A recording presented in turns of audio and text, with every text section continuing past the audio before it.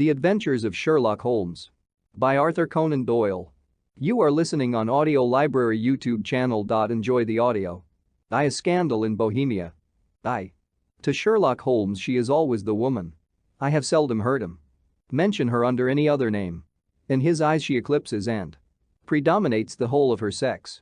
It was not that he felt any emotion akin to love for Irene Adler. All emotions, and that one particularly, were abhorrent to his cold, precise but admirably balanced mind. He was, I take it, the most perfect reasoning and observing machine that the world has seen, but as a lover he would have placed himself in a false position. He never spoke of the softer passions, save with a jibe and a sneer. They were admirable things for the observer, excellent for drawing the veil from men's motives and actions. But for the trained reasoner to admit such intrusions into his own delicate and finely adjusted temperament was to introduce a distracting factor which might throw a doubt upon all his mental results. Grit in a sensitive instrument or a crack in one of his own high-power lenses would not be more disturbing than a strong emotion in a nature such as his.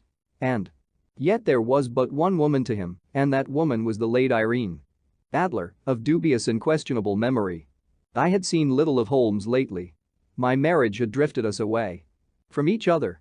My own complete happiness and the home-centered interests which rise up around the man who first finds himself master of his own establishment were sufficient to absorb all my attention.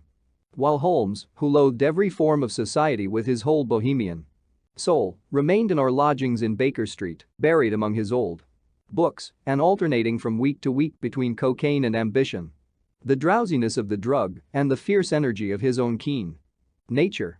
He was still, as ever, deeply attracted by the study of crime and occupied his immense faculties and extraordinary powers of observation in following out those clues and clearing up those mysteries which had been abandoned as hopeless by the official police. From time to time I heard some vague account of his doings, of his summons to Odessa in the case of the Trepoff murder, of his clearing up of the singular tragedy of the Atkinson brothers at Trincomalee, and finally of the mission which he had accomplished so delicately and successfully for the reigning family of Holland. Beyond these signs of his activity, however, which I merely shared with all the readers of the daily press, I knew little of my former friend and companion.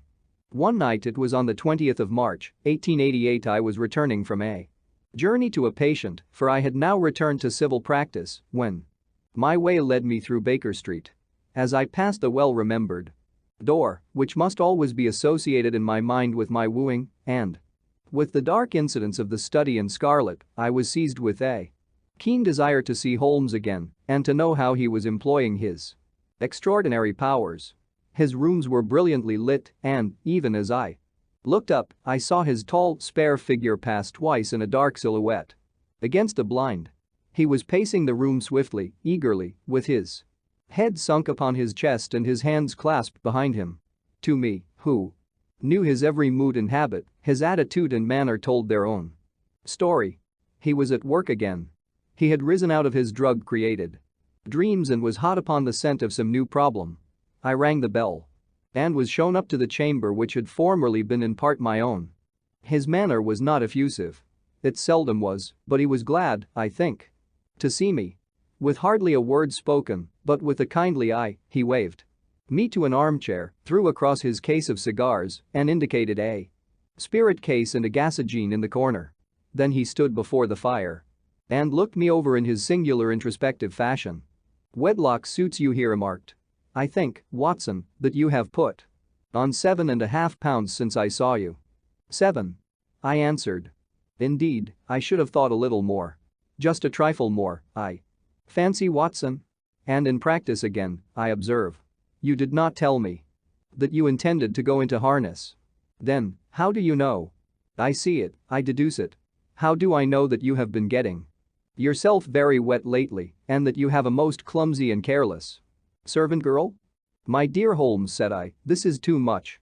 You would certainly have been burned had you lived a few centuries ago. It is true that I had a country walk on Thursday and came home in a dreadful mess, but as I have changed my clothes I can't imagine how you deduce it. As to Mary Jane, she is incorrigible and my wife has given her notice, but there Again, I fail to see how you work it out. He chuckled to himself and rubbed his long, nervous hands together. It is simplicity itself, said he. My eyes tell me that on the inside of your left shoe, just where the firelight strikes it, the leather is scored by 6 almost parallel cuts. Obviously they have been caused by someone who has very carelessly scraped round the edges of the sole in order to remove crusted mud from it. Hence, you see, my double deduction that you had been out in vile weather and that you had a particularly malignant boot-slitting specimen of the London slavey. As to your practice, if a gentleman walks into my room smelling of iodoform, with a black mark of nitrate of silver upon his right forefinger and a bulge on the right side of his top hat to show where he has secreted his stethoscope, I must be dull, indeed, if I do not pronounce him to be an active member of the medical profession. I could not help laughing at the ease with which he explained his process of deduction. When I hear you give your reasons, I remarked, the thing always appears to me to be so ridiculously simple that I could easily do it myself, though at each successive instance of your reasoning I am baffled until you explain your process. And yet I believe that my eyes are as good as yours.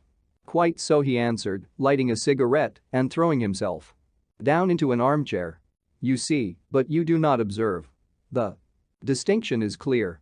For example, you have frequently seen the steps which lead up from the hall to this room. Frequently. How often? Well, some hundreds of times. Then how many are there? How many? I don't know. Quite so. You have not observed. And yet you have seen. That is just my point. Now, I know that there are 17 steps because I have both seen and observed. By the way, since you are interested in these little problems, and since you are good enough to chronicle 1 or 2 of my trifling experiences, you may be interested in this. He threw over a sheet of thick pink-tinted notepaper which had been lying open upon the table. It came by the last post, said he. Read it aloud. The note was undated and without either signature or address. There will call upon you tonight at 7:45 it said, a gentleman who desires to consult you upon a matter of the very deepest moment.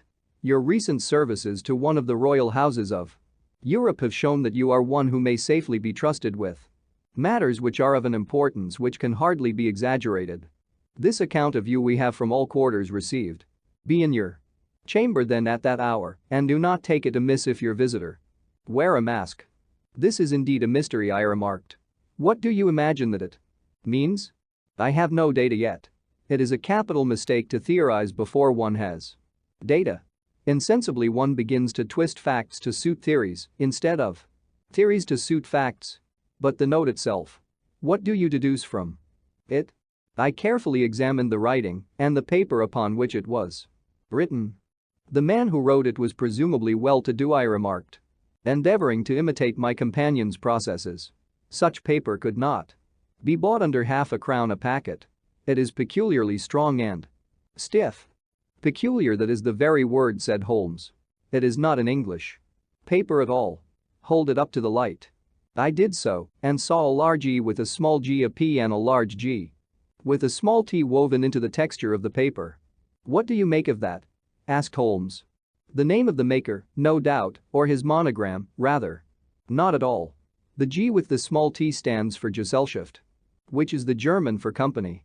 It is a customary contraction like our company. P, of course, stands for papier. Now for the egg. Let us glance at our Continental Gazetteer. He took down a heavy brown volume from his shelves. Eglo, Eglinitz, here we are, Egria. It is in a German-speaking country in Bohemia, not far from Carlsbad. Remarkable as being the scene of the death of Wallenstein and for its numerous glass factories and paper mills. Ha, ha, my boy, what do you make of that? His eyes sparkled and he sent up a great blue triumphant cloud from his cigarette. The paper was made in Bohemia, I said. Precisely. And the man who wrote the note is a German. Do you note the peculiar construction of the sentence, this account of you we have from all quarters received? A Frenchman or Russian could not have written that. It is the German who is so uncourteous to his verbs. It only remains, therefore, to discover what is wanted by this German who writes upon Bohemian paper and prefers wearing a mask to showing his face. And here he comes, if I am not mistaken, to resolve all our doubts." As he spoke there was the sharp sound of horses' hoofs and grating wheels against the curb, followed by a sharp pull at the bell. Holmes whistled. "A pair, by the sound, said he." "Yes," he continued, glancing out of the window. "A nice little brougham and a pair of beauties. 150 guineas apiece. There's money in this case, Watson, if there is nothing else. I think that I had better go, Holmes." "Not a bit, Doctor. Stay where you are. I am lost without my Boswell. And this promises to be interesting. It would be a pity to miss it." "But your client?" "Never mind him. I may want your help, and so may he. Here he comes. Sit down in that armchair, Doctor, and give us your best attention." A slow and heavy step, which had been heard upon the stairs and in the passage, paused immediately outside the door. Then there was a loud and authoritative tap. "Come in," said Holmes. A man entered who could hardly have been less than 6 feet 6 inches in height, with the chest and limbs of a Hercules. His dress was rich, with a richness which would, in England, be looked upon as akin to bad taste. Heavy bands of astrakhan were slashed across the sleeves and fronts of his double-breasted coat, while the deep blue cloak which was thrown over his shoulders was lined with flame-colored silk and secured at the neck with a brooch which consisted of a single flaming barrel. Boots which extended halfway up his calves and which were trimmed at the tops with rich brown fur completed the impression of barbaric opulence which was suggested by his whole appearance. He carried a broad-brimmed hat in his hand while he wore across the upper part of his face, extending down past the cheekbones, a black visored mask, which he had apparently adjusted that very moment, for his hand was still raised to it as he entered. From the lower part of the face, he appeared to be a man of strong character, with a thick hanging lip and a long, straight chin suggestive of resolution pushed to the length of obstinacy. "You had my note?" he asked with a deep harsh voice and a strongly marked German accent. "I told you that I would call." He looked from one to the other of us, as if uncertain which to address. "Pray take a seat," said Holmes. "This is my friend and colleague, Dr. Watson, who is occasionally good enough to help me in my cases." "Whom have I the honor to address?" "You may address me as the Count von Kram, a Bohemian nobleman. I understand that this gentleman, your friend, is a man of honor and discretion, whom I may trust with a matter of the most extreme importance. If not, I should much prefer to communicate with you alone." I rose to go, but Holmes caught me by the wrist and pushed me back into my chair. "It is both or none," said he. "You may say before this gentleman anything which you may say to me." The Count shrugged his broad shoulders. "Then I must begin," said he, "by binding you both to absolute secrecy for 2 years. At the end of that time the matter will be of no importance. At present it is not too much to say that it is of such weight it may have an influence upon European history." "I promise," said Holmes.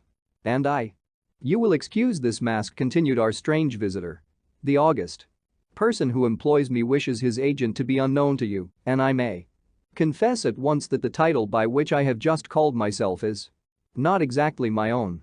"I was aware of it," said Holmes dryly. "The circumstances are of great delicacy, and every precaution has to be taken to quench what might grow to be an immense scandal and seriously compromise one of the reigning families of Europe.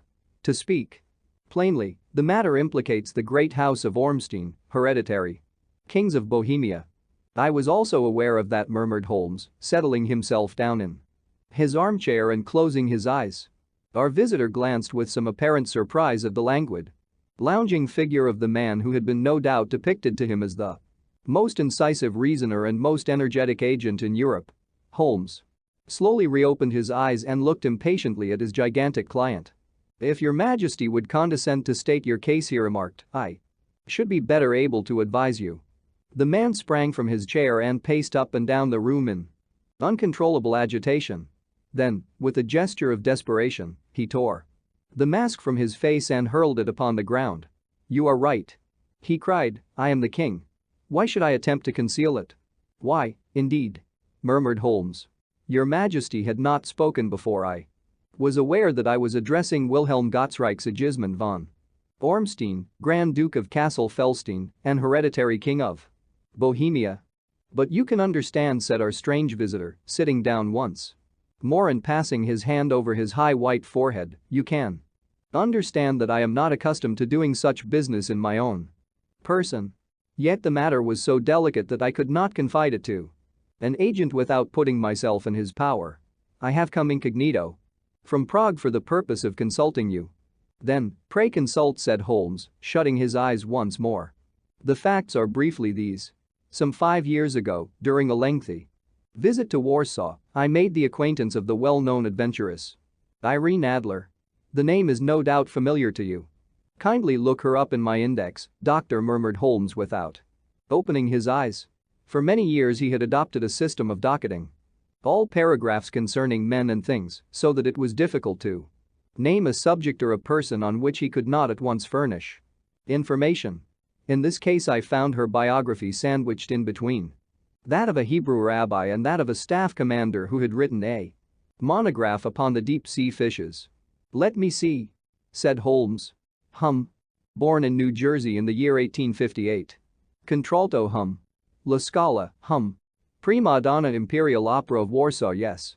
Retired from operatic stage, living in London, quite so. Your Majesty, as I understand, became entangled with this young person. Wrote her some compromising letters and is now desirous of getting those letters back." "Precisely so. But how? Was there a secret marriage?" "None. No legal papers or certificates?" "None." "Then I fail to follow, Your Majesty. If this young person should produce her letters for blackmailing or other purposes, how is she to prove their authenticity? There is the writing." Pooh. Forgery. My private note paper. Stolen. My own seal. Imitated. My photograph. Bought. We were both in the photograph." "Oh, dear. That is very bad. Your Majesty has indeed committed an indiscretion. I was mad, insane. You have compromised yourself seriously. I was only crown prince then. I was young. I am but 30 now. It must be recovered. We have tried and failed. Your Majesty must pay. It must be bought. She will not sell." "Stolen, then?" "5 attempts have been made. Twice burglars in my pair ransacked her house. Once we diverted her luggage when she traveled. Twice she has been waylaid. There has been no result." "No sign of it?" "Absolutely none." Holmes laughed. "It is quite a pretty little problem," said he. "But a very serious one to me," returned the king reproachfully. "Very, indeed. And what does she propose to do with the photograph?" "To ruin me." "But how?" "I am about to be married." "So I have heard. To Clotilde Lothman von Saxe-Meiningen, second daughter of the King of Scandinavia. You may know the strict principles of her family. She is herself the very soul of delicacy. A shadow of a doubt as to my conduct would bring the matter to an end." "And Irene Adler?" "Threatens to send them the photograph. And she will do it. I know that. She will do it. You do not know her, but she has a soul of steel. She has the face of the most beautiful of women and the mind of the most resolute of men. Rather than I should marry another woman, there are no lengths to which she would not go, none." "You are sure that she has not sent it yet?" "I am sure." "And why?" "Because she has said that she would send it on the day when the betrothal was publicly proclaimed. That will be next Monday." "Oh, then we have 3 days yet," said Holmes with a yawn. "That is very fortunate, as I have 1 or 2 matters of importance to look into just at present. Your Majesty will, of course, stay in London for the present?" "Certainly. You will find me at the Langham under the name of the Count von Cram. Then I shall drop you a line to let you know how we progress." "Pray do so. I shall be all anxiety." "Then, as to money?" "You have carte blanche. Absolutely? I tell you that I would give one of the provinces of my kingdom to have that photograph. And for present expenses?" The king took a heavy chamois leather bag from under his cloak and laid it on the table. "There are £300 in gold and 700 in notes," he said. Holmes scribbled a receipt upon a sheet of his notebook and handed it to him. "And mademoiselle's address?" he asked.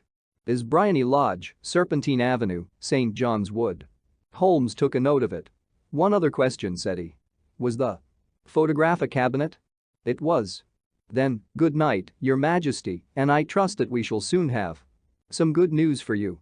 And good night, Watson, he added, as the wheels of the royal brougham rolled down the street. If you will be good enough to call tomorrow afternoon at 3 o'clock, I should like to chat this little matter over with you. 2. At 3 o'clock precisely I was at Baker Street, but Holmes had not yet returned. The landlady informed me that he had left the house shortly after 8 o'clock in the morning. I sat down beside the fire, however, with the intention of awaiting him, however long he might be. I was already deeply interested in his inquiry, for, though it was surrounded by none of the grim and strange features which were associated with the 2 crimes which I have already recorded, still, the nature of the case and the exalted station of his client gave it a character of its own. Indeed, apart from the nature of the investigation which my friend had on hand, there was something in his masterly grasp of a situation and his keen, incisive reasoning which made it a pleasure to me to study his system of work and to follow the quick, subtle methods by which he disentangled the most inextricable mysteries. So accustomed was I to his invariable success that the very possibility of his failing had ceased to enter into my head.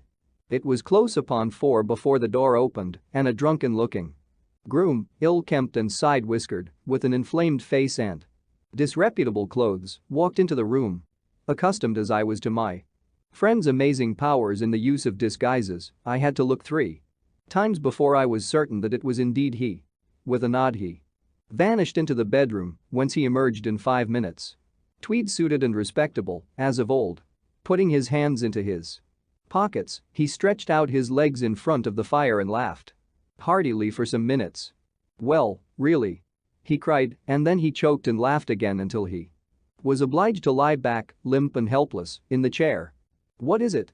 It's quite too funny. I am sure you could never guess how I employed my morning or what I ended by doing. I can't imagine. I suppose that you have been watching the habits and perhaps the house of Miss Irene Adler." "Quite so, but the sequel was rather unusual. I will tell you, however. I left the house a little after 8 o'clock this morning in the character of a groom out of work. There is a wonderful sympathy and freemasonry among horsey men. Be one of them, and you will know all that there is to know. I soon found Bryony Lodge. It is a bijou villa with a garden at the back, but built out in front right up to the road, 2 stories. Chubb lock to the door. Large sitting room on the right side, well furnished, with long windows almost to the floor. And those preposterous English window fasteners which a child could open. Behind there was nothing remarkable, save that the passage window could be reached from the top of the coach house. I walked round it and examined it closely from every point of view, but without noting anything else of interest. I then lounged down the street and found, as I expected, that there was a mews in a lane which runs down by one wall of the garden.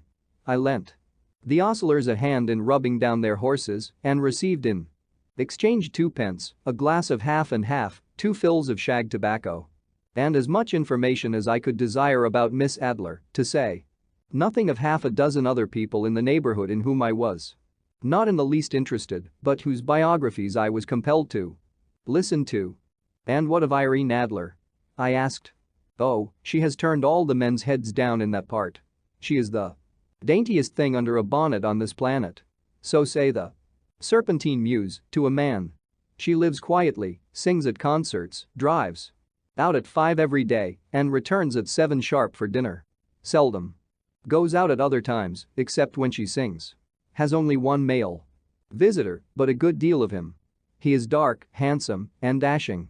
Never calls less than once a day, and often twice. He is a Mr. Godfrey Norton, of the Inner Temple.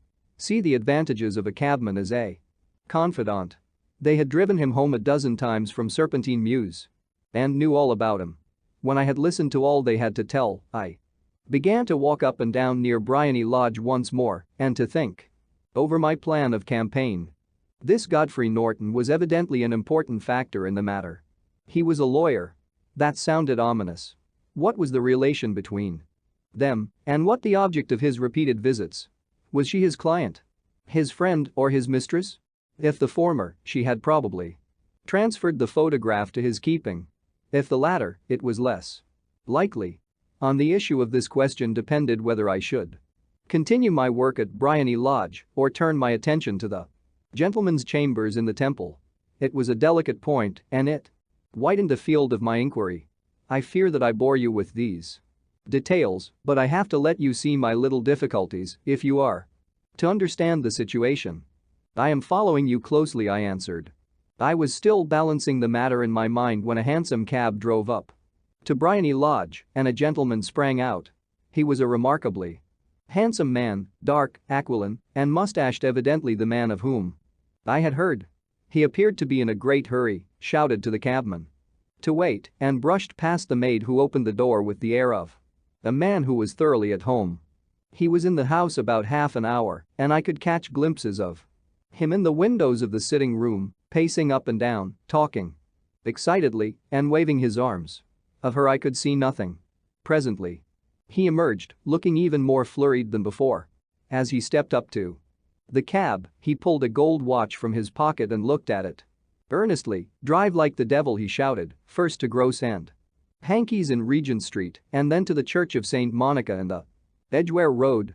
Half a guinea if you do it in 20 minutes. Away they went, and I was just wondering whether I should not do well to follow them when up the lane came a neat little landau, the coachman, with his coat only half buttoned and his tie under his ear, while all the tags of his harness were sticking out of the buckles. It hadn't pulled up before she shot out of the hall door and into it. I only caught a glimpse of her at the moment, but she was a lovely woman, with a face that a man might die for. "The Church of St. Monica, John," she cried, "and half a sovereign if you reach it in 20 minutes. This was quite too good to lose, Watson. I was just balancing whether I should run for it or whether I should perch behind her landau when a cab came through the street. The driver looked twice at such a shabby fare, but I jumped in before he could object. "The Church of St. Monica," said I, "and half a sovereign if you reach it in 20 minutes. It was 25 minutes to 12, and of course it was clear enough what was in the wind. My cabbie drove fast. I don't think I ever drove faster, but the others were there before us. The cab and the landau with their steaming horses were in front of the door when I arrived. I paid the man and hurried into the church. There was not a soul there save the two whom I had followed and a surpliced clergyman who seemed to be expostulating with them. They were all three standing in a knot in front of the altar. I lounged up the side aisle like any other idler who has dropped into a church. Suddenly, to my surprise, the three at the altar faced round to me, and Godfrey Norton came running as hard as he could towards me. "Thank God," he cried. "You'll do. Come. Come." "What then?" I asked. "Come, man, come, only 3 minutes, or it won't be legal." I was half dragged up to the altar, and before I knew where I was I found myself mumbling responses which were whispered in my ear, and vouching for things of which I knew nothing, and generally assisting in the secure tying up of Irene Adler, spinster, to Godfrey Norton, bachelor. It was all done in an instant, and there was the gentleman thanking me on the one side and the lady on the other, while the clergyman beamed on me in front. It was the most preposterous position in which I ever found myself in my life, and it was the thought of it that started me laughing just now.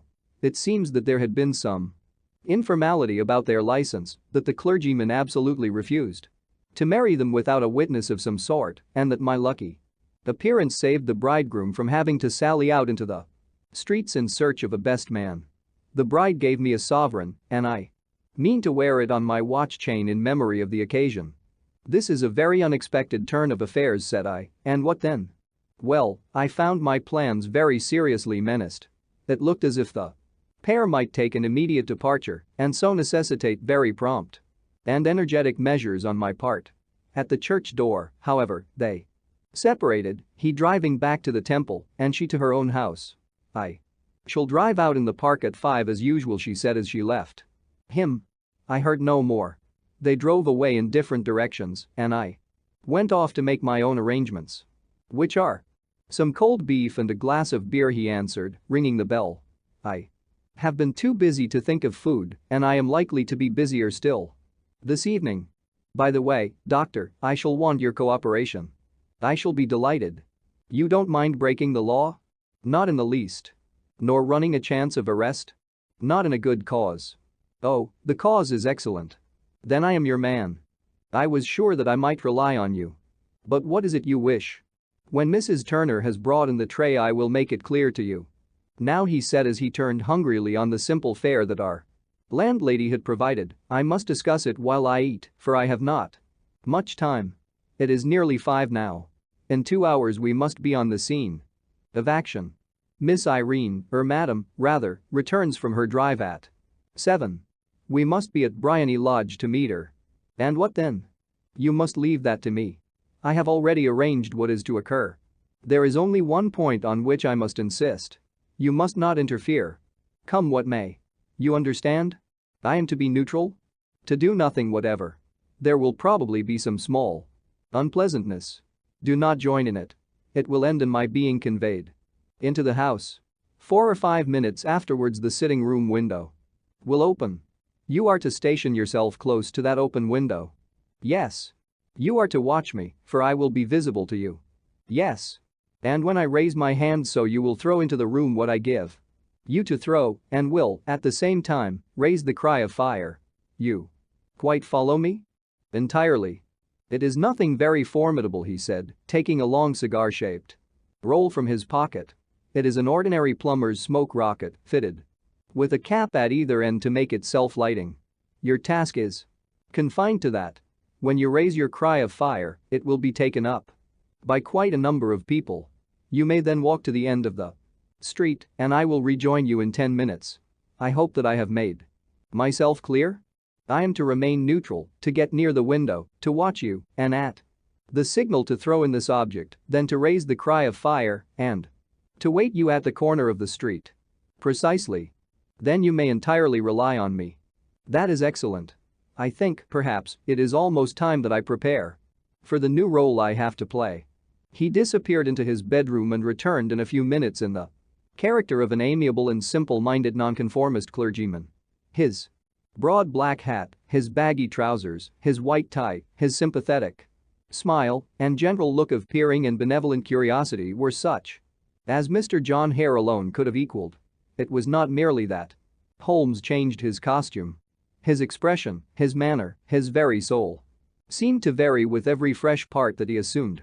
The stage lost a fine actor, even as science lost an acute reasoner when he became a specialist in crime. It was 6:15 when we left Baker Street, and it still wanted 10 minutes to the hour when we found ourselves in Serpentine Avenue. It was already dusk, and the lamps were just being lighted as we paced up and down in front of Bryony Lodge, waiting for the coming of its occupant. The house was just such as I had pictured it from Sherlock Holmes' succinct description, but the locality appeared to be less private than I expected. On the contrary, for a small street in a quiet neighborhood, it was remarkably animated. There was a group of shabbily dressed men smoking and laughing in a corner, a scissors grinder with his wheel, 2 guardsmen who were flirting with a nurse girl, and several well-dressed young men who were lounging up and down with cigars in their mouths. You see, remarked Holmes, as we paced to and fro in front of the house, this marriage rather simplifies matters. The photograph becomes a double-edged weapon now. The chances are that she would be as averse to its being seen by Mr. Godfrey Norton as our client is to its coming to the eyes of his princess. Now the question is, where are we to find the photograph? Where, indeed? It is most unlikely that she carries it about with her. It is cabinet size, too large for easy concealment about a woman's dress. She knows that the king is capable of having her waylaid and searched. 2. Attempts of the sort have already been made. We may take it, then, that she does not carry it about with her. Where, then? Her banker or her lawyer? There is that double possibility. But I am inclined to think neither. Women are naturally secretive, and they like to do their own secreting. Why should she hand it over to anyone else? She could trust her own guardianship, but she could not tell what indirect or political influence might be brought to bear upon a businessman. Besides, remember that she had resolved to use it within a few days. It must be where she can lay her hands upon it. It must be in her own house. But it has twice been burgled. They did not know how to look. But how will you look? I will not look. What then? I will get her to show me. But she will refuse. She will not be able to. But I hear the rumble of wheels. It is her carriage. Now carry out my orders to the letter." As he spoke, the gleam of the sidelights of a carriage came round the curve of the avenue. It was a smart little landau which rattled up to the door of Bryony Lodge. As it pulled up, one of the loafing men at the corner dashed forward to open the door in the hope of earning a copper, but was elbowed away by another loafer who had rushed up with the same intention. A fierce quarrel broke out, which was increased by the two guardsmen, who took sides with one of the loungers, and by the scissors grinder, who was equally hot upon the other side. A blow was struck, and in an instant the lady, who had stepped from her carriage, was the center of a little knot of flushed and struggling men who struck savagely at each other with their fists and sticks. Holmes dashed into the crowd to protect the lady, but just as he reached her, he gave a cry and dropped to the ground, with the blood running freely down his face. At his fall, the guardsmen took to their heels in one direction and the loungers in the other, while a number of better dressed people, who had watched the scuffle without taking part in it, crowded in to help the lady and to attend to the injured man. Irene Adler, as I will still call her, had hurried up the steps, but she stood at the top with her superb figure outlined against the lights of the hall, looking back into the street. "Is the poor gentleman much hurt?" she asked. "He is dead," cried several voices. "No, no, there's life in him," shouted another. "But he'll be gone before you can get him to hospital." "He's a brave fellow," said a woman. "They would have had the ladies' purse and watch if it hadn't been for him. They were a gang, and a rough one, too. Ah, he's breathing now. He can't lie in the street. May we bring him in, marm?" "Surely. Bring him into the sitting room. There is a comfortable sofa. This way, please." Slowly and solemnly he was borne into Bryony Lodge and laid out in the principal room, while I still observed the proceedings from my post by the window. The lamps had been lit, but the blinds had not been drawn, so that I could see Holmes as he lay upon the couch. I do not know whether he was seized with compunction at that moment for the part he was playing, but I know that I never felt more heartily ashamed of myself and my life than when I saw the beautiful creature against whom I was conspiring, or the grace and kindliness with which he waited upon the injured man. And yet it would be the blackest treachery to Holmes to draw back now from the part which he had interested to me. I hardened my heart and took the smoke rocket from under my ulster.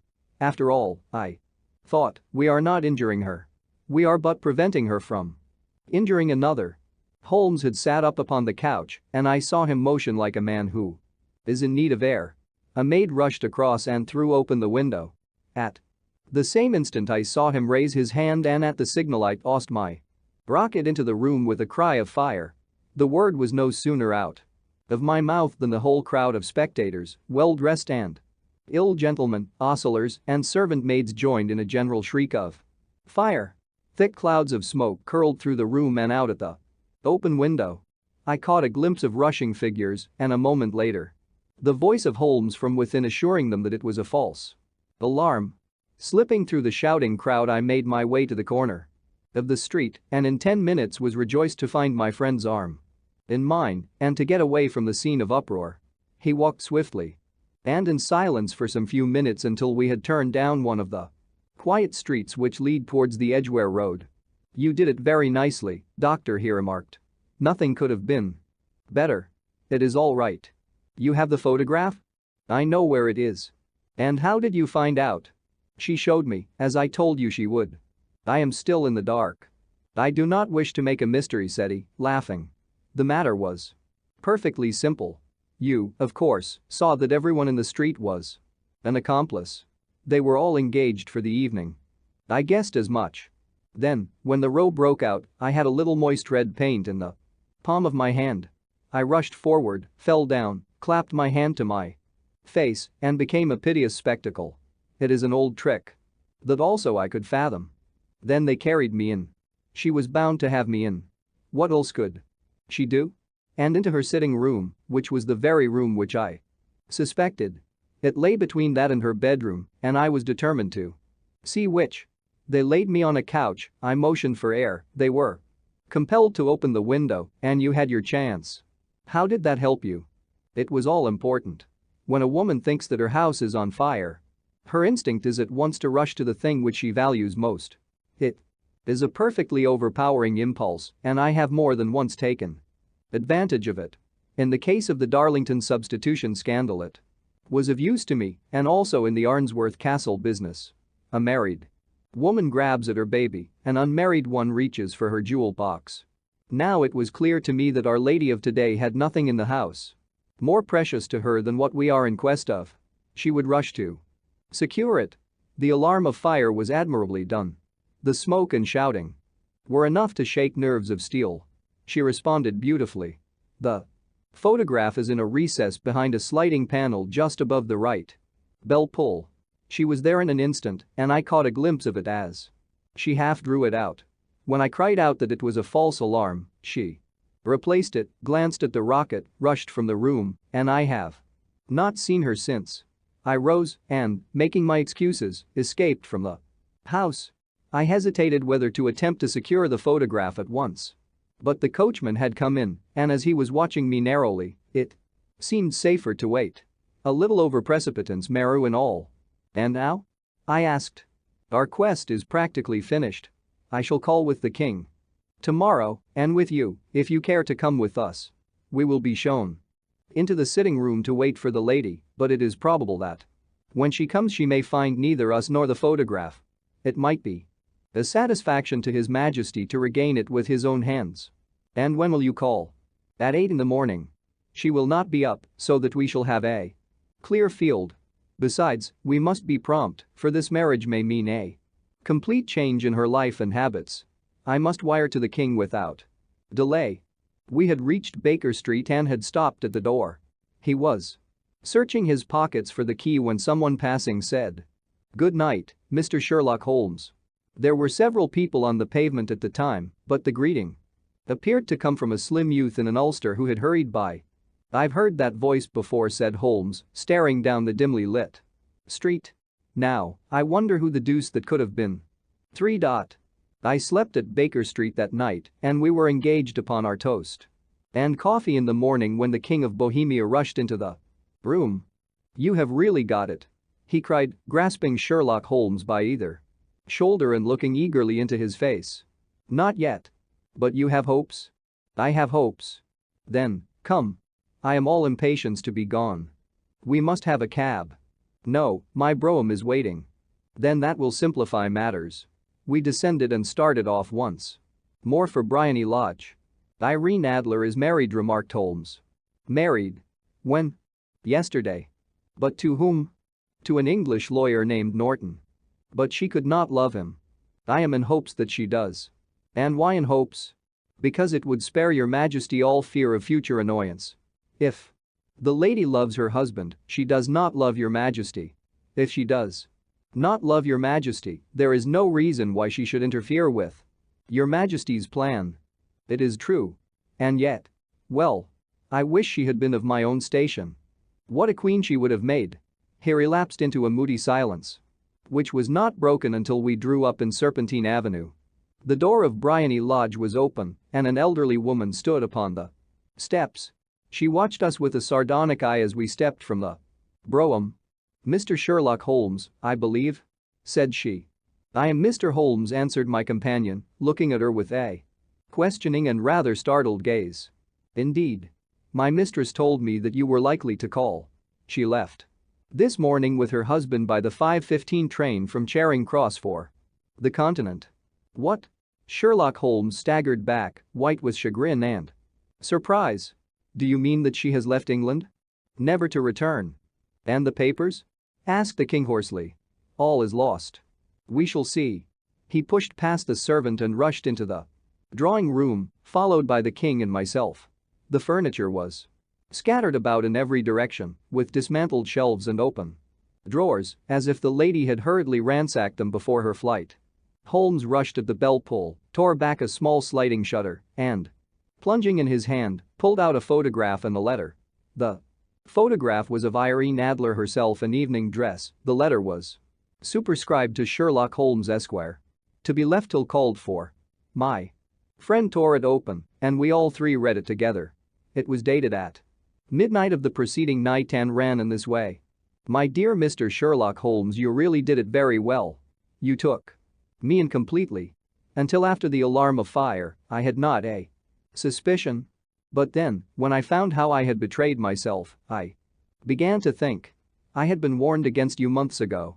I had been told that, if the king employed an agent, it would certainly be you. And your address had been given me. Yet, with all this, you made me reveal what you wanted to know. Even after I became suspicious, I found it hard to think evil of such a dear, kind old clergyman. But, you know, I have been trained as an actress myself. Male costume is nothing new to me. I often take advantage of the freedom which it gives. I sent John, the coachman, to watch you. Ran upstairs, got into my walking clothes, as I call them, and came down just as you departed. Well, I followed you to your door and so made sure that I was really an object of interest to the celebrated Mr. Sherlock Holmes. Then I, rather imprudently, wished you good night and started for the temple to see my husband. We both thought the best resource was flight when pursued by so formidable an antagonist, so you will find the nest empty when you call tomorrow. As to the photograph, your client may rest in peace. I love and am loved by a better man than he. The king may do what he will without hindrance from one whom he has cruelly wronged. I keep it only to safeguard myself and to preserve a weapon which will always secure me from any steps which he might take in the future. I leave a photograph which he might care to possess, and I remain, dear Mr. Sherlock Holmes, very truly yours, Irene Norton, née Adler. What a woman, oh, what a woman! Cried the King of Bohemia when we had all three read this epistle. Did I not tell you how quick and resolute she was? Would she not have made an admirable queen? Is it not a pity that she was not on my level? From what I have seen of the lady, she seems, indeed, to be on a very different level to your majesty, said Holmes coldly. I am sorry that I have not been able to bring your majesty's business to a more successful conclusion. On the contrary, my dear sir, cried the king, nothing could be more successful. I know that her word is inviolate. The photograph is now as safe as if it were in the fire. I am glad to hear your majesty say so. I am immensely indebted to you. Pray tell me in what way I can reward you. This ring, he slipped an emerald snake ring from his finger and held it out upon the palm of his hand. Your majesty has something which I should value even more highly, said Holmes. You have but to name it. This photograph. The king stared at him in amazement. Irene's photograph, he cried. Certainly, if you wish it. I thank your majesty. Then there is no more to be done in the matter. I have the honor to wish you a very good morning. He bowed and, turning away without observing the hand which the king had stretched out to him, he set off in my company for his chambers. And that was how a great scandal threatened to affect the kingdom of Bohemia, and how the best plans of Mr. Sherlock Holmes were beaten by a woman's wit. He used to make merry over the cleverness of women, but I have not heard him do it of late. And when he speaks of Irene Adler, or when he refers to her photograph, it is always under the honorable title of the woman. 2. The Red-Headed League. I had called upon my friend, Mr. Sherlock Holmes, one day in the autumn of last year and found him in deep conversation with a very stout, florid-faced, elderly gentleman with fiery red hair. With an apology for my intrusion, I was about to withdraw when Holmes pulled me abruptly into the room and closed the door behind me. You could not possibly have come at a better time, my dear Watson, he said cordially. I was afraid that you were engaged. So I am. Very much so. Then I can wait in the next room. Not at all. This gentleman, Mr. Wilson, has been my partner and helper in many of my most successful cases, and I have no doubt that he will be of the utmost use to me and yours also. The stout gentleman half rose from his chair and gave a bob of greeting, with a quick little questioning glance from his small, fat encircled eyes. Try the settee, said Holmes, relapsing into his armchair and putting his fingertips together, as was his custom when in judicial moods. I know, my dear Watson, that you share my love of all that is bizarre and outside the conventions and humdrum routine of everyday life. You have shown your relish for it by the enthusiasm which has prompted you to chronicle, and, if you will excuse my saying so, somewhat to embellish so many of my own little adventures. Your cases have indeed been of the greatest interest to me, I observed. You will remember that I remarked the other day, just before we went into the very simple problem presented by Miss Mary Sutherland, that for strange effects and extraordinary combinations we must go to life itself, which is always far more daring than any effort of the imagination. A proposition which I took the liberty of doubting. You did, doctor, but nonetheless you must come round to my view, for otherwise I shall keep on piling fact upon fact on you until your reason breaks down under them and acknowledges me to be right. Now, Mr. Jabez Wilson here has been good enough to call upon me this morning and to begin a narrative which promises to be one of the most singular which I have listened to for some time.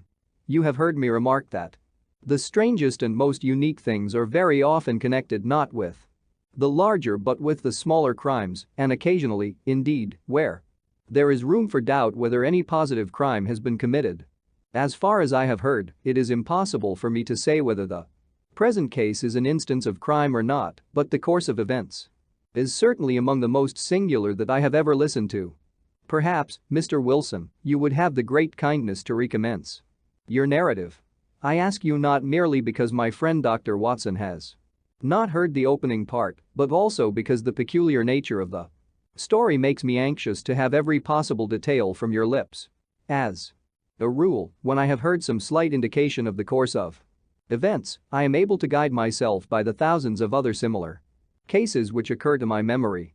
In the present instance I am forced to admit that the facts are, to the best of my belief, unique. The portly client puffed out his chest with an appearance of some little pride and pulled a dirty and wrinkled newspaper from the inside pocket of his greatcoat as he glanced down the advertisement column. With his head thrust forward and the paper flattened out upon his knee, I took a good look at the man and endeavored, after the fashion of my companion, to read the indications which might be presented by his dress or appearance. I did not gain very much, however, by my inspection. Our visitor bore every mark of being an average commonplace British tradesman, obese, pompous, and slow. He wore rather baggy grey shepherd's check trousers, a not over-clean black frock coat, unbuttoned in the front, and a drab waistcoat with a heavy brassy Albert chain and a square pierced bit of metal dangling down as an ornament. A frayed top hat and a faded brown overcoat with a wrinkled velvet collar lay upon a chair beside him. Altogether, look as I would, there was nothing remarkable about the man, save his blazing red head and the expression of extreme chagrin and discontent upon his features. Sherlock Holmes' quick eye took in my occupation, and he shook his head with a smile as he noticed my questioning glances. Beyond the obvious facts that he has at some time done manual labor, that he takes snuff, that he is a Freemason, that he has been in China, and that he has done a considerable amount of writing lately, I can deduce nothing else. Mr. Jabez Wilson started up in his chair, with his forefinger upon the paper, but his eyes upon my companion. How, in the name of good fortune, did you know all that, Mr. Holmes? He asked. How did you know, for example, that I did manual labor? It's as true as gospel, for I began as a ship's carpenter. Your hands, my dear sir. Your right hand is quite a size larger than your left. You have worked with it, and the muscles are more developed. Well, the snuff, then, and the Freemasonry? I won't insult your intelligence by telling you how I read that.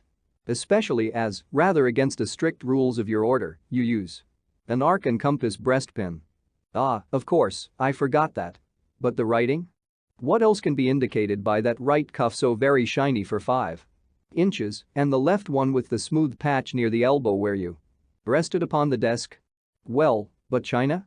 The fish that you have tattooed immediately above your right wrist could only have been done in China. I have made a small study of tattoo marks and have even contributed to the literature of the subject. That trick of staining the fish's scales of a delicate pink is quite peculiar to China. When, in addition, I see a Chinese coin hanging from your watch chain, the matter becomes even more simple. Mr. Jabez Wilson laughed heavily. Well, I never said he. I thought at first that you had done something clever, but I see that there was nothing in it after all. I begin to think, Watson, said Holmes, that I make a mistake in explaining. Omnignatum pro magnifico, you know, and my poor little reputation, such as it is, will suffer shipwreck if I am so candid. Can you not find the advertisement, Mr. Wilson? Yes, I have got it now, he answered with his thick red finger planted halfway down the column. Here it is. This is what began it all. You just read it for yourself, sir. I took the paper from him and read as follows. To the Red-Headed League. On account of the bequest of the late Ezekiah Hopkins of Lebanon, Pennsylvania, USA, there is now another vacancy open which entitles a member of the league to a salary of £4 a week for purely nominal services. All red-headed men who are sound in body and mind and above the age of 21 years are eligible. Apply in person on Monday at 11 o'clock to Duncan Ross at the offices of the League, 7 Pope's Court, Fleet Street. What on earth does this mean? I ejaculated after I had twice read over the extraordinary announcement. Holmes chuckled and wriggled in his chair, as was his habit when in high spirits. It is a little off the beaten track, isn't it? Said he. And now, Mr. Wilson, off you go at scratch and tell us all about yourself, your household, and the effect which this advertisement had upon your fortunes. You will first make a note, Doctor, of the paper and the date. It is the Morning Chronicle of April 27, 1890. Just 2 months ago. Very good. Now, Mr. Wilson? Well, it is just as I have been telling you, Mr. Sherlock Holmes, said Jabez Wilson, mopping his forehead. I have a small pawnbroker's business at Coburg Square, near the city. It's not a very large affair. And of late years it has not done more than just give me a living. I used to be able to keep 2 assistants, but now I only keep 1, and I would have a job to pay him, but that he is willing to come for half wages so as to learn the business. What is the name of this obliging youth? Asked Sherlock Holmes. His name is Vincent Spaulding, and he's not such a youth, either. It's hard to say his age. I should not wish a smarter assistant, Mr. Holmes. And I know very well that he could better himself and earn twice what I am able to give him. But, after all, if he is satisfied, why should I put ideas in his head? Why, indeed. You seem most fortunate in having an employee who comes under the full market price. It is not a common experience among employers in this age. I don't know that your assistant is not as remarkable as your advertisement. Oh, he has his faults, too, said Mr. Wilson. Never was such a fellow for photography. Snapping away with a camera when he ought to be improving his mind and then diving down into the cellar like a rabbit into its hole to develop his pictures. That is his main fault, but on the whole he's a good worker. There's no vice in him. He is still with you, I presume? Yes, sir. He and a girl of 14 who does a bit of simple cooking and keeps the place clean. That's all I have in the house, for I am a widower and never had any family. We live very quietly, sir, the 3 of us, and we keep a roof over our heads and pay our debts, if we do. Nothing more. The first thing that put us out was that advertisement. Spaulding, he came down into the office just this day 8 weeks, with this very paper in his hand, and he says, I wish to the Lord, Mr. Wilson, that I was a red-headed man. Why that? I asks. Why, says he, here's another vacancy on the League of the Red-Headed Men. It's worth quite a little fortune to any man who gets it, and I understand that there are more vacancies than there are men. So that the trustees are at their wits' end what to do with the money. If my hair would only change color, here's a nice little crib all ready for me to step into. Why, what is it, then? I asked. You see, Mr. Holmes, I am a very stay-at-home man, and as my business came to me instead of my having to go to it, I was often weeks on end without putting my foot over the doormat. In that way I didn't know much of what was going on outside. And I was always glad of a bit of news. Have you never heard of the League of the Red-Headed Men? He asked. With his eyes open. Never. Why, I wonder at that, for you are eligible yourself for one of the vacancies. And what are they worth? I asked. Oh, merely a couple of hundred a year, but the work is slight, and it need not interfere very much with one's other occupations. Well, you can easily think that made me prick up my ears, for the business has not been over good for some years, and an extra couple of hundred would have been very handy. Tell me all about it, said I. Well, said he, showing me the advertisement, you can see for yourself that the League has a vacancy and there is the address where you should apply for particulars. As far as I can make out, the League was founded by an American millionaire, Ezekiah Hopkins, who was very peculiar in his ways.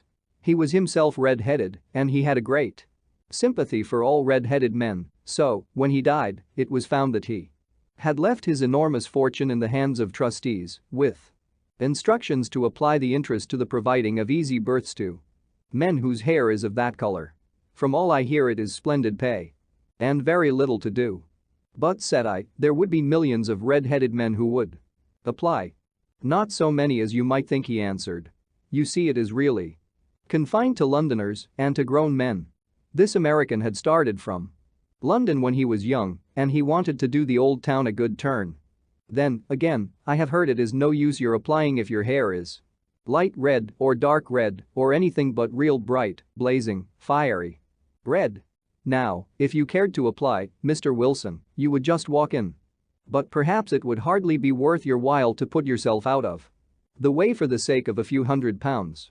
Now, it is a fact, gentlemen, as you may see for yourselves, that my hair is of a very full and rich tint, so that it seemed to me that if there was to be any competition in the matter, I stood as good a chance as any man that I had ever met. Vincent Spaulding seemed to know so much about it that I thought he might prove useful, so I just ordered him to put up the shutters for the day and to come right away with me. He was very willing to have a holiday, so we shut the business up and started off for the address that was given us in the advertisement. I never hope to see such a sight as that again, Mr. Holmes. From north, south, east, and west, every man who had a shade of red in his hair had tramped into the city to answer the advertisement. Fleet Street was choked with red-headed folk, and Pope's Court looked like a coster's orange barrow. I should not have thought there were so many in the whole country as were brought together by that single advertisement.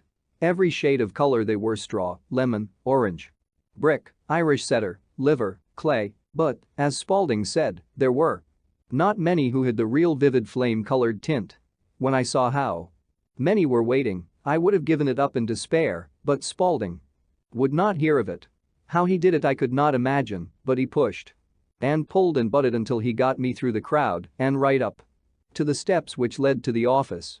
There was a double stream upon the stair, some going up in hope and some coming back dejected, but we wedged in as well as we could and soon found ourselves in the office. Your experience has been a most entertaining one, remarked Holmes. His client paused and refreshed his memory with a huge pinch of snuff. Pray continue your very interesting statement. There was nothing in the office but a couple of wooden chairs and a deal table, behind which sat a small man with a head that was even redder than mine. He said a few words to each candidate as he came up. And then he always managed to find some fault in them which would disqualify them. Getting a vacancy did not seem to be such a very easy matter, after all. However, when our turn came, the little man was much more favorable to me than to any of the others, and he closed the door as we entered so that he might have a private word with us. This is Mr. Jabez Wilson, said my assistant, and he is willing to fill a vacancy in the League. And he is admirably suited for it, the other answered. He has every requirement. I cannot recall when I have seen anything so fine. He took a step backward, cocked his head on one side, and gazed at my hair until I felt quite bashful. Then suddenly he plunged forward, wrung my hand, and congratulated me warmly on my success. It would be injustice to hesitate, said he. You will, however, I am sure, excuse me for taking an obvious precaution. With that he seized my hair in both his hands and tugged until I yelled with the pain. There is water in your eyes, said he as he released me. I perceive. That all is as it should be. But we have to be careful, for we have twice been deceived by wigs and once by paint. I could tell you tales of cobbler's wax which would disgust you with human nature. He stepped over to the window and shouted through it at the top of his voice that the vacancy was filled. A groan of disappointment came up from below. And the folk all trooped away in different directions until there was not a red head to be seen except my own and that of the manager. My name, said he, is Mr. Duncan Ross, and I am myself one of the pensioners upon the fund left by our noble benefactor. Are you a married man, Mr. Wilson? Have you a family? I answered that I had not. His face fell immediately. "Dear me," he said gravely, "that is very serious indeed. I am sorry to hear you say that. The fund was, of course, for the propagation and spread of the redheads as well as for their maintenance. It is exceedingly unfortunate that you should be a bachelor." My face lengthened at this, Mr. Holmes, for I thought that I was not to have the vacancy after all, but after thinking it over for a few minutes he said that it would be all right. In the case of another, said he, the objection might be fatal, but we must stretch a point in favor of a man with such a head of hair as yours. When shall you be able to enter upon your new duties? Well, it is a little awkward, for I have a business already, said I. Oh, never mind about that, Mr. Wilson, said Vincent Spaulding. I should be able to look after that for you. What would be the hours? I asked. 10 to 2. Now a pawnbroker's business is mostly done of an evening, Mr. Holmes. Especially Thursday and Friday evening, which is just before payday. So it would suit me very well to earn a little in the mornings. Besides, I knew that my assistant was a good man and that he would see to anything that turned up. That would suit me very well, said I. And the pay? Is £4 a week. And the work? Is purely nominal. What do you call purely nominal? Well, you have to be in the office, or at least in the building, the whole time. If you leave, you forfeit your whole position forever. The will is very clear upon that point. You don't comply with the conditions if you budge from the office during that time. It's only 4 hours a day, and I should not think of leaving, said I. No excuse will avail, said Mr. Duncan Ross, neither sickness nor business nor anything else. There you must stay, or you lose your billet. And the work? Is to copy out the Encyclopedia Britannica. There is the first volume of it in that press. You must find your own ink, pens, and blotting paper, but we provide this table and chair. Will you be ready tomorrow? Certainly, I answered. Then, goodbye, Mr. Jabez Wilson, and let me congratulate you once more on the important position which you have been fortunate enough to gain. He bowed me out of the room and I went home with my assistant. Hardly knowing what to say or do, I was so pleased at my own good fortune. Well, I thought over the matter all day, and by evening I was in low spirits again, for I had quite persuaded myself that the whole affair must be some great hoax or fraud, though what its object might be I could not imagine. It seemed altogether past belief that anyone could make such a will, or that they would pay such a sum for doing anything so simple as copying out the Encyclopedia Britannica. Vincent Spaulding did what he could to cheer me up, but by bedtime I had reasoned myself out of the whole thing. However, in the morning I determined to have a look at it anyhow, so I bought a penny bottle of ink, and with a quill pen and 7 sheets of foolscap paper, I started off for Pope's Court. Well, to my surprise and delight, everything was as right as possible. The table was set out ready for me, and Mr. Duncan Ross was there too. See that I got fairly to work. He started me off upon the letter A, and then he left me, but he would drop in from time to time to see that all was right with me. At 2 o'clock he bade me good day, complimented me upon the amount that I had written, and locked the door of the office after me. This went on day after day, Mr. Holmes, and on Saturday the manager came in and planked down 4 golden sovereigns for my week's work. It was the same next week, and the same the week after. Every morning I was there at 10, and every afternoon I left at 2. By degrees Mr. Duncan Ross took to coming in only once of a morning, and then, after a time, he did not come in at all. Still, of course, I never dared to leave the room for an instant, for I was not sure when he might come. And the billet was such a good one and suited me so well that I would not risk the loss of it. 8 weeks passed away like this, and I had written about abbots and archery and armor and architecture and Attica, and hoped with diligence that I might get onto the bees before very long. It cost me something in foolscap, and I had pretty nearly filled a shelf with my writings. And then suddenly the whole business came to an end. To an end? Yes, sir. And no later than this morning. I went to my work as usual at 10 o'clock, but the door was shut and locked, with a little square of cardboard hammered onto the middle of the panel with a tack. Here it is, and you can read for yourself. He held up a piece of white cardboard about the size of a sheet of note paper. It read in this fashion: The Red-Headed League is dissolved. October 9, 1890. Sherlock Holmes and I surveyed this curt announcement and the rueful face behind it until the comical side of the affair so completely overtopped every other consideration that we both burst out into a roar of laughter. "I cannot see that there is anything very funny," cried our client, flushing up to the roots of his flaming head. "If you can do nothing better than laugh at me, I can go elsewhere." "No, no," cried Holmes, shoving him back into the chair from which he had half risen. "I really wouldn't miss your case for the world. It is most refreshingly unusual. But there is, if you will excuse my saying so, something just a little funny about it. Pray, what steps did you take when you found the card upon the door?" "I was staggered, sir. I did not know what to do. Then I called at the offices round, but none of them seemed to know anything about it. Finally, I went to the landlord, who is an accountant living on the ground floor, and I asked him if he could tell me what had become of the Red-Headed League. He said that he had never heard of any such body. Then I asked him who Mr. Duncan Ross was. He answered that the name was new to him.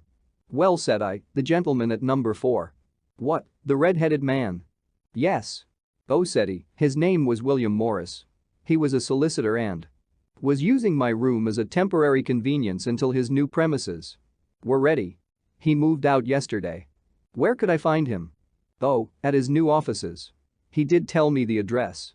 Yes, 17 King Edward Street, near St. Paul's. I started off, Mr. Holmes, but when I got to that address it was a manufactory of artificial kneecaps, and no one in it had ever heard of either Mr. William Morris or Mr. Duncan Ross.' "'And what did you do then?' asked Holmes. "'I went home to Saxe-Coburg Square, and I took the advice of my assistant. But he could not help me in any way. He could only say that if I waited I should hear by post. But that was not quite good enough. Mr. Holmes, I did not wish to lose such a place without a struggle, so as I had heard that you were good enough to give advice to poor folk who were in need of it, I came right away to you.' "'And you did very wisely,' said Holmes. 'Your case is an exceedingly remarkable one, and I shall be happy to look into it. From what you have told me I think that it is possible that graver issues hang from it than might at first sight appear.' "'Grave enough,' said Mr. Jabez Wilson. 'Why, I have lost £4 a week.' "'As far as you are personally concerned,' remarked Holmes, 'I do not see that you have any grievance against this extraordinary league. On the contrary, you are, as I understand, richer by some £30, to say nothing of the minute knowledge which you have gained on every subject which comes under the letter A. You have lost nothing by them.' "'No, sir. But I want to find out about them, and who they are, and what their object was in playing this prank, if it was a prank upon me. It was a pretty expensive joke for them, for it cost them £32. We shall endeavor to clear up these points for you. And, first, 1 or 2 questions, Mr. Wilson. This assistant of yours who first called your attention to the advertisement, how long had he been with you?' "'About a month then.' "'How did he come in answer to an advertisement? Was he the only applicant?' "'No, I had a dozen.' "'Why did you pick him?' "'Because he was handy and would come cheap. At half wages, in fact.' "'Yes. What is he like, this Vincent Spaulding?' "'Small, stout-built, very quick in his ways, no hair on his face. Though he's not short of 30. Has a white splash of acid upon his forehead.' Holmes sat up in his chair in considerable excitement. "'I thought as much,' said he. "'Have you ever observed that his ears are pierced for earrings?' "'Yes, sir. He told me that a gypsy had done it for him when he was a lad.' "'Hum,' said Holmes, sinking back in deep thought. 'He is still with you?' "'Oh, yes, sir. I have only just left him.' "'And has your business been attended to in your absence?' "'Nothing to complain of, sir. There's never very much to do of a morning.' "'That will do, Mr. Wilson. I shall be happy to give you an opinion upon the subject in the course of a day or two. Today is Saturday, and I hope that by Monday we may come to a conclusion.' "'Well, Watson,' said Holmes when our visitor had left us, 'what do you make of it all?' "'I make nothing of it,' I answered frankly. 'It is a most mysterious business.' "'As a rule,' said Holmes, 'the more bizarre a thing is the less mysterious it proves to be. It is your commonplace featureless crimes which are really puzzling, just as a commonplace face is the most difficult to identify. But I must be prompt over this matter. What are you going to do, then? I asked. To smoke, he answered. It is quite a three-pipe problem, and I beg that you won't speak to me for 50 minutes. He curled himself up in his chair, with his thin knees drawn up to his hawk-like nose, and there he sat with his eyes closed and his black clay pipe thrusting out like the bill of some strange bird. I had come to the conclusion that he had dropped asleep and indeed was nodding myself when he suddenly sprang out of his chair with the gesture of a man who has made up his mind and put his pipe down upon the mantelpiece. "Sarasate plays at the St. James Hall this afternoon," he remarked. "What do you think, Watson? Could your patients spare you for a few hours? I have nothing to do today. My practice is never very absorbing." "Then put on your hat and come. I am going through the city first, and we can have some lunch on the way. I observe that there is a good deal of German music on the program, which is rather more to my taste than Italian or French. It is introspective, and I want to introspect. Come along." We traveled by the underground as far as Aldersgate, and a short walk took us to Saxe-Coburg Square, the scene of the singular story which we had listened to in the morning. It was a poky, little, shabby, genteel place where 4 lines of dingy 2-storied brick houses looked out into a small railed-in enclosure where a lawn of weedy grass and a few clumps of faded laurel bushes made a hard fight against a smoke-laden and uncongenial atmosphere. 3 gilt balls and a brown board with "Jabez Wilson" in white letters upon a corner house announced the place where our red-headed client carried on his business. Sherlock Holmes stopped in front of it with his head on one side and looked it all over, with his eyes shining brightly between puckered lids. Then he walked slowly up the street and then down again to the corner, still looking keenly at the houses.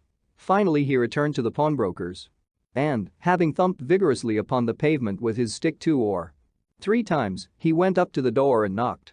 It was instantly opened by a bright-looking, clean-shaven young fellow who asked him to step in. "Thank you," said Holmes, "I only wished to ask you how you would go from here to the Strand." "3rd right, 4th left," answered the assistant promptly, closing the door. "Smart fellow, that," observed Holmes as we walked away.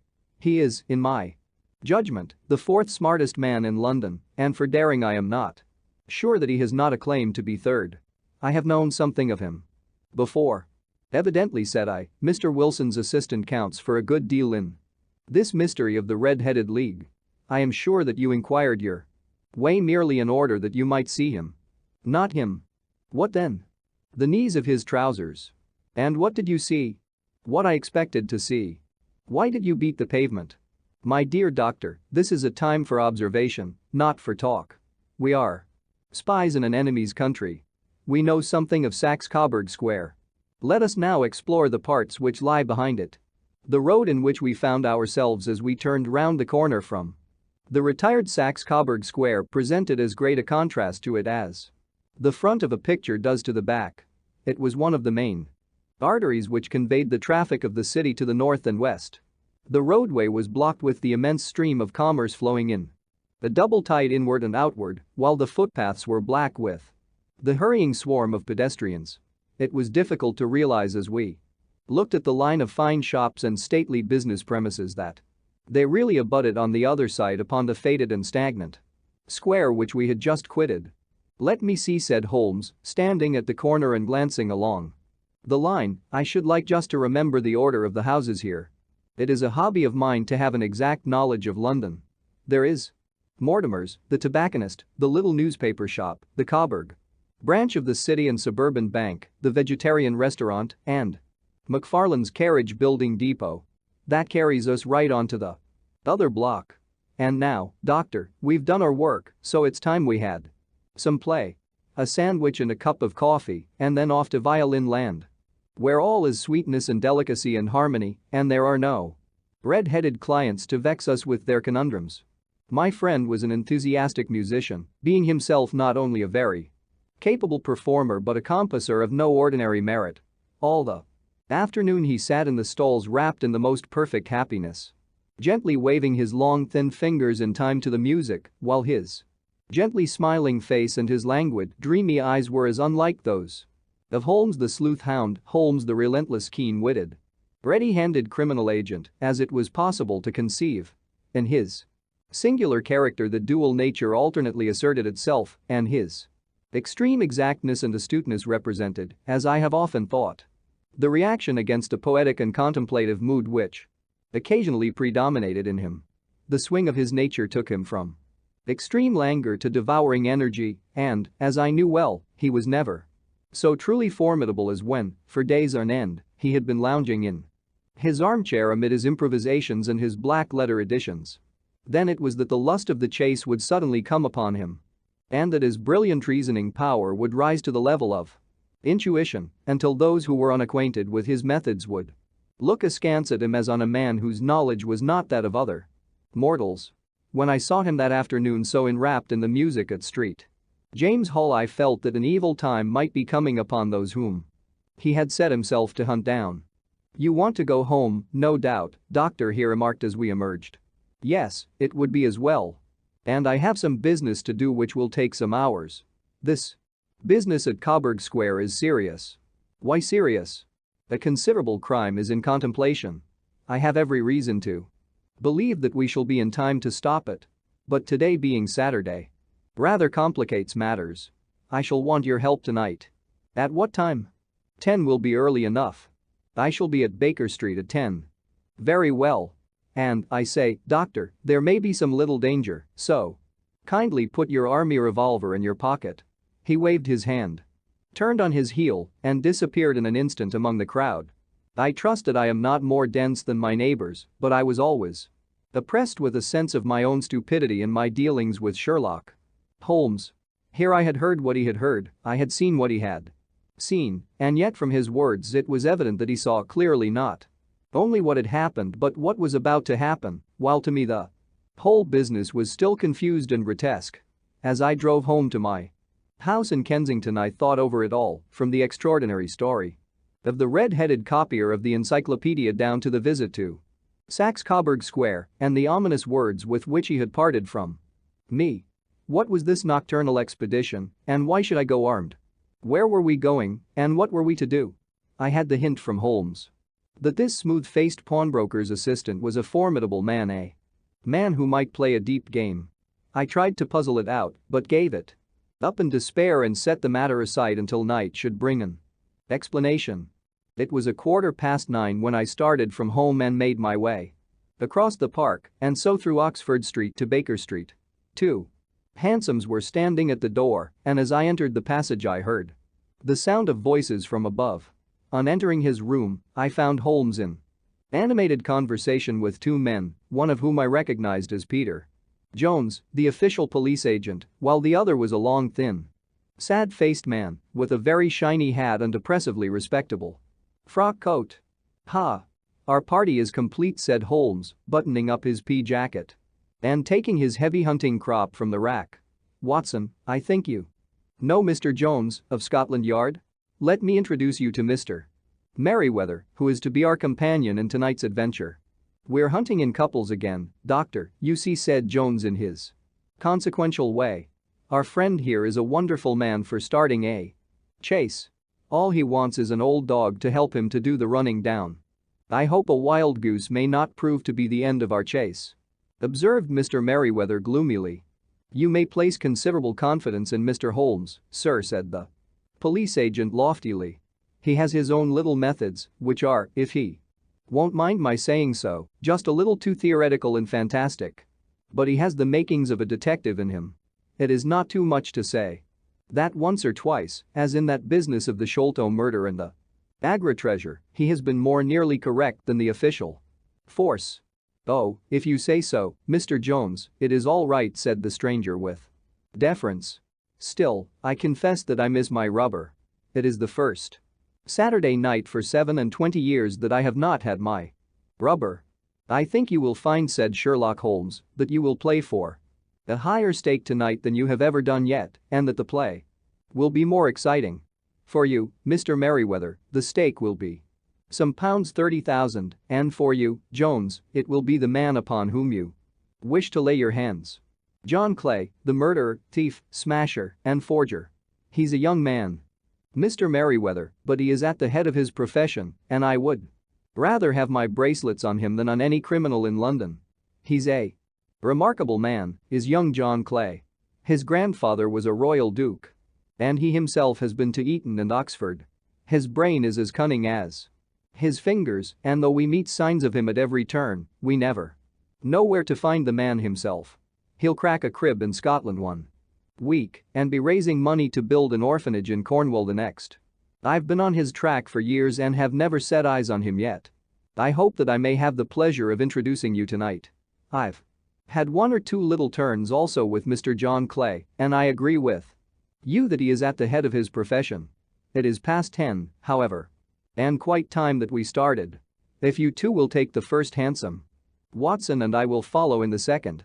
Sherlock Holmes was not very communicative during the long drive and lay back in the cab humming the tunes which he had heard in the afternoon. We rattled through an endless labyrinth of gas-lit streets until we emerged into Farrington Street. "We are close there now," my friend remarked.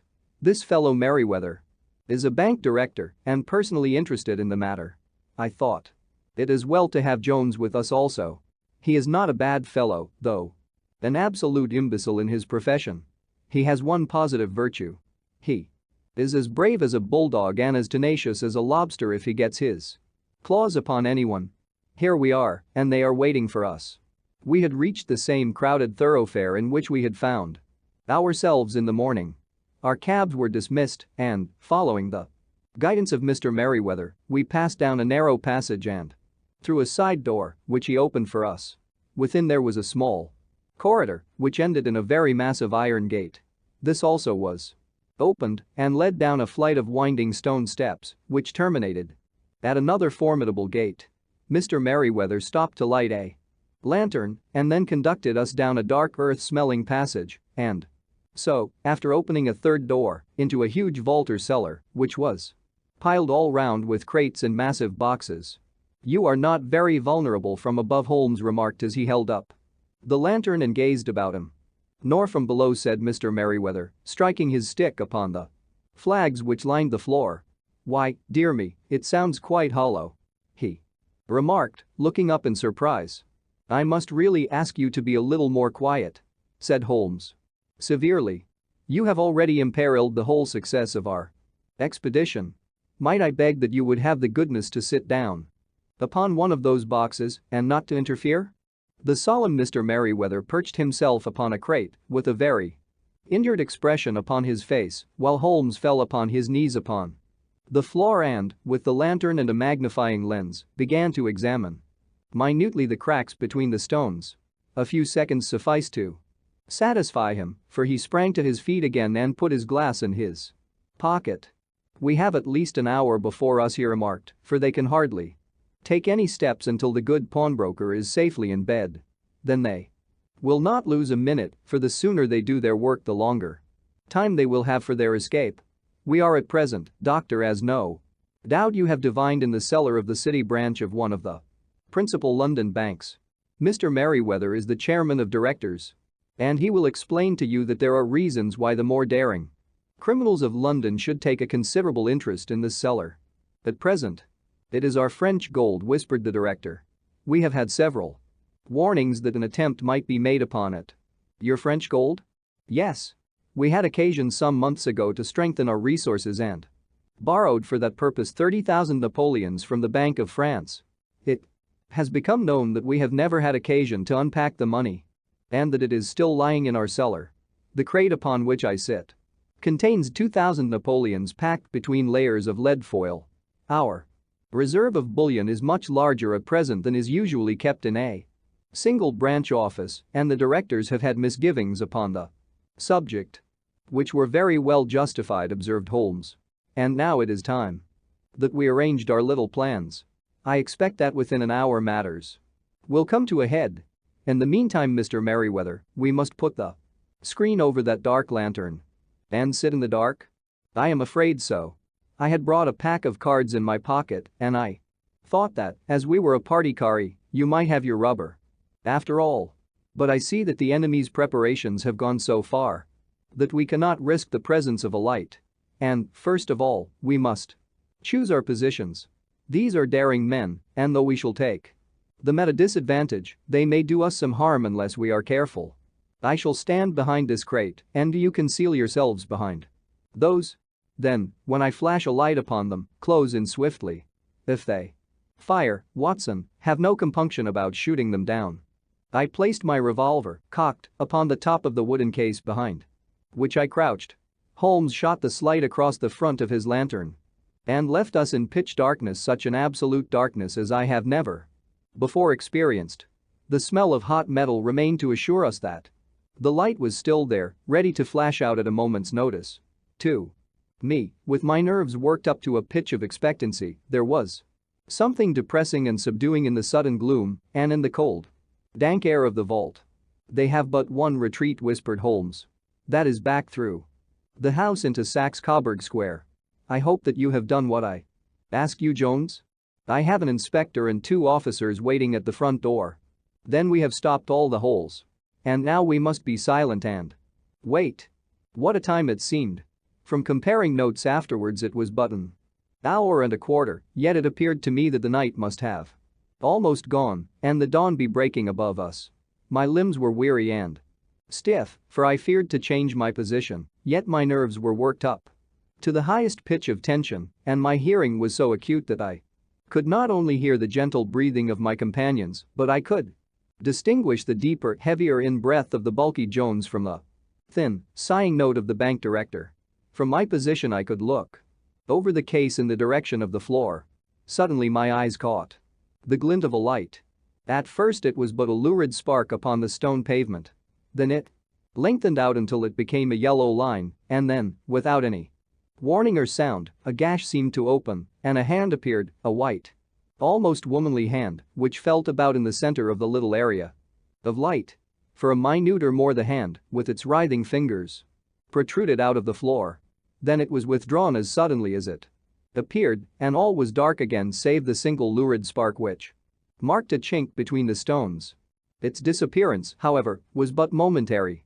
With a rending, tearing sound, one of the broad, white stones turned over upon its side and left a square, gaping hole through which streamed the light of a lantern. Over the edge there peeped a clean-cut, boyish face, which looked keenly about it and then, with a hand on either side of the aperture, drew itself shoulder-high and waist-high until one knee rested upon the edge. In another instant he stood at the side of the hole and was hauling after him a companion, lithe and small like himself, with a pale face and a shock of very red hair. "It's all clear," he whispered. "Have you the chisel and the bags? Great Scott! Jump, Archie, jump, and I'll swing for it." Sherlock Holmes had sprung out and seized the intruder by the collar.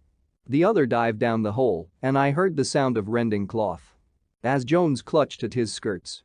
The light flashed upon the barrel of a revolver, but Holmes' hunting crop came down on the man's wrist, and the pistol clinked upon the stone floor. "It's no use, John Clay," said Holmes blandly.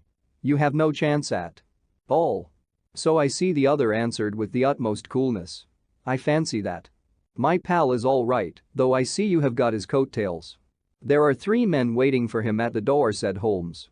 "Oh, indeed. You seem to have done the thing very completely. I must compliment you." "And I you," Holmes answered. "Your red-headed idea was very new and effective." "You'll see your pal again presently," said Jones. "He's quicker at climbing down holes than I am. Just hold out while I fix the derbies." "I beg that you will not touch me with your filthy hands," remarked our prisoner as the handcuffs clattered upon his wrists. "You may not be aware that I have royal blood in my veins. Have the goodness, also, when you address me always to say sir and please." "All right," said Jones with a stare and a snigger. "Well, would you please, sir, march upstairs where we can get a cab to carry your highness to the police station?" "That is better," said John Clay serenely. He made a sweeping bow to the 3 of us and walked quietly off in the custody of the detective. "Really, Mr. Holmes," said Mr. Merriweather as we followed them from the cellar, "I do not know how the bank can thank you or repay you. There is no doubt that you have detected and defeated in the most complete manner one of the most determined attempts at bank robbery that have ever come within my experience. I have had one or two little scores of my own to settle with Mr. John Clay, said Holmes. I have been at some small expense over this matter, which I shall expect the bank to refund, but beyond that I am amply repaid by having had an experience which is in many ways unique. And by hearing the very remarkable narrative of the Red-Headed League. You see, Watson, he explained in the early hours of the morning as we sat over a glass of whiskey and soda in Baker Street, it was perfectly obvious from the first that the only possible object of this rather fantastic business of the advertisement of the League and the copying of the encyclopedia must be to get this not overbright pawnbroker out of the way for a number of hours every day. It was a curious way of managing it, but, really, it would be difficult to suggest a better.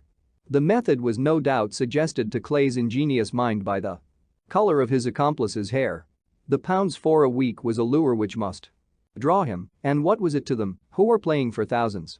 They put in the advertisement, one rogue has the temporary office, the other rogue incites the man to apply for it, and together they manage to secure his absence every morning in the week. From the time that I heard of the assistant having come for half wages, it was obvious to me that he had some strong motive for securing the situation.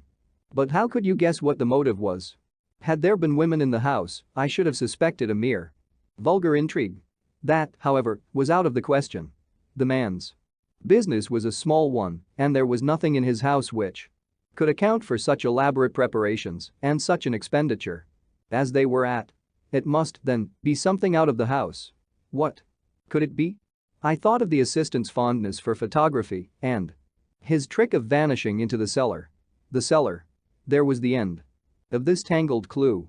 Then I made inquiries as to this mysterious assistant and found that I had to deal with one of the coolest and most daring criminals in London. He was doing something in the cellar, something which took many hours a day for months on end. What could it be, once more? I could think of nothing save that he was running a tunnel to some other building. So far I had got when we went to visit the scene of action. I surprised you by beating upon the pavement with my stick. I was ascertaining whether the cellar stretched out in front or behind. It was not in front. Then I rang the bell and, as I hoped, the assistant answered it. We have had some skirmishes, but we had never set eyes upon each other before. I hardly looked at his face. His knees were what I wished to see. You must yourself have remarked how worn, wrinkled, and stained they were. They spoke of those hours of burrowing. The only remaining point was what they were burrowing for. I walked round the corner, saw the City and Suburban Bank abutted on our friend's premises, and felt that I had solved my problem. When you drove home after the concert, I called upon Scotland Yard and upon the chairman of the bank directors, with the result that you have seen. And how could you tell that they would make their attempt tonight? I asked. Well, when they closed their league offices, that was a sign that they cared no longer about Mr. Jabez Wilson's presence, in other words, that they had completed their tunnel. But it was essential that they should use it soon, as it might be discovered or the bullion might be removed. Saturday would suit them better than any other day, as it would give them 2 days for their escape. For all these reasons I expected them to come tonight. You reasoned it out beautifully, I exclaimed in unfeigned admiration. It is so long a chain, and yet every link rings true. It saved me from ennui, he answered, yawning. Alas! I already feel it closing in upon me. My life is spent in one long effort to escape from the commonplaces of existence. These little problems help me to do so. And you are a benefactor of the race, said I. He shrugged his shoulders. Well, perhaps, after all, it is of some little use, he remarked. L'homme c'est rien l'ouvre c'est tout. As Gustave Flaubert wrote to George Sand. 3. A case of identity. My dear fellow, said Sherlock Holmes as we sat on either side of the fire in his lodgings at Baker Street, life is infinitely stranger than anything which the mind of man could invent. We would not dare to conceive the things which are really mere commonplaces of existence. If we could fly out of that window hand in hand, hover over this great city, gently remove the roofs, and peep in at the queer things which are going on, the strange coincidences, the plannings, the cross purposes, the wonderful chains of events working through generations and leading to the most outre results, it would make all Fiction with its conventionalities and foreseen conclusions most stale and unprofitable. And yet I am not convinced of it, I answered. The cases which come to light in the papers are, as a rule, bald enough and vulgar enough. We have in our police reports realism pushed to its extreme limits, and yet the result is, it must be confessed, neither fascinating nor artistic. A certain selection and discretion must be used in producing a realistic effect, remarked Holmes. This is wanting in the police report, where more stress is laid, perhaps, upon the platitudes of the magistrate than upon the details, which to an observer contain the vital essence of the whole matter. Depend upon it, there is nothing so unnatural as the commonplace. I smiled and shook my head. I can quite understand your thinking so, I said. Of course, in your position of unofficial advisor and helper to everybody who is absolutely puzzled throughout 3 continents, you are brought in contact with all that is strange and bizarre. But here I picked up the morning paper from the ground. Let us put it to a practical test. Here is the first heading upon which I come. A husband's cruelty to his wife. There is half a column of print, but I know without reading it that it is all perfectly familiar to me. There is, of course, the other woman, the drink, the push, the blow, the bruise, the sympathetic sister or landlady. The crudest of writers could invent nothing more crude. Indeed, your example is an unfortunate one for your argument, said Holmes, taking the paper and glancing his eye down it. This is the Dundas separation case, and, as it happens, I was engaged in clearing up some small points in connection with it. The husband was a teetotaler, there was no other woman, and the conduct complained of was that he had drifted into the habit of winding up every meal by taking out his false teeth and hurling them at his wife, which, you will allow, is not an action likely to occur to the imagination of the average storyteller. Take a pinch of snuff, doctor, and acknowledge that I have scored over you in your example. He held out his snuff-box of old gold with a great amethyst in the center of the lid. Its splendor was in such contrast to his homely ways and simple life that I could not help commenting upon it. Ah, said he, I forgot that I had not seen you for some weeks. It is a little souvenir from the King of Bohemia in return for my assistance in the case of the Irene Adler papers. And the ring? I asked, glancing at a remarkable brilliant which sparkled upon his finger.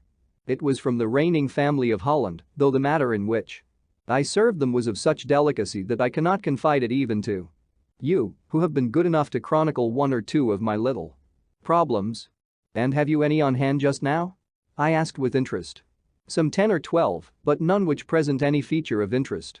They are important, you understand, without being interesting. Indeed, I have found that it is usually in unimportant matters that there is a field for the observation and for the quick analysis of cause and effect which gives the charm to an investigation. The larger crimes are apt to be the simpler, for the bigger the crime the more obvious, as a rule, is the motive. In these cases, save for one rather intricate matter which has been referred to me from Marseille, there is nothing which presents any features of interest.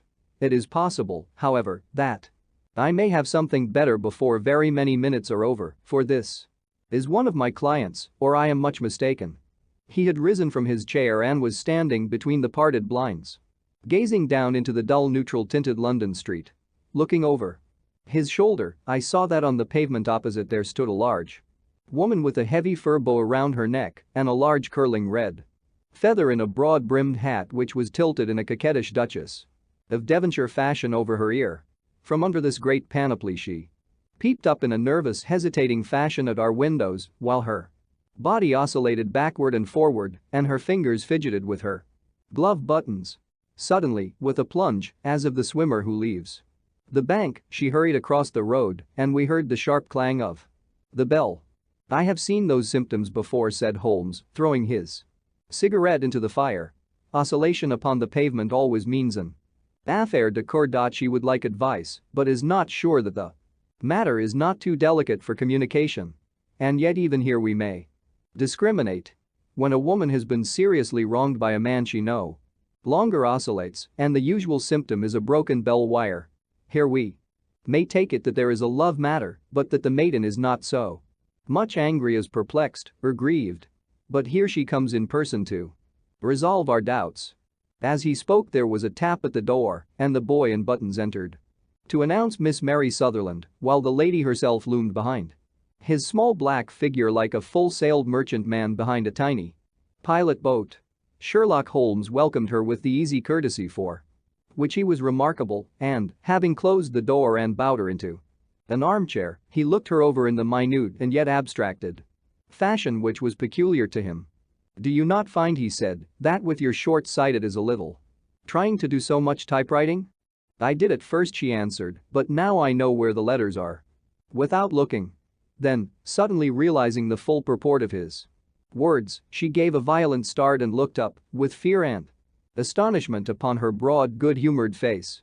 "You've heard about me, Mr. Holmes," she cried, "else how could you know all that?" "Never mind," said Holmes, laughing, "it is my business to know things. Perhaps I have trained myself to see what others overlook. If not, why should you come to consult me?" "I came to you, sir, because I heard of you from Mrs. Etheridge, whose husband you found so easy when the police and everyone had given him up for dead. Oh, Mr. Holmes, I wish you would do as much for me. I'm not rich, but still I have 100 a year in my own right, besides the little that I make by the machine, and I would give it all to know what has become of Mr. Hosmer Angel." "Why did you come away to consult me in such a hurry?" asked Sherlock Holmes, with his fingertips together and his eyes to the ceiling. Again a startled look came over the somewhat vacuous face of Miss Mary Sutherland. "Yes, I did bang out of the house," she said, "for it made me angry to see the easy way in which Mr. Windybank, that is, my father, took it all. He would not go to the police, and he would not go to you, and so at last, as he would do nothing and kept on saying that there was no harm done, it made me mad, and I just on with my things and came right away to you." "Your father," said Holmes, "your stepfather, surely, since the name is different." "Yes, my stepfather. I call him father, though it sounds funny, too. For he is only 5 years and 2 months older than myself." "And your mother is alive?" "Oh, yes, mother is alive and well. I wasn't best pleased, Mr. Holmes, when she married again so soon after father's death, and a man who was nearly 15 years younger than herself. Father was a plumber in the Tottenham Court Road, and he left a tidy business behind him, which mother carried on with Mr. Hardy, the foreman, but when Mr. Windybank came he made her sell the business, for he was very superior, being a traveller in wines.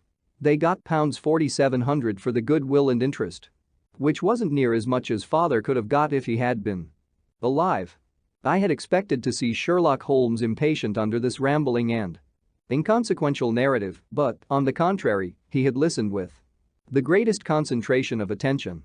"Your own little income," he asked, "does it come out of the business?" "Oh, no, sir. It is quite separate and was left me by my Uncle Ned in Auckland. It is in New Zealand stock, paying 4.5%. £2,500 was the amount, but I can only touch the interest." "You interest me extremely," said Holmes. "And since you draw so large a sum as 100 a year, with what you earn into the bargain, you know doubt travel a little and indulge yourself in every way. I believe that a single lady can get on very nicely upon an income of about £60. I could do with much less than that, Mr. Holmes, but you understand that as long as I live at home I don't wish to be a burden to them, and so they have the use of the money just while I am staying with them. Of course, that is only just for the time. Mr. Windybank draws my interest every quarter and pays it over to mother, and I find that I can do pretty well with what I earn at typewriting. It brings me 2 pence a sheet, and I can often do from 15 to 20 sheets in a day." "You have made your position very clear to me," said Holmes. "This is my friend, Dr. Watson, before whom you can speak as freely as before myself. Kindly tell us now all about your connection with Mr. Hosmer Angel." A flush stole over Miss Sutherland's face, and she picked nervously at the fringe of her jacket. "I met him first at the gasfitters' ball," she said. "They used to send father tickets when he was alive, and then afterwards they remembered us and sent them to mother. Mr. Windybank did not wish us to go. He never did wish us to go anywhere. He would get quite mad if I wanted so much as to join a Sunday school treat. But this time I was set on going, and I would go, for what right had he to prevent? He said the folk were not fit for us to know, when all Father's friends were to be there. And he said that I had nothing fit to wear when I had my purple plush that I had never so much as taken out of the drawer. At last, when nothing else would do, he went off to France upon the business of the firm, but we went, mother and I, with Mr. Hardy, who used to be our foreman, and it was there I met Mr. Hosmer Angel. I suppose, said Holmes, that when Mr. Windybank came back from France he was very annoyed at your having gone to the ball. Oh, well, he was very good about it. He laughed, I remember, and shrugged his shoulders and said there was no use denying anything to a woman, for she would have her way. I see. Then at the gasfitter's ball you met, as I understand, a gentleman called Mr. Hosmer Angel. Yes, sir. I met him that night, and he called next day to ask if we had got home all safe, and after that we met him, that is to say Mr. Holmes, I met him twice for walks, but after that father came back again, and Mr. Hosmer Angel could not come to the house anymore. No? Well, you know father didn't like anything of the sort. He wouldn't have any visitors if he could help it, and he used to say that a woman should be happy in her own family circle.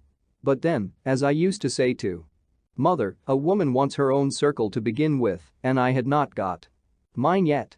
But how about Mr. Hosmer Angel? Did he make no attempt to see you? Well, father was going off to France again in a week, and Hosmer wrote and said that it would be safer and better not to see each other until he had gone. We could write in the meantime, and he used to write every day.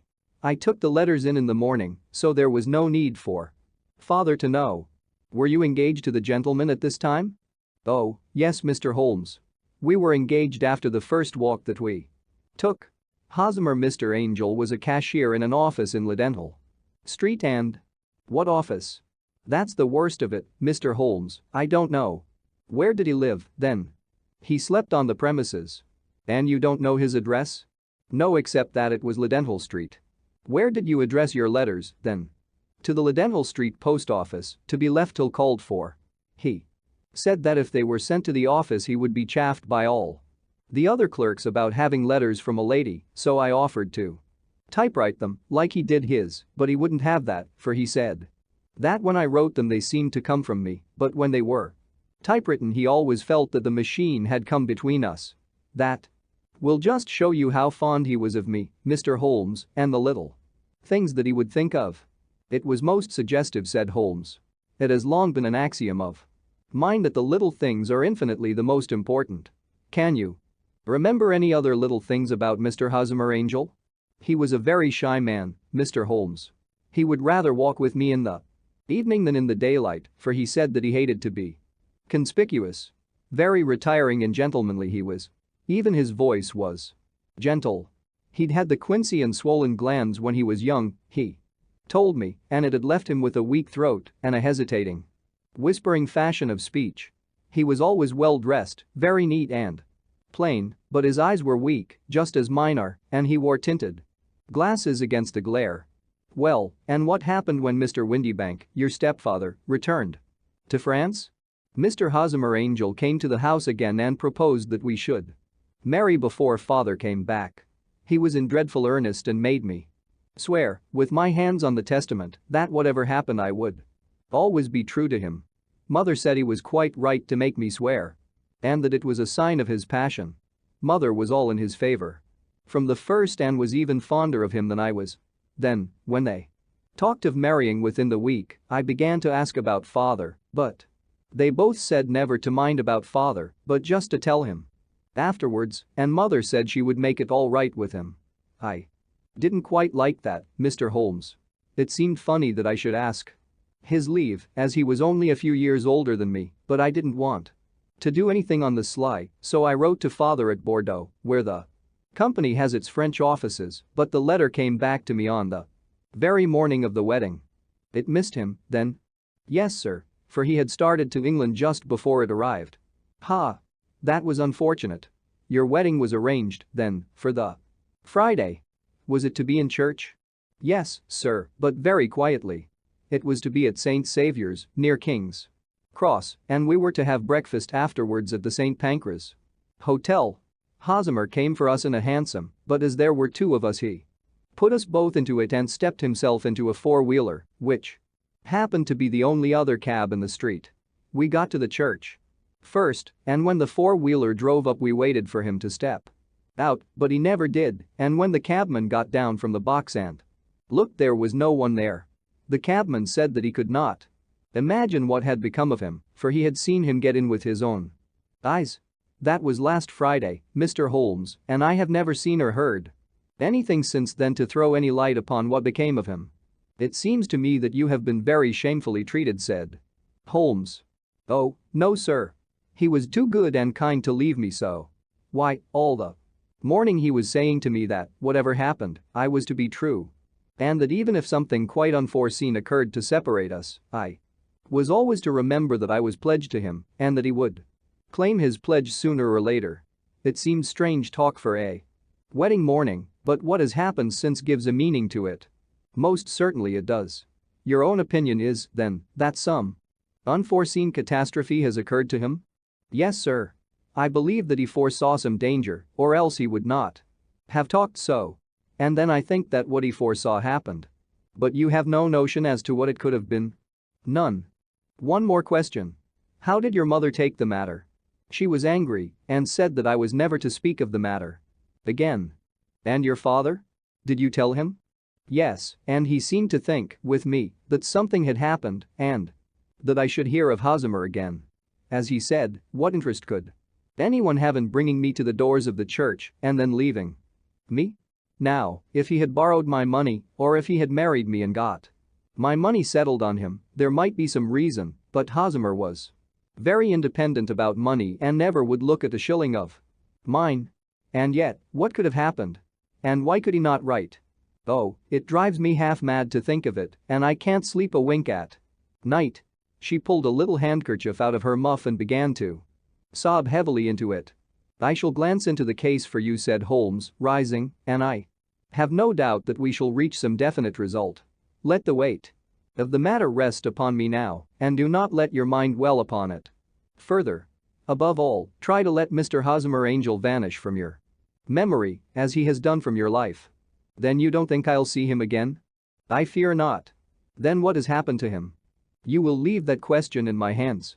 I should like an accurate description of him and any letters of his which you can spare. I advertised for him in last Saturday's Chronicle, said she. Here is the slip and here are 4 letters from him. Thank you. And your address? Number 31 Lion Place, Camberwell.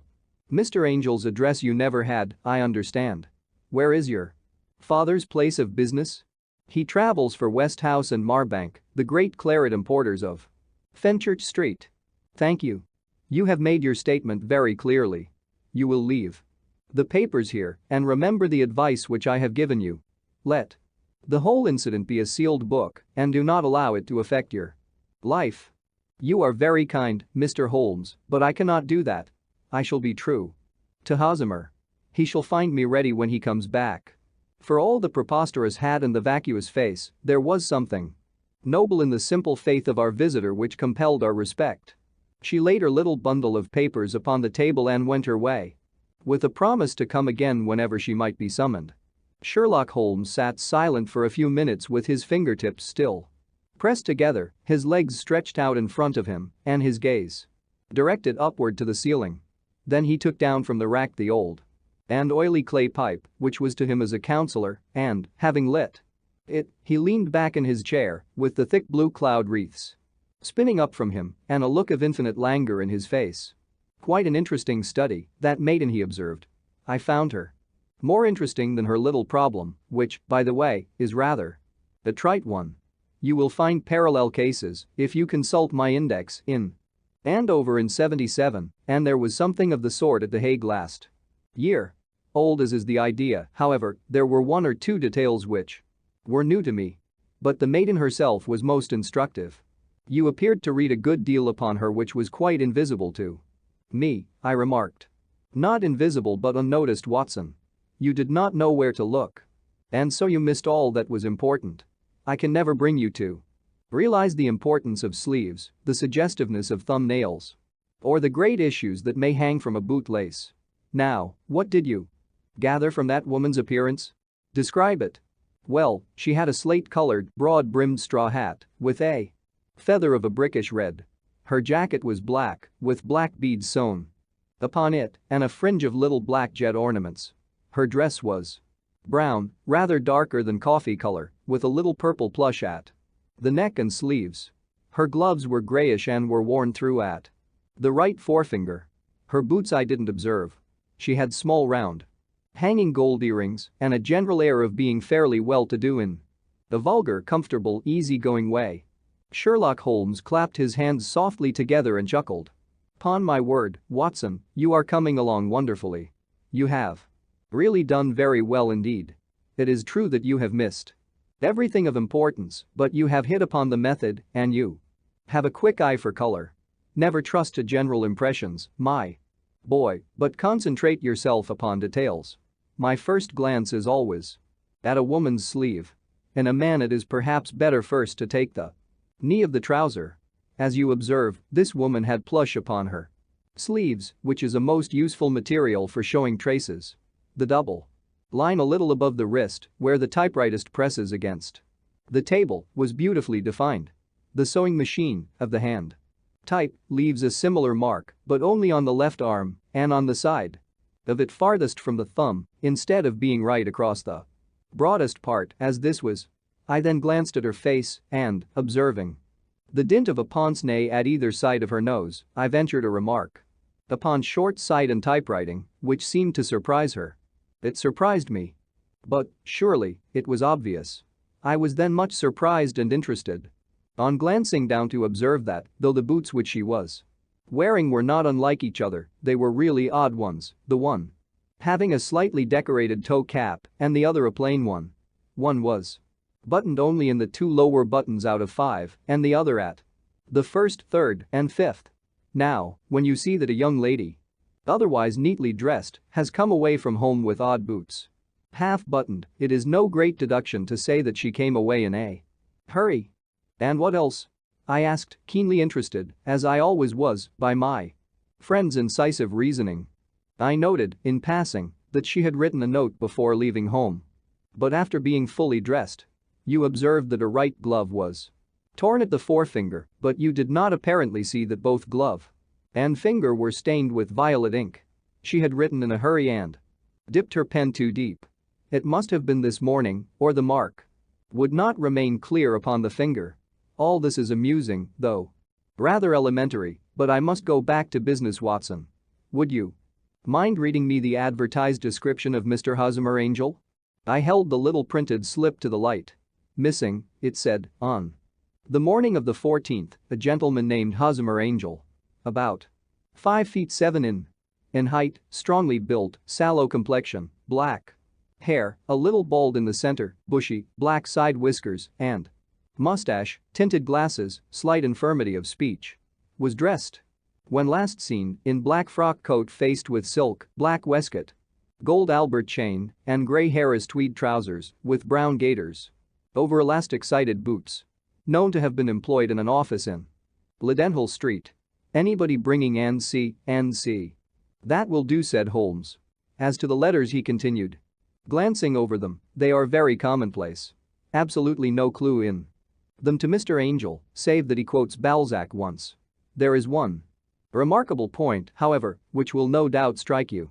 They are typewritten, I remarked. Not only that, but the signature is typewritten. Look at the neat little Hosmer Angel at the bottom. There is a date, you see, but no superscription except Leadenhall Street, which is rather vague. The point about the signature is very suggestive, in fact, we may call it conclusive. Of what? My dear fellow, is it possible you do not see how strongly it bears upon the case? I cannot say that I do, unless it were that he wished to be able to deny his signature if an action for breach of promise were instituted. No, that was not the point. However, I shall write 2 letters, which should settle the matter. One is to a firm in the city, the other is to the young lady's stepfather, Mr. Windybank, asking him whether he could meet us here at 6 o'clock tomorrow evening. It is just as well that we should do business with the male relatives. And now, doctor, we can do nothing until the answers to those letters come, so we may put our little problem upon the shelf for the interim. I had had so many reasons to believe in my friend's subtle powers of reasoning and extraordinary energy in action that I felt that he must have some solid grounds for the assured and easy demeanor with which he treated the singular mystery which he had been called upon to fathom. Once only had I known him to fail, in the case of the King of Bohemia and of the Irene Adler photograph, but when I looked back to the weird business of the sign of 4 and the extraordinary circumstances connected with the study in scarlet, I felt that it would be a strange tangle indeed which he could not unravel. I left him then, still puffing at his black clay pipe, with the conviction that when I came again on the next evening I would find that he held in his hands all the clues which would lead up to the identity of the disappearing bridegroom of Miss Mary Sutherland. A professional case of great gravity was engaging my own attention at the time, and the whole of next day I was busy at the bedside of the sufferer. It was not until close upon 6 o'clock that I found myself free and was able to spring into a hansom and drive to Baker Street, half afraid that I might be too late to assist at the denouement of the little mystery. I found Sherlock Holmes alone, however, half asleep, with his long thin form curled up in the recesses of his armchair. A formidable array of bottles and test tubes, with the pungent cleanly smell of hydrochloric acid, told me that he had spent his day in the chemical work which was so dear to him. "Well, have you solved it?" I asked as I entered. "Yes. It was the bisulfate of baryta." "No, the mystery," I cried. "Oh, that? I thought of the salt that I have been working upon. There was never any mystery in the matter, though, as I said yesterday, some of the details are of interest. The only drawback is that there is no law, I fear, that can touch the scoundrel. Who was he, then, and what was his object in deserting Miss Sutherland?" The question was hardly out of my mouth, and Holmes had not yet opened his lips to reply when we heard a heavy footfall in the passage and a tap at the door. "This is the girl's stepfather, Mr. James Windybank," said Holmes. "He has written to me to say that he would be here at 6. Come in." The man who entered was a sturdy, middle-sized fellow, some 30 years of age, clean-shaven and sallow-skinned, with a bland, insinuating manner and a pair of wonderfully sharp and penetrating gray eyes. He shot a questioning glance at each of us, placed his shiny top hat upon the sideboard, and with a slight bow sidled down into the nearest chair. "Good evening, Mr. James Windybank," said Holmes. "I think that this typewritten letter is from you, in which you made an appointment with me for 6 o'clock?" "Yes, sir. I am afraid that I am a little late, but I am not quite my own master, you know. I am sorry that Miss Sutherland has troubled you about this little matter, for I think it is far better not to wash linen of the sort in public. It was quite against my wishes that she came, but she is a very excitable, impulsive girl, as you may have noticed, and she is not easily controlled when she has made up her mind on a point. Of course, I did not mind you so much, as you are not connected with the official police, but it is not pleasant to have a family misfortune like this noised abroad. Besides, it is a useless expense, for how could you possibly find this Hosmer angel?" "On the contrary," said Holmes quietly, "I have every reason to believe that I will succeed in discovering Mr. Hosmer Angel." Mr. Windybank gave a violent start and dropped his gloves. "I am delighted to hear it," he said. "It is a curious thing," remarked Holmes, "that a typewriter has really quite as much individuality as a man's handwriting. Unless they are quite new, no two of them write exactly alike. Some letters get more worn than others, and some wear only on one side. Now, you remark in this note of yours, Mr. Windybank, that in every case there is some little slurring over of the E and a slight defect in the tail of the R. There are 14 other characteristics, but those are the more obvious. We do all our correspondence with this machine at the office, and no doubt it is a little worn," our visitor answered, glancing keenly at Holmes with his bright little eyes. "And now I will show you what is really a very interesting study, Mr. Windybank," Holmes continued. "I think of writing another little monograph some of these days on the typewriter and its relation to crime. It is a subject to which I have devoted some little attention. I have here 4 letters which purport to come from the missing man. They are all typewritten. In each case, not only are the E's slurred and the R's tailless, but you will observe, if you care to use my magnifying lens, that the 14 other characteristics to which I have alluded are there as well. Mr. Windybank sprang out of his chair and picked up his hat. "I cannot waste time over this sort of fantastic talk, Mr. Holmes," he said. "If you can catch the man, catch him, and let me know when you have done." "It certainly," said Holmes, stepping over and turning the key in the door. "I'll let you know, then, that I have caught him." "What? Where?" shouted Mr. Windybank, turning white to his lips and glancing about him like a rat in a trap. "Oh, it won't do, really it won't," said Holmes suavely. "There is no possible getting out of it, Mr. Windybank. It is quite too transparent. And it was a very bad compliment when you said that it was impossible for me to solve so simple a question. That's right. Sit down and let us talk it over." Our visitor collapsed into a chair with a ghastly face and a glitter of moisture on his brow. It's not actionable," he stammered. "I am very much afraid that it is not. But between ourselves, Windybank, it was as cruel and selfish and heartless a trick in a petty way as ever came before me. Now, let me just run over the course of events, and you will contradict me if I go wrong."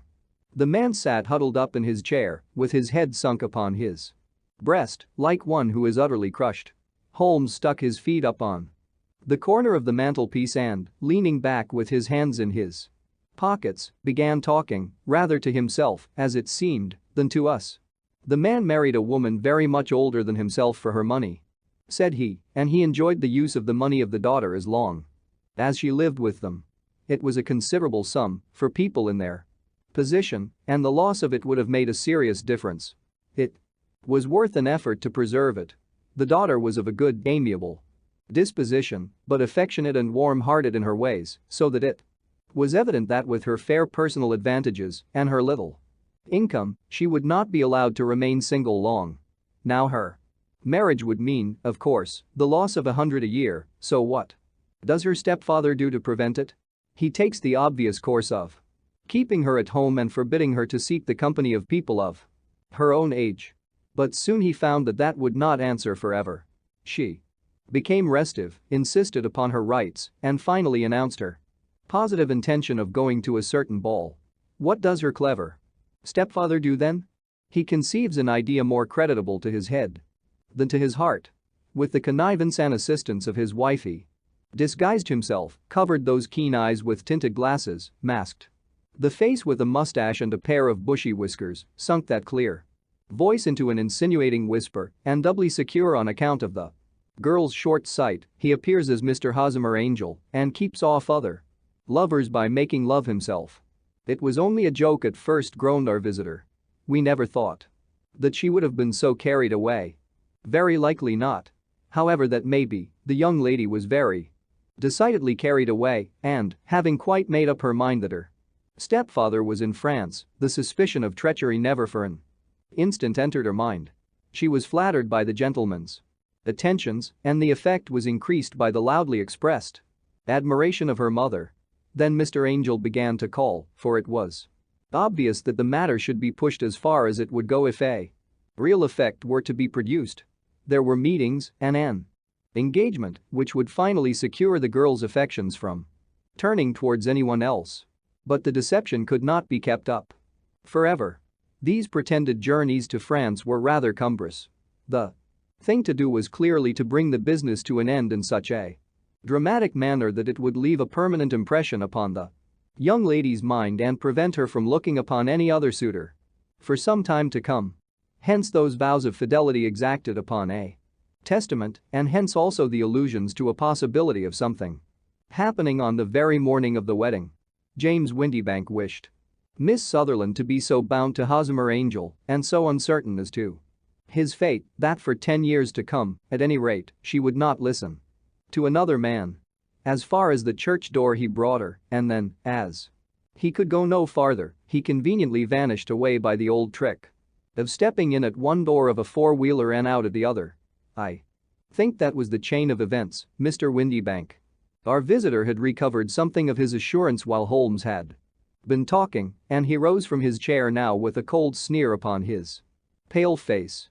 "It may be so, or it may not, Mr. Holmes," said he, "but if you are so very sharp, you ought to be sharp enough to know that it is you who are breaking the law now, and not me.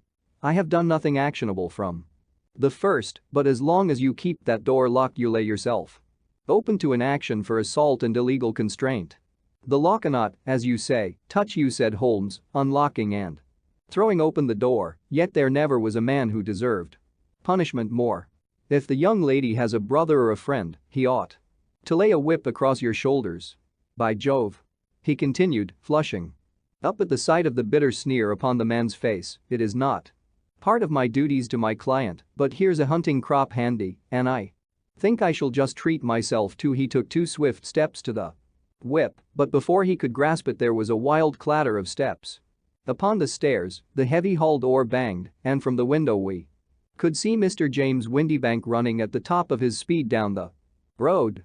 "There's a cold-blooded scoundrel," said Holmes, laughing, as he threw himself down into his chair once more. "That fellow will rise from crime to crime until he does something very bad and ends on a gallows. The case has, in some respects, been not entirely devoid of interest. I cannot now entirely see all the steps of your reasoning," I remarked. "Well, of course it was obvious from the first that this Mr. Hosmer Angel must have some strong object for his curious conduct, and it was equally clear that the only man who really profited by the incident, as far as we could see, was the stepfather. Then the fact that the 2 men were never together, but that the one always appeared when the other was away, was suggestive. So were the tinted spectacles and the curious voice, which both hinted at a disguise, as did the bushy whiskers. My suspicions were all confirmed by his peculiar action in typewriting his signature, which, of course, inferred that his handwriting was so familiar to her that she would recognize even the smallest sample of it. You see, all these isolated facts, together with many minor ones, all pointed in the same direction. And how did you verify them? Having once spotted my man, it was easy to get corroboration. I knew the firm for which this man worked. Having taken the printed description, I eliminated everything from it which could be the result of a disguise: the whiskers, the glasses, the voice, and I sent it to the firm with a request that they would inform me whether it answered to the description of any of their travelers. I had already noticed the peculiarities of the typewriter, and I wrote to the man himself at his business address asking him if he would come here. As I expected, his reply was typewritten and revealed the same trivial but characteristic defects. The same post brought me a letter from West House and Marbank of Fenchurch Street to say that the description tallied in every respect with that of their employee, James Windybank. Voil it out. And Miss Sutherland? If I tell her, she will not believe me. You may remember the old Persian saying, there is danger for him who taketh the tiger cub, and danger also for whoso snatches a delusion from a woman. There is as much sense in Hafiz as in Horace, and as much knowledge of the world. IV. The Boscombe Valley Mystery. We were seated at breakfast one morning, my wife and I, when the maid brought in a telegram. It was from Sherlock Holmes and ran in this way. Have you a couple of days to spare? Have just been wired for from the west of England in connection with Boscombe Valley tragedy. Shall be glad if you will come with me. Air and scenery perfect. Leave Paddington by the 11:15. What do you say, dear? Said my wife, looking across at me. Will you go? I really don't know what to say. I have a fairly long list at present. Oh, Anstruther would do your work for you. You have been looking a little pale lately. I think that the change would do you good, and you are always so interested in Mr. Sherlock Holmes cases. I should be ungrateful if I were not, seeing what I gained through one of them, I answered. But if I am to go, I must pack at once, for I have only half an hour. My experience of camp life in Afghanistan had at least had the effect of making me a prompt and ready traveler. My wants were few and simple, so that in less than the time stated I was in a cab with my valise, rattling away to Paddington Station. Sherlock Holmes was pacing up and down the platform, his tall, gaunt figure made even gaunter and taller by his long grey travelling cloak and close-fitting cloth cap. It is really very good of you to come, Watson, said he. It makes a considerable difference to me, having someone with me on whom I can thoroughly rely. Local aid is always either worthless or else beast. If you will keep the 2 corner seats, I shall get the tickets. We had the carriage to ourselves save for an immense litter of papers. which Holmes had brought with him. Among these he rummaged and read, with intervals of note-taking and of meditation, until we were past reading. Then he suddenly rolled them all into a gigantic ball and tossed them up onto the rack. "Have you heard anything of the case?"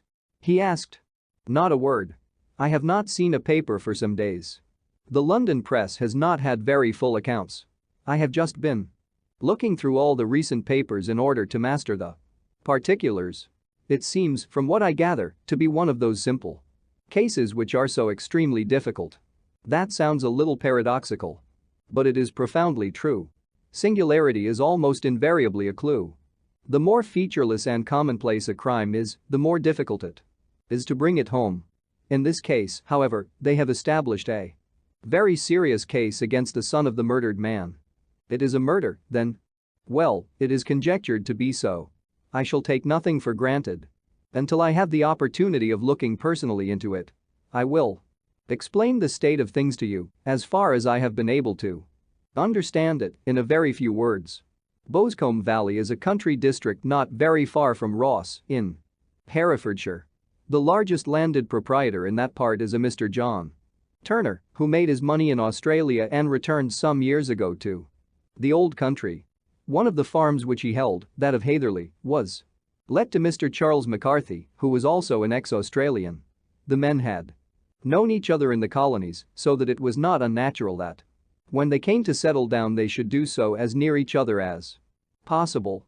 Turner was apparently the richer man, so McCarthy became his tenant but still remained, it seems, upon terms of perfect equality, as they were frequently together.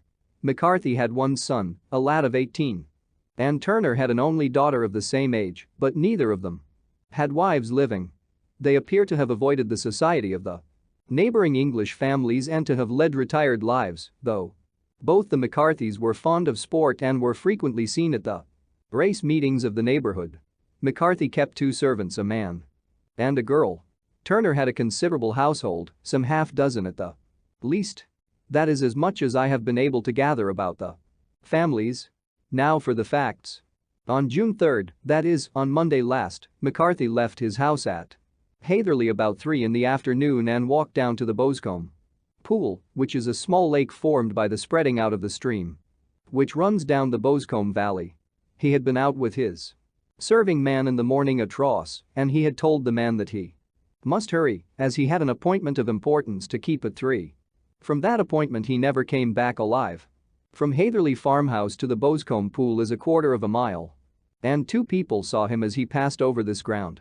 One was an old woman, whose name is not mentioned, and the other was William Crowder, a gamekeeper in the employ of Mr. Turner. Both these witnesses depose that Mr. McCarthy was walking alone. The gamekeeper adds that within a few minutes of his seeing Mr. McCarthy pass he had seen his son Mr. James McCarthy going the same way with a gun under his arm.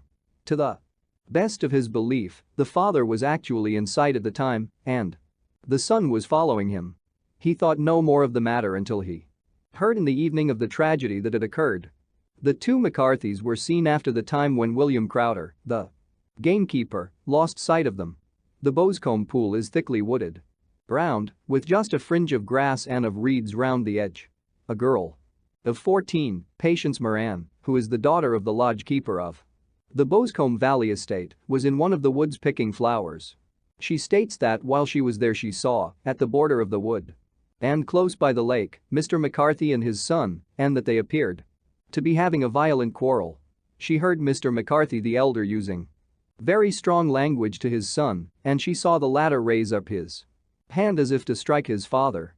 She was so frightened by their violence that she ran away and told her mother when she reached home that she had left the 2 McCarthys quarreling near Boscombe Pool and that she was afraid that they were going to fight.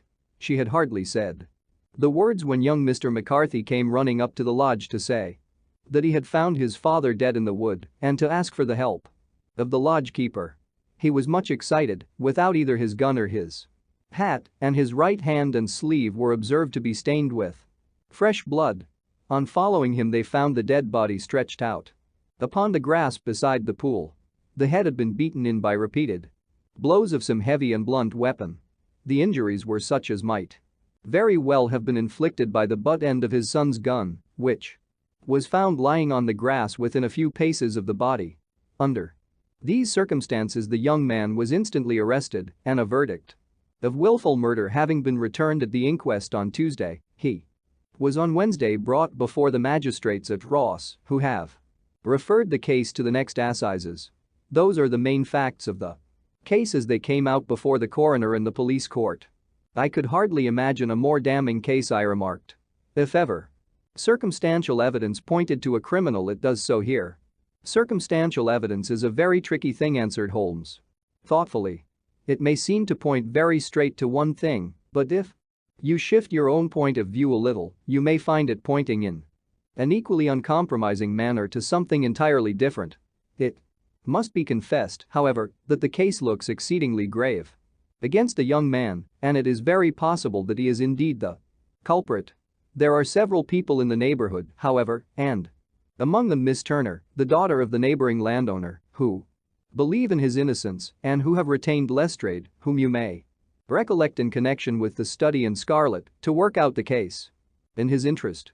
Lestrade, being rather puzzled, has referred the case to me, and hence it is that two middle-aged gentlemen are flying westward at 50 miles an hour instead of quietly digesting their breakfasts at home. I am afraid, said I, that the facts are so obvious that you will find little credit to be gained out of this case. There is nothing more deceptive than an obvious fact, he answered, laughing. Besides, we may chance to hit upon some other obvious facts which may have been by no means obvious to Mr. Lestrade. You know me too well to think that I am boasting when I say that I shall either confirm or destroy his theory by means which he is quite incapable of employing or even of understanding. To take the first example to hand, I very clearly perceive that in your bedroom the window is upon the right-hand side, and yet I question whether Mr. Lestrade would have noted even so self-evident a thing as that. How on earth? My dear fellow, I know you well. I know the military neatness which characterizes you. You shave every morning, and in the season you shave by the sunlight, but since your shaving is less and less complete as we get farther back on the left side until it becomes positively slovenly as we get round the angle of the jaw, it is surely very clear that that side is less illuminated than the other. I could not imagine a man of your habits looking at himself in an equal light and being satisfied with such a result. I only quote this as a trivial example of observation and inference. Therein lies my meteor, and it is just possible that it may be of some service in the investigation which lies before us. There are one or two minor points which were brought out in the inquest and which are worth considering. What are they? It appears that his arrest did not take place at once, but after the return to Hatherley Farm.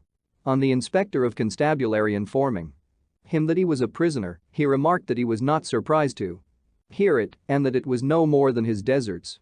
This observation of his had the natural effect of removing any traces of doubt which might have remained in the minds of the coroner's jury. It was a confession, I ejaculated. No, for it was followed by a protestation of innocence. Coming on the top of such a damning series of events, it was at least a most suspicious remark. On the contrary, said Holmes, it is the brightest rift which I can at present see in the clouds.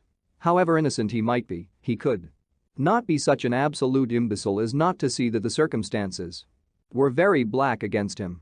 Had he appeared surprised at his own arrest or feigned indignation at it, I should have looked upon it as highly suspicious, because such surprise or anger would not be natural under the circumstances and yet might appear to be the best policy to a scheming man. His frank acceptance of the situation marks him as either an innocent man or else as a man of considerable self-restraint and firmness. As to his remark about his deserts, it was also not unnatural if you consider that he stood beside the dead body of his father and that there is no doubt that he had that very day so far forgotten his filial duty as to bandy words with him and even, according to the little girl whose evidence is so important, to raise his hand as if to strike him. The self-reproach and contrition which are displayed in his remark appear to me to be the signs of a healthy mind rather than of a guilty one. I shook my head. Many men have been hanged on far slighter evidence. I remarked. So they have. And many men have been wrongfully hanged. What is the young man's own account of the matter? It is, I am afraid, not very encouraging to his supporters, though. There are 1 or 2 points in it which are suggestive. You will find it here and may read it for yourself. He picked out from his bundle a copy of the local Herefordshire paper. And having turned down the sheet, he pointed out the paragraph in which the unfortunate young man had given his own statement of what had occurred. I settled myself down in the corner of the carriage and read it very carefully. It ran in this way. Mr. James McCarthy, the only son of the deceased, was then called and gave evidence as follows. I had been away from home for 3 days at Bristol and had only just returned upon the morning of last Monday. The 3rd. My father was absent from home at the time of my arrival, and I was informed by the maid that he had driven over to Ross with John Cobb, the groom. Shortly after my return, I heard the wheels of his trap in the yard and, looking out of my window, I saw him get out and walk rapidly out of the yard, though I was not aware in which direction he was going. I then took my gun and strolled out in the direction of the Boscombe Pool with the intention of visiting the rabbit warren which is upon the other side. On my way I saw William Crowder, the gamekeeper, as he had stated in his evidence, but he is mistaken in thinking that I was following my father. I had no idea that he was in front of me. When about 100 yards from the pool I heard a cry of "Cooey," which was a usual signal between my father and myself. I then hurried forward and found him standing by the pool. He appeared to be much surprised at seeing me and asked me rather roughly what I was doing there. A conversation ensued which led to high words and almost to blows, for my father was a man of a very violent temper. Seeing that his passion was becoming ungovernable, I left him and returned towards Hatherley Farm. I had not gone more than 150 yards, however, when I heard a hideous outcry behind me, which caused me to run back again. I found my father expiring upon the ground, with his head terribly injured. I dropped my gun and held him in my arms, but he almost instantly expired. I knelt beside him for some minutes and then made my way to Mr. Turner's lodge-keeper, his house being the nearest, to ask for assistance. I saw no one near my father when I returned, and I have no idea how he came by his injuries. He was not a popular man, being somewhat cold and forbidding in his manners, but he had, as far as I know, no active enemies. I know nothing further of the matter. The coroner: Did your father make any statement to you before he died? Witness: He mumbled a few words, but I could only catch some allusion to a rat. The coroner: What did you understand by that? Witness: It conveyed no meaning to me. I thought that he was delirious. The coroner: What was the point upon which you and your father had this final quarrel? Witness: I should prefer not to answer. The coroner: I am afraid that I must press it. Witness: It is really impossible for me to tell you. I can assure you that it has nothing to do with the sad tragedy which followed. The coroner: That is for the court to decide. I need not point out to you that your refusal to answer will prejudice your case considerably in any future proceedings which may arise. Witness: I must still refuse. The coroner: I understand that the cry of "Cooey" was a common signal between you and your father? Witness: It was. The coroner: How was it, then, that he uttered it before he saw you? And before he even knew that you had returned from Bristol? Witness, with considerable confusion: I do not know. The juryman: Did you see nothing which aroused your suspicions when you returned on hearing the cry and found your father fatally injured? Witness: Nothing definite. The coroner: What do you mean? Witness: I was so disturbed and excited as I rushed out into the open that I could think of nothing except of my father. Yet I have a vague impression that as I ran forward something lay upon the ground to the left of me. It seemed to me to be something gray in color, a coat of some sort, or a plaid perhaps. When I rose from my father I looked round for it, but it was gone. Do you mean that it disappeared before you went for help? Yes, it was gone. You cannot say what it was? No, I had a feeling something was there. How far from the body? A dozen yards or so. And how far from the edge of the wood? About the same. Then if it was removed it was while you were within a dozen yards of it? Yes, but with my back towards it. This concluded the examination of the witness. I see, said I as I glanced down the column, that the coroner in his Concluding remarks was rather severe upon young McCarthy. He calls attention, and with reason, to the discrepancy about his father having signaled to him before seeing him, also to his refusal to give details of his conversation with his father and his singular account of his father's dying words. They are all, as he remarks, very much against the son. Holmes laughed softly to himself and stretched himself out upon the cushioned seat. "Both you and the coroner have been at some pains," said he, to single out the very strongest points in the young man's favor. "Don't you see that you alternately give him credit for having too much imagination and too little? Too little, if he could not invent a cause of quarrel which would give him the sympathy of the jury, too much, if he evolved from his own inner consciousness anything so outre as a dying reference to a rat and the incident of the vanishing cloth. No, sir, I shall approach this case from the point of view that what this young man says is true, and we shall see whither that hypothesis will lead us. And now here is my pocket Petridge, and not another word shall I say of this case until we are on the scene of action. We lunch at Swindon, and I see that we shall be there in 20 minutes." It was nearly 4 o'clock when we at last, after passing through the beautiful Stroud Valley and over the broad gleaming Severn, found ourselves at the pretty little country town of Ross. A lean, ferret-like man, furtive and sly-looking, was waiting for us upon the platform. In spite of the light brown dust coat and leather leggings, which he wore in deference to his rustic surroundings, I had no difficulty in recognizing Lestrade of Scotland Yard. With him we drove to the Hereford Arms, where a room had already been engaged for us.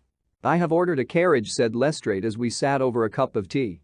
"I knew your energetic nature and that you would not be happy until you had been on the scene of the crime." "It was very nice and complimentary of you," Holmes answered. "It is entirely a question of barometric pressure." Lestrade looked startled. "I do not quite follow," he said. "How is the glass?" 29, I see. No wind and not a cloud in the sky. I have a case full of cigarettes here which need smoking, and the sofa is very much superior to the usual country hotel abomination. I do not think that it is probable that I shall use the carriage tonight." Lestrade laughed indulgently. "You have, no doubt, already formed your conclusions from the newspapers," he said. "The case is as plain as a pikestaff, and the more one goes into it the plainer it becomes. Still, of course, one can't refuse a lady, and such a very positive one, too. She has heard of you and would have your opinion, though I repeatedly told her that there was nothing which you could do which I had not already done. Why, bless my soul, here is her carriage at the door." He had hardly spoken before there rushed into the room one of the most lovely young women that I have ever seen in my life. Her violet eyes shining, her lips parted, a pink flush upon her cheeks, all thought of her natural reserve lost in her overpowering excitement and concern. "Oh, Mr. Sherlock Holmes," she cried, glancing from one to the other of us, and finally, with a woman's quick intuition, fastening upon my companion, "I am so glad that you have come. I have driven down to tell you so. I know that James didn't do it. I know it, and I want you to start upon your work knowing it, too. Never let yourself doubt upon that point. We have known each other since we were little children, and I know his faults as no one else does, but he is too tender-hearted to hurt a fly. Such a charge is absurd to anyone who really knows him." "I hope we may clear him, Miss Turner," said Sherlock Holmes. "You may rely upon my doing all that I can. But you have read the evidence. You have formed some conclusion? Do you not see some loophole, some flaw? Do you not yourself think that he is innocent?" "I think that it is very probable." "There, now," she cried, throwing back her head and looking defiantly at Lestrade. "You hear? He gives me hopes." Lestrade shrugged his shoulders. "I am afraid that my colleague has been a little quick in forming his conclusions," he said. "But he is right. Oh, I know that he is right. James never did it. And about his quarrel with his father, I am sure that the reason why he would not speak about it to the coroner was because I was concerned in it." "In what way?" asked Holmes. "It is no time for me to hide anything. James and his father had many disagreements about me. Mr. McCarthy was very anxious that there should be a marriage between us. James and I have always loved each other as brother and sister, but of course he is young and has seen very little of life yet, and well, he naturally did not wish to do anything like that yet. So there were quarrels, and this, I am sure, was one of them. And your father? Asked Holmes. Was he in favor of such a union? No, he was averse to it also. No one but Mr. McCarthy was in favor of it. A quick blush passed over her fresh young face as Holmes shot one of his keen, questioning glances at her. Thank you for this information, said he. May I see your father if I call tomorrow? I am afraid the doctor won't allow it. The doctor? Yes, have you not heard? Poor father has never been strong for years back, but this has broken him down completely. He has taken to his bed. And Dr. Willows says that he is a wreck and that his nervous system is shattered.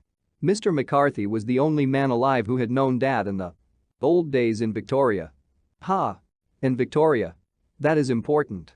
Yes, at the mines. Quite so, at the gold mines, where, as I understand, Mr. Turner made his money.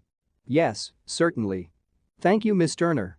You have been of material assistance to me. You will tell me if you have any news tomorrow.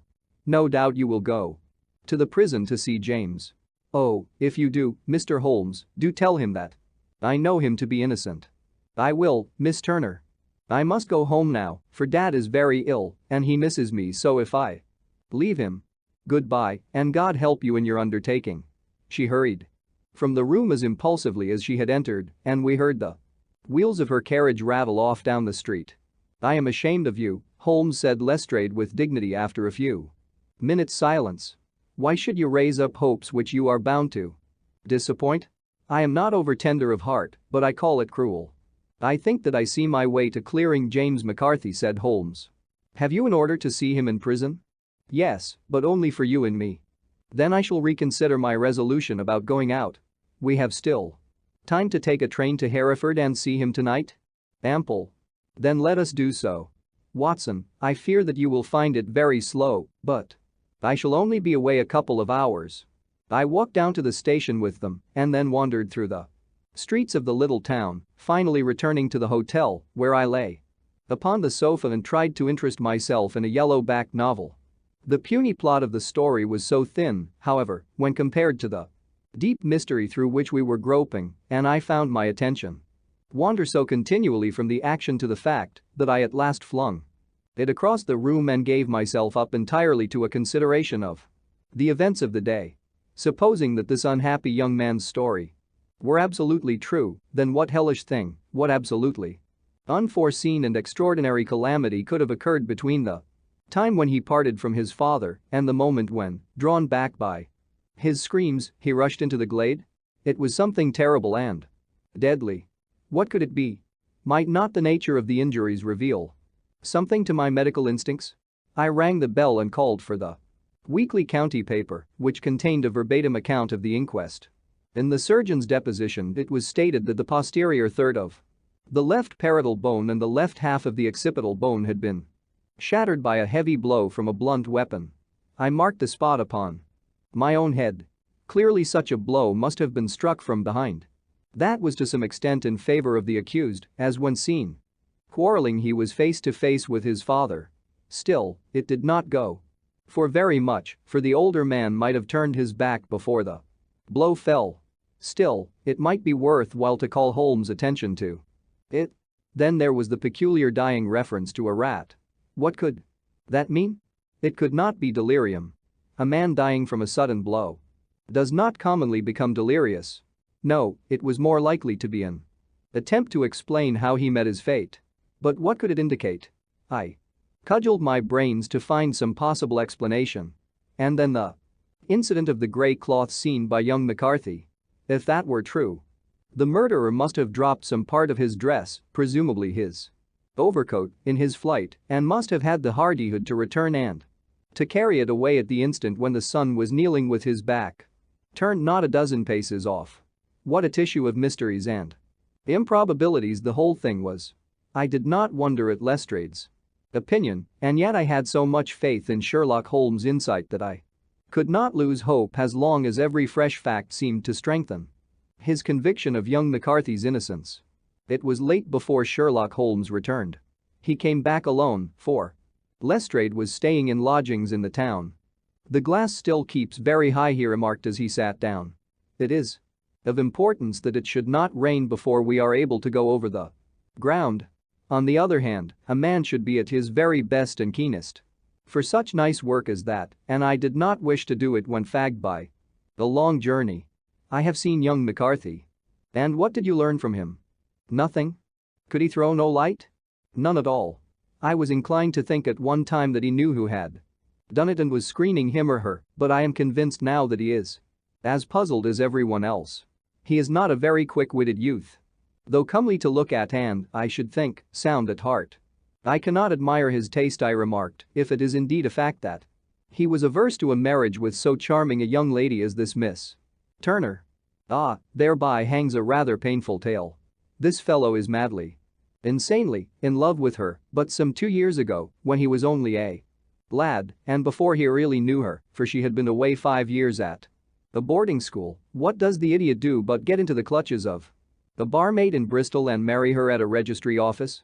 No one knows a word of the matter, but you can imagine how maddening it must be to him to be upbraided for not doing what he would give his very eyes to do, but what he knows to be absolutely impossible.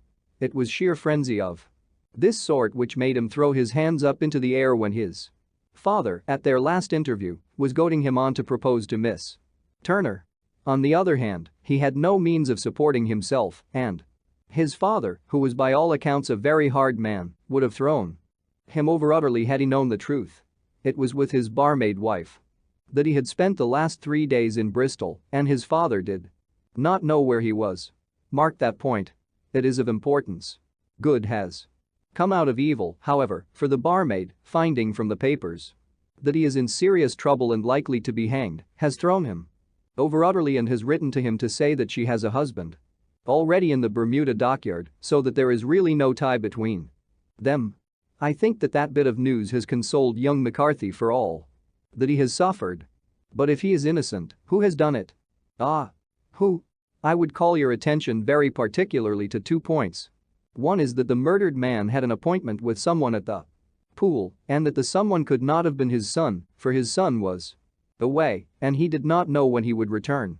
The second is that the murdered man was heard to cry cooey before he knew that his son had returned.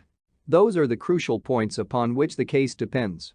And now let us talk about George Meredith, if you please, and we shall leave all minor matters until tomorrow.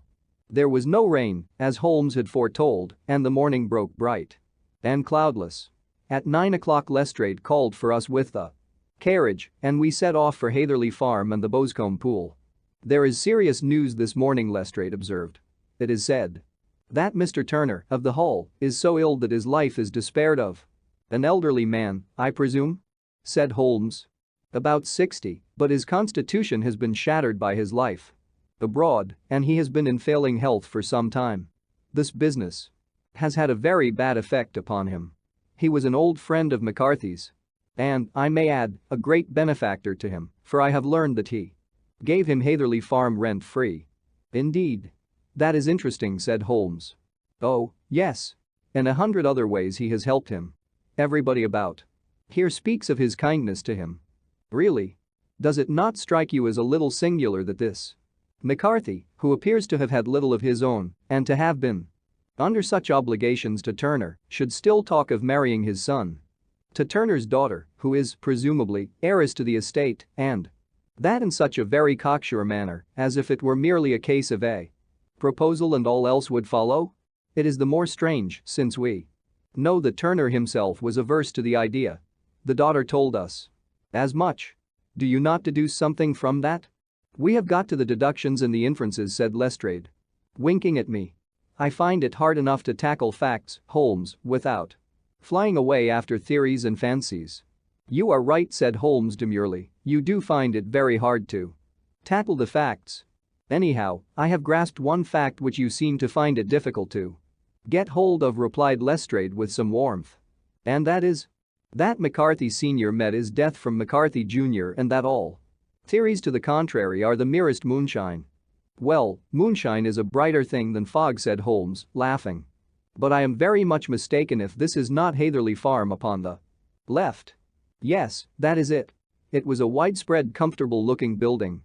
Two-storied, slate-roofed, with great yellow blotches of lichen upon the grey walls. The drawn blinds and the smokeless chimneys, however, gave it a stricken look, as though the weight of this horror still lay heavy upon it. We called at the door when the maid, at Holmes' request, showed us the boots which her master wore at the time of his death, and also a pair of the son's, though not the pair which he had then had. Having measured these very carefully from 7 or 8 different points, Holmes desired to be led to the courtyard, from which we all followed the winding track which led to Boscombe Pool. Sherlock Holmes was transformed when he was hot upon such a scent as this. Men who had only known the quiet thinker and logician of Baker Street would have failed to recognize him. His face flushed and darkened. His brows were drawn into 2 hard black lines, while his eyes shone out from beneath them with a steely glitter. His face was bent downward, his shoulders bowed, his lips compressed, and the veins stood out like whipcord in his long, sinewy neck. His nostrils seemed to dilate with a purely animal lust for the chase, and his mind was so absolutely concentrated upon the matter before him that a question or remark fell unheeded upon his ears, or, at the most, only provoked a quick, impatient snarl in reply.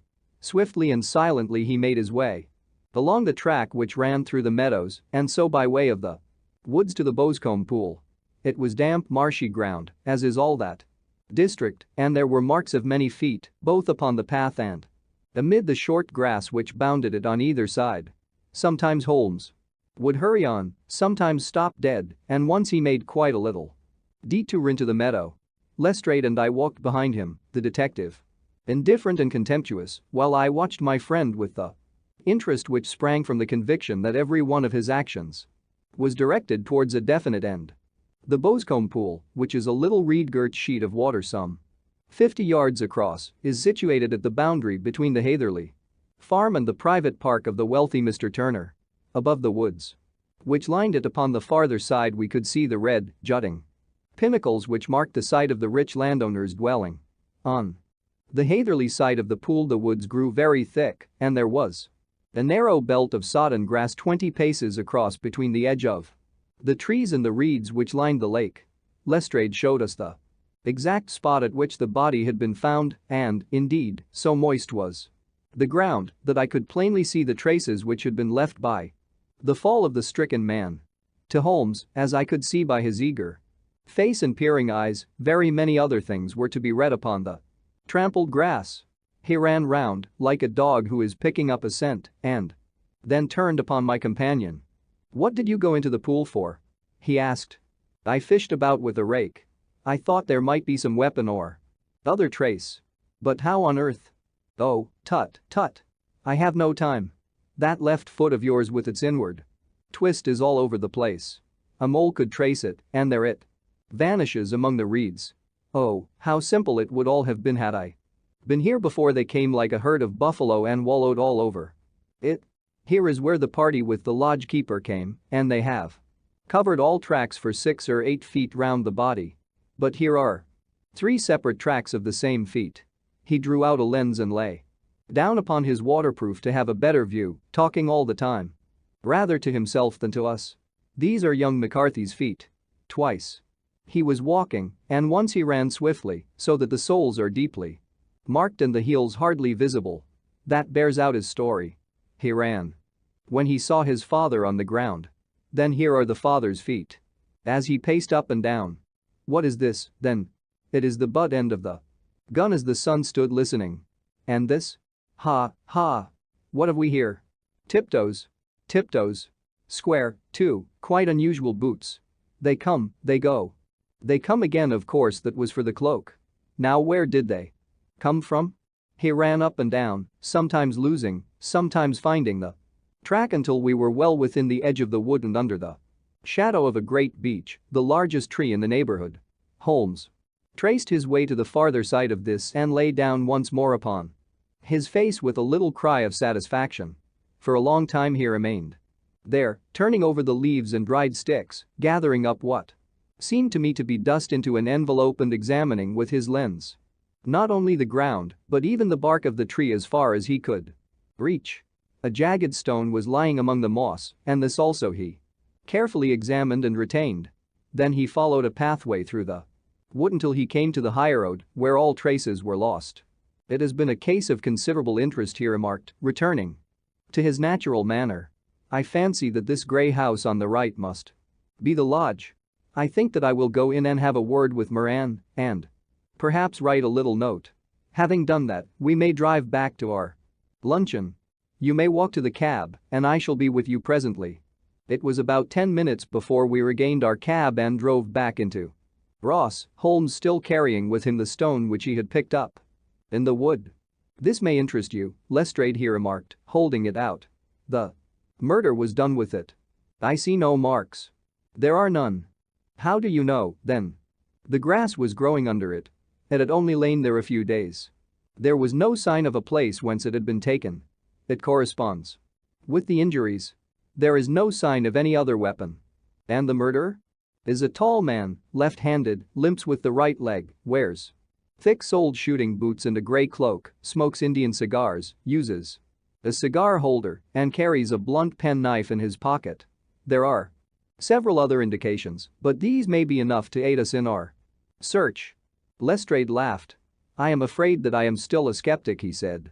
"Theories are all very well, but we have to deal with a hard-headed British jury." "Nous verrons," answered Holmes calmly. "You work your own method. And I shall work mine. I shall be busy this afternoon and shall probably return to London by the evening train." "And leave your case unfinished?" "No, finished." "But the mystery?" "It is solved." "Who was the criminal, then?" "The gentleman I describe." "But who is he?" "Surely it would not be difficult to find out. This is not such a populous neighborhood." Lestrade shrugged his shoulders. "I am a practical man," he said, "and I really cannot undertake to go about the country looking for a left-handed gentleman with a game leg. I should become the laughing stock of Scotland Yard." "All right," said Holmes quietly. "I have given you the chance. Here are your lodgings. Goodbye. I shall drop you a line before I leave." Having left Lestrade at his rooms, we drove to our hotel, where we found lunch upon the table. Holmes was silent and buried in thought, with a pained expression upon his face, as one who finds himself in a perplexing position. "Look here, Watson," he said when the cloth was cleared, "just sit down in this chair and let me preach to you for a little. I don't know quite what to do, and I should value your advice. Light a cigar and let me expound." "Pray do so." "Well, now, in considering this case, there are 2 points about young McCarthy's narrative which struck us both instantly, although they impressed me in his favor and you against him. One was the fact that his father should, according to his account, cry cooey before seeing him. The other was his singular dying reference to a rat. He mumbled several words, you understand, but that was all that caught the son's ear. Now from this double point our research must commence, and we will begin it by presuming that what the lad says is absolutely true." "What of this cooey, then?"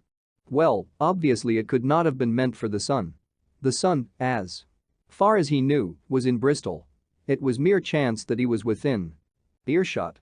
The cooey was meant to attract the attention of whoever it was that he had the appointment with. But cooey is a distinctly Australian cry, and one which is used between Australians. There is a strong presumption that the person whom McCarthy expected to meet him at Boscombe Pool was someone who had been in Australia. What of the rat, then?" Sherlock Holmes took a folded paper from his pocket and flattened it out on the table. "This is a map of the colony of Victoria," he said. "I wired to Bristol for it last night." He put his hand over part of the map. "What do you read?" "A rat," I read. "And now?" He raised his hand. "Ballarat." "Quite so." That was the word the man uttered, and of which his son only caught the last 2 syllables. He was trying to utter the name of his murderer. "So-and-so, of Ballarat." "It is wonderful," I exclaimed.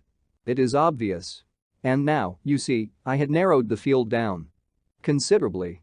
The possession of a grey garment was a third point, which, granting the son's statement to be correct, was a certainty. We have come now out of mere vagueness to the definite conception of an Australian from Ballarat with a grey cloak. Certainly. And one who was at home in the district, for the pool can only be approached by the farm or by the estate, where strangers could hardly wander. Quite so. Then comes our expedition of today. By an examination of the ground I gained the trifling details which I gave to that imbecile Lestrade as to the personality of the criminal. But how did you gain them? You know my method. It is founded upon the observation of trifles. His height I know that you might roughly judge from the length of his stride. His boots, too, might be told from their traces. Yes, they were peculiar boots. But his lameness? The impression of his right foot was always less distinct than his left. He put less weight upon it. Why? Because he limped he was lame. But his left-handedness? You were yourself struck by the nature of the injury as recorded by the surgeon at the inquest. The blow was struck from immediately behind and yet was upon the left side. Now, how can that be unless it were by a left-handed man?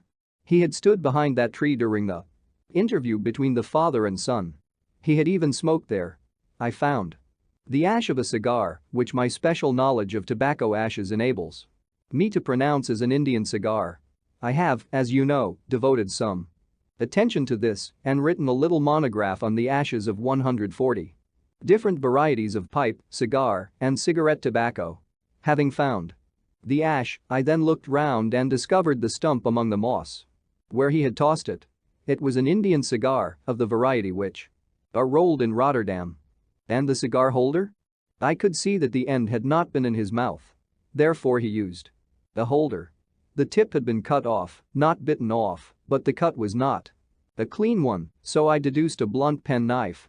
Holmes, I said, you have drawn a net round this man from which he cannot escape, and you have saved an innocent human life as truly as if you had cut the cord which was hanging him. I see the direction in which all this points. The culprit is Mr. John Turner, cried the hotel waiter, opening the door of our sitting room and ushering in a visitor. The man who entered was a strange and impressive figure. His slow, limping step and bowed shoulders gave the appearance of decrepitude. And yet his hard, deep-lined, craggy features and his enormous limbs showed that he was possessed of unusual strength of body and of character. His tangled beard, grizzled hair, and outstanding, drooping eyebrows combined to give an air of dignity and power to his appearance, but his face was of an ashen white, while his lips and the corners of his nostrils were tinged with a shade of blue. It was clear to me at a glance that he was in the grip of some deadly and chronic disease. Pray sit down on the sofa, said Holmes gently. You had my note? Yes, the lodge-keeper brought it up. You said that you wished to see me here to avoid scandal. I thought people would talk if I went to the hall. And why did you wish to see me? He looked across at my companion with despair in his weary eyes, as though his question was already answered. Yes, said Holmes, answering the look rather than the words. It is so. I know all about McCarthy. The old man sank his face in his hands. God help me, he cried. But I would not have let the young man come to harm. I give you my word that I would have spoken out if it went against him at the assizes. I am glad to hear you say so, said Holmes gravely. I would have spoken now had it not been for my dear girl. It would break her heart, it will break her heart when she hears that I am arrested. It may not come to that, said Holmes. What? I am no official agent. I understand that it was your daughter who required my presence here, and I am acting in her interests. Young McCarthy must be got off, however. I am a dying man, said old Turner. I have had diabetes for years. My doctor says it is a question whether I shall live a month. Yet I would rather die under my own roof than in a gaol. Holmes rose and sat down at the table with his pen in his hand and a bundle of paper before him. Just tell us the truth, he said. I shall jot down the facts. You will sign it, and Watson here can witness it. Then I could produce your confession at the last extremity to save young McCarthy. I promise you that I shall not use it unless it is absolutely needed. It's as well, said the old man. It's a question whether I shall live to the assizes, so it matters little to me, but I should wish to spare Alice the shock. And now I will make the thing clear to you. It has been a long time in the acting, but will not take me long to tell. You didn't know this dead man, McCarthy. He was a devil incarnate. I tell you that. God keep you out of the clutches of such a man as he. His grip has been upon me these 20 years, and he has blasted my life. I'll tell you first how I came to be in his power. It was in the early 60s at the diggings. I was a young chap then. Hot-blooded and reckless, ready to turn my hand at anything I got. Among bad companions, took to drink, had no luck with my claim, took to the bush, and in a word became what you would call over here a highway robber. There were 6 of us, and we had a wild free life of it. Sticking up a station from time to time, or stopping the wagons on the road to the diggings. Black Jack of Ballarat was the name I went under. And our party is still remembered in the colony as the Ballarat Gang. One day a gold convoy came down from Ballarat to Melbourne, and we lay in wait for it and attacked it. There were 6 troopers and 6 of us. So it was a close thing, but we emptied 4 of their saddles at the first volley. 3 of our boys were killed, however, before we got the swag. I put my pistol to the head of the wagon driver, who was this very man McCarthy. I wish to the Lord that I had shot him then, but I spared him, though I saw his wicked little eyes fixed on my face, as though to remember every feature. We got away with the gold, became wealthy men, and made our way over to England without being suspected. There I parted from my old pals and determined to settle down to a quiet and respectable life. I bought this estate, which chanced to be in the market, and I set myself to do a little good with my money, to make up for the way in which I had earned it. I married, too, and though my wife died young, she left me my dear little Alice.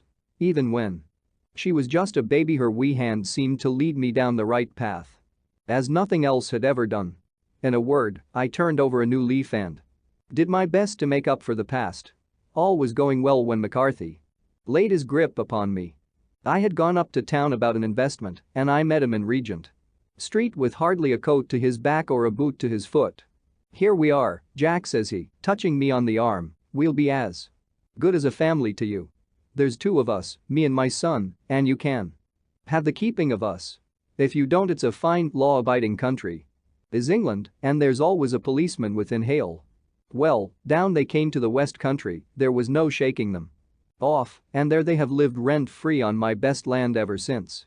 There was no rest for me, no peace, no forgetfulness, turn where I would. There was his cunning, grinning face at my elbow. It grew worse as Alice grew up, for he soon saw I was more afraid of her knowing my past than of the police. Whatever he wanted he must have, and whatever it was I gave him without question: land, money, houses, until at last he asked a thing which I could not give. He asked for Alice. His son, you see, had grown up, and so had my girl, and as I was known to be in weak health, it seemed a fine stroke to him that his lad should step into the whole property. But there I was firm. I would not have his cursed stock mixed with mine, not that I had any dislike to the lad, but his blood was in him, and that was enough. I stood firm. McCarthy threatened. I braved him to do his worst. We were to meet at the pool midway between our houses to talk it over. When I went down there I found him talking with his son, so I smoked a cigar and waited behind a tree until he should be alone. But as I listened to his talk, all that was black and bitter in me seemed to come uppermost. He was urging his son to marry my daughter with as little regard for what she might think as if she were a slut from off the streets. It drove me mad to think that I and all that I held most dear should be in the power of such a man as this. Could I not snap the bond? I was already a dying and a desperate man. Though clear of mind and fairly strong of limb, I knew that my own fate was sealed. But my memory and my girl, both could be saved if I could but silence that foul tongue. I did it, Mr. Holmes. I would do it again. Deeply as I have sinned, I have led a life of martyrdom to atone for it. But that my girl should be entangled in the same meshes which held me was more than I could suffer. I struck him down with no more compunction than if he had been some foul and venomous beast. His cry brought back his son. But I had gained the cover of the wood, though I was forced to go back to fetch the cloak which I had dropped in my flight. That is the true story, gentlemen, of all that occurred. Well, it is not for me to judge you, said Holmes as the old man signed a statement which had been drawn out. I pray that we may never be exposed to such a temptation. I pray not, sir. And what do you intend to do? In view of your health, nothing.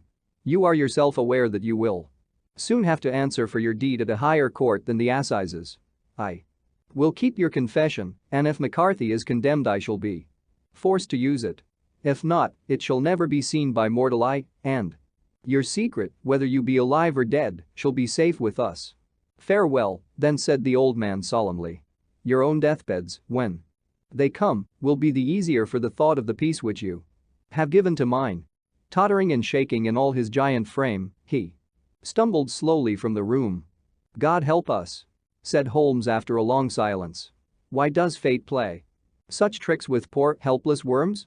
I never hear of such a case as this, that I do not think of Baxter's words and say, there, but for the grace of God, goes Sherlock Holmes. James McCarthy was acquitted at the assizes on the strength of a number of objections which had been drawn out by Holmes and submitted to the defending counsel.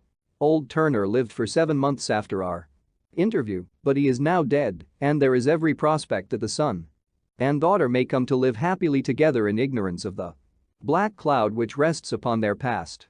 The 5 orange pips. When I glance over my notes and records of the Sherlock Holmes cases between the years 82 and 90, I am faced by so many which present strange and interesting features that it is no easy matter to know which to choose and which to leave.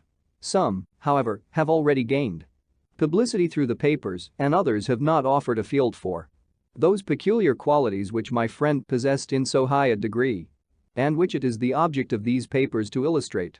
Some, too, have baffled his analytical skill and would be, as narratives, beginnings without an ending, while others have been but partially cleared up and have their explanations founded rather upon conjecture and surmise than on that absolute logical proof which was so dear to him. There is, however, one of these last which was so remarkable in its details and so startling in its results that I am tempted to give some account of it, in spite of the fact that there are points in connection with it which never have been, and probably never will be, entirely cleared up.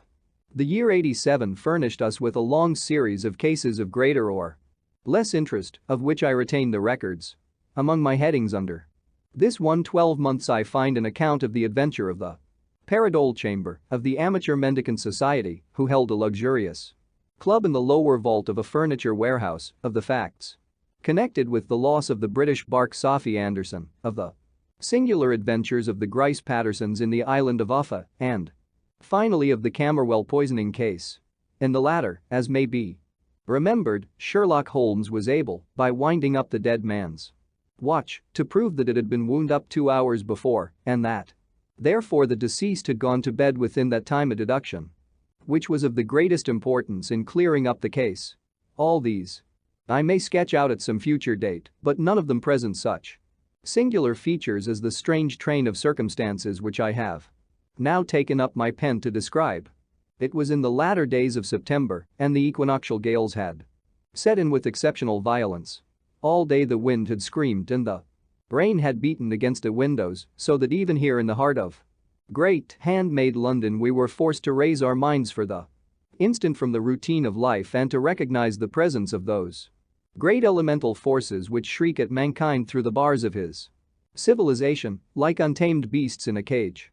As evening drew in, the storm grew higher and louder, and the wind cried and sobbed like a child in the chimney. Sherlock Holmes sat moodily at one side of the fireplace, cross-indexing his records of crime, while I at the other was deep in one of Clark Russell's fine sea stories until the howl of the gale from without seemed to blend with the text and the splash of the rain to lengthen out into the long swash of the sea waves. My wife was on a visit to her mother's, and for a few days I was a dweller once more in my old quarters at Baker Street. Why, said I, glancing up at my companion, that was surely the bell. Who could come tonight? Some friend of yours, perhaps? Except yourself I have none, he answered. I do not encourage visitors. A client, then? If so, it is a serious case. Nothing less would bring a man out on such a day and at such an hour. But I take it that it is more likely to be some crony of the landlady's. Sherlock Holmes was wrong in his conjecture, however, for there came a step in the passage and a tapping at the door. He stretched out his long arm to turn the lamp away from himself and towards the vacant chair upon which a newcomer must sit. Come in, said he.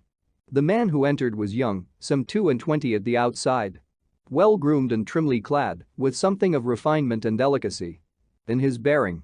The streaming umbrella which he held in his hand and his long shining waterproof told of the fierce weather through which he had come. He looked about him anxiously in the glare of the lamp, and I could see that his face was pale and his eyes heavy, like those of a man who is weighed down with some great anxiety. "I owe you an apology," he said, raising his golden pince-nez to his eyes. "I trust that I am not intruding.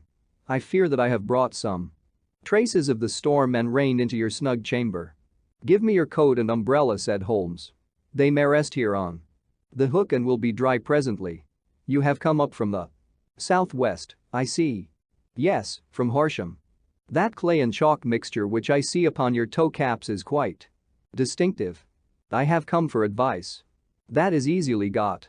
And help. That is not always so easy. I have heard of you, Mr. Holmes. I heard from Major Prendergast how you saved him in the Tankerville Club scandal." "Ah, of course. He was wrongfully accused of cheating at cards. He said that you could solve anything. He said too much. That you are never beaten. I have been beaten 4 times, 3 times by men, and once by a woman. But what is that compared with the number of your successes? It is true that I have been generally successful. Then you may be so with me. I beg that you will draw your chair up to the fire and favor me with some details as to your case. It is no ordinary one. None of those which come to me are. I am the last court of appeal. And yet I question, sir, whether, in all your experience, you have ever listened to a more mysterious and inexplicable chain of events than those which have happened in my own family." "You fill me with interest," said Holmes. "Pray give us the essential facts from the commencement, and I can afterwards question you as to those details which seem to me to be most important." The young man pulled his chair up and pushed his wet feet outwards. "The blaze. My name," said he, "is John Openshaw, but my own affairs have, as far as I can understand, little to do with this awful business. It is a hereditary matter, so in order to give you an idea of the facts, I must go back to the commencement of the affair. You must know that my grandfather had 2 sons, my uncle Elias and my father Joseph. My father had a small factory at Coventry, which he enlarged at the time of the invention of bicycling. He was a patentee of the Openshaw unbreakable tire, and his business met with such success that he was able to sell it and to retire upon a handsome competence. My uncle Elias emigrated to America when he was a young man and became a planter in Florida, where he was reported to have done very well. At the time of the war he fought in Jackson's army and afterwards under Hood, where he rose to be a colonel. When Lee laid down his arms, my uncle returned to his plantation, where he remained for 3 or 4 years. About 1869 or 1870 he came back to Europe and took a small estate in Sussex, near Horsham. He had made a very considerable fortune in the States, and his reason for leaving them was his aversion to the Negroes and his dislike of the Republican policy in extending the franchise to them. He was a singular man, fierce and quick-tempered, very foul-mouthed when he was angry, and of a most retiring disposition. During all the years that he lived at Horsham, I doubt if ever he set foot in the town. He had a garden and 2 or 3 fields round his house, and there he would take his exercise, though very often for weeks on end he would never leave his room. He drank a great deal of brandy and smoked very heavily, but he would see no society and did not want any friends, not even his own brother. He didn't mind me, in fact, he took a fancy to me, for at the time when he saw me first I was a youngster of 12 or so. This would be in the year 1878, after he had been 8 or 9 years in England. He begged my father to let me live with him, and he was very kind to me in his way. When he was sober he used to be fond of playing backgammon and drafts with me, and he would make me his representative both with the servants and with the tradespeople, so that by the time that I was 16 I was quite master of the house. I kept all the keys and could go where I liked and do what I liked, so long as I did not disturb him in his privacy. There was one singular exception, however, for he had a single room, a lumber room up among the attics, which was invariably locked and which he would never permit either me or anyone else to enter. With a boy's curiosity I have peeped through the keyhole, but I Was never able to see more than such a collection of old trunks and bundles as would be expected in such a room. One day, it was in March 1883, a letter with a foreign stamp lay upon the table in front of the colonel's plate. It was not a common thing for him to receive letters, for his bills were all paid in ready money. And he had no friends of any sort. "From India," said he as he took it up. Pondicherry postmark. What can this be? Opening it hurriedly, out there jumped 5 little dried orange pips, which pattered down upon his plate. I began to laugh at this, but the laugh was struck from my lips at the sight of his face. His lip had fallen, his eyes were protruding, his skin the color of putty, and he glared at the envelope, which he still held in his trembling hand. "KKK!" he shrieked, and then, my God, my sins have overtaken me." "What is it, uncle?" I cried. "Death," said he, and rising from the table he retired to his room, leaving me palpitating with horror. I took up the envelope and saw, scrawled in red ink upon the inner flap, just above the gum, the letter K 3 times repeated. There was nothing else save the 5 dried pips. What could be the reason of his overpowering terror?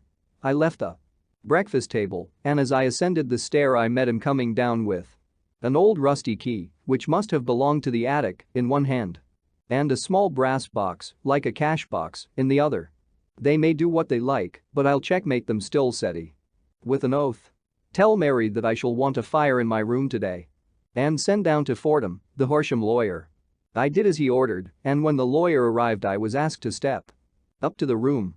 The fire was burning brightly, and in the grate there was a mass of black, fluffy ashes, as of burned paper, while the brass box stood open and empty beside it.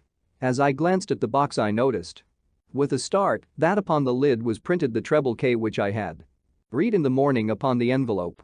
"I wish you, John," said my uncle, "to witness my will. I leave my estate, with all its advantages and all its disadvantages, to my brother, your father, whence it will, no doubt, descend to you. If you can enjoy it in peace, well and good. If you find you cannot, take my advice, my boy, and leave it to your deadliest enemy. I am sorry to give you such a two-edged thing, but I can't say what turn things are going to take. Kindly sign the paper where Mr. Fordham shows you."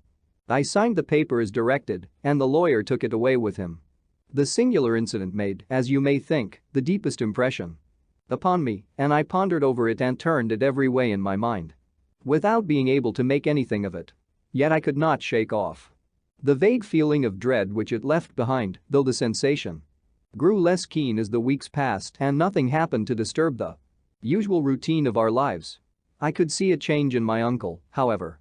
He drank more than ever, and he was less inclined for any sort of society.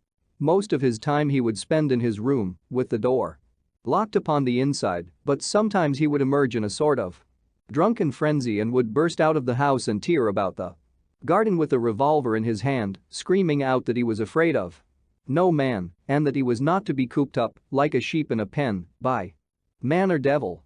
When these hot fits were over, however, he would rush tumultuously in at the door and lock and bar it behind him, like a man who can brazen it out no longer against a terror which lies at the roots of his soul. At such times I have seen his face, even on a cold day, glisten with moisture, as though it were new raised from a basin. Well, to come to an end of the matter, Mr. Holmes, and not to abuse your patience, there came a night when he made one of those drunken sallies from which he never came back. We found him, when we went to search for him, face downward in a little green scummed pool, which lay at the foot of the garden. There was no sign of any violence, and the water was but 2 feet deep, so that the jury, having regard to his known eccentricity, brought in a verdict of suicide. But I, who knew how he winced from the very thought of death, had much ado to persuade myself that he had gone out of his way to meet it. The matter passed, however, and my father entered into possession of the estate and of some £14,000, which lay to his credit at the bank. "One moment," Holmes interposed, "your statement is, I foresee, one of the most remarkable to which I have ever listened. Let me have the date of the reception by your uncle of the letter and the date of his supposed suicide." The letter arrived on March 10, 1883. His death was 7 weeks later, upon the night of May 2. "Thank you. Pray proceed." When my father took over the Horsham property, he, at my request, made a careful examination of the attic, which had been always locked up. We found the brass box there, although its contents had been destroyed. On the inside of the cover was a paper label with the initials of KK. K repeated upon it, and letters, memoranda, receipts, and a register written beneath. These, we presume, indicated the nature of the papers, which had been destroyed by Colonel Openshaw.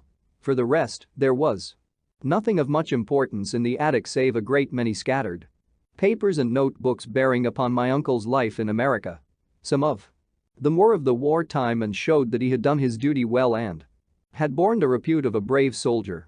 Others were of a date during the reconstruction of the southern states and were mostly concerned with politics, for he had evidently taken a strong part in opposing the carpetbag politicians who had been sent down from the north. Well, it was the beginning of '84 when my father came to live at Horsham, and all went as well as possible with us until the January of '85. On the fourth day after the new year I heard my father give a sharp cry of surprise as we sat together at the breakfast table. There he was, sitting with a newly opened envelope in one hand and 5 dried orange pips in the outstretched palm of the other one. He had always laughed at what he called my cock and bull story about the colonel, but he looked very scared and puzzled now that the same thing had come upon himself. "Why, what on earth does this mean, John?" he stammered. My heart had turned to lead. "It is KKK," said I. He looked inside the envelope. "So it is," he cried. "Here are the very letters. But what is this written above them?" "Put the papers on the sundial," I read, peeping over his shoulder. "What papers? What sundial?" he asked. "The sundial in the garden. There is no other," said I, "but the papers must be those that are destroyed." "Pooh," said he, gripping hard at his courage. "We are in a civilized land here, and we can't have tomfoolery of this kind. Where does the thing come from?" "From Dundee," I answered, glancing at the postmark. "Some preposterous practical joke," said he.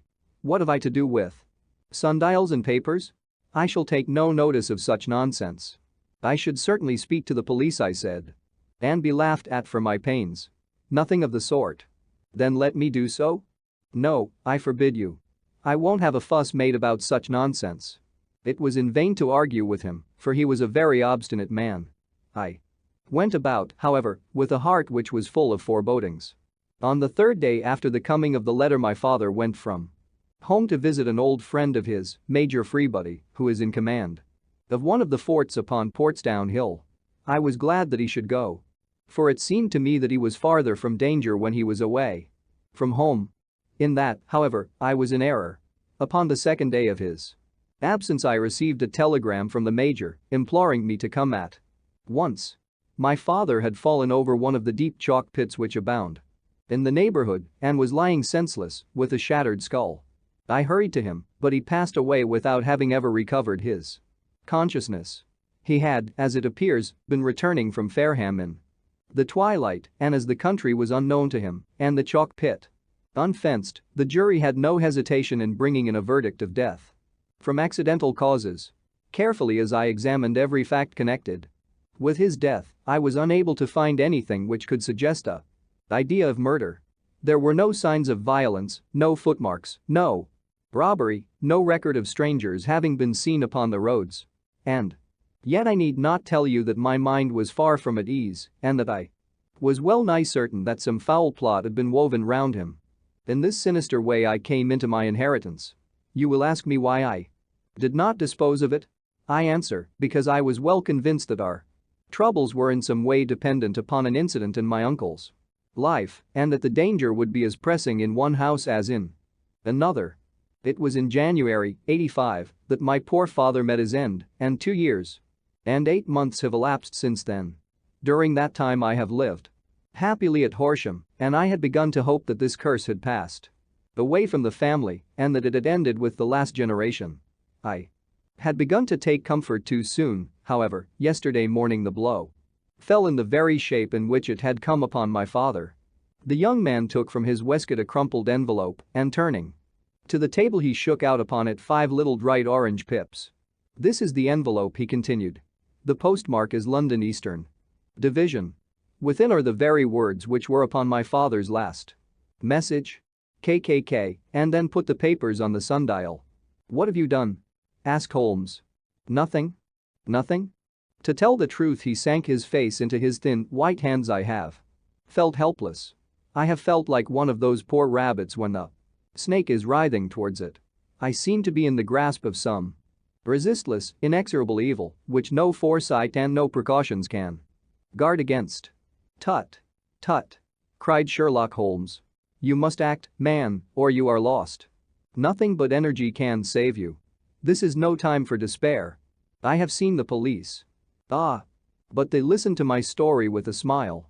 I am convinced that the inspector has formed the opinion that the letters are all practical jokes and that the deaths of my relations were really accidents, as the jury stated, and were not to be connected with the warnings. Holmes shook his clenched hands in the air. Incredible imbecility. He cried. They have, however, allowed me a policeman who may remain in the house with me. Has he come with you tonight? No. His orders were to stay in the house. Again Holmes raved in the air. Why did you come to me? He said, and, above all, why did you not come at once? I did not know.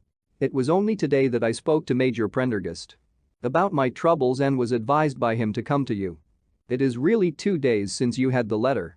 We should have acted before this. You have no further evidence, I suppose, than that which you have placed before us. No suggestive detail which might help us? There is one thing, said John Openshaw. He rummaged in his coat pocket and, drawing out a piece of discolored, blue-tinted paper, he laid it out upon the table. I have some remembrance, said he, that on the day when my uncle burned the papers I observed that the small, unburned margins which lay amid the ashes were of this particular color. I found a single sheet upon the floor of his room, and I am inclined to think that it may be one of the papers which has, perhaps, fluttered out from among the others and in that way has escaped destruction. Beyond the mention of pips, I do not see that it helps us much. I think myself that it is a page from some private diary. The writing is undoubtedly my uncle's. Holmes moved the lamp, and we both bent over the sheet of paper, which showed by its ragged edge that it had indeed been torn from a book.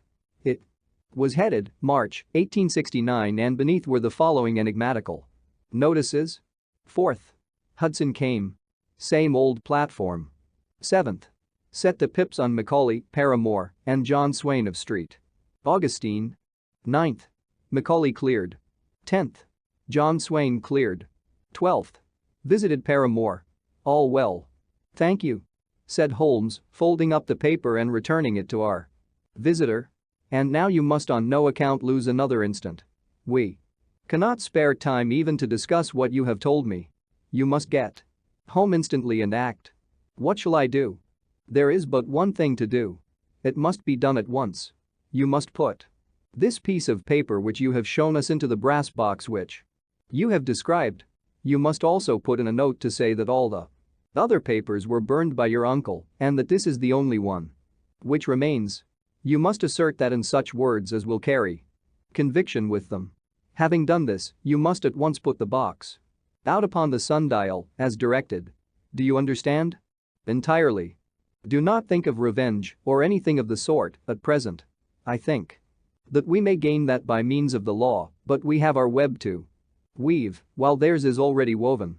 The first consideration is to remove the pressing danger which threatens you. The second is to clear up the mystery and to punish the guilty parties. I thank you, said the young man, rising and pulling on his overcoat. You have given me fresh life and hope. I shall certainly do as you advise. Do not lose an instant. And, above all, take care of yourself in the meanwhile, for I do not think that there can be a doubt that you are threatened by a very real and imminent danger. How do you go back? By train from Waterloo. It is not yet 9. The streets will be crowded, so I trust that you may be in safety. And yet you cannot guard yourself too closely. I am armed. That is well. Tomorrow I shall set to work upon your case. I shall see you at Horsham, then. No, your secret lies in London. It is there that I shall seek it. Then I shall call upon you in a day or in 2 days with news as to the box and the papers. I shall take your advice in every particular. He shook hands with us and took his leave.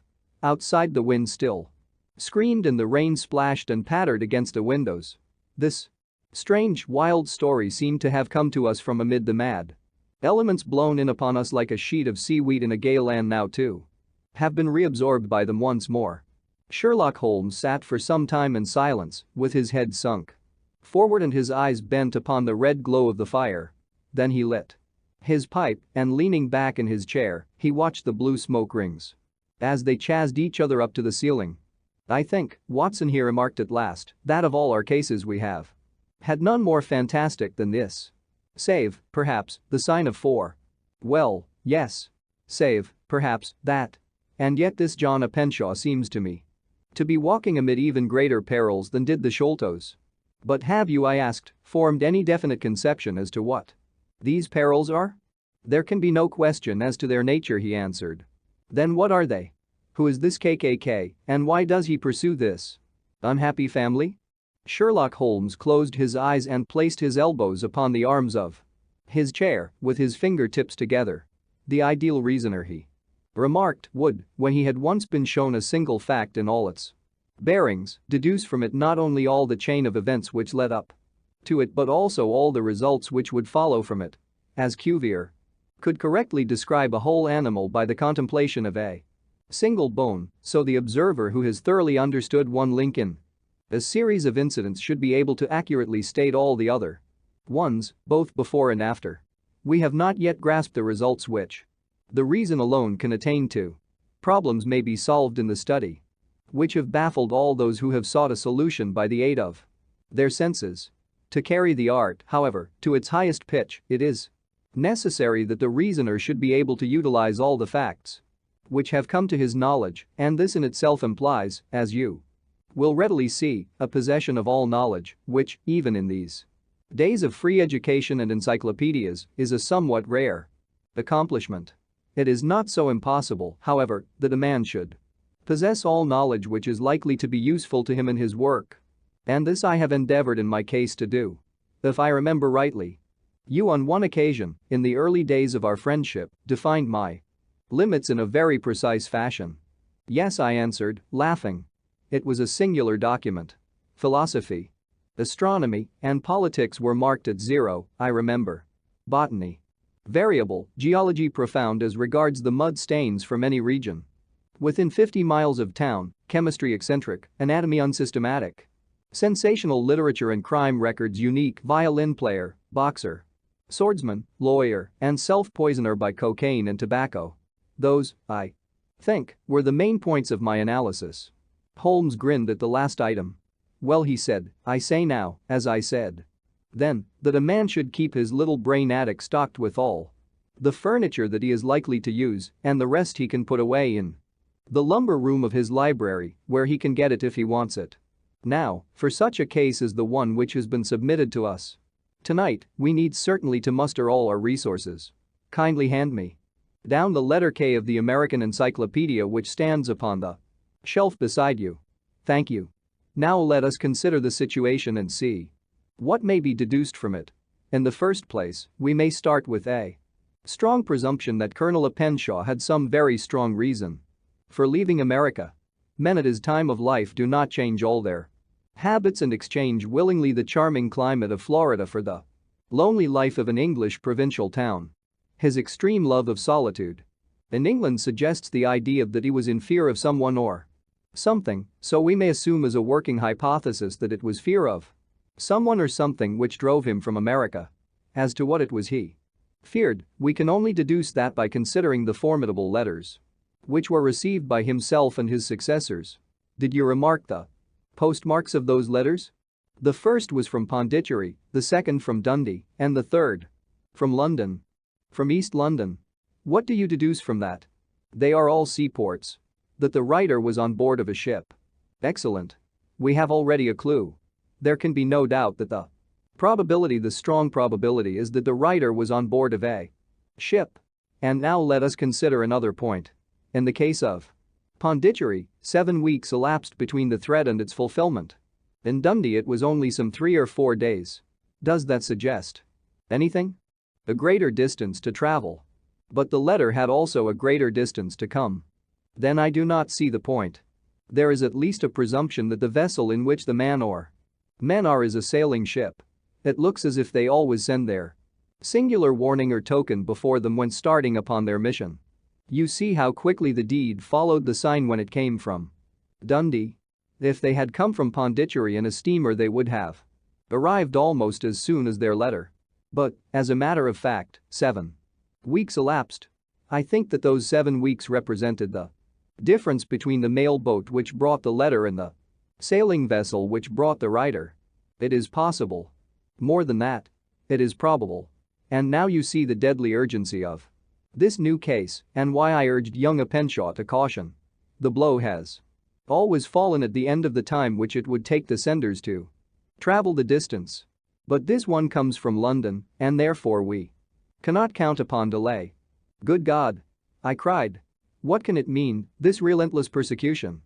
The papers which Openshaw carried are obviously of vital importance to the person or persons in the sailing ship. I think that it is quite clear that there must be more than one of them. A single man could not have carried out 2 deaths in such a way as to deceive a coroner's jury. There must have been several in it, and they must have been men of resource and determination. Their papers they mean to have, be the holder of them who it may. In this way you see KKK ceases to be the initials of an individual and becomes the badge of a society. But of what society? Have you never said Sherlock Holmes, bending forward and sinking his voice? Have you never heard of the Ku Klux Klan? I never have. Holmes turned over the leaves of the book upon his knee. Here it is, said he presently. Ku Klux Klan. A name derived from the fanciful resemblance to the sound produced by cocking a rifle. This terrible secret society was formed by some ex-Confederate soldiers in the southern states after the Civil War, and it rapidly formed local branches in different parts of the country, notably in Tennessee, Louisiana, the Carolinas, Georgia, and Florida. Its power was used for political purposes, principally for the terrorizing of the Negro voters and the murdering and driving from the country of those who were opposed to its views. Its outrages were usually preceded by a warning sent to the marked man in some fantastic but generally recognized shape, a sprig of oak leaves in some parts, melon seeds or orange pips in others. On receiving this, the victim might either openly abjure his former ways or might fly from the country. If he braved the matter out, death would unfailingly come upon him, and usually in some strange and unforeseen manner. So perfect was the organization of the society and so systematic its methods that there is hardly a case upon record where any man succeeded in braving it with impunity or in which any of its outrages were traced home to the perpetrators. For some years the organization flourished in spite of the efforts of the United States government and of the better classes of the community in the South. Eventually, in the year 1869, the movement rather suddenly collapsed, although there have been sporadic outbreaks of the same sort since that date. You will observe, said Holmes, laying down the volume, that the sudden breaking up of the society was coincident with the disappearance of Openshaw from America with their papers. It may well have been cause and effect. It is no wonder that he and his family have some of the more implacable spirits upon their track. You can understand that this register and diary may implicate some of the first men in the South, and that there may be many who will not sleep easy at night until it is recovered. Then the page we have seen is such as we might expect. It ran, if I remember right, sent the pips to A, B, and C, that is, sent the society's warning to them. Then there are successive entries that A and B cleared or left the country. And finally that C was visited, with, I fear, a sinister result for C. Well, I think, Doctor, that we may let some light into this dark place. And I believe that the only chance young Openshaw has in the meantime is to do what I have told him. There is nothing more to be said or to be done tonight, so hand me over my violin and let us try to forget for half an hour the miserable weather and the still more miserable ways of our fellow men. It had cleared in the morning, and the sun was shining with a subdued brightness through the dim veil which hangs over the great city. Sherlock Holmes was already at breakfast when I came down. You will excuse me for not waiting for you, said he. I foresee a very busy day before me in looking into this case of young Openshaw's. What steps will you take? I asked. It will very much depend upon the results of my first inquiries. I may have to go down to Horsham, after all. You will not go there first? No, I shall commence with the city. Just ring the bell and the maid will bring up your coffee. As I waited, I lifted the unopened newspaper from the table and glanced my eye over it. It rested upon a heading which sent a chill to my heart. "Holmes," I cried, "you are too late." "Ah," said he, laying down his cup, "I feared as much. How was it done?" He spoke calmly, but I could see that he was deeply moved. My eye caught the name of a Penshaw and the heading "Tragedy near Waterloo Bridge." Here is the account. Between 9 and 10 last night, Police Constable Cook of the H Division, on duty near Waterloo Bridge, heard a cry for help and a splash in the water. The night, however, was extremely dark and stormy, so that, in spite of the help of several passers-by, it was quite impossible to effect a rescue. The alarm, however, was given, and, by the aid of the water police, the body was eventually recovered. It proved to be that of a young gentleman whose name, as it appears from an envelope which was found in his pocket, was John Penshaw, and whose residence is near Horsham. It is conjectured that he may have been hurrying down to catch the last train from Waterloo Station, and that, in his haste and the extreme darkness, he missed his path and walked over the edge of one of the small landing places for river steamboats. The body exhibited no traces of violence, and there can be no doubt that the deceased had been the victim of an unfortunate accident, which should have the effect of calling the attention of the authorities to the condition of the riverside landing stages. We sat in silence for some minutes, Holmes more depressed and shaken than I had ever seen him. "That hurts my pride, Watson," he said at last. "It is a petty feeling, no doubt, but it hurts my pride. It becomes a personal matter with me now, and, if God sends me health, I shall set my hand upon this gang. That he should come to me for help, and that I should send him away to his death." He sprang from his chair and paced about the room in uncontrollable agitation, with a flush upon his sallow cheeks and a nervous clasping and unclasping of his long thin hands. "They must be cunning devils," he exclaimed at last. "How could they have decoyed him down there? The embankment is not on the direct line to the station. The bridge, no doubt, was too crowded, even on such a night, for their purpose. Well, Watson, we shall see who will win in the long run. I am going out now." "To the police?" "No, I shall be my own police. When I have spun the web they may take the flies, but not before. All day I was engaged in my professional work, and it was late in the evening before I returned to Baker Street. Sherlock Holmes had not come back yet.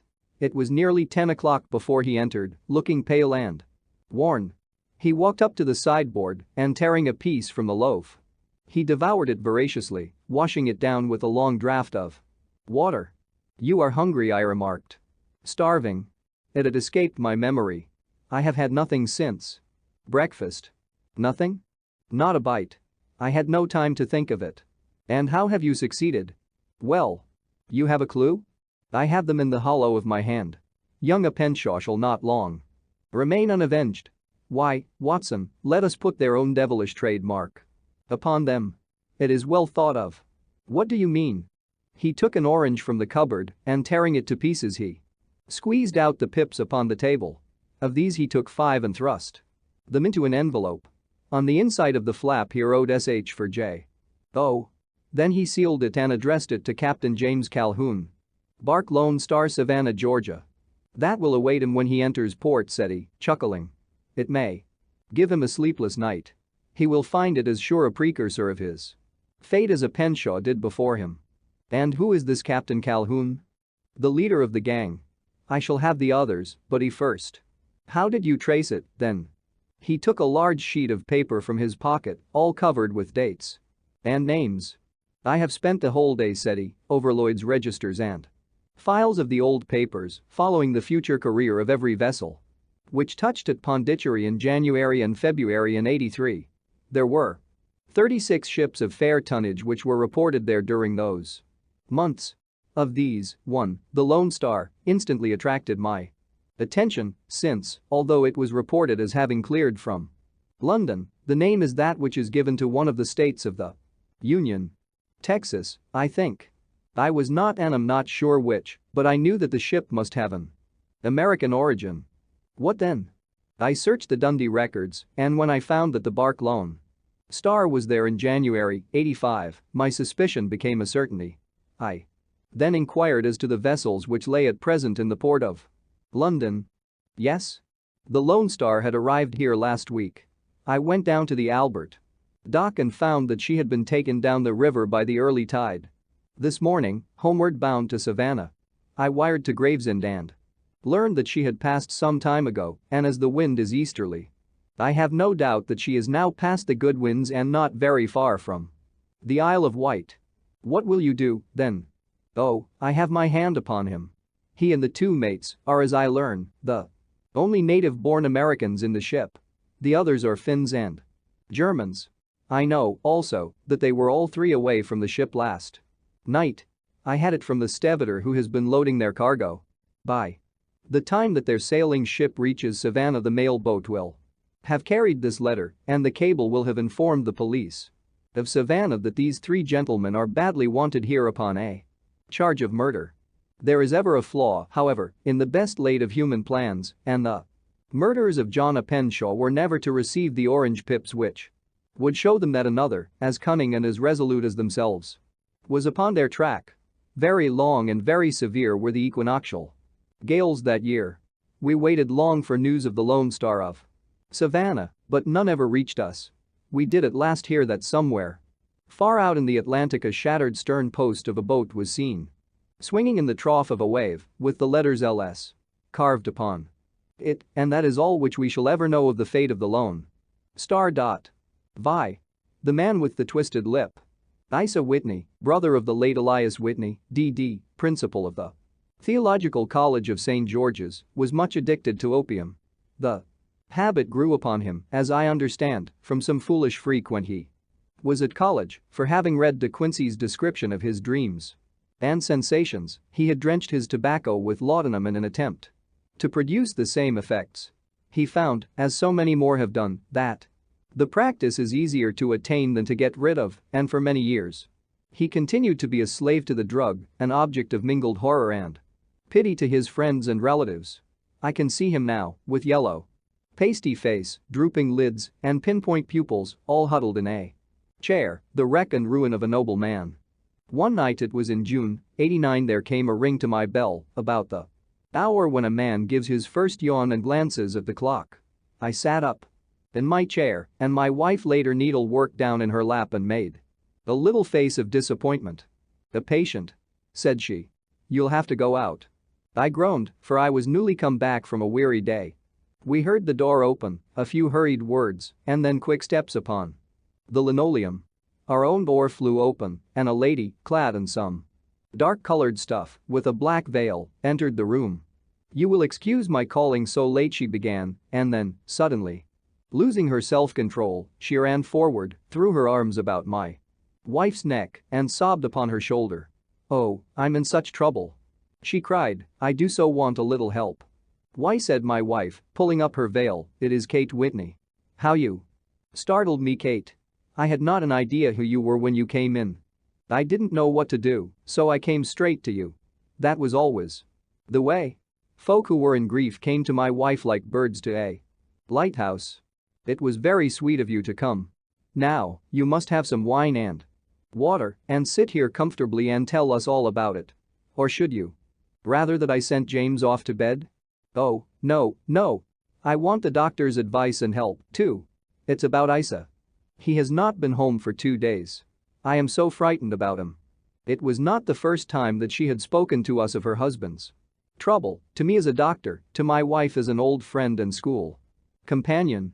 We soothed and comforted her by such words as we could find. Did she know where her husband was? Was it possible that we could bring him back to her?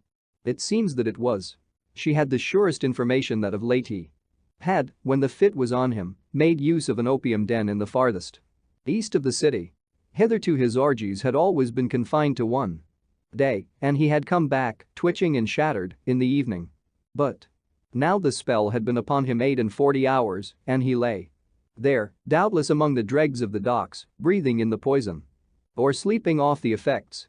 There he was to be found, she was sure of. At the Bar of Gold, in Upper Swandam Lane. But what was she to do? How could she, a young and timid woman, make her way into such a place? And pluck her husband out from among the ruffians who surrounded him? There was the case, and of course there was but one way out of it. Might I not escort her to this place? And then, as a second thought, why should she come at all? I was Isa Whitney's medical advisor, and as such I had influence over him. I could manage it better if I were alone. I promised her on my word that I would send him home in a cab within 2 hours if he were indeed at the address which she had given me. And so in 10 minutes I had left my armchair and cheery sitting room behind me and was speeding eastward in a hansom on a strange errand, as it seemed to me at the time, though the future only could show how strange it was to be.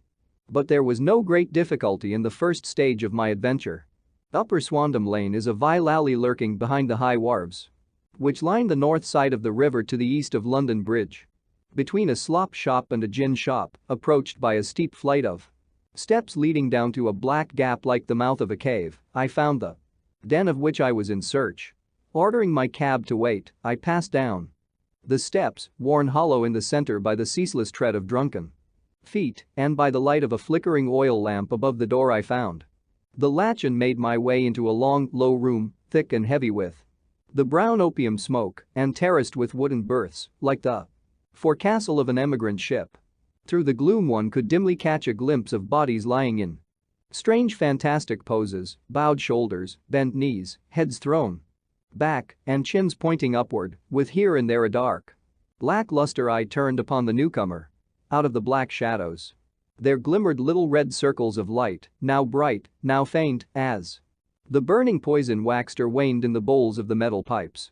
The most lay silent, but some muttered to themselves, and others talked together in a strange, low, monotonous voice, their conversation coming in gushes and then suddenly tailing off into silence, each mumbling out his own thoughts and paying little heed to the words of his neighbor. At the farther end was a small brazier of burning charcoal, beside which on a three-legged wooden stool there sat a tall thin old man, with his jaw resting upon his 2 fists and his elbows upon his knees, staring into the fire. As I entered, a sallow Malay attendant had hurried up with a pipe for me and a supply of the drug, beckoning me to an empty berth. "Thank you. I have not come to stay," said I. "There is a friend of mine here, Mr. Isa Whitney, and I wish to speak with him." There was a movement and an exclamation from my right, and peering through the gloom, I saw Whitney, pale, haggard, and unkempt, staring out at me. "My God. It's Watson," said he. He was in a pitiable state of reaction, with every nerve in a twitter. "I say, Watson, what o'clock is it?" "Nearly 11. "Of what day?" "Of Friday, June 19th. "Good heavens. I thought it was Wednesday." "It is Wednesday. What do you want to frighten a chap for?" He sank his face onto his arms and began to sob in a high treble key. "I tell you that it is Friday, man. Your wife has been waiting this 2 days for you. You should be ashamed of yourself." "So I am. But you've got mixed, Watson, for I have only been here a few hours, 3 pipes, 4 pipes, I forget how many. But I'll go home with you. I wouldn't frighten Kate, poor little Kate. Give me your hand." "Have you a cab?" "Yes, I have one waiting." "Then I shall go in it. But I must owe something." "Find what I owe." "Watson, I am all off color. I can do nothing for myself." I walked down the narrow passage between the double row of sleepers, holding my breath to keep out the vile, stupefying fumes of the drug, and looking about for the manager. As I passed the tall man who sat by the brazier, I felt a sudden pluck at my skirt, and a low voice whispered, "Walk past me, and then look back at me." The words fell quite distinctly upon my ear. I glanced down. They could only have come from the old man at my side, and yet he sat now as absorbed as ever. Very thin, very wrinkled, bent with age, an opium pipe dangling down from between his knees, as though it had dropped in sheer lassitude from his fingers. I took 2 steps forward and looked back. It took all my self-control to prevent me from breaking out into a cry of astonishment. He had turned his back so that none could see him, but his form had filled out, his wrinkles were gone, the dull eyes had regained their fire, and there, sitting by the fire and grinning at my Surprise was none other than Sherlock Holmes. He made a slight motion to me to approach him, and instantly, as he turned his face half round to the company once more, subsided into a doddering, loose-lipped senility. "Holmes," I whispered, "what on earth are you doing in this den?" "As low as you can," he answered, "I have excellent ears.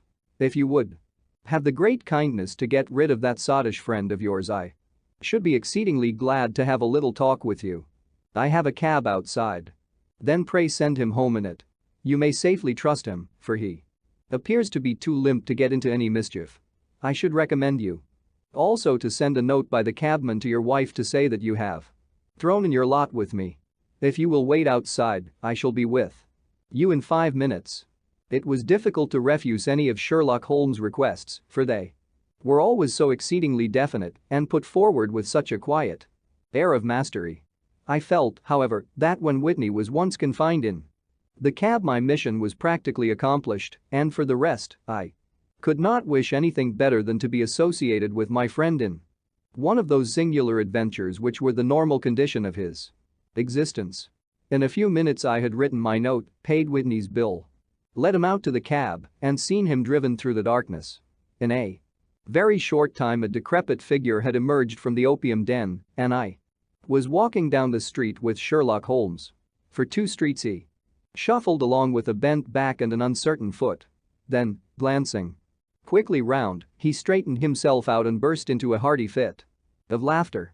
"I suppose, Watson," said he, "that you imagine that I have added opium smoking to cocaine injections and all the other little weaknesses on which you have favored me with your medical views. I was certainly surprised to find you there. But not more so than I to find you. I came to find a friend. And I to find an enemy." "An enemy?" "Yes, one of my natural enemies, or, shall I say, my natural prey. Briefly, Watson, I am in the midst of a very remarkable inquiry, and I have hoped to find a clue in the incoherent ramblings of these sots, as I have done before now. Had I been recognized in that den my life would not have been worth an hour's purchase, for I have used it before now for my own purposes, and the rascally Lascar who runs it is sworn to have vengeance upon me. There is a trap door at the back of that building, near the corner of Paul's Wharf, which could tell some strange tales of what has passed through it upon the moonless nights." "What? You do not mean bodies?" Bodies, Watson. We should be rich men if we had £1,000 for every poor devil who has been done to death in that den. It is the vilest murder trap on the whole riverside, and I fear that Neville St. Clair has entered it never to leave it more. But our trap should be here." He put his 2 forefingers between his teeth and whistled shrilly a signal, which was answered by a similar whistle from the distance, followed shortly by the rattle of wheels and the clink of horses' hoofs. "Now, Watson," said Holmes, as a tall dog cart dashed up through the gloom, throwing out 2 golden tunnels of yellow light from its side. "Lanterns. You'll come with me, won't you? If I can be of use." "Oh, a trusty comrade is always of use, and a chronicler still more so. My room at the Cedars is a double-bedded one." "The Cedars?" "Yes, that is Mr. St. Clair's house. I am staying there while I conduct the inquiry."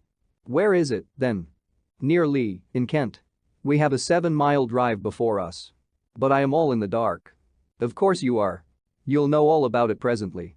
Jump up here." "All right, John. We shall not need you. Here's half a crown. Look out for me tomorrow, about 11. Give her her head. So long, then." He flicked the horse with his whip, and we dashed away through the endless succession of somber and deserted streets, which whitened gradually until we were flying across a broad balustraded bridge, with the murky river flowing sluggishly beneath us. Beyond lay another dull wilderness of bricks and mortar, its silence broken only by the heavy, regular footfall of the policeman or the songs and shouts of some belated party of revelers. A dull rack was drifting slowly across the sky, and a star or two twinkled dimly here and there through the rifts of the clouds. Holmes drove in silence, with his head sunk upon his breast and the air of a man who is lost in thought, while I sat beside him, curious to learn what this new quest might be which seemed to tax his powers so sorely, and yet afraid to break in upon the current of his thoughts.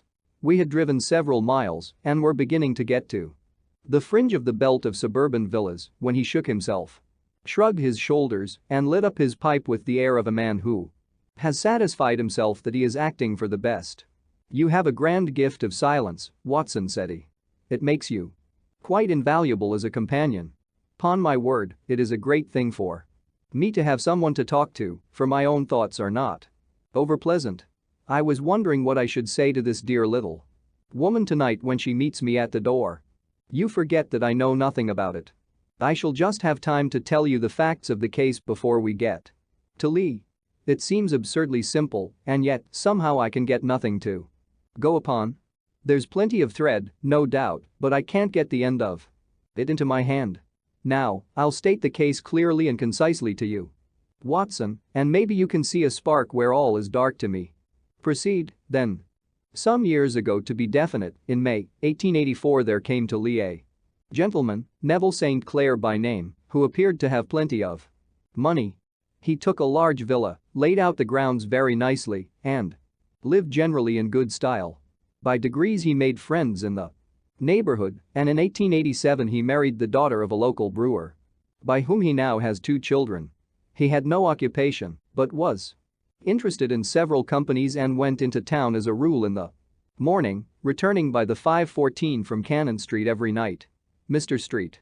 Clair is now 37 years of age, is a man of temperate habits, a good husband, a very affectionate father, and a man who is popular with all who know him. I may add that his whole debts at the present moment, as far as we have been able to ascertain, amount to £8810s. While he has £220 standing to his credit in the Capital and Counties Bank. There is no reason, therefore, to think that money troubles have been weighing upon his mind. Last Monday Mr. Neville St. Clair went into town rather earlier than usual, remarking before he started that he had 2 important commissions to perform and that he would bring his little boy home a box of bricks. Now, by the merest chance, his wife received a telegram upon this same Monday, very shortly after his departure, to the effect that a small parcel of considerable value which she had been expecting was waiting for her at the offices of the Aberdeen Shipping Company. Now, if you are well up in your London, you will know that the office of the company is in Fresno Street, which branches out of Upper Swandam Lane, where you found me tonight. Mrs. St. Clair had her lunch, started for the city, did some shopping, proceeded to the company's office, got her packet, and found herself at exactly 4:35 walking through Swandam Lane on her way back to the station. Have you followed me so far? It is very clear. If you remember, Monday was an exceedingly hot day, and Mrs. St. Clair walked slowly, glancing about in the hope of seeing a cab, as she did not like the neighborhood in which she found herself. While she was walking in this way down Swandam Lane, she suddenly heard an ejaculation or cry and was struck cold to see her husband looking down at her and, as it seemed to her, beckoning to her from a second-floor window. The window was open, and she distinctly saw his face, which she describes as being terribly agitated. He waved his hands frantically to her and then vanished from the window so suddenly that it seemed to her that he had been plucked back by some irresistible force from behind. One singular point which struck her quick feminine eye was that, although he wore some dark coat, such as he had started to town in, he had on neither collar nor necktie. Convinced that something was amiss with him, she rushed down the steps, for the house was none other than the opium den in which you found me tonight, and running through the front room she attempted to ascend the stairs which led to the first floor. At the foot of the stairs, however, she met this Lascar scoundrel of whom I have spoken, who thrust her back and, aided by a Dane, who acts as assistant there, pushed her out into the street. Filled with the most maddening doubts and fears, she rushed down the lane and, by rare good fortune, met in Fresno Street a number of constables with an inspector, all on their way to their beat. The inspector and 2 men accompanied her back and, in spite of the continued resistance of the proprietor, they made their way to the room in which Mr. St. Clair had last been seen. There was no sign of him there. In fact, in the whole of that floor there was no one to be found save a crippled wretch of hideous aspect who, it seems, made his home there. Both he and the Lascar stoutly swore that no one else had been in the front room during the afternoon. So determined was Their denial that the inspector was staggered and had almost come to believe that Mrs. St. Clair had been deluded when, with a cry, she sprang at a small deal box which lay upon the table and tore the lid. From it, out there fell a cascade of children's bricks. It was the toy which he had promised to bring home. This discovery, and the evident confusion which the cripple showed, made the inspector realize that the matter was serious. The rooms were carefully examined, and results all pointed to an abominable crime. The front room was plainly furnished as a sitting room and led into a small bedroom, which looked out upon the back of one of the wharves. Between the wharf and the bedroom window is a narrow strip, which is dry at low tide but is covered at high tide with at least 4.5 feet of water. The bedroom window was a broad one and open from below. On examination, traces of blood were to be seen upon the windowsill, and several scattered drops were visible upon the wooden floor of the bedroom. Thrust away behind a curtain in the front room were all the clothes of Mr. Neville St. Clair, with the exception of his coat. His boots, his socks, his hat, and his watch all were there. There were no signs of violence upon any of these garments, and there were no other traces of Mr. Neville St. Clair. Out of the window he must apparently have gone, for no other exit could be discovered, and the ominous bloodstains upon the sill gave little promise that he could save himself by swimming, for the tide was at its very highest at the moment of the tragedy. And now as to the villains who seemed to be immediately implicated in the matter. The Lascar was known to be a man of the vilest antecedents. But as, by Mrs. St. Clair's story, he was known to have been at the foot of the stair within a very few seconds of her husband's appearance. At the window, he could hardly have been more than an accessory to the crime. His defense was one of absolute ignorance, and he protested that he had no knowledge as to the doings of Hugh Boone, his lodger, and that he could not account in any way for the presence of the missing gentleman's clothes. So much for the Lascar manager. Now for the sinister cripple who lives upon the second floor of the opium den, and who was certainly the last human being whose eyes rested upon Neville St. Clair. His name is Hugh Boone, and his hideous face is one which is familiar to every man who goes much to the city. He is a professional beggar, though in order to avoid the police regulations he pretends to a small trade in wax vestas. Some little distance down Threadneedle Street, upon the left-hand side, there is, as you may have remarked, a small angle in the wall. Here it is that this creature takes his daily seat, cross-legged with his tiny stock of matches on his lap, and as he is a piteous spectacle, a small rain of charity descends into the greasy leather cap which lies upon the pavement beside him. I have watched the fellow more than once before ever I thought of making his professional acquaintance, and I have been surprised at the harvest which he has reaped in a short time. His appearance, you see, is so remarkable that no one can pass him without observing him. A shock of orange hair, a pale face disfigured by a horrible scar, which, by its contraction, has turned up the outer edge of his upper lip, a bulldog chin, and a pair of very penetrating dark eyes, which present a singular contrast to the color of his hair, all mark him out from amid the common crowd of mendicants, and so, too, does his wit, for he is ever ready with a reply to any piece of chaff which may be thrown at him by the passers-by. This is the man whom we now learn to have been the lodger at the opium den, and to have been the last man to see the gentleman of whom we are in quest. But a cripple, said I. What could he have done single-handed against a man in the prime of life? He is a cripple in the sense that he walks with a limp, but in other respects he appears to be a powerful and well-nurtured man. Surely your medical experience would tell you, Watson, that weakness in one limb is often compensated for by exceptional strength in the others. Pray continue your narrative. Mrs. St. Clair had fainted at the sight of the blood upon the window, and she was escorted home in a cab by the police, as her presence could be of no help to them in their investigations. Inspector Barton, who had charge of the case, made a very careful examination of the premises, but without finding anything which threw any light upon the matter.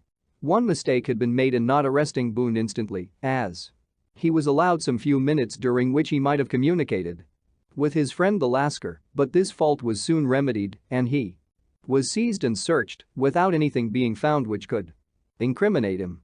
There were, it is true, some blood stains upon his right shirt sleeve, but he pointed to his ring finger, which had been cut near the nail, and explained that the bleeding came from there, adding that he had been to the window not long before and that the stains which had been observed there came doubtless from the same source. He denied strenuously having ever seen Mr. Neville St. Clair and swore that the presence of the clothes in his room was as much a mystery to him as to the police.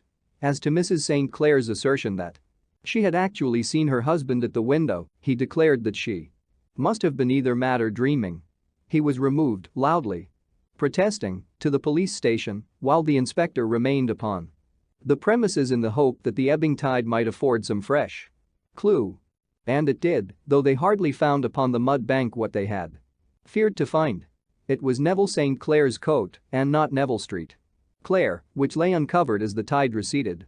And what do you think they found in the pockets? I cannot imagine. No, I don't think you would guess. Every pocket stuffed with pennies. And halfpennies, 421 pennies and 270 halfpennies. It was no wonder that it had not been swept away by the tide. But a human body is a different matter. There is a fierce eddy between the wharf and the house. It seemed likely enough that the weighted coat had remained when the stripped body had been sucked away into the river. But I understand that all the other clothes were found in the room. Would the body be dressed in a coat alone? No, sir, but the facts might be met speciously enough. Suppose that this man Boone had thrust Neville St. Clair through the window. There is no human eye which could have seen the deed. What would he do then? It would of course instantly strike him that he must get rid of the telltale garments. He would seize the coat, then, and be in the act of throwing it out when it would occur to him that it would swim and not sink. He has little time, for he has heard the scuffle downstairs when the wife tried to force her way up, and perhaps he has already heard from his Lascar confederate that the police are hurrying up the street. There is not an instant to be lost. He rushes to some secret hoard where he has accumulated the fruits of his beggary, and he stuffs all the coins upon which he can lay his hands into the pockets to make sure of the coat sinking. He throws it out and would have done the same with the other garments had not he heard the rush of steps below and only just had time to close the window when the police appeared. It certainly sounds feasible. Well, we will take it as a working hypothesis for want of a better. Boone, as I have told you, was arrested and taken to the station, but it could not be shown that there had ever before been anything against him. He had for years been known as a professional beggar, but his life appeared to have been a very quiet and innocent one. There the matter stands at present, and the questions which have to be solved: what Neville St. Clair was doing in the opium den, what happened to him when there, where is he now, and what Hugh Boone had to do with his disappearance are all as far from a solution as ever. I confess that I cannot recall any case within my experience which looked at the first glance so simple and yet which presented such difficulties. While Sherlock Holmes had been detailing this singular series of events, we had been whirling through the outskirts of the great town until the last straggling houses had been left behind and we rattled along with the country hedge upon either side of us. Just as he finished, however, we drove through two scattered villages where a few lights still glimmered in the windows. "We are on the outskirts of Lee," said my companion. "We have touched on 3 English counties in our short drive, starting in Middlesex, passing over an angle of Surrey, and ending in Kent. See that light among the trees? That is the Cedars, and beside that lamp sits a woman whose anxious ears have already, I have little doubt, caught the clink of our horses' feet." "But why are you not conducting the case from Baker Street?" I asked. "Because there are many inquiries which must be made out here. Mrs. Street Clair has most kindly put 2 rooms at my disposal, and you may rest assured that she will have nothing but a welcome for my friend and colleague. I hate to meet her, Watson, when I have no news of her husband. Here we are." Whoa, there, whoa. We had pulled up in front of a large villa which stood within its own grounds. A stable boy had run out to the horse's head and springing down, I followed Holmes up the small, winding gravel drive which led to the house. As we approached, the door flew open and a little blonde woman stood in the opening, clad in some sort of light mousseline de soie, with a touch of fluffy pink chiffon at her neck and wrists. She stood with her figure outlined against a flood of light, one hand Upon the door, one half raised in her eagerness, her body slightly bent, her head and face protruded, with eager eyes and parted lips, a standing question. "Well?" she cried, "well?" And then, seeing that there were two of us, she gave a cry of hope which sank into a groan as she saw that my companion shook his head and shrugged his shoulders. "No good news?" "None." "No bad?" "No." "Thank God for that. But come in. You must be weary, for you have had a long day. This is my friend Dr. Watson. He has been of most vital use to me in several of my cases, and a lucky chance has made it possible for me to bring him out and associate him with this investigation." "I am delighted to see you," said she, pressing my hand warmly. "You will, I am sure, forgive anything that may be wanting in our arrangements when you consider the blow which has come so suddenly upon us." "My dear madam," said I am an old campaigner, and if I were not, I can very well see that no apology is needed. If I can be of any assistance, either to you or to my friend here, I shall be indeed happy." "Now, Mr. Sherlock Holmes," said the lady as we entered a well-lit dining room, upon the table of which a cold supper had been laid out, "I should very much like to ask you one or two plain questions, to which I beg that you will give a plain answer." "Certainly, madam. Do not trouble about my feelings. I am not hysterical, nor given to fainting. I simply wish to hear your real opinion." "Upon what point? In your heart of hearts, do you think that Neville is alive?" Sherlock Holmes seemed to be embarrassed by the question. "Frankly. Now," she repeated, standing upon the rug and looking keenly down at him as he leaned back in a basket chair. "Frankly, then, madam, I do not." "You think that he is dead?" "I do." "Murdered?" "I don't say that." "Perhaps." "And on what day did he meet his death?" "On Monday." "Then perhaps, Mr. Holmes, you will be good enough to explain how it is that I have received a letter from him today." Sherlock Holmes sprang out of his chair as if he had been galvanized. "What?" he roared. "Yes, today." She stood smiling, holding up a little slip of paper in the air. "May I see it?" "Certainly." He snatched it from her in his eagerness and smoothing it out upon the table he drew over the lamp and examined it intently. I had left my chair and was gazing at it over his shoulder. The envelope was a very coarse one and was stamped with the Gravesend postmark and with the date of that very day, or rather of the day before, for it was considerably after midnight. "Coarse writing," murmured Holmes. "Surely this is not your husband's writing, madam?" "No, but the enclosure is." "I perceive also that whoever addressed the envelope had to go and inquire as to the address." "How can you tell that?" "The name, you see, is in perfectly black ink, which has dried itself. The rest is of the grayish color, which shows that blotting paper has been used. If it had been written straight off and then blotted, none would be of a deep black shade. This man has written the name, and there has then been a pause before he wrote the address, which can only mean that he was not familiar with it. It is, of course, a trifle, but there is nothing so important as trifles. Let us now see the letter." "Ha! There has been an enclosure here." "Yes, there was a ring. His signet ring." "And you are sure that this is your husband's hand?" "One of his hands." "One?" "His hand when he wrote hurriedly. It is very unlike his usual writing. And yet I know it well. Dearest, do not be frightened. All will come well. There is a huge error which it may take some little time to rectify. Wait in patience. Neville. Written in pencil upon the fly-leaf of a book. Octavo size, no watermark. Posted today in Gravesend by a man with a dirty thumb. Ha! And the flap has been gummed, if I am not very much in error, by a person who had been chewing tobacco. And you have no doubt that it is your husband's hand, madam?" "None. Neville wrote those words. And they were posted today at Gravesend. Well, Mrs. St. Clair, the clouds lighten, though I should not venture to say that the danger is over. But he must be alive, Mr. Holmes. Unless this is a clever forgery to put us on the wrong scent. The ring, after all, proves nothing. It may have been taken from him. No, it is his very own writing. Very well.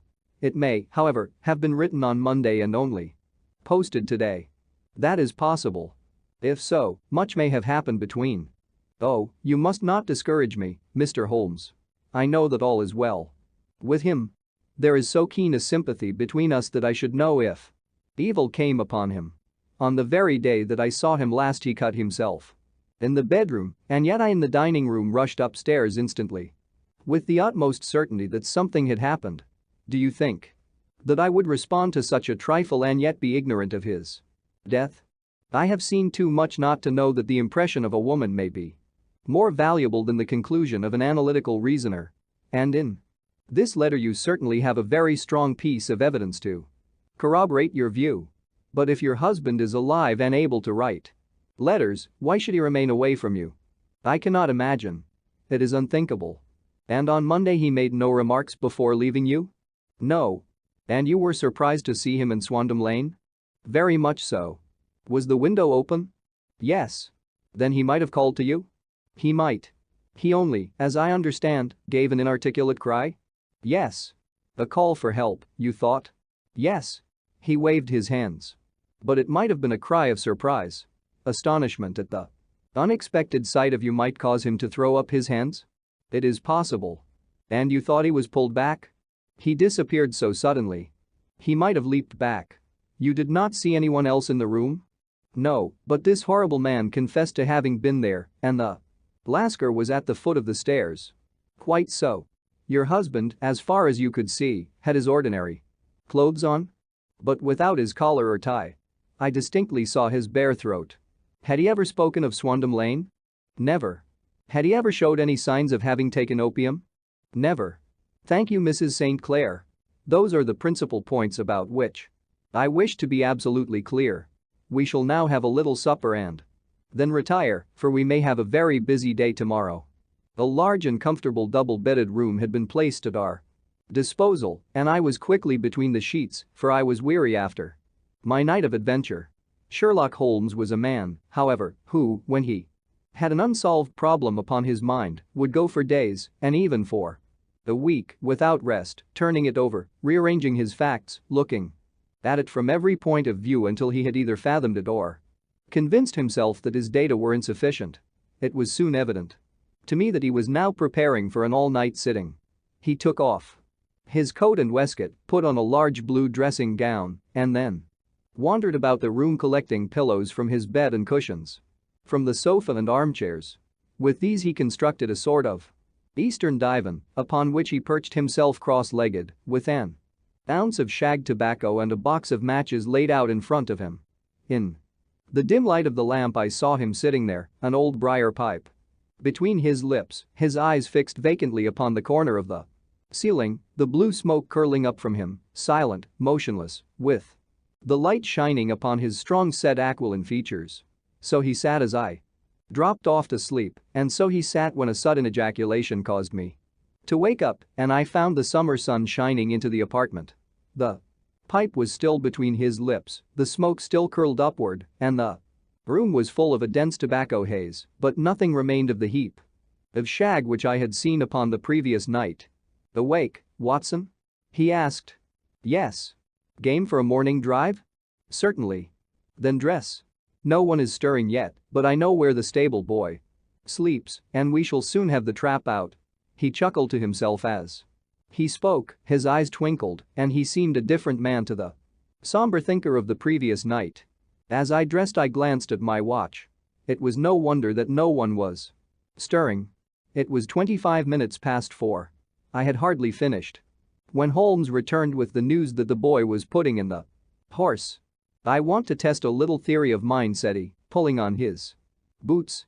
"I think, Watson, that you are now standing in the presence of one of the most absolute fools in Europe. I deserve to be kicked from here to Charing Cross. But I think I have the key of the affair now." "And where is it?" I asked, smiling. "In the bathroom," he answered. "Oh, yes, I am not joking," he continued, seeing my look of incredulity. "I have just been there, and I have taken it out, and I have got it in this Gladstone bag. Come on, my boy, and we shall see whether it will not fit the lock." We made our way downstairs as quietly as possible and out into the bright morning sunshine. In the road stood our horse and trap, with the half-clad stable boy waiting at the head. We both sprang in and away we dashed down the London road. A few country carts were stirring, bearing in vegetables to the metropolis, but the lines of villas on either side were as silent and lifeless as some city in a dream. "It has been in some points a singular case," said Holmes, flicking the horse on into a gallop. "I confess that I have been as blind as a mole. But it is better to learn wisdom late than never to learn it at all." In town the earliest risers were just beginning to look sleepily from their windows as we drove through the streets of the Surrey side. Passing down the Waterloo Bridge Road we crossed over the river and, dashing up Wellington Street, wheeled sharply to the right and found ourselves in Bow Street. Sherlock Holmes was well known to the force, and the two constables at the door saluted him. One of them held the horse's head while the other let us in. "Who is on duty?" asked Holmes. "Inspector Bradstreet, sir." "Ah, Bradstreet, how are you?" A tall, stout official had come down the stone-flagged passage in a peaked cap and frog jacket. "I wish to have a quiet word with you, Bradstreet." "Certainly, Mr. Holmes. Step into my room here." It was a small office-like room with a huge ledger upon the table and a telephone projecting from the wall. The inspector sat down at his desk. "What can I do for you, Mr. Holmes?" "I called about that beggar man, Boone, the one who was charged with being concerned in the disappearance of Mr. Neville St. Clair, of Lee." "Yes. He was brought up and remanded for further inquiries." "So I heard. You have him here?" "In the cells." "Is he quiet?" "Oh, he gives no trouble. But he is a dirty scoundrel." "Dirty?" "Yes, it is all we can do to make him wash his hands, and his face is as black as a tinker's. Well, when once his case has been settled, he will have a regular prison bath, and I think, if you saw him, you would agree with me that he needed it." "I should like to see him very much." "Would you?" "That is easily done. Come this way. You can leave your bag." "No, I think that I'll take it." "Very good. Come this way, if you please." He led us down a passage, opened a barred door, passed down a winding stair, and brought us to a whitewashed corridor with a line of doors on each side. "The third on the right is his," said the inspector. "Here it is." He quietly shot back a panel in the upper part of the door and glanced through. "He is asleep," said he. "You can see him very well." We both put our eyes to the grating. The prisoner lay with his face towards us in a very deep sleep, breathing slowly and heavily. He was a middle-sized man, coarsely clad as became his calling, with a colored shirt protruding through the rent in his tattered coat. He was, as the inspector had said, extremely dirty, but the grime which covered his face could not conceal its repulsive ugliness. A broad wheal from an old scar ran right across it from eye to chin, and by its contraction had turned up one side of the upper lip so that 3 teeth were exposed in a perpetual snarl. A shock of very bright red hair grew low over his eyes and forehead. "He's a beauty, isn't he?" said the inspector. "He certainly needs a wash," remarked Holmes. "I had an idea that he might, and I took the liberty of bringing the tools with me." He opened the Gladstone bag as he spoke and took out, to my astonishment, a very large bath sponge. He. You are a funny one," chuckled the inspector. "Now, if you will have the great goodness to open that door very quietly, we will soon make him cut a much more respectable figure." "Well, I don't know why not," said the inspector. "He doesn't look a credit to the Bow Street cells, does he?" He slipped his key into the lock, and we all very quietly entered the cell. The sleeper half turned and then settled down once more into a deep slumber. Holmes stooped to the water jug, moistened his sponge, and then rubbed it twice vigorously across and down the prisoner's face. "Let me introduce you," he shouted, "to Mr. Neville St. Clair, of Lee, in the county of Kent." Never in my life have I seen such a sight. The man's face peeled off under the sponge like the bark from a tree. Gone was the coarse brown tint. Gone, too, was the horrid scar which had seamed it across, and the twisted lip which had given the repulsive sneer to the face. A twitch brought away the tangled red hair, and there, sitting up in his bed, was a pale, sad-faced, refined-looking man, black-haired and smooth-skinned, rubbing his eyes and staring about him with sleepy bewilderment. Then suddenly realizing the exposure, he broke into a scream and threw himself down with his face to the pillow. "Great heavens!" cried the inspector, "it is, indeed, the missing man. I know him from the photograph." The prisoner turned with the reckless air of a man who abandons himself to his destiny.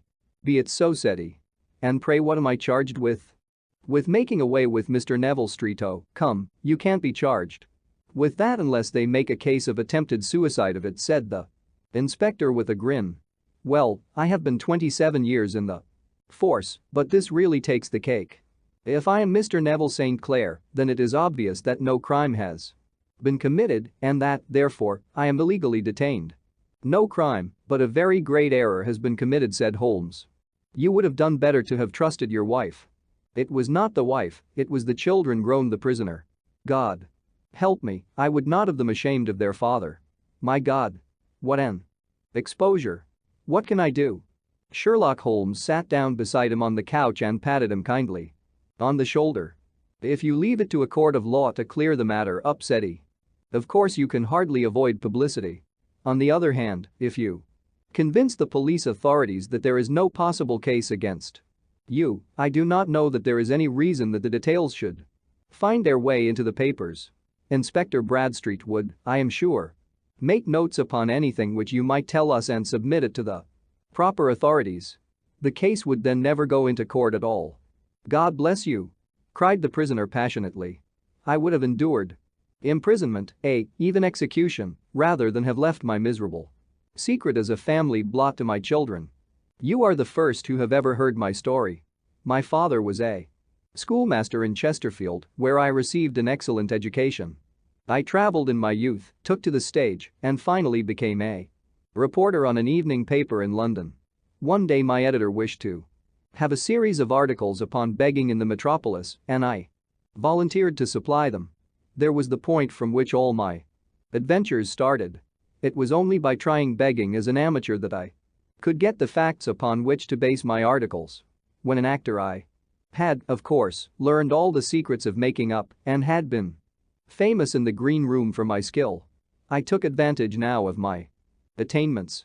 I painted my face, and to make myself as pitiable as possible I made a good scar and fixed one side of my lip in a twist by the aid of a small slip of flesh-colored plaster. Then with a red head of hair and an appropriate dress, I took my station in the business part of the city, ostensibly as a match seller, but really as a beggar. For 7 hours I plied my trade, and when I returned home in the evening I found to my surprise that I had received no less than 26s.4d. I wrote my articles and thought little more of the matter until, some time later, I backed a bill for a friend and had a writ served upon me for £25. I was at my wits' end where to get the money, but a sudden idea came to me. I begged a fortnight's grace from the creditor, asked for a holiday from my employers, and spent the time in begging in the city under my disguise. In 10 days I had the money and had paid the debt. Well, you can imagine how hard it was to settle down to arduous work at £2 a week when I knew that I could earn as much in a day by smearing my face with a little paint, laying my cap on the ground, and sitting still. It was a long fight between my pride and the money, but the dollars won at last, and I threw up reporting and sat day after day in the corner which I had first chosen, inspiring pity by my ghastly face and filling my pockets with coppers. Only one man knew my secret. He was the keeper of a low den in which I used to lodge in Swandam Lane, where I could every morning emerge as a squalid beggar and in the evenings transform myself into a well-dressed man about town. This fellow, a Lascar, was well paid by me for his rooms, so that I knew that my secret was safe in his possession. Well, very soon I found that I was saving considerable sums of money. I do not mean that any beggar in the streets of London could earn £700 a year, which is less than my average takings, but I had exceptional advantages in my power of making up and also in a facility of repartee, which improved by practice and made me quite a recognized character in the city. All day a stream of pennies, varied by silver, poured in upon me, and it was a very bad day in which I failed to take £2. As I grew richer I grew more ambitious, took a house in the country, and eventually married, without anyone having a suspicion as to my real occupation. My dear wife knew that I had business in the city. She little knew what. Last Monday I had finished for the day and was dressing in my room above the opium den when I looked out of my window and saw, to my Horror and astonishment that my wife was standing in the street with her eyes fixed full upon me. I gave a cry of surprise, threw up my arms to cover my face and, rushing to my confidant, the Lascar, entreated him to prevent anyone from coming up to me. I heard her voice downstairs, but I knew that she could not assent. Swiftly I threw off my clothes, pulled on those of a beggar, and put on my pigments and wig. Even a wife's eyes could not pierce so complete a disguise. But then it occurred to me that there might be a search in the room and that the clothes might betray me. I threw open the window, reopening by my violence a small cut which I had inflicted upon myself in the bedroom that morning. Then I seized my coat, which was weighted by the coppers which I had just transferred to it from the leather bag in which I carried my takings. I hurled it out of the window and it disappeared into the Thames. The other clothes would have followed, but at that moment there was a rush of constables up the stair, and a few minutes after I confess, to my relief, that instead of being identified as Mr. Neville St. Clair, I was arrested as his murderer. I do not know that there is anything else for me to explain. I was determined to preserve my disguise as long as possible, and hence my preference for a dirty face. Knowing that my wife would be terribly anxious, I slipped off my ring and confided it to the Lascar at a moment when no constable was watching me, together with a hurried scrawl telling her that she had no cause to fear. "That note only reached her yesterday," said Holmes. "Good God! What a week she must have spent." "The police have watched this Lascar," said Inspector Bradstreet, "and I can quite understand that he might find it difficult to post a letter unobserved. Probably he handed it to some sailor customer of his, who forgot all about it for some days." "That was it," said Holmes, nodding approvingly. "I have no doubt of it. But have you never been prosecuted for begging?" "Many times, but what was a fine to me?" "It must stop here, however," said Bradstreet. "If the police are to hush this thing up, there must be no more of Hugh Boone. I have sworn it by the most solemn oaths which a man can take. In that case I think that it is probable that no further steps may be taken. But if you are found again, then all must come out. I am sure, Mr. Holmes, that we are very much indebted to you for having cleared the matter up. I wish I knew how you reach your results." "I reached this one," said my friend, "by sitting upon 5 pillows and consuming an ounce of shag. I think, Watson, that if we drive to Baker Street we shall just be in time for breakfast." Vi. The Adventure of the Blue Carbuncle. I had called upon my friend Sherlock Holmes upon the second morning after Christmas with the intention of wishing him the compliments of the season. He was lounging upon the sofa in a purple dressing gown, a pipe rack within his reach upon the right, and a pile of crumpled morning papers, evidently newly studied, near at hand. Beside the couch was a wooden chair, and on the angle of the back hung a very seedy and disreputable hard felt hat, much the worse for wear, and cracked in several places. A lens and a forceps lying upon the seat of the chair suggested that the hat had been suspended in this manner for the purpose of examination. "You are engaged," said I. "Perhaps I interrupt you." "Not at all. I am glad to have a friend with whom I can discuss my results. The matter is a perfectly trivial one." He jerked his thumb in the direction of the old hat, "but there are points in connection with it which are not entirely devoid of interest and even of instruction." I seated myself in his armchair and warmed my hands before his crackling fire, for a sharp frost had set in and the windows were thick with the ice crystals. "I suppose," I remarked, "that, homely as it looks, this thing has some deadly story linked onto it, that it is the clue which will guide you in the solution of some mystery and the punishment of some crime." "No, no. No crime," said Sherlock Holmes, laughing. "Only one of those whimsical little incidents which will happen when you have 4 million human beings all jostling each other within the space of a few square miles. Amid the action and reaction of so dense a swarm of humanity, every possible combination of events may be expected to take place, and many a little problem will be presented which may be striking and bizarre without being criminal. We have already had experience of such. So much so," I remarked, "that of the last 6 cases which I have added to my notes, 3 have been entirely free of any legal crime." "Precisely. You allude to my attempt to recover the Irene Adler papers, to the singular case of Miss Mary Sutherland, and to the adventure of The man with the twisted lip.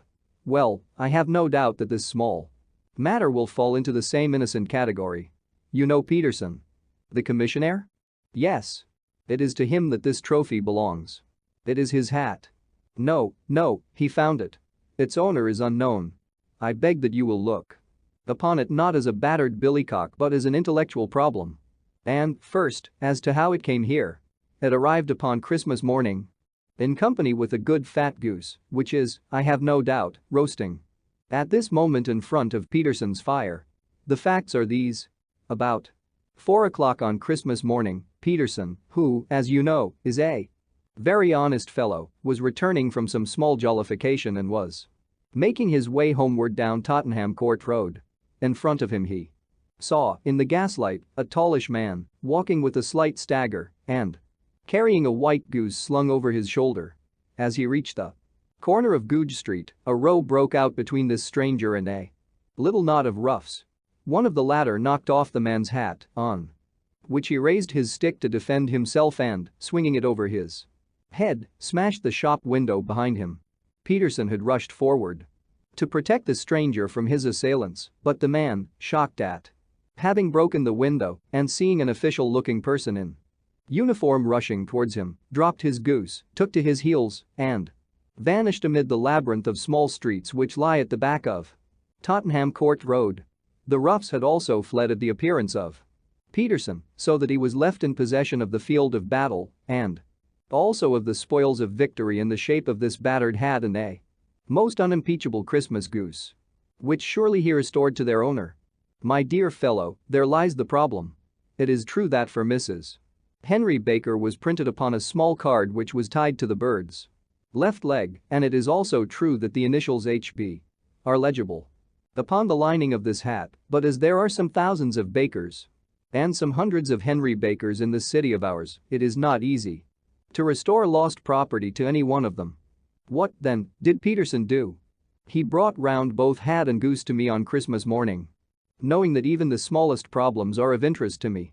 The goose we retained until this morning, when there were signs that, in spite of the slight frost, it would be well that it should be eaten without unnecessary delay. Its finder has carried it off, therefore, to fulfill the ultimate destiny of a goose, while I continue to retain the hat of the unknown gentleman who lost his Christmas dinner. Did he not advertise? No. Then, what clue could you have as to his identity? Only as much as we can deduce from his hat? Precisely. But you are joking. What can you gather from this old battered felt? Here is my lens. You know my methods. What can you gather yourself as to the individuality of the man who has worn this article? I took the tattered object in my hands and turned it over rather ruefully. It was a very ordinary black hat of the usual round shape, hard and much the worse for wear. The lining had been of red silk, but was a good deal discolored. There was no maker's name, but, as Holmes had remarked, the initials HB were scrawled upon one side. It was pierced in the brim for a hat securer, but the elastic was missing. For the rest, it was cracked, exceedingly dusty, and spotted in several places, although there seemed to have been some attempt to hide the discolored patches by smearing them with ink. I can see nothing, said I, handing it back to my friend. On the contrary, Watson, you can see everything. You fail, however, to reason from what you see. You are too timid in drawing your inferences. Then, pray tell me what it is that you can infer from this hat? He picked it up and gazed at it in the peculiar introspective fashion which was characteristic of him. It is perhaps less suggestive than it might have been, he remarked, and yet there are a few inferences which are very distinct and a few others which represent at least a strong balance of probability. That the man was highly intellectual is, of course, obvious upon the face of it, and also that he was fairly well-to-do within the last 3 years, although he has now fallen upon evil days.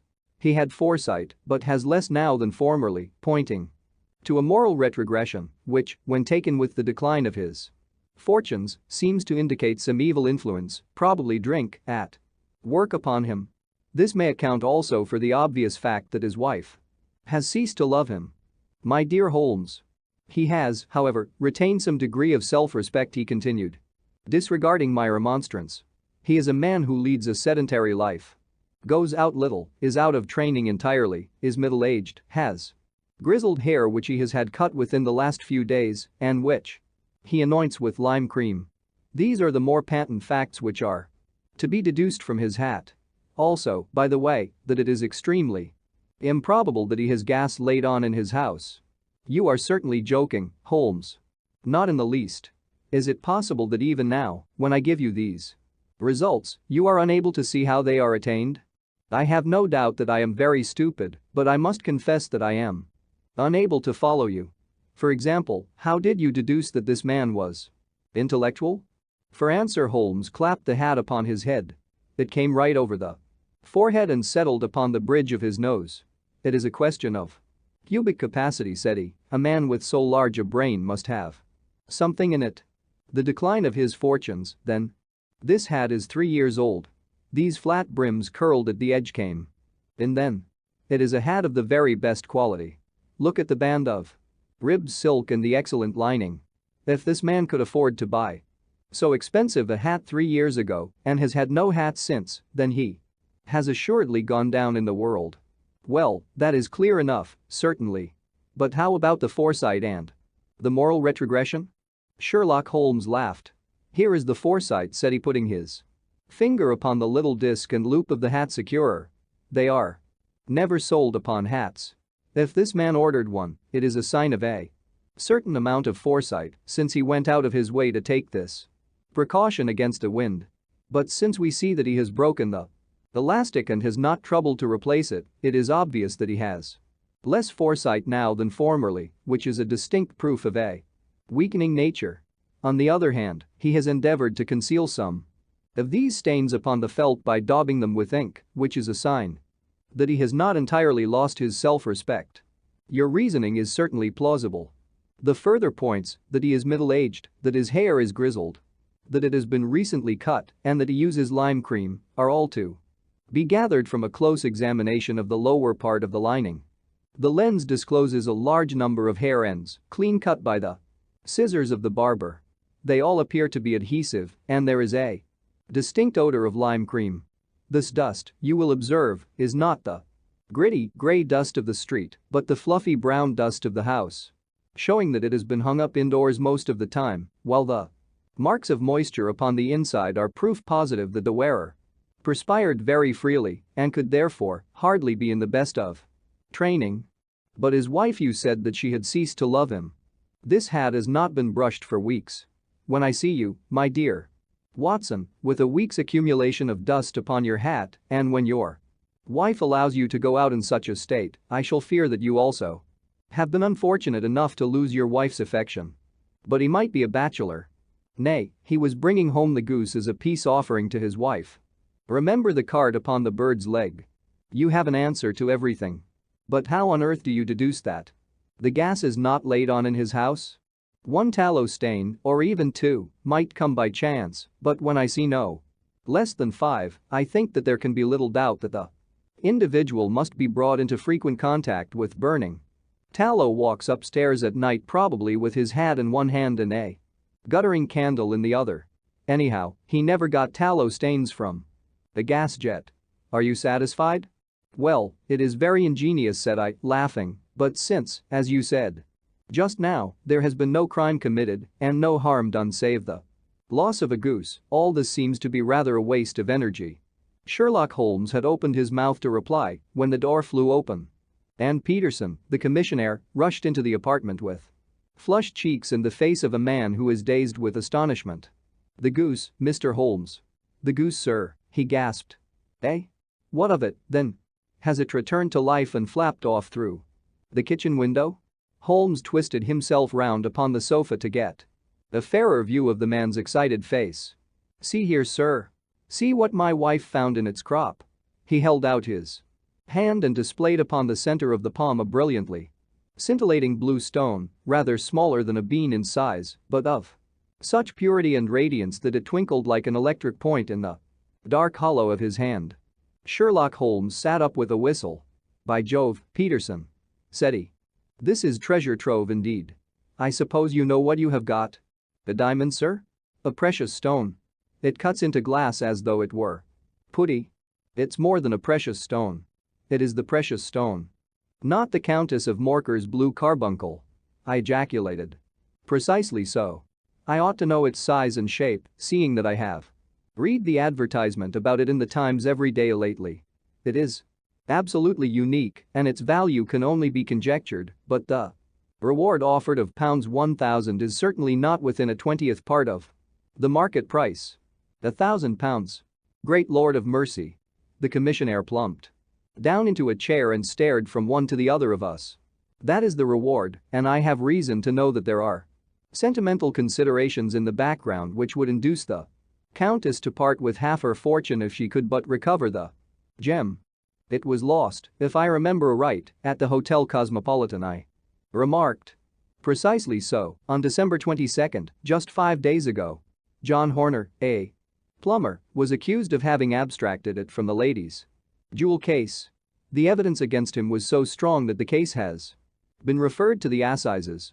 I have some account of the matter here, I believe. He rummaged amid his newspapers, glancing over the dates. Until at last he smoothed one out, doubled it over, and read the following paragraph. Hotel Cosmopolitan jewel robbery. John Horner, 26, plumber, was brought up upon the charge of having upon the 22nd inst. abstracted from the jewel case of the Countess of Morker the valuable gem known as the blue carbuncle. James Ryder, upper attendant at the hotel, gave his evidence to the effect that he had shown Horner up to the dressing room of the Countess of Morker upon the day of the robbery in order that he might solder the second bar of the grate, which was loose. He had remained with Horner some little time, but had finally been called away. On returning, he found that Horner had disappeared, that the bureau had been forced open, and that the small morocco casket in which, as it afterwards transpired, the Countess was accustomed to keep her jewel was lying empty upon the dressing table. Ryder instantly gave the alarm, and Horner was arrested the same evening, but the stone could not be found either upon his person or in his rooms. Catherine Cusack, maid to the Countess, deposed to having heard Ryder's cry of dismay on discovering the robbery and to having rushed into the room where she found matters as described by the last witness. Inspector Bradstreet, B Division, gave evidence as to the arrest of Horner, who struggled frantically and protested his innocence in the strongest terms. Evidence of a previous conviction for robbery having been given against a prisoner, the magistrate refused to deal summarily with the offense but referred it to the assizes. Horner, who had shown signs of intense emotion during the proceedings, fainted away at the conclusion and was carried out of court.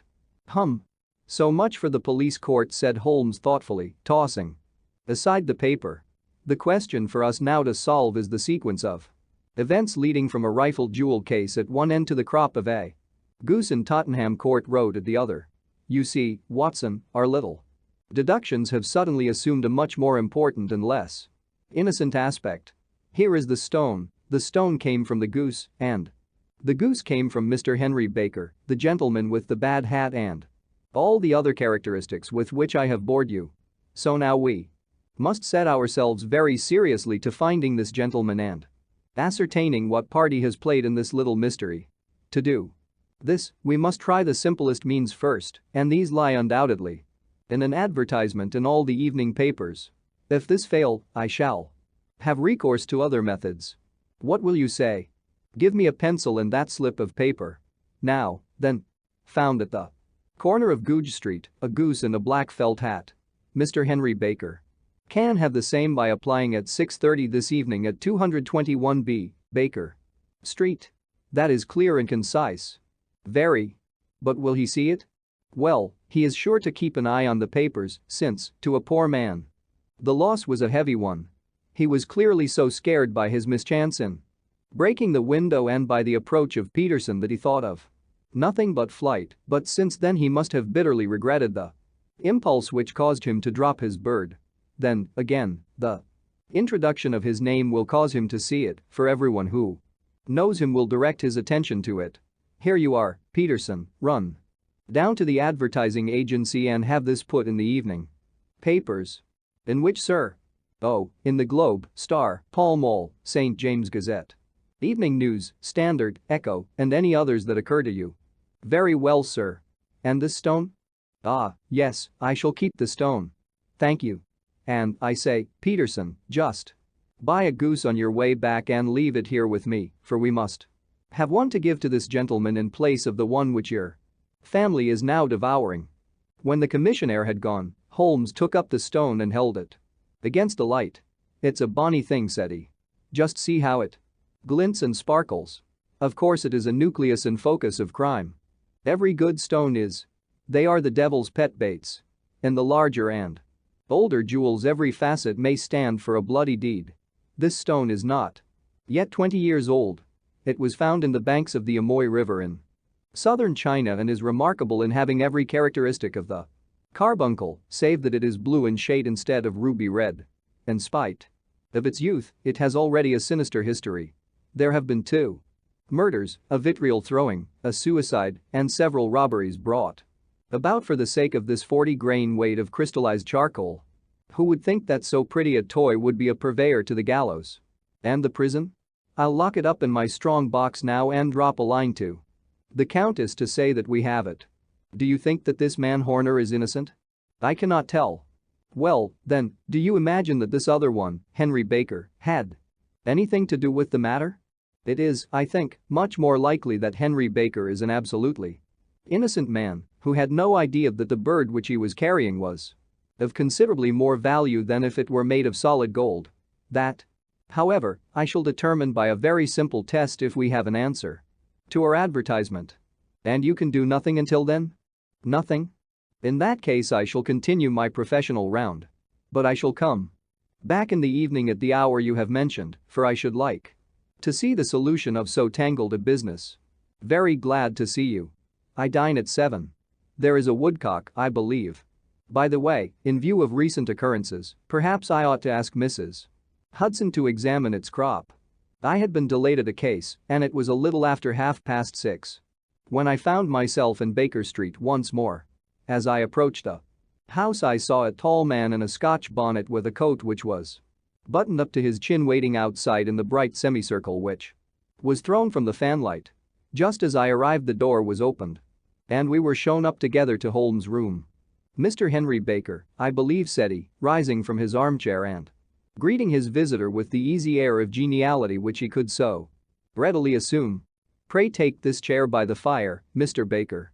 It is a cold night, and I observe that your circulation is more adapted for summer than for winter. Ah, Watson, you have just come at the right time. Is that your hat, Mr. Baker?" "Yes, sir, that is undoubtedly my hat." He was a large man with rounded shoulders, a massive head, and a broad, intelligent face, sloping down to a pointed beard of grizzled brown. A touch of red in nose and cheeks, with a slight tremor of his extended hand, recalled Holmes' surmise as to his habits. His rusty black frock coat was buttoned right up in front, with the collar turned up, and his lank wrists protruded from his sleeves without a sign of cuff or shirt. He spoke in a slow staccato fashion, choosing his words with care, and gave the impression generally of a man of learning and letters who had had ill usage at the hands of fortune. "We have retained these things for some days," said Holmes, "because we expected to see an advertisement from you giving your address. I am at a loss to know now why you did not advertise." Our visitor gave a rather shamefaced laugh. "Shillings have not been so plentiful with me as they once were," he remarked. "I had no doubt that the gang of roughs who assaulted me had carried off both my hat and the bird. I did not care to spend more money in a hopeless attempt at recovering them. Very naturally. By the way, about the bird, we were compelled to eat it." "To eat it?" Our visitor half rose from his chair in his excitement. "Yes, it would have been of no use to anyone had we not done so. But I presume that this other goose upon the sideboard, which is about the same weight and perfectly fresh, will answer your purpose equally well?" "Oh, certainly," answered Mr. Baker with a sigh of relief. "Of course, we still have the feathers, legs, crop, and so on of your own bird, so if you wish." The man burst into a hearty laugh. "They might be useful to me as relics of my adventure," said he, "but beyond that I can hardly see what use the disjecta membra of my late acquaintance are going to be to me. No, sir, I think that, with your permission, I will confine my Attentions to the excellent bird which I perceive upon the sideboard. Sherlock Holmes glanced sharply across at me with a slight shrug of his shoulders. There is your hat, then, and there your bird, said he. By the way, would it bore you to tell me where you got the other one from? I am somewhat of a fowl fancier, and I have seldom seen a better grown goose. Certainly, sir, said Baker, who had risen and tucked his newly gained property under his arm. There are a few of us who frequent the Alpha Inn near the museum. We are to be found in the museum itself during the day, you understand. This year our good host, Windigate by name, instituted a goose club by which, on consideration of some few pence every week, we were each to receive a bird at Christmas. My pence were duly paid, and the rest is familiar to you. I am much indebted to you, sir, for a Scotch bonnet is fitted neither to my years nor my gravity. With a comical pomposity of manner he bowed solemnly to both of us and strode off upon his way. So much for Mr. Henry Baker, said Holmes when he had closed the door behind him. It is quite certain that he knows nothing whatever about the matter. Are you hungry, Watson? Not particularly. Then I suggest that we turn our dinner into a supper and follow up this clue while it is still hot. By all means. It was a bitter night, so we drew on our ulsters and wrapped cravats about our throats. Outside, the stars were shining coldly in a cloudless sky, and the breath of the passers-by blew out into smoke like so many pistol shots. Our footfalls rang out crisply and loudly as we swung through the Doctor's Quarter, Wimpole Street, Harley Street, and so through Wigmore Street into Oxford Street. In a quarter of an hour we were in Bloomsbury at the Alpha Inn, which is a small public house at the corner of one of the streets which runs down into Holborn. Holmes pushed open the door of the private bar and ordered 2 glasses of beer from the ruddy-faced, white-aproned landlord. Your beer should be excellent if it is as good as your geese, said he. My geese? The man seemed surprised. Yes. I was speaking only half an hour ago to Mr. Henry Baker, who was a member of your goose club. Ah. Yes, I see. But you see, sir, them's not our geese. Indeed. Whose, then? Well, I got the 2 dozen from a salesman in Covent Garden. Indeed? I know some of them. Which was it? Breckenridge is his name. Ah. I don't know him. Well, here's your good health, landlord, and prosperity to your house. Good night. Now for Mr. Breckenridge, he continued, buttoning up his coat as we came out into the frosty air. Remember, Watson, that though we have so homely a thing as a goose at one end of this chain, we have at the other a man who will certainly get 7 years' penal servitude unless we can establish his innocence. It is possible that our inquiry may but confirm his guilt, but, in any case, we have a line of investigation which has been missed by the police and which a singular chance has placed in our hands. Let us follow it out to the bitter end. Faces to the south, then, and quick march. We passed across Holborn, down Endell Street, and so through a zigzag of slums to Covent Garden Market. One of the largest stalls bore the name of Breckenridge upon it, and the proprietor, a horsey-looking man with a sharp face and trim side whiskers, was helping a boy to put up the shutters. Good evening. It's a cold night, said Holmes. The salesman nodded and shot a questioning glance at my companion. Sold out of geese, I see, continued Holmes, pointing at the bare slabs of marble. Let you have 500 tomorrow morning. That's no good. Well, there are some on the stall with the gas flare. Ah, but I was recommended to you. Who by? The landlord of the Alpha. Oh, yes, I sent him a couple of dozen. Fine birds they were, too. Now where did you get them from? To my surprise the question provoked a burst of anger from the salesman. Now, then, Mr. said he, with his head cocked and his arms akimbo. What are you driving at? Let's have it straight, now. It is straight enough. I should like to know who sold you the geese which you supplied to the Alpha. Well then, I shan't tell you. So now. Oh, it is a matter of no importance, but I don't know why you should be so warm over such a trifle. Warm? You'd be as warm, maybe, if you were as pestered as I am. When I pay good money for a good article there should be an end of the business, but it's where are the geese? And who did you sell the geese to? And what will you take for the geese? One would think they were the only geese in the world, to hear the fuss that is made over them. Well, I have no connection with any other people who have been making inquiries, said Holmes carelessly. If you won't tell us, the bet is off, that is all. But I'm always ready to back my opinion on a matter of fowls, and I have a fiver on it that the bird I ate is country bred. Well, then, you've lost your fiver, for it's town bred, snapped the salesman. It's nothing of the kind. I say it is. I don't believe it. Do you think you know more about fowls than I, who have handled them ever since I was a nipper? I tell you, all those birds that went to the Alpha were town bred.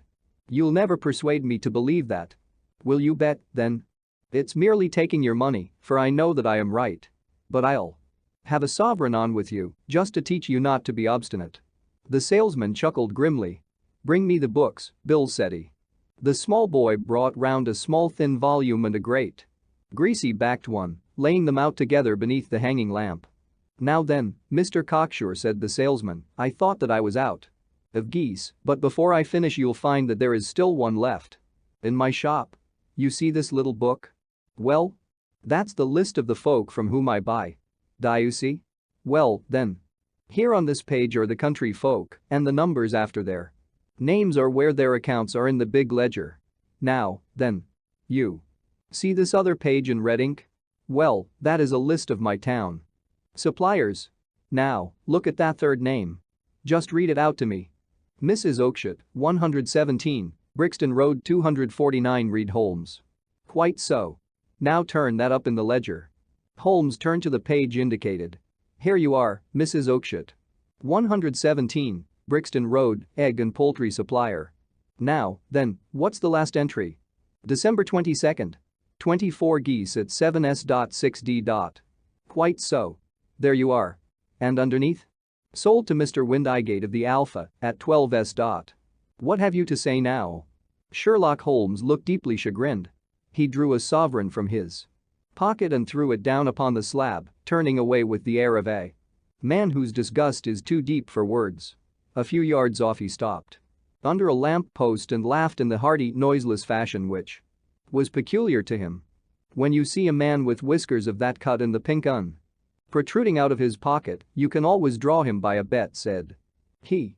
I dare say that if I had put £100 down in front of him, that man would not have given me such complete information as was drawn from him by the idea that he was doing me on a wager.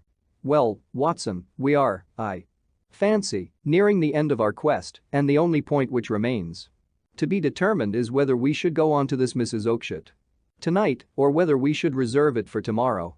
It is clear from what that surly fellow said that there are others besides ourselves who are anxious about the matter, and I should. His remarks were suddenly cut short by a loud hubbub which broke out from the stall which we had just left.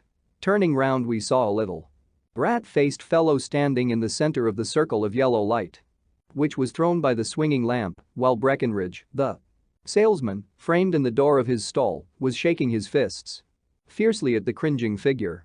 I've had enough of you and your geese, he shouted. I wish you were all at the devil together. If you come pestering me any more with your silly talk I'll set the dog at you. You bring Mrs. Oakshott here and I'll answer her, but what have you to do with it? Did I buy the geese off you? No, but one of them was mine all the same, whined the little man. Well, then, ask Mrs. Oakshott for it. She told me to ask you.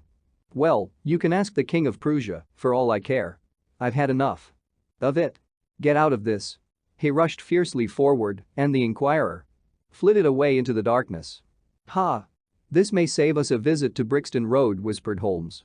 Come with me, and we will see what is to be made of this fellow. Striding through the scattered knots of people who lounged round the flaring stalls, my companion speedily overtook the little man and touched him upon the shoulder.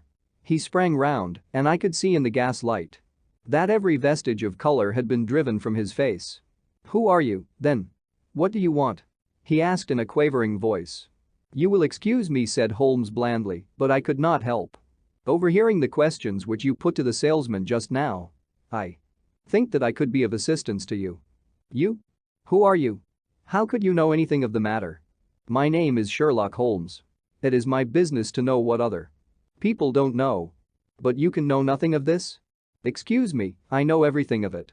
You are endeavoring to trace some Geese which were sold by Mrs. Oakshott of Brixton Road to a salesman named Breckenridge, by him in turn to Mr. Windygate of the Alpha, and by him to his club, of which Mr. Henry Baker is a member.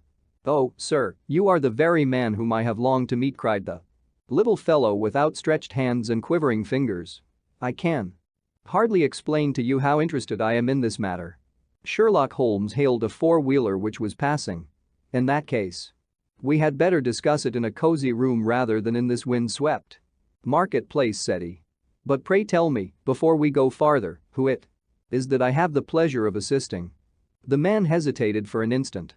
"My name is John Robinson," he answered with a sidelong glance. No, the real name," said Holmes sweetly. "It is always awkward doing business with an alias." A flush sprang to the white cheeks of the stranger. "Well then," said he, "my real name is James Ryder." "Precisely so. Head attendant at the Hotel Cosmopolitan. Pray step into the cab and I shall soon be able to tell you everything which you would wish to know." The little man stood glancing from one to the other of us with half-frightened, half-hopeful eyes, as one who is not sure whether he is on the verge of a windfall or of a catastrophe. Then he stepped into the cab, and in half an hour we were back in the sitting room at Baker Street. Nothing had been said during our drive but the high, thin breathing of our new companion and the claspings and unclaspings of his hands spoke of the nervous tension within him. "Here we are," said Holmes cheerily as we filed into the room. "The fire looks very seasonable in this weather. You look cold, Mr. Ryder. Pray take the basket chair. I will just put on my slippers before we settle this little matter of yours. Now, then, you want to know what became of those geese?" "Yes, sir. Or rather, I fancy, of that goose. It was one bird, I imagine, in which you were interested, white, with a black bar across the tail." Ryder quivered with emotion. "Oh, sir," he cried, "can you tell me where it went to?" "It came here." "Here?" "Yes, and a most remarkable bird it proved. I don't wonder that you should take an interest in it. It laid an egg after it was dead, the bonniest, brightest little blue egg that ever was seen. I have it here in my museum." Our visitor staggered to his feet and clutched the mantelpiece with his right hand. Holmes unlocked his strong box and held up the blue carbuncle, which shone out like a star, with a cold, brilliant, many-pointed radiance. Ryder stood glaring with a drawn face, uncertain whether to claim or to disown it. "The game's up," Ryder said Holmes quietly. "Hold up, man, or you'll be into the fire. Give him an arm back into his chair, Watson. He's not got blood enough to go in for felony with impunity. Give him a dash of brandy. So. Now he looks a little more human. What a shrimp it is, too. Be sure." For a moment he had staggered and nearly fallen, but the brandy brought a tinge of color into his cheeks and he sat staring with frightened eyes at his accuser. "I have almost every link in my hands and all the proofs which I could possibly need, so there is little which you need tell me. Still, that little may as well be cleared up to make the case complete. You had heard, Ryder, of this blue stone of the Countess of Morcar's?" "It was Catherine Cusack who told me of it," said he in a crackling voice. "I see her ladyship's waiting maid. Well, the temptation of sudden wealth so easily acquired was too much for you, as it has been for better men before you, but you were not very scrupulous in the means you used. It seems to me, Ryder, that there is the making of a very pretty villain in you. You knew that this man Horner, the plumber, had been concerned in some such matter before, and that suspicion would rest the more readily upon him. What did you do, then? You made some small job in my lady's room, you and your confederate Cusack, and you managed that he should be the man sent for. Then, when he had left, you rifled the jewel case, raised the alarm, and had this unfortunate man arrested. You then." Ryder threw himself down suddenly upon the rug and clutched at my companion's knees. "For God's sake, have mercy!" he shrieked. "Think of my father, of my mother. It would break their hearts. I never went wrong before. I never will again. I swear it. I'll swear it on a Bible. Oh, don't bring it into court. For Christ's sake, don't. Get back into your chair," said Holmes sternly. "It is very well to cringe and crawl now, but you thought little enough of this poor Horner in the dock for a crime of which he knew nothing. I will fly, Mr. Holmes. I will leave the country, sir. Then the charge against him will break down. Hum. We will talk about that. And now let us hear a true account of the next act. How came the stone into the goose, and how came the goose into the open market? Tell us the truth, for there lies your only hope of safety. Ryder passed his tongue over his parched lips. I will tell you it just as it happened, sir, said he. When Horner had been arrested, it seemed to me that it would be best for me to get away with the stone at once, for I did not know at what moment the police might not take it into their heads to search me in my room. There was no place about the hotel where it would be safe. I went out, as if on some commission, and I made for my sister's house. She had married a man named Oakshott and lived in Brixton Road, where she fattened fowls for the market. All the way there every man I met seemed to me to be a policeman or a detective, and, for all that it was a cold night, the sweat was pouring down my face before I came to the Brixton Road. My sister asked me what was the matter and why I was so pale, but I told her that I had been upset by the jewel robbery at the hotel. Then I went into the backyard and smoked a pipe and wondered what it would be best to do. I had a friend once called Maudsley who went to the bad and has just been serving his time in Pentonville. One day he had met me and fell into talk about the ways of thieves and how they could get rid of what they stole. I knew that he would be true to me, for I knew one or two things about him, so I made up my mind to go right on to Kilburn, where he lived, and take him into my confidence. He would show me how to turn the stone into money. But how to get to him in safety? I thought of the agonies I had gone through in coming from the hotel. I might at any moment be seized and searched, and there would be the stone in my waistcoat pocket. I was leaning against a wall at the time and looking at the geese which were waddling about round my feet, and suddenly an idea came into my head which showed me how I could beat the best detective that ever lived. My sister had told me some weeks before that I might have the pick of her geese for a Christmas present, and I knew that she was always as good as her word. I would take my goose now, and in it I would carry my stone to Kilburn. There was a little shed in the yard, and behind this I drove one of the birds, a fine big one, white, with a barred tail. I caught it, and prying its bill open, I thrust the stone down its throat as far as my finger could reach. The bird gave a gulp, and I felt the stone pass along its gullet and down into its crop.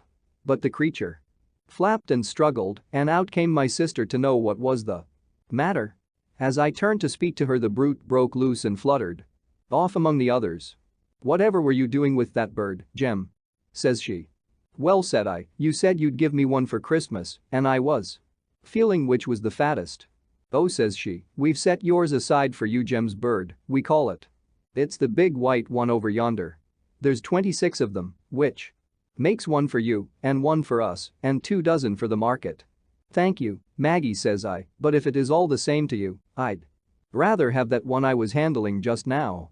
The other is a good 3 pound heavier," said she, "and we fattened it expressly for you." "Never mind.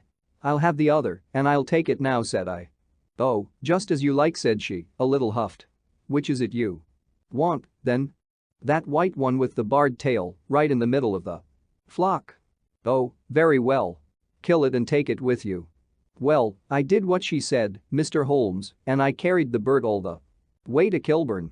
I told my pal what I had done, for he was a man that it was easy to tell a thing like that to. He laughed until he choked, and we got a knife and opened the goose. My heart turned to water, for there was no sign of the stone, and I knew that some terrible mistake had occurred. I left the bird, rushed back to my sister's, and hurried into the backyard. There was not a bird to be seen there. "Where are they all, Maggie?" I cried.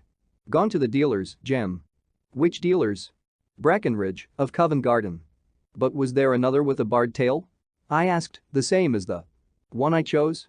"Yes, Jem. There were 2 barred-tailed ones, and I could never tell them apart."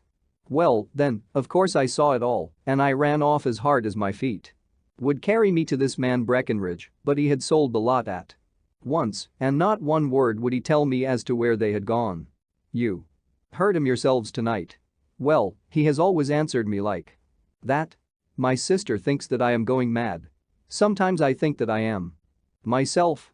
And now I am myself a branded thief, without ever having touched the wealth for which I sold my character. God help me. God help me. He burst into convulsive sobbing, with his face buried in his hands. There was a long silence, broken only by his heavy breathing and by the measured tapping of Sherlock Holmes' fingertips upon the edge of the table. Then my friend rose and threw open the door. "Get out," said he. "What, sir? Oh, heaven bless you. No more words. Get out." And no more words were needed. There was a rush, a clatter upon the stairs, the bang of a door, and the crisp rattle of running footfalls from the street. "After all, Watson," said Holmes, reaching up his hand for his clay pipe, "I am not retained by the police to supply their deficiencies. If Horner were in danger it would be another thing, but this fellow will not appear against him, and the case must collapse. I suppose that I am commuting a felony, but it is just possible that I am saving a soul. This fellow will not go wrong again, he is too terribly frightened. Send him to gaol now, and you make him a gaol bird for life. Besides, it is the season of forgiveness. Chance has put in our way a most singular and whimsical problem, and its solution is its own reward. If you will have the goodness to touch the bell, doctor, we will begin another investigation, in which also a bird will be the chief feature. V. The Adventure of the Speckled Band. On glancing over my notes of the 70-odd cases in which I have, during the last 8 years, studied the methods of my friend Sherlock Holmes, I find many tragic, some comic, a large number merely strange. But none commonplace, for, working as he did rather for the love of his art than for the acquirement of wealth, he refused to associate himself with any investigation which did not tend towards the unusual and even the fantastic. Of all these varied cases, however, I cannot recall any which presented more singular features than that which was associated with the well-known Surrey family of the Roylotts of Stoke Moran. The events in question occurred in the early days of my association with Holmes, when we were sharing rooms as bachelors in Baker Street. It is possible that I might have placed them upon record before, but a promise of secrecy was made at the time, from which I have only been free during the last month by the untimely death of the lady to whom the pledge was given. It is perhaps as well that the facts should now come to light, for I have reasons to know that there are widespread rumors as to the death of Dr. Grimesby Roylott, which tend to make the matter even more terrible than the truth. It was early in April in the year 83 that I woke one morning to find Sherlock Holmes standing, fully dressed, by the side of my bed. He was a late riser, as a rule, and as the clock on the mantelpiece showed me that it was only 7:15, I blinked up at him in some surprise and perhaps just a little resentment, for I was myself regular in my habits. "Very sorry to knock you up, Watson," said he, "but it's the common lot. This morning, Mrs. Hudson has been knocked up," she retorted upon me. "And I on you. What is it, then, a fire?" "No, a client. It seems that a young lady has arrived in a considerable state of excitement, who insists upon seeing me. She is waiting now in the sitting room. Now, when young ladies wander about the metropolis at this hour of the morning and knock sleepy people up out of their beds, I presume that it is something very pressing which they have to communicate. Should it prove to be an interesting case, you would, I am sure, wish to follow it from the outset. I thought, at any rate, that I should call you and give you the chance. My dear fellow, I would not miss it for anything." I had no keener pleasure than in following Holmes in his professional investigations and in admiring the rapid deductions, as swift as intuitions, and yet always founded on a logical basis with which he unraveled the problems which were submitted to him. I rapidly threw on my clothes and was ready in a few minutes to accompany my friend down to the sitting room. A lady dressed in black and heavily veiled, who had been sitting in the window, rose as we entered. "Good morning, madam," said Holmes cheerily. "My name is Sherlock Holmes. This is my intimate friend and associate, Dr. Watson, before whom you can speak as freely as before myself. Ha! I am glad to see that Mrs. Hudson has had the good sense to light the fire. Pray draw up to it, and I shall order you a cup of hot coffee, for I observe that you are shivering." "It is not cold which makes me shiver," said the woman in a low voice, changing her seat as requested. "What, then?" "It is fear, Mr. Holmes. It is terror." She raised her veil as she spoke, and we could see that she was indeed in a pitiable state of agitation, her face all drawn and grey, with restless frightened eyes. Like those of some hunted animal. Her features and figure were those of a woman of 30, but her hair was shot with premature grey, and her expression was weary and haggard. Sherlock Holmes ran her over with one of his quick, all-comprehensive glances. "You must not fear," said he soothingly, bending forward and patting her forearm. "We shall soon set matters right, I have no doubt. You have come in by train this morning, I see. You know me, then?" "No, but I observed the second half of a return ticket in the palm of your left glove. You must have started early, and yet you had a good drive in a dog cart along heavy roads before you reached the station." The lady gave a violent start and stared in bewilderment at my companion. "There is no mystery, my dear madam," said he, smiling. "The left arm of your jacket is spattered with mud in no less than 7 places. The marks are perfectly fresh. There is no vehicle save a dog cart which throws up mud in that way, and then only when you sit on the left-hand side of the driver. Whatever your reasons may be, you are perfectly correct," said she. "I started from home before 6, reached Leatherhead at 20 past, and came in by the first train to Waterloo. Sir, I can stand this strain no longer. I shall go mad if it continues. I have no one to turn to, none. Save only one, who cares for me, and he, poor fellow, can be of little aid. I have heard of you, Mr. Holmes, I have heard of you from Mrs. Farintosh, whom you helped in the hour of her sore need.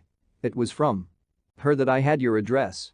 Oh, sir, do you not think that you could help me, too, and at least throw a little light through the dense darkness which surrounds me?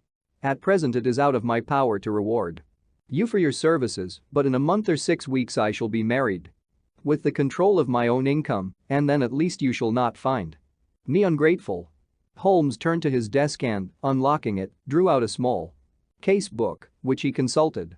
"Farintosh," said he. "Ah yes, I recalled the case, it was concerned with an opal tiara. I think it was before your time, Watson.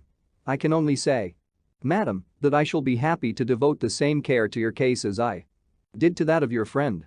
As to reward, my profession is its own reward, but you are at liberty to defray whatever expenses I may be put to at the time which suits you best. And now I beg that you will lay before us everything that may help us in forming an opinion upon the matter." "Alas," replied our visitor, "the very horror of my situation lies in the fact that my fears are so vague and my suspicions depend so entirely upon small points which might seem trivial to another, that even he to whom of all others I have a right to look for help and advice looks upon all that I tell him about it as the fancies of a nervous woman. He does not say so, but I can read it from his soothing answers and averted eyes. But I have heard, Mr. Holmes, that you can see deeply into the manifold wickedness of the human heart. You may advise me how to walk amid the dangers which encompass me. I am all attention, madam. My name is Helen Stoner, and I am living with my stepfather, who is the last survivor of one of the oldest Saxon families in England, the Roylotts of Stoke Moran, on the western border of Surrey." Holmes nodded his head. "The name is familiar to me," said he. "The family was at one time among the richest in England, and the estates extended over the borders into Berkshire in the north and Hampshire in the west. In the last century, however, 4 successive heirs were of a dissolute and wasteful disposition, and the family ruin was eventually completed by a gambler in the days of the Regency. Nothing was left save a few acres of ground and the 200-year-old house, which is itself crushed under a heavy mortgage. The last squire dragged out his existence there, living the horrible life of an aristocratic pauper, but his only son, my stepfather, seeing that he must adapt himself to the new conditions, obtained an advance from a relative which enabled him to take a medical degree and went out to Calcutta, where, by his professional skill and his force of character, he established a large practice. In a fit of anger, however, caused by some robberies which had been perpetrated in the house, he beat his native butler to death and narrowly escaped a capital sentence. As it was, he suffered a long term of imprisonment and afterwards returned to England a morose and disappointed man. When Dr. Roylott was in India he married my mother, Mrs. Stoner, the young widow of Major General Stoner of the Bengal Artillery. My sister Julia and I were twins, and we were only 2 years old at the time of my mother's remarriage. She had a considerable sum of money, not less than £1,000 a year, and this she bequeathed to Dr. Roylott entirely, while we resided with him, with a provision that a certain annual sum should be allowed to each of us in the event of our marriage. Shortly after our return to England, my mother died. She was killed 8 years ago in a railway accident near Crewe. Dr. Roylott then abandoned his attempts to establish himself in practice in London and took us to live with him in the old ancestral house at Stoke Moran. The money which my mother had left was enough for all our wants, and there seemed to be no obstacle to our happiness. But a terrible change came over our stepfather about this time. Instead of making friends and exchanging visits with our neighbors, who had at first been overjoyed to see a Roylott of Stoke Moran back in the old family seat, he shut himself up in his house and seldom came out save to indulge in ferocious quarrels with whoever might cross his path. Violence of temper approaching to mania has been hereditary in the men of the family, and in my stepfather's case it had, I believe, been intensified by his long residence in the tropics.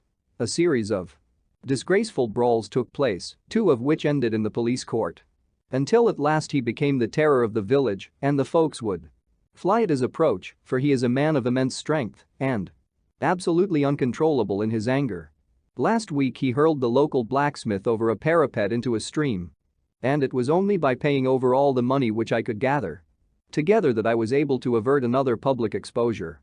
He had no friends of all save the wandering gypsies, and he would give these vagabonds leave to encamp upon the few acres of bramble-covered land which represent the family estate, and would accept in return the hospitality of their tents, wandering away with them sometimes for weeks on end. He has a passion also for Indian animals, which are sent over to him by a correspondent, and he has at this moment a cheetah and a baboon, which wander freely over his grounds and are feared by the villagers almost as much as their master. You can imagine from what I say that my poor sister Julia and I had no great pleasure in our lives.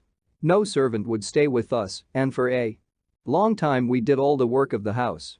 She was but 30 at the time of her death, and yet her hair had already begun to whiten, even as mine has. Your sister is dead, then? She died just 2 years ago, and it is of her death that I wish to speak to you. You can understand that, living the life which I have described, we were little likely to see anyone of our own age and position. We had, however, an aunt, my mother's maiden sister, Miss Honoria Westphale, who lives near Harrow, and we were occasionally allowed to pay short visits at this lady's house.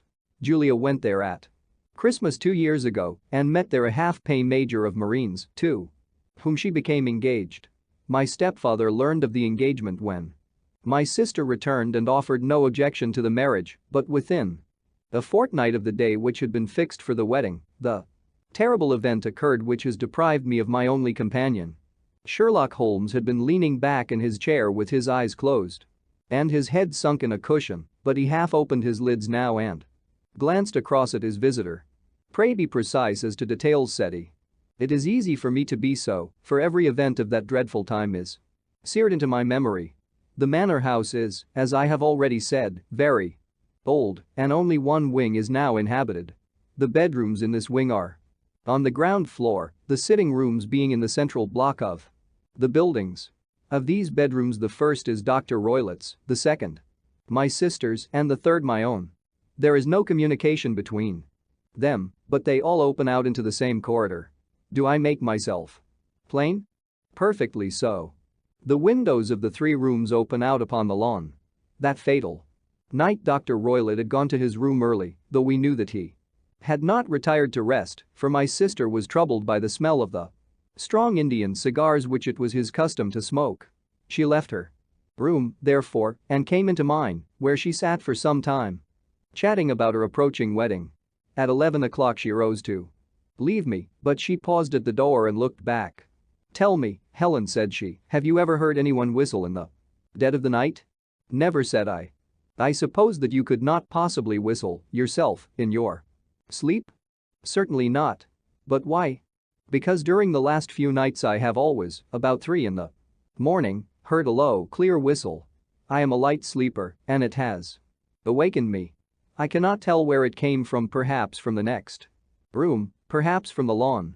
I thought that I would just ask you whether you had heard it. No, I have not. It must be those wretched gypsies in the plantation. Very likely. And yet if it were on the lawn, I wonder that you did not hear it also. Ah, but I sleep more heavily than you. Well, it is of no great consequence, at any rate. She smiled back at me, closed my door, and a few moments later I heard her key turn in the lock.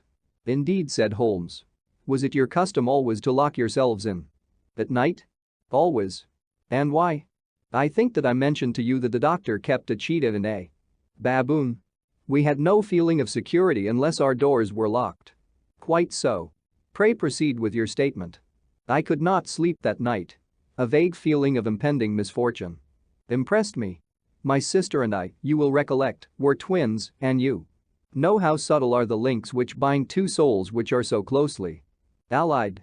It was a wild night. The wind was howling outside, and the rain was beating and splashing against the windows. Suddenly, amid all the hubbub of the gale, there burst forth the wild scream of a terrified woman. I knew that it was my sister's voice. I sprang from my bed, wrapped a shawl round me, and rushed into the corridor. As I opened my door, I seemed to hear a low whistle, such as my sister described, and a few moments later a clanging sound, as if a mass of metal had fallen. As I ran down the passage, my sister's door was unlocked and revolved slowly upon its hinges. I stared at it horror-stricken, not knowing what was about to issue from it. By the light of the corridor lamp I saw my sister appear at the opening, her face blanched with terror, her hands groping for help, her whole figure swaying to and fro like that of a drunkard. I ran to her and threw my arms round her, but at that moment her knees seemed to give way and she fell to the ground. She writhed as one who is in terrible pain, and her limbs were dreadfully convulsed. At first I thought that she had not recognized me, but as I bent over her she suddenly shrieked out in a voice which I shall never forget, "Oh, my God! Helen!" It was the band. The Speckled Band. There was something else which she would fain have said, and she stabbed with her finger into the air in the direction of the doctor's room, but a fresh convulsion seized her and choked her words. I rushed out, calling loudly for my stepfather, and I met him hastening from his room in his dressing gown. When he reached my sister's side she was unconscious. And though he poured brandy down her throat and sent for medical aid from the village, all efforts were in vain, for she slowly sank and died without having recovered her consciousness. Such was the dreadful end of my beloved sister.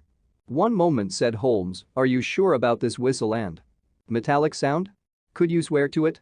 That was what the county coroner asked me at the inquiry. It is my strong impression that I heard it, and yet, among the crash of the gale and the creaking of an old house, I may possibly have been deceived. Was your sister dressed? No, she was in her night dress.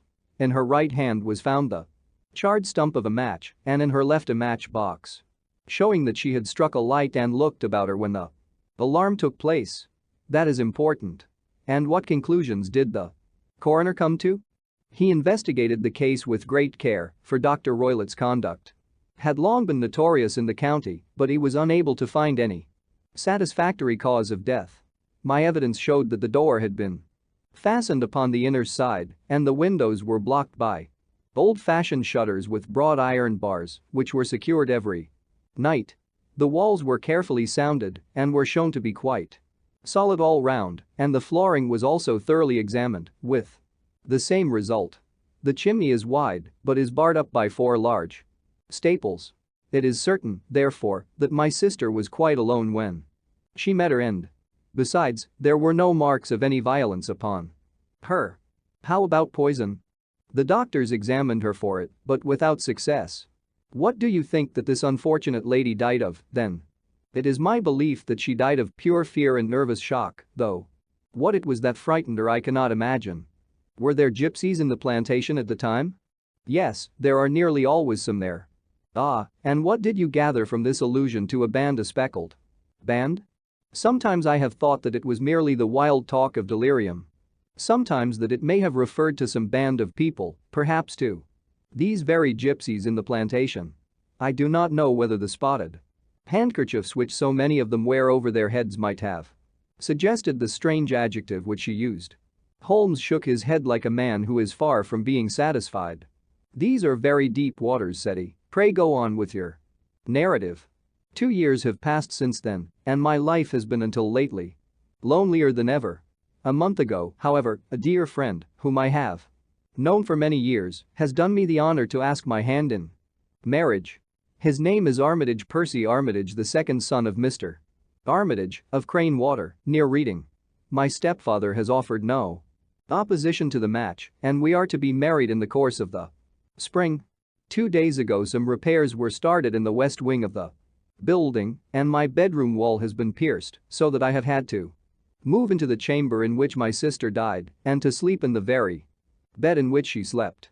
Imagine, then, my thrill of terror when last night, as I lay awake, thinking over her terrible fate, I suddenly heard in the silence of the night the low whistle which had been the herald of her own death. I sprang up and lit the lamp, but nothing was to be seen in the room. I was too shaken to go to bed again, however. So I dressed, and as soon as it was daylight I slipped down, got a dog cart at the Crown Inn, which is opposite, and drove to Leatherhead, from whence I have come on this morning with the one object of seeing you and asking your advice. You have done wisely, said my friend. But have you told me all? Yes, all. Miss Roylott, you have not.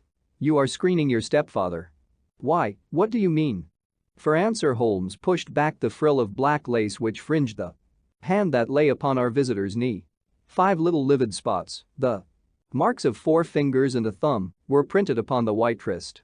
You have been cruelly used, said Holmes. The lady colored deeply and covered over her injured wrist. He is a hard man, she said, and perhaps he hardly knows his own strength.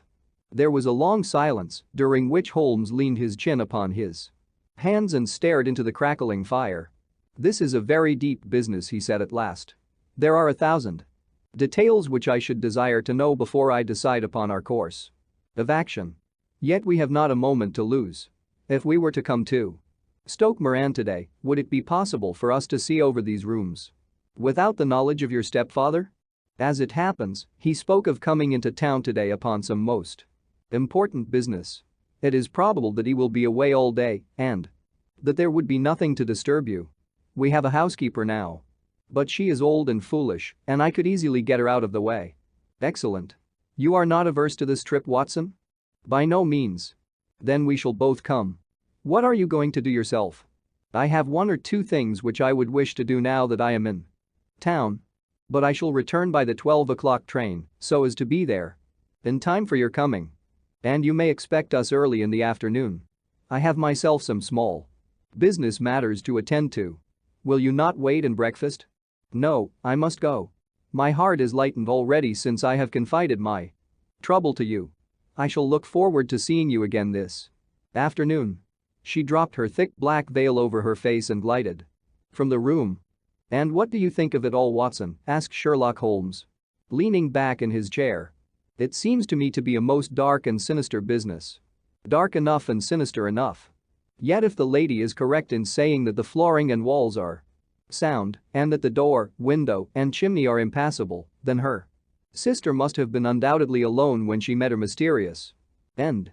What becomes, then, of these nocturnal whistles, and what of the very peculiar words of the dying woman? I cannot think. When you combine the ideas of whistles at night, the presence of a band of gypsies who are on intimate terms with this old doctor, the fact that we have every reason to believe that the doctor has an interest in preventing his stepdaughter's marriage, the dying allusion to a band, and, finally, the fact that Miss Helen Stoner heard a metallic clang, which might have been caused by one of those metal bars that secured the shutters falling back into its place, I think that there is good ground to think that the mystery may be cleared along those lines. But what, then, did the gypsies do? I cannot imagine. I see many objections to any such theory. And so do I. It is precisely for that reason that we are going to Stoke Moran this day. I want to see whether the objections are fatal or if they may be explained away. But what in the name of the devil? The ejaculation had been drawn from my companion by the fact that our door had been suddenly dashed open and that a huge man had framed himself in the aperture. His costume was a peculiar mixture of the professional and of the agricultural, having a black top hat, a long frock coat, and a pair of high gaiters with a hunting crop swinging in his hand. So tall was he that his hat actually brushed the crossbar of the doorway, and his breadth seemed to span it across from side to side. A large face, seared with 1,000 wrinkles, burned yellow with the sun, and marked with every evil passion, was turned from one to the other of us, while his deep-set bile-shot eyes and his high, thin, fleshless nose gave him somewhat the resemblance to a fierce old bird of prey. "Which of you is Holmes?" asked this apparition. "My name's Sir, but you have the advantage of me," said my companion quietly. "I am Dr. Grimesby Roylott of Stoke Moran." "Indeed, doctor," said Holmes blandly. "Pray take a seat." "I will do nothing of the kind. My stepdaughter has been here. I have traced her." "What has she been saying to you?" "It is a little cold for the time of the year," said Holmes. "What has she been saying to you?" screamed the old man furiously. "But I have heard that the crocuses promise well," continued my companion imperturbably. "Ha! You put me off, do you?" said our new visitor, taking a step forward and shaking his hunting crop. "I know you, you scoundrel. I have heard of you before. You are Holmes, the meddler." My friend smiled. "Holmes, the busybody." His smile broadened.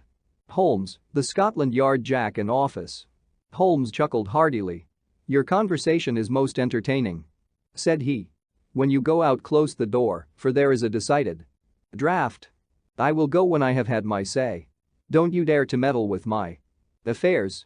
I know that Miss Stoner has been here. I traced her. I am a dangerous man to fall foul of. See here." He stepped swiftly forward, seized the poker, and bent it into a curve with his huge brown hands. "See that you keep yourself out of my grip," he snarled, and hurling the twisted poker into the fireplace, he strode out of the room. "He seems a very amiable person," said Holmes, laughing. "I am not quite so bulky, but if he had remained I might have shown him that my grip was not much more feeble than his own." As he spoke, he picked up the steel poker and, with a sudden effort, straightened it out again. "Fancy his having the insolence to confound me with the official detective force. This incident gives zest to our investigation. However, and I only trust that our little friend will not suffer from her imprudence in allowing this brute to trace her. And now, Watson, we shall order breakfast, and afterwards I shall walk down to Doctor's Commons, where I hope to get some data which may help us in this matter." It was nearly 1 o'clock when Sherlock Holmes returned from his excursion. He held in his hand a sheet of blue paper, scrawled over with notes and figures. "I have seen the will of the deceased wife," said he. "To determine its exact meaning I have been obliged to work out the present prices of the investments with which it is concerned. The total income, which at the time of the wife's death was little short of £1,100, is now, through the fall in agricultural prices, not more than £750. Each daughter can claim an income of £250 in case of marriage. It is evident, therefore, that if both girls had married, this beauty would have had a mere pittance, while even one of them would cripple him to a very serious extent. My morning's work has not been wasted, since it has proved that he has the very strongest motives for standing in the way of anything of the sort. And now, Watson, this is too serious for dawdling, especially as the old man is aware that we are interesting ourselves in his affairs, so if you are ready, we shall call a cab and drive to Waterloo. I should be very much obliged if you would slip your revolver into your pocket. An Ely's number 2 is an excellent argument with gentlemen who can twist steel pokers into knots. That and a toothbrush are, I think, all that we need." At Waterloo we were fortunate in catching a train for Leatherhead, where we hired a trap at the station inn and drove for 4 or 5 miles through the lovely Surrey lanes. It was a perfect day, with a bright sun and a few fleecy clouds in the heavens. The trees and wayside hedges were just throwing out their first green shoots, and the air was full of the pleasant smell of the moist earth. To me at least. There was a strange contrast between the sweet promise of the spring and this sinister quest upon which we were engaged. My companion sat in the front of the trap, his arms folded, his hat pulled down over his eyes, and his chin sunk upon his breast, buried in the deepest thought. Suddenly, however, he started, tapped me on the shoulder, and pointed. "Over the meadows. Look there," said he. A heavily timbered park stretched up in a gentle slope, thickening into a grove at the highest point. From amid the branches there jutted out the grey gables and high roof tree of a very old mansion. "Stoke Moran?" said he. "Yes, sir, that be the house of Dr. Grimesby Roylott," remarked the driver. "There is some building going on there," said Holmes. "That is where we are going." "There's the village," said the driver, pointing to a cluster of roofs some distance to the left, but if you want to get to the house, you'll find it shorter to get over this stile, and so by the footpath over the fields. There it is, where the lady is walking." "And the lady, I fancy, is Miss Stoner," observed Holmes, shading his eyes. "Yes, I think we had better do as you suggest." We got off, paid our fare, and the trap rattled back on its way to Leatherhead. "I thought it as well," said Holmes as we climbed the stile, "that this fellow should think we had come here as architects or on some definite business. It may stop his gossip. Good afternoon, Miss Stoner. You see that we have been as good as our word." Our client of the morning had hurried forward to meet us with a face which spoke her joy. "I have been waiting so eagerly for you," she cried, shaking hands with us warmly. "All has turned out splendidly. Dr. Roylott has gone to town, and it is unlikely that he will be back before evening." "We have had the pleasure of making the doctor's acquaintance," said Holmes, and in a few words he sketched out what had occurred. Miss Stoner turned white to the lips as she listened. "Good heavens!" she cried, "he has followed me, then. So it appears. He is so cunning that I never know when I am safe from him. What will he say when he returns? He must guard himself, for he may find that there is someone more cunning than himself upon his track. You must lock yourself up from him. Tonight. If he is violent, we shall take you away to your aunt's at Harrow. Now, we must make the best use of our time, so kindly take us at once to the rooms which we are to examine." The building was of grey, lichened blotched stone, with a high central portion and two curving wings, like the claws of a crab, thrown out on each side. In one of these wings the windows were broken and blocked with wooden boards, while the roof was partly caved in, a picture of ruin. The central portion was in little better repair, but the right-hand block was comparatively modern, and the blinds in the windows, with the blue smoke curling up from the chimneys, showed that this was where the family resided. Some scaffolding had been erected against the end wall, and the stonework had been broken into, but there were no signs of any workmen at the moment of our visit. Holmes walked slowly up and down the ill-trimmed lawn and examined with deep attention the outsides of the windows. "This, I take it, belongs to the room in which you used to sleep, the center one to your sister's, and the one next to the main building to Dr. Roylott's chamber?" "Exactly so. But I am now sleeping in the middle one. Pending the alterations, as I understand. By the way, there does not seem to be any very pressing need for repairs at that end wall." There were none. I believe that it was an excuse to move me from my room. "Ah. That is suggestive. Now, on the other side of this narrow wing runs the corridor from which these three rooms open. There are windows in it, of course?" "Yes, but very small ones. Too narrow for anyone to pass through. As you both locked your doors at night, your rooms were unapproachable from that side. Now, would you have the kindness to go into your room and bar your shutters?" Miss Stoner did so, and Holmes, after a careful examination through the open window, endeavored in every way to force the shutter open, but without success. There was no slit through which a knife could be passed to raise the bar. Then with his lens he tested the hinges, but they were of solid iron, built firmly into the massive masonry. Said he, scratching his chin in some perplexity, "My theory certainly presents some difficulties. No one could pass these shutters if they were bolted. Well, we shall see if the inside throws any light upon the matter." A small side door led into the whitewashed corridor from which the three bedrooms opened. Holmes refused to examine the third chamber, so we passed at once to the second, that in which Miss Stoner was now sleeping, and in which her sister had met with her fate. It was a homely little room, with a low ceiling and a gaping fireplace, after the fashion of old country houses. A brown chest of drawers stood in one corner, a narrow white counterpane bed in another, and a Dressing table on the left-hand side of the window.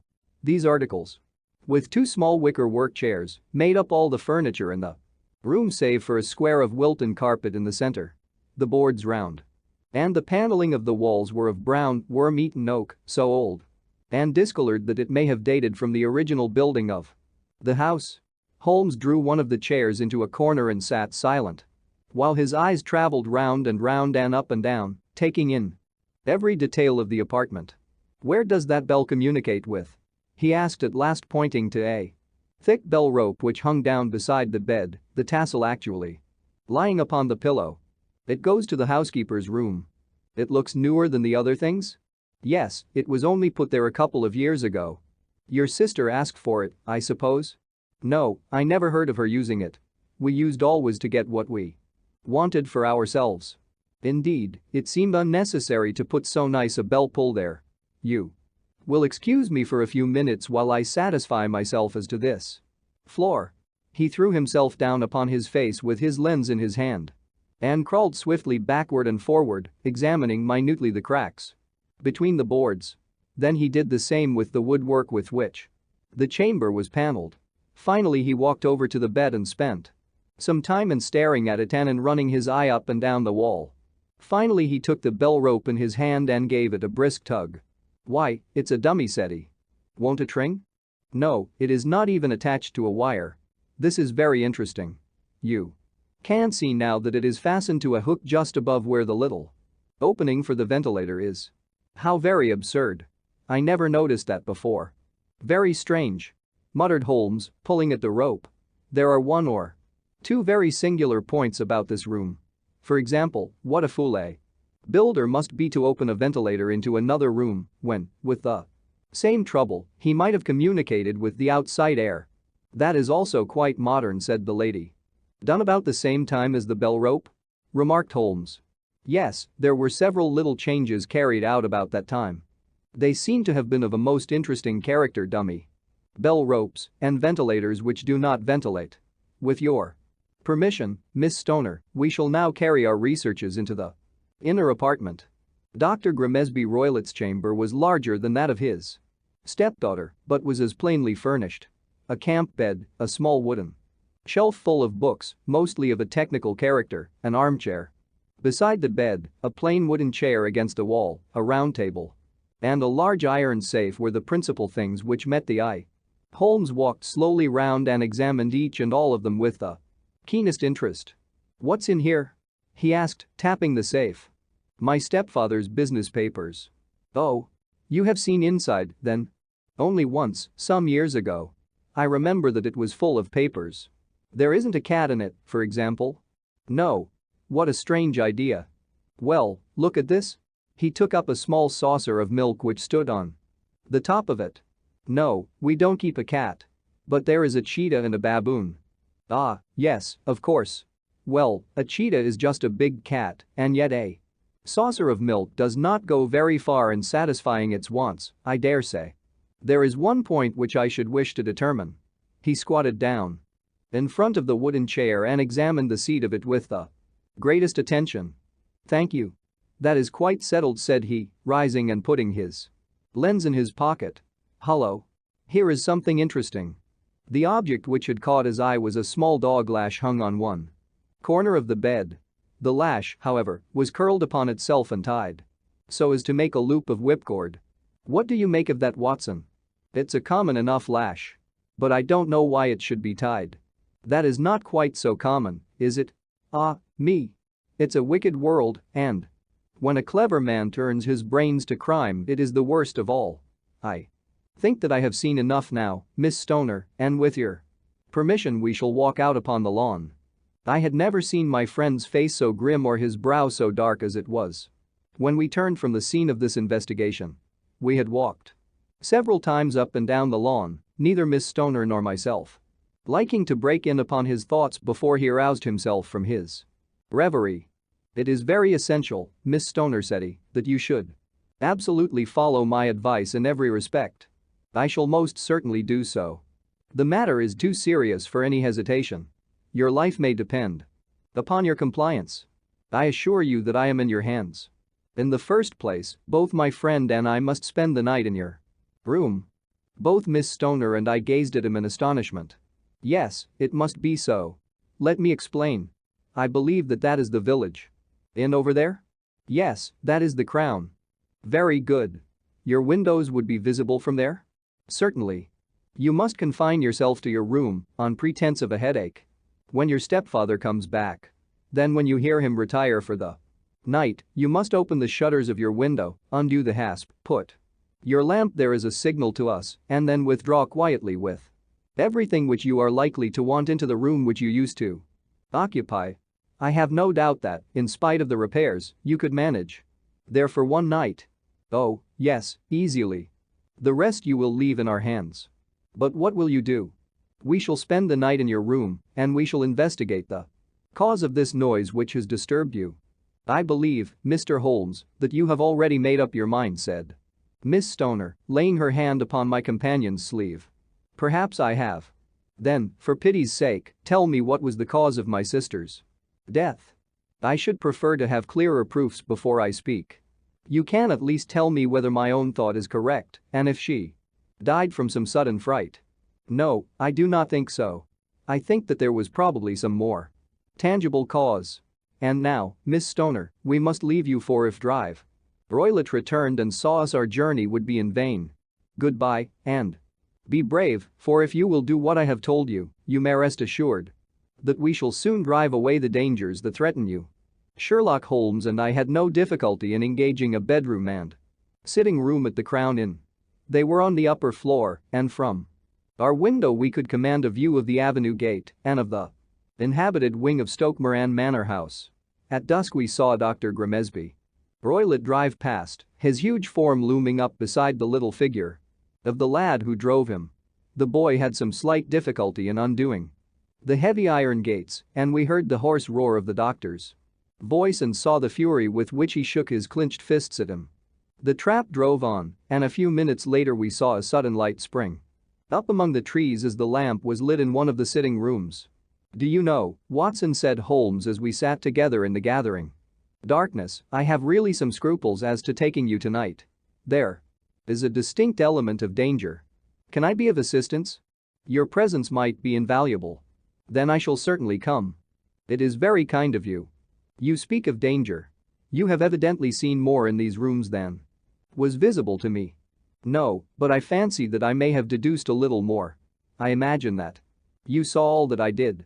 I saw nothing remarkable save the bell rope, and what purpose that could answer I confess is more than I can imagine. You saw the ventilator, too? Yes, but I do not think that it is such a very unusual thing to have a small opening between two rooms. It was so small that a rat could hardly pass through. I knew that we should find a ventilator before ever we came to Stoke Moran. My dear Holmes. Oh, yes, I did. You remember in her statement she said that her sister could smell Dr. Roylott's cigar. Now, of course that suggested at once that there must be a communication between the two rooms. It could only be a small one, or it would have been remarked upon at the coroner's inquiry. I deduced a ventilator. But what harm can there be in that? Well, there is at least a curious coincidence of dates. A ventilator is made, a cord is hung, and a lady who sleeps in the bed dies. Does not that strike you? I cannot as yet see any connection. Did you observe anything very peculiar about that bed? No. It was clamped to the floor. Did you ever see a bed fastened like that before? I cannot say that I have. The lady could not move her bed. It must always be in the same relative position to the ventilator and to the rope, or so we may call it, since it was clearly never meant for a bell pull. Holmes, I cried, I seem to see dimly what you are hinting at. We are only just in time to prevent some subtle and horrible crime. Subtle enough and horrible enough. When a doctor does go wrong, he is the first of criminals. He has nerve and he has knowledge. Palmer and Pritchard were among the heads of their profession. This man strikes even deeper, but I think, Watson, that we shall be able to strike deeper still. But we shall have horrors enough before the night is over. For goodness' sake, let us have a quiet pipe and turn our minds for a few hours to something more cheerful. About 9 o'clock the light among the trees was extinguished, and all was dark in the direction of the manor house. 2 hours passed slowly away, and then, suddenly, just at the stroke of 11, a single bright light shone out right in front of us. "That is our signal," said Holmes, springing to his feet. "It comes from the middle window." As we passed out, he exchanged a few words with the landlord, explaining that we were going on a late visit to an acquaintance and that it was possible that we might spend the night there. A moment later we were out on the dark road, a chill wind blowing in our faces and one yellow light twinkling in front of us through the gloom to guide us on our somber errand. There was little difficulty in entering the grounds, for unrepaired breaches gaped in the old park wall. Making our way among the trees, we reached the lawn, crossed it, and were about to enter through the window when out from a clump of laurel bushes there darted what seemed to be a hideous and distorted child who threw itself upon the grass with writhing limbs and then ran swiftly across the lawn into the darkness. "My God!" I whispered, "did you see it?" Holmes was for the moment as startled as I. His hand closed like a vice upon my wrist in his agitation. Then he broke into a low laugh and put his lips to my ear. "It is a nice household," he murmured. "That is the baboon." I had forgotten the strange pets which the doctor affected. There was a cheetah, too, perhaps we might find it upon our shoulders at any moment. I confess that I felt easier in my mind when, after following Holmes' example and slipping off my shoes, I found myself inside the bedroom. My companion noiselessly closed the shutters, moved the lamp onto the table, and cast his eyes round the room. All was as we had seen it in the daytime. Then creeping up to me and making a trumpet of his hand, he whispered into my ear again so gently that it was all that I could do to distinguish the words. The least sound would be fatal to our plans. I nodded to show that I had heard. "We must sit without light. He would see it through the ventilator." I nodded again. "Do not go asleep, your very life may depend upon it. Have your pistol ready in case we should need it. I will sit on the side of the bed and you in that chair." I took out my revolver and laid it on the corner of the table. Holmes had brought up a long thin cane, and this he placed upon the bed. Beside him, by it he laid the box of matches and the stump of a candle. Then he turned down the lamp, and we were left in darkness. How shall I ever forget that dreadful vigil? I could not hear a sound. Not even the drawing of a breath, and yet I knew that my companion sat open-eyed, within a few feet of me, in the same state of nervous tension in which I was myself. The shutters cut off the least ray of light, and we waited in absolute darkness. From outside came the occasional cry of a night bird, and once at our very window a long-drawn cat-like whine, which told us that the cheetah was indeed at liberty. Far away we could hear the deep tones of the parish clock, which boomed out every quarter of an hour. How long they seemed, those quarters! 12 struck, and 1 and 2 and 3, and still we sat waiting silently for whatever might befall. Suddenly there was the momentary gleam of a light up in the direction of the ventilator, which vanished immediately but was succeeded by a strong smell of burning oil and heated metal. Someone in the next room had lit a dark lantern. I heard a gentle sound of movement, and then all was silent once more, though the smell grew stronger. For half an hour I sat with straining ears. Then suddenly another sound became audible, a very gentle, soothing sound, like that of a small jet of steam escaping continually from a kettle. The instant that we heard it, Holmes sprang from the bed, struck a match, and lashed furiously with his cane at the bell pull. "You see it, Watson?" he yelled. "You see it?" But I saw nothing. At the moment when Holmes struck the light I heard a low, clear whistle, but the sudden glare flashing into my weary eyes made it impossible for me to tell what it was at which my friend lashed so savagely. I could, however, see that his face was deadly pale and filled with horror and loathing. He had ceased to strike and was gazing up at the ventilator when suddenly there broke from the silence of the night the most horrible cry to which I have ever listened. It swelled up louder and louder, a hoarse yell of pain and fear and anger all mingled in the one dreadful shriek. They say that away down in the village, and even in the distant parsonage, that cry raised the sleepers from their beds. It struck cold to our hearts, and I stood gazing at Holmes, and he at me, until the last echoes of it had died away into the silence from which it rose. "What can it mean?" I gasped. "It means that it is all over," Holmes answered. "And perhaps, after All, it is for the best. Take your pistol, and we will enter drive. Roylet's room. With a grave face he lit the lamp and led the way down the corridor. Twice he struck at the chamber door without any reply from within. Then he turned the handle and entered, I at his heels, with the cocked pistol in my hand. It was a singular sight which met our eyes.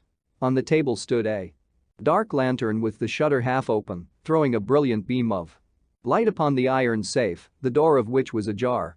Beside this table, on the wooden chair, sat Dr. Grimesby Roylott clad in a long grey dressing gown, his bare ankles protruding beneath, and his feet thrust into red heelless Turkish slippers.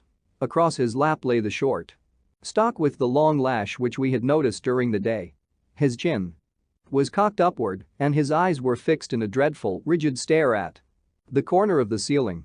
Round his brow he had a peculiar yellow band with brownish speckles which seemed to be bound tightly round his head. As we entered he made neither sound nor motion. "The band. The speckled band," whispered Holmes. I took a step forward.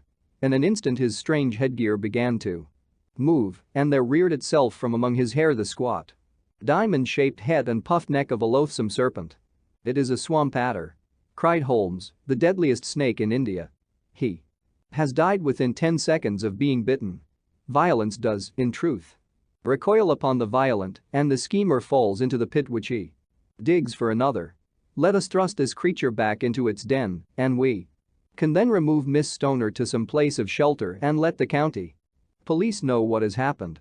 As he spoke he drew the dog whip swiftly from the dead man's lap and, throwing the noose round the reptile's neck, he drew it from its horrid perch and, carrying it at arm's length, threw it into the iron safe, which he closed upon it. Such are the true facts of the death of Dr. Grimesby Roylott of Stoke Moran. It is not necessary that I should prolong a narrative which has already run to too great a length by telling how we broke the sad news to the terrified girl, how we conveyed her by the morning train to the care of her good aunt at Harrow, of how the slow process of official inquiry came to the conclusion that the doctor met his fate while indiscreetly playing with a dangerous pet. The little which I had yet to learn of the case was told me by Sherlock Holmes as we traveled back next day.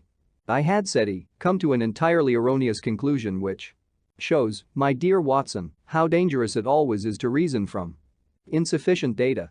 The presence of the gypsies and the use of the word band which was used by the poor girl, no doubt, to explain the appearance which she had caught a hurried glimpse of by the light of her match, were sufficient to put me upon an entirely wrong scent. I can only claim the merit that I instantly reconsidered my position.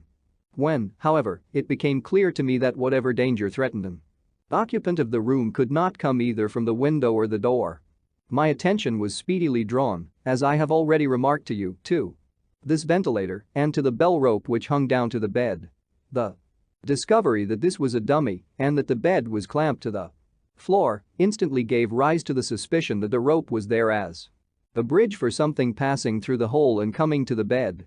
The idea of a snake instantly occurred to me, and when I coupled it with my knowledge that the doctor was furnished with a supply of creatures from India, I felt that I was probably on the right track. The idea of using a form of poison which could not possibly be discovered by any chemical test was just such a one as would occur to a clever and ruthless man who had had an Eastern training. The rapidity with which such a poison would take effect would also, from his point of view, be an advantage. It would be a sharp-eyed coroner, indeed, who could distinguish the two little dark punctures which would show where the poison fangs had done their work. Then I thought of the whistle. Of course he must recall the snake before the morning light revealed it to the victim. He had trained it, probably by the use of the milk which we saw, to return to him when summoned. He would put it through this ventilator at the hour that he thought best, with the certainty that it would crawl down the rope and land on the bed. It might or might not bite the occupant, perhaps she might escape every night for a week, but sooner or later she must fall a victim. I had come to these conclusions before ever I had entered his room. An inspection of his chair showed me that he had been in the habit of standing on it, which of course would be necessary in order that he should reach the ventilator. The sight of the safe, the saucer of milk, and the loop of whipcord were enough to finally dispel any doubts which may have remained. The metallic clang heard by Miss Stoner was obviously caused by her stepfather hastily closing the door of his safe upon its terrible occupant. Having once made up my mind, you know the steps which I took in order to put the matter to the proof. I heard the creature hiss, as I have no doubt that you did also, and I instantly lit the light and attacked it. With the result of driving it through the ventilator. And also with the result of causing it to turn upon its master at the other side. Some of the blows of my cane came home and roused its snakish temper so that it flew upon the first person it saw. In this way I am no doubt indirectly responsible for Dr. Grimesby Roylett's death, and I cannot say that it is likely to weigh very heavily upon my conscience. The Adventure of the Engineer's Thumb. Of all the problems which have been submitted to my friend Mr. Sherlock Holmes for solution during the years of our intimacy, there were only two which I was the means of introducing to his notice, that of Mr. Hatherley's thumb and that of Colonel Warburton's madness.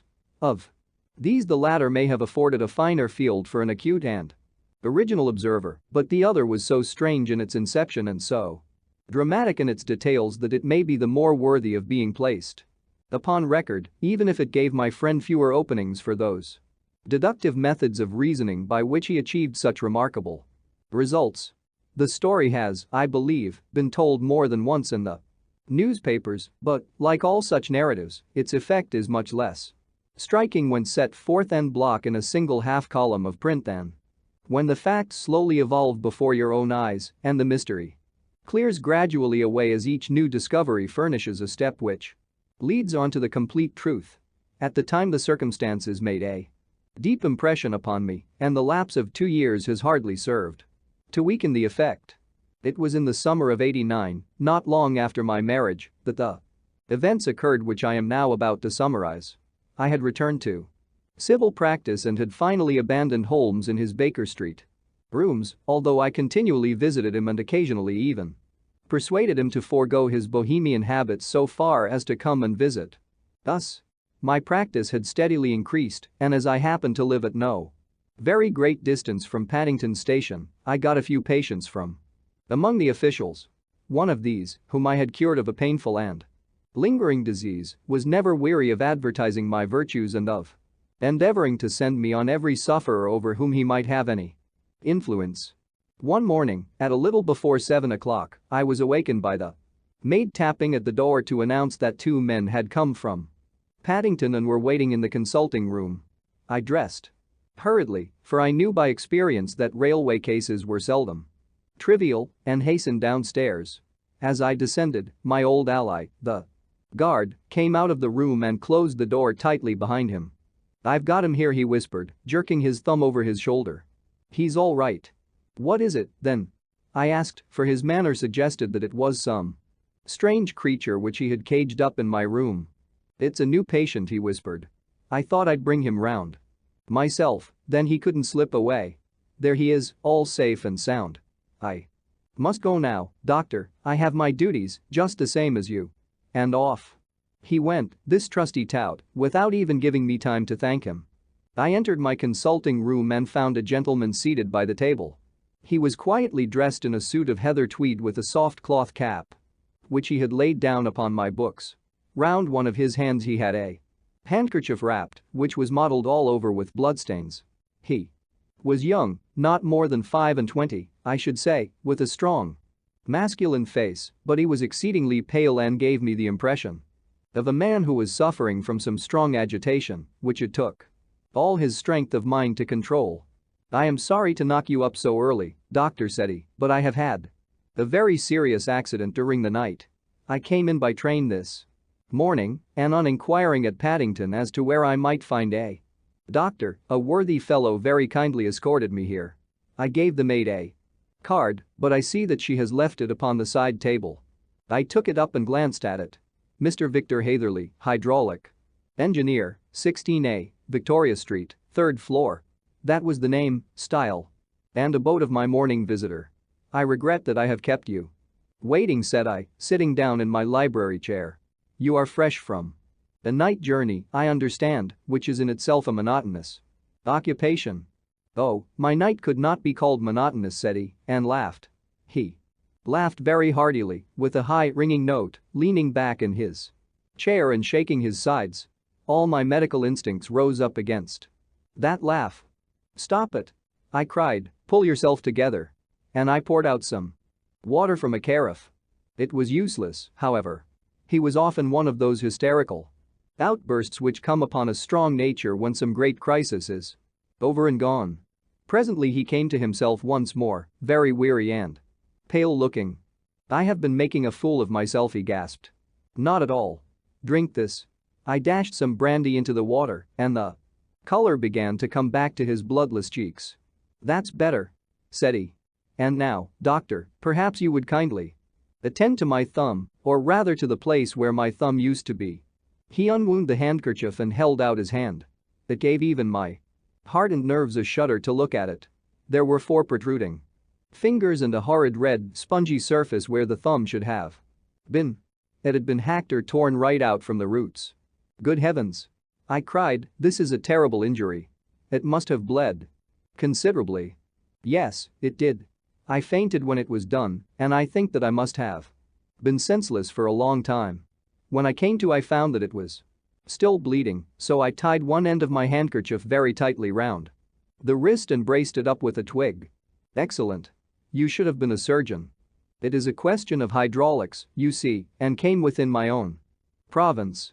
"This has been done," said I, examining the wound, "by a very heavy and sharp instrument." "A thing like a cleaver," said he. "An accident, I presume?" "By no means." "What? A murderous attack?" "Very murderous indeed." "You horrify me." I sponged the wound, cleaned it, dressed it, and finally covered it over with cotton wadding and carbolized bandages. He lay back without wincing, though he bit his lip from time to time. "How is that?" I asked when I had finished. "Capital. Between your brandy and your bandage, I feel a new man. I was very weak, but I have had a good deal to go through. Perhaps you had better not speak of the matter. It is evidently trying to your nerves." "Oh, no, not now. I shall have to tell my tale to the police, but between ourselves, if it were not for the convincing evidence of this wound of mine, I should be surprised if they believed my statement, for it is a very extraordinary one, and I have not much in the way of proof with which to back it up, and, even if they believe me, the clues which I can give them are so vague that it is a question whether justice will be done." "Ha!" cried I, "if it is anything in the nature of a problem which you desire to see solved, I should strongly recommend you to come to my friend, Mr. Sherlock Holmes, before you go to the official police." "Oh, I have heard of that fellow," answered my visitor, "and I should be very glad if he would take the matter up, though of course I must use the official police as well. Would you give me an introduction to him?" "I'll do better. I'll take you round to him myself. I should be immensely obliged to you. We'll call a cab and go together. We shall just be in time to have a little breakfast with him. Do you feel equal to it?" "Yes, I shall not feel easy until I have told my story. Then my servant will call a cab, and I shall be with you in an instant." I rushed upstairs, explained the matter shortly to my wife, and in 5 minutes was inside a hansom, driving with my new acquaintance to Baker Street. Sherlock Holmes was, as I expected, lounging about his sitting room in his dressing gown, reading the agony column of the Times and smoking his before-breakfast pipe, which was composed of all the plugs and doddles left from his smokes of the day before, all carefully dried and collected on the corner of the mantelpiece. He received us in his quietly genial fashion, ordered fresh rashers and eggs, and joined us in a hearty meal. When it was concluded, he settled our new acquaintance upon the sofa, placed a pillow beneath his head, and laid a glass of brandy and water within his reach. "It is easy to see that your experience has been no common one, Mr. Hatherley," said he. "Pray, lie down there and make yourself absolutely at home. Tell us what you can, but stop when you are tired and keep up your strength with a little stimulant." "Thank you," said my patient, "but I have felt another man since the doctor bandaged me, and I think that your breakfast has completed the cure. I shall take up as little of your valuable time as possible, so I shall start at once upon my peculiar experiences." Holmes sat in his big armchair with the weary, heavy-lidded expression which veiled his keen and eager nature, while I sat opposite to him. And we listened in silence to the strange story which our visitor detailed to us. "You must know," said he, "that I am an orphan and a bachelor, residing alone in lodgings in London. By profession I am a hydraulic engineer. And I have had considerable experience of my work during the 7 years that I was apprenticed to Venner and Matheson, the well-known firm of Greenwich.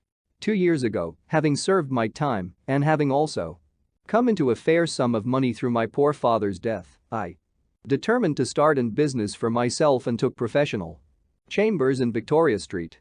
I suppose that everyone finds his first independent start in business a dreary experience.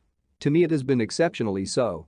During 2 years I have had 3 consultations and 1 small job, and that is absolutely all that my profession has brought me. My gross takings amount to £27.10 every day from 9 in the morning until 4 in the afternoon. I waited in my little den until at last my heart began to sink and I came to believe that I should never have any practice at all. Yesterday, however, just as I was thinking of leaving the office, my clerk entered to say there was a gentleman waiting who wished to see me upon business. He brought up a card, too, with the name of Colonel Lysander Stark engraved upon it. Close at his heels came the colonel himself, a man rather over the middle size, but of an exceeding thinness. I do not think that I have ever seen so thin a man. His whole face sharpened away into nose and chin, and the skin of his cheeks was drawn quite tense over his outstanding bones. Yet this emaciation seemed to be his natural habit and due to no disease, for his eye was bright, his step brisk, and his bearing assured. He was plainly but neatly dressed, and his age, I should judge, would be nearer 40 than 30. "Mr. Hatherley?" said he, with something of a German accent. "You have been recommended to me, Mr. Hatherley, as being a man who is not only proficient in his profession but is also discreet and capable of preserving a secret." I bowed, feeling as flattered as any young man would at such an address. "May I ask who it was who gave me so good a character?" "Well, perhaps it is better that I should not tell you the just at this moment. I have it from the same source that you are both an orphan and a bachelor and are residing alone in London." "That is quite correct," I answered, "but you will excuse me if I say that I cannot see how all this bears upon my professional qualifications. I understand that it was on a professional matter that you wished to speak to me?" "Undoubtedly so. But you will find that all I say is really to the point. I have a professional commission for you, but absolute secrecy is quite essential. Absolute secrecy, you understand, and of course we may expect that more from a man who is alone than from one who lives in the bosom of his family."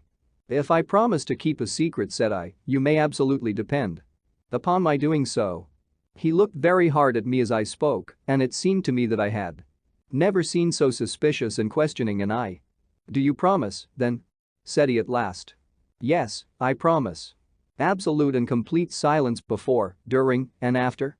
No reference to the matter at all, either in word or writing. "I have already given you my word." "Very good." He suddenly sprang up and darting like lightning across the room he flung open the door. The passage outside was empty. "That's all right," said he, coming back. "I know that clerks are sometimes curious as to their master's affairs. Now we can talk in safety." He drew up his chair very close to mine and began to stare at me again with the same questioning and thoughtful look.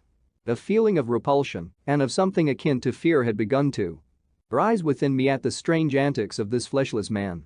Even my dread of losing a client could not restrain me from showing my impatience.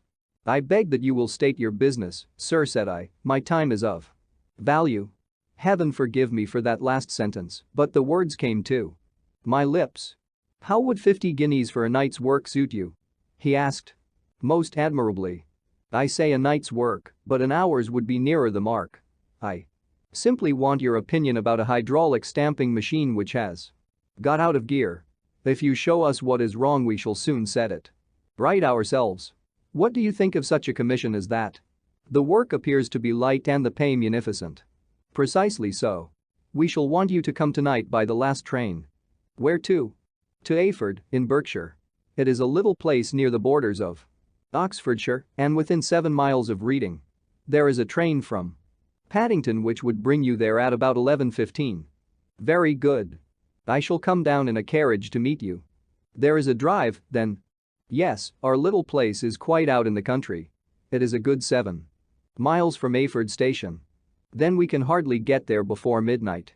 I suppose there would be no chance of a train back. I should be compelled to stop the night.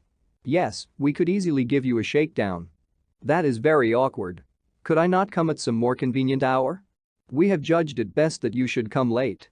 It is to recompense you for any inconvenience that we are paying to you, a young and unknown man, a fee which would buy an opinion from the very heads of your profession. Still, of course, if you would like to draw out of the business, there is plenty of time to do so.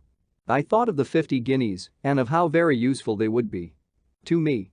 Not at all, said I shall be very happy to accommodate myself to your wishes. I should like, however, to understand a little more clearly what it is that you wish me to do. Quite so. It is very natural that the pledge of secrecy which we have exacted from you should have aroused your curiosity. I have no wish to commit you to anything without your having it all laid before you. I suppose that we are absolutely safe from eavesdroppers? Entirely. Then the matter stands thus. You are probably aware that Fuller's Earth is a valuable product and that it is only found in 1 or 2 places in England? I have heard so. Some little time ago I bought a very small place within 10 miles of Reading. I was fortunate enough to discover that there was a deposit of Fuller's Earth in one of my fields. On examining it, however, I found that this deposit was a comparatively small one and that it formed a link between 2 very much larger ones upon the right and left both of them, however, in the grounds of my neighbors. These good people were absolutely ignorant that their land contained that which was quite as valuable as a gold mine. Naturally, it was to my interest to buy their land before they discovered its true value, but unfortunately I had no capital by which I could do this. I took a few of my friends into the secret, however, and they suggested that we should quietly and secretly work our own little deposit and that in this way we should earn the money which would enable us to buy the neighboring fields. This we have now been doing for some time, and in order to help us in our operations we erected a hydraulic press. This press, as I have already explained, has got out of order and we wish your advice upon the subject. We guard our secret very jealously. However, and if it once became known that we had hydraulic engineers coming to our little house, it would soon rouse inquiry and then, if the facts came out, it would be goodbye to any chance of getting these fields and carrying out our plans. That is why I have made you promise me that you will not tell a human being that you are going to Ayford tonight. I hope that I make it all plain? I quite follow you, said I. The only point which I could not quite understand was what use you could make of a hydraulic press in excavating Fuller's Earth, which, as I understand, is dug out like gravel from a pit. Ah, said he carelessly, we have our own process. We compress the earth into bricks so as to remove them without revealing what they are. But that is a mere detail. I have taken you fully into my confidence now, Mr. Hatherley, and I have shown you how I trust you. He rose as he spoke. I shall expect you, then, at Ayford at 11:15. I shall certainly be there. And not a word to a soul. He looked at me with a last long, questioning gaze, and then, pressing my hand in a cold, dank grasp, he hurried from the room. Well, when I came to think it all over in cool blood I was very much astonished, as you may both think, at this sudden commission which had been interested to me. On the one hand, of course, I was glad, for the fee was at least tenfold what I should have asked had I set a price upon my own services, and it was possible that this order might lead to other ones. On the other hand, the face and manner of my patron had made an unpleasant impression upon me, and I could not think that his explanation of the Fuller's Earth was sufficient to explain the necessity for my coming at midnight and his extreme anxiety lest I should tell anyone of my errand. However, I threw all fears to the winds, ate a hearty supper, drove to Paddington, and started off, having obeyed to the letter the injunction as to holding my tongue. At Reading I had to change not only my carriage but my station. However, I was in time for the last train to Ayford, and I reached the little dim-lit station after 11 o'clock. I was the only passenger who got out there, and there was no one upon the platform save a single sleepy porter with a lantern. As I passed out through the wicket gate. However, I found my acquaintance of the morning waiting in the shadow. Upon the other side. Without a word he grasped my arm and hurried me into a carriage, the door of which was standing open. He drew up the windows on either side, tapped on the woodwork, and away we went as fast as the horse could go. "One horse?" interjected Holmes. "Yes, only one." "Did you observe the color?" "Yes, I saw it by the side lights when I was stepping into the carriage. It was a chestnut. Tired looking or fresh?" "Oh, fresh and glossy. Thank you. I am sorry to have interrupted you. Pray continue your most interesting statement." Away we went then, and we drove for at least an hour. Colonel Lysander Stark had said that it was only 7 miles, but I should think, from the rate that we seemed to go, and from the time that we took, that it must have been nearer 12. He sat at my side in silence all the time, and I was aware, more than once when I glanced in his direction, that he was looking at me with great intensity. The country roads seem to be not very good in that part of the world, for we lurched and jolted terribly. I tried to look out of the windows to see something of where we were, but they were made of frosted glass, and I could make out nothing save the occasional bright blur of a passing light. Now and then I hazarded some remark to break the monotony of the journey, but the colonel answered only in monosyllables, and the conversation soon flagged. At last, however, the bumping of the road was exchanged for the crisp smoothness of a gravel drive, and the carriage came to a stand. Colonel Lysander Stark sprang out and, as I followed after him, pulled me swiftly into a porch which gaped in front of us. We stepped, as it were, right out of the carriage and into the hall, so that I failed to catch the most fleeting glance of the front of the house. The instant that I had crossed the threshold, the door slammed heavily behind us, and I heard faintly the rattle of the wheels as the carriage drove away. It was pitch dark inside the house, and the colonel fumbled about, looking for matches and muttering under his breath. Suddenly a door opened at the other end of the passage, and a long golden bar of light shot out in our direction. It grew broader, and a woman appeared with a lamp in her hand, which she held above her head, pushing her face forward and peering at us. I could see that she was pretty, and from the gloss with which the light shone upon her dark dress I knew that it was a rich material. She spoke a few words in a foreign tongue in a tone as though asking a question, and when my companion answered in a gruff monosyllable she gave such a start that the lamp nearly fell from her hand. Colonel Stark went up to her, whispered something in her ear, and then, pushing her back into the room from whence she had come, he walked towards me again with the lamp in his hand. "Perhaps you will have the kindness to wait in this room for a few minutes," said he, throwing open another door. It was a quiet, little, plainly furnished room, with a round table in the center, on which several German books were scattered. Colonel Stark laid down the lamp on the top of a harmonium beside the door. "I shall not keep you waiting an instant," said he, and vanished into the darkness. I glanced at the books upon the table, and in spite of my ignorance of German, the first could see that 2 of them were treatises on science, the others being volumes of poetry. Then I walked across to the window, hoping that I might catch some glimpse of the countryside, but an oak shutter, heavily barred, was folded across it. It was a wonderfully silent house. There was an old clock ticking loudly somewhere in the passage, but otherwise everything was deadly still. A vague feeling of uneasiness began to steal over me. Who were these German people, and what were they doing living in this strange, out-of-the-way place? And where was the place?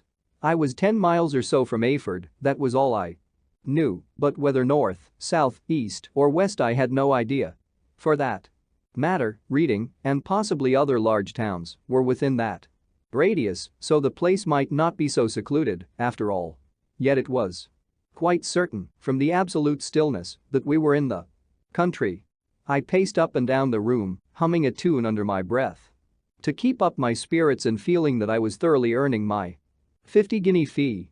Suddenly, without any preliminary sound, in the midst of the utter stillness, the door of my room swung slowly open. The woman was standing in the aperture, the darkness of the hall behind her, the yellow light from my lamp beating upon her eager and beautiful face. I could see at a glance that she was sick with fear, and the sight sent a chill to my own heart.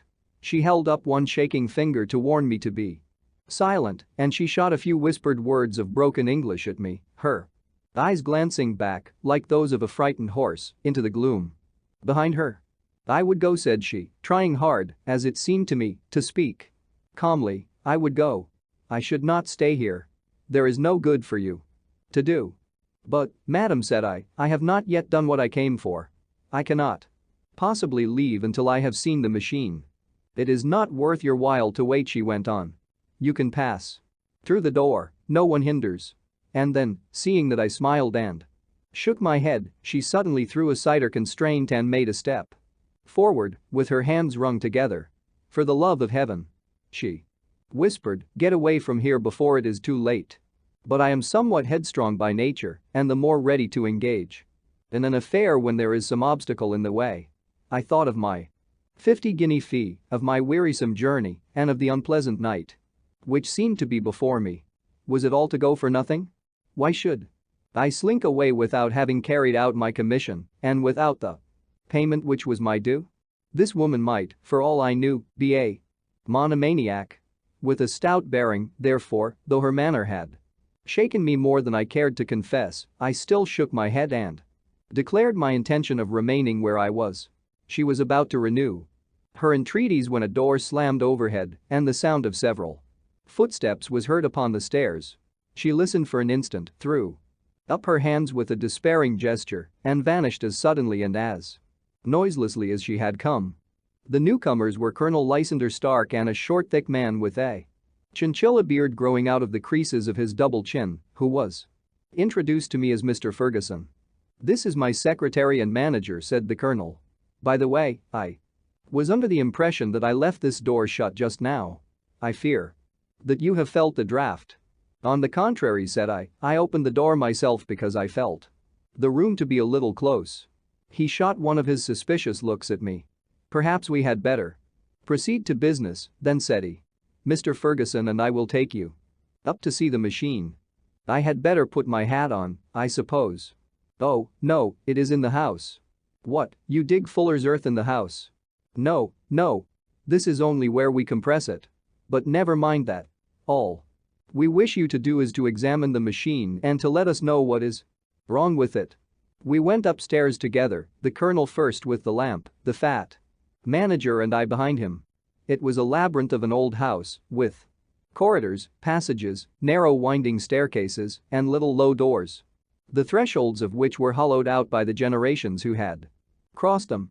There were no carpets and no signs of any furniture above the ground floor, while the plaster was peeling off the walls and the damp was breaking through in green, unhealthy blotches.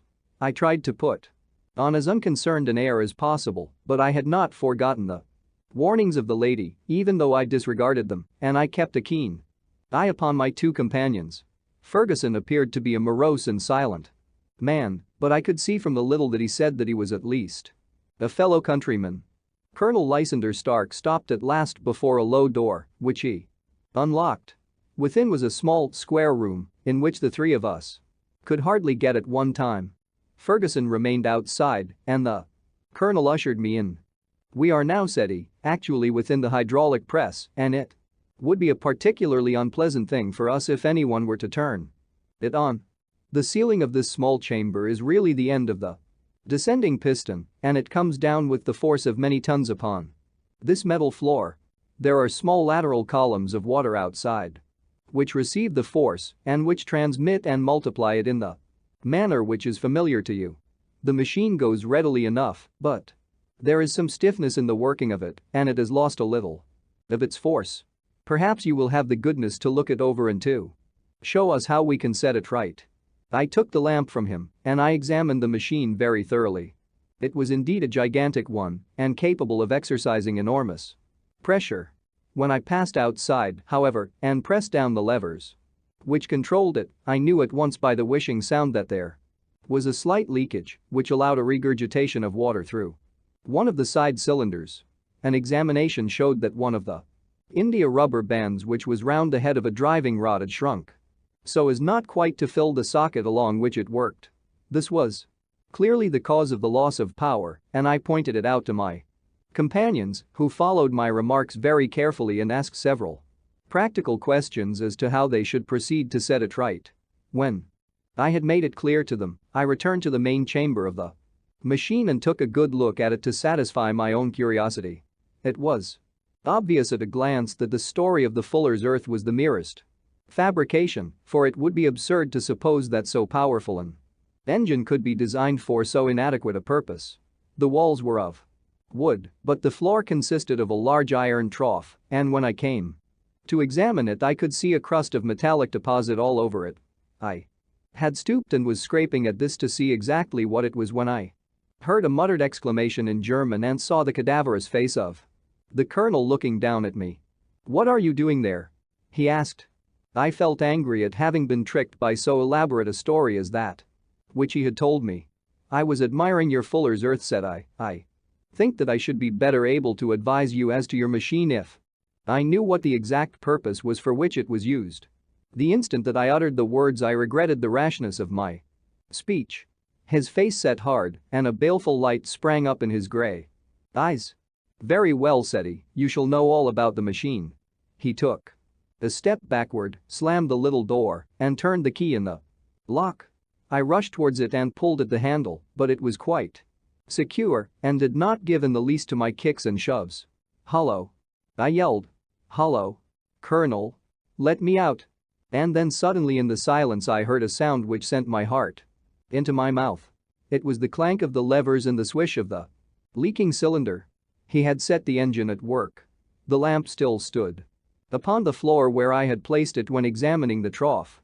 By its light I saw that the black ceiling was coming down upon me, slowly, jerkily, but, as none knew better than myself, with a force which must within a minute grind me to a shapeless pulp. I threw myself, screaming, against a door and dragged with my nails at the lock. I implored the colonel to let me out, but the remorseless clanking of the levers drowned my cries. The ceiling was only a foot or two above my head, and with my hand upraised I could feel its hard, rough surface. Then it flashed through my mind that the pain of my death would depend very much upon the position in which I met it. If I lay on my face the weight would come upon my spine, and I shuddered to think of that dreadful snap. Easier the other way, perhaps, and yet, had I the nerve to lie and look up at that deadly black shadow wavering down upon me? Already I was unable to stand erect when my eye caught something which brought a gush of hope back to my heart. I have said that though the floor and ceiling were of iron, the walls were of wood. As I gave a last hurried glance around, I saw a thin line of yellow light between two of the boards, which broadened as a small panel was pushed backward. For an instant I could hardly believe that here was indeed a door which led away from death.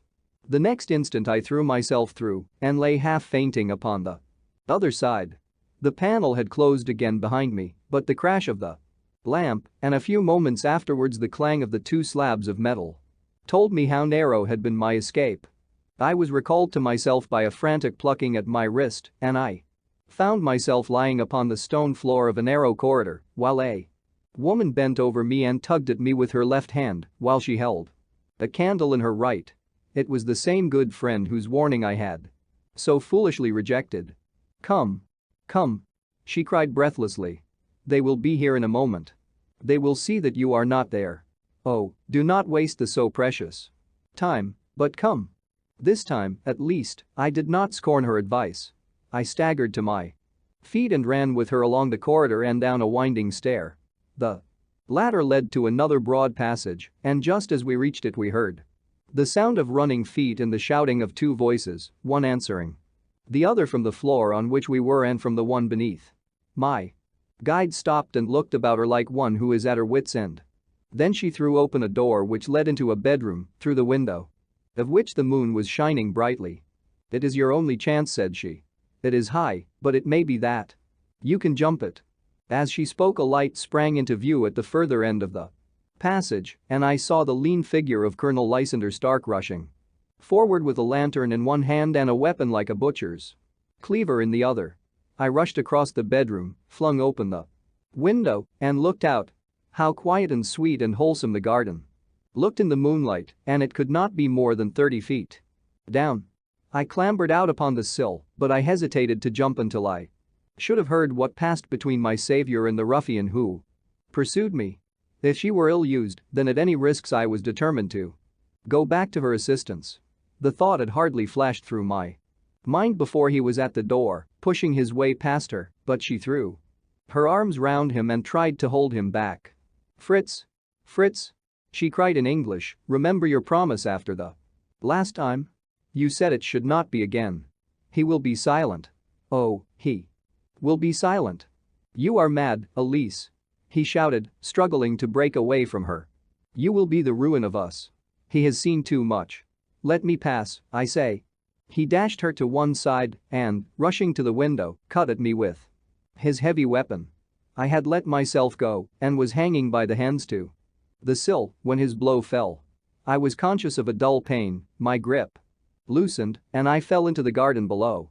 I was shaken but not hurt by the fall, so I picked myself up and rushed off among the bushes as hard as I could run, for I understood that I was far from being out of danger yet. Suddenly, however, as I ran, a deadly dizziness and sickness came over me. I glanced down at my hand, which was throbbing painfully, and then, for the first time, saw that my thumb had been cut off and that the blood was pouring from my wound. I endeavored to tie my handkerchief round it, but there came a sudden buzzing in my ears, and next moment I fell in a dead faint among the rose bushes. How long I remained unconscious I cannot tell. It must have been a very long time, for the moon had sunk and a bright morning was breaking when I came to myself.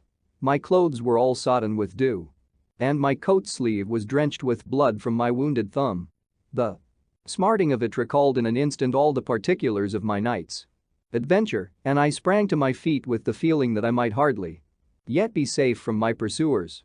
But to my astonishment, when I came to look round me, neither house nor garden were to be seen.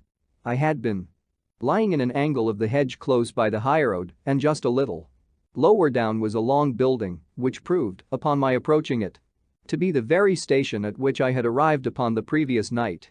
Were it not for the ugly wound upon my hand, all that had passed during those dreadful hours might have been an evil dream. Half-dazed, I went into the station and asked about the morning train. There would be one to Reading in less than an hour. The same porter was on duty, I found, as had been there when I arrived.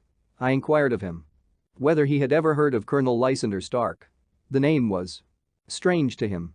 Had he observed a carriage the night before waiting for me? No, he had not. Was there a police station anywhere near? There was one about 3 miles off.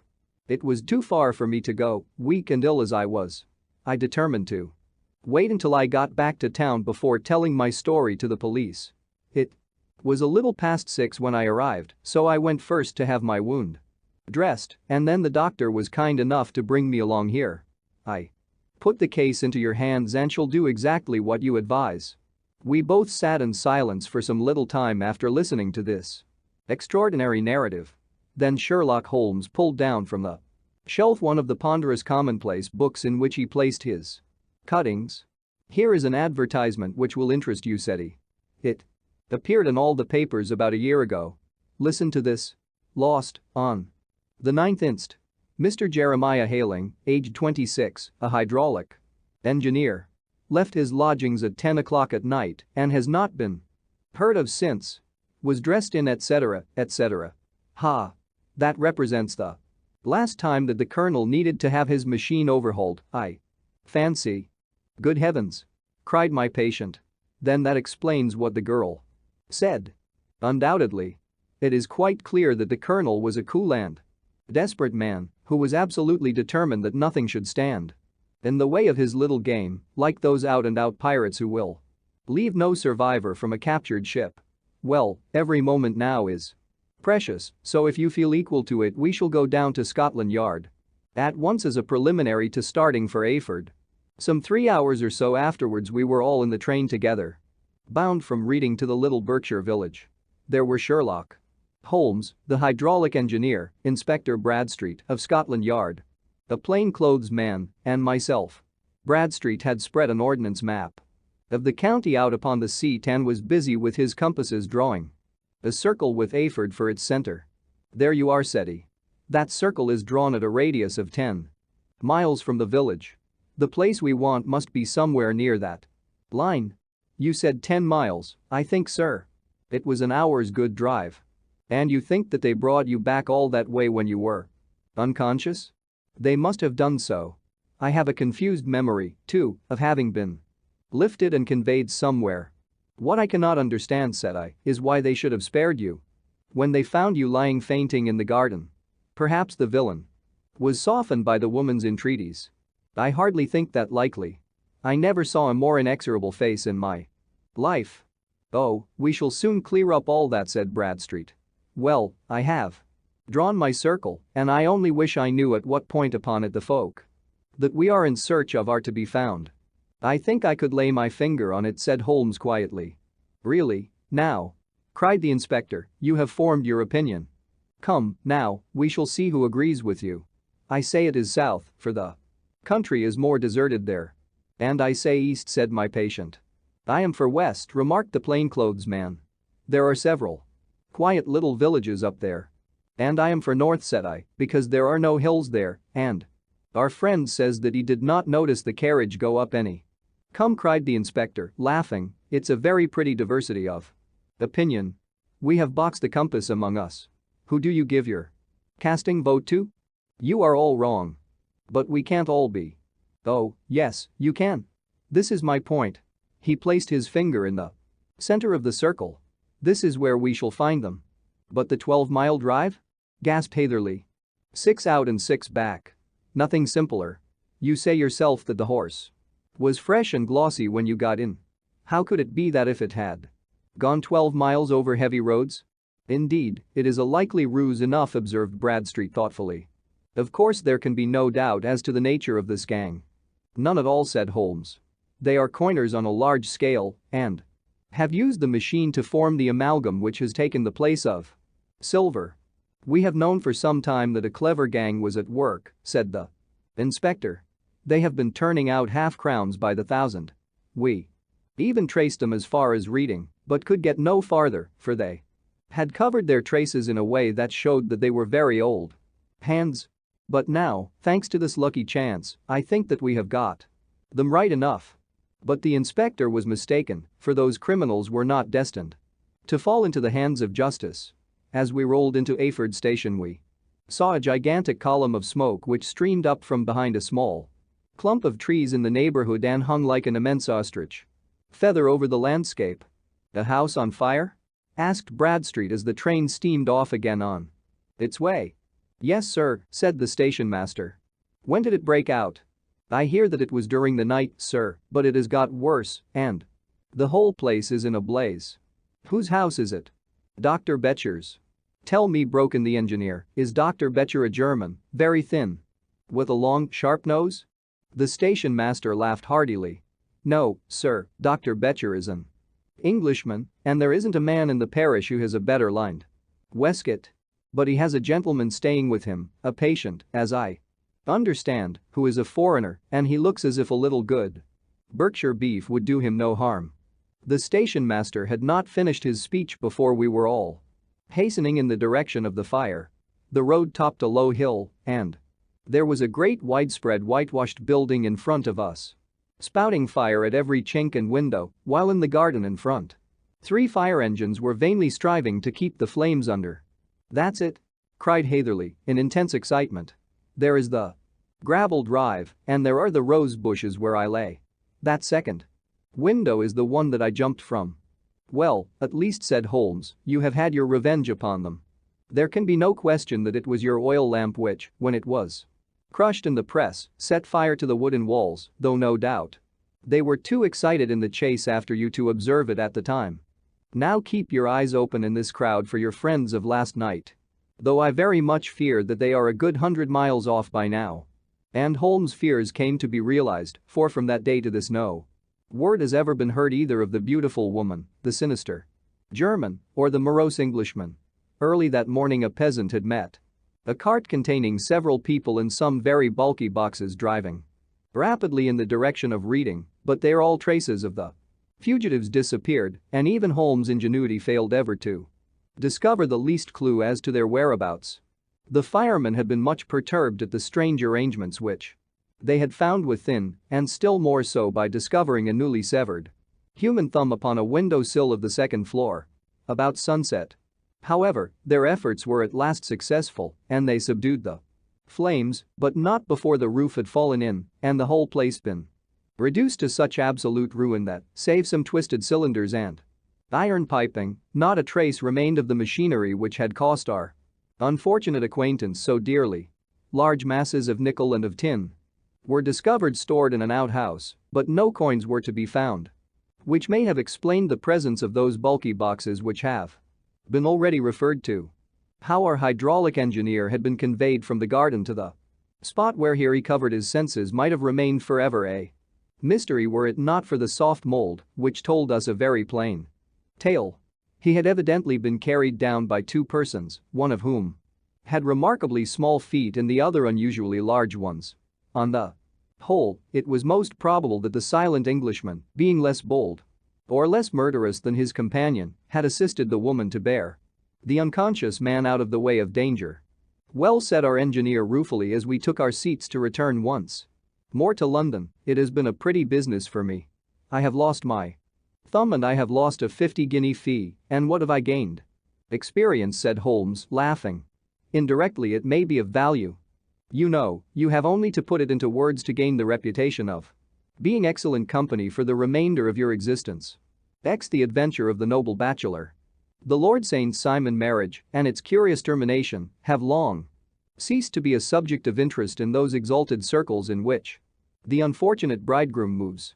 Fresh scandals have eclipsed it, and their more piquant details have drawn the gossips away from this 4-year-old drama.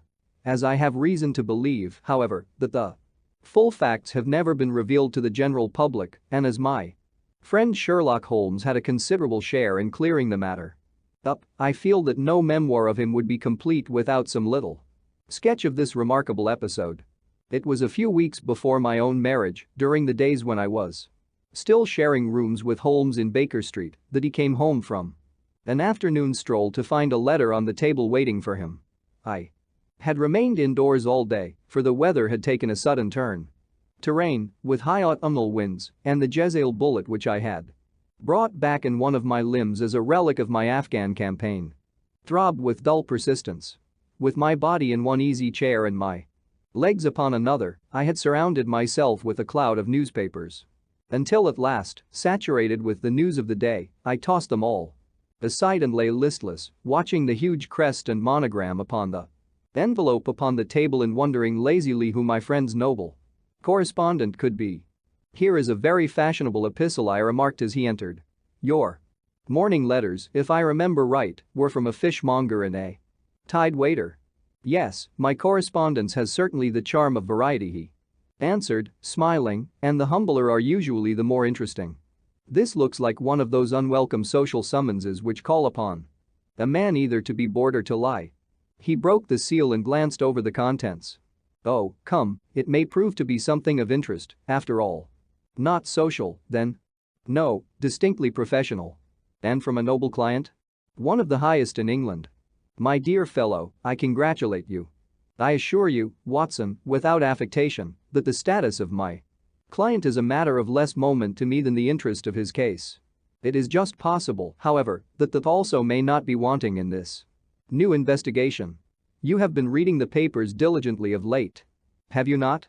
It looks like it, said I ruefully, pointing to a huge bundle in the corner. I have had nothing else to do. It is fortunate, for you will perhaps be able to post me up.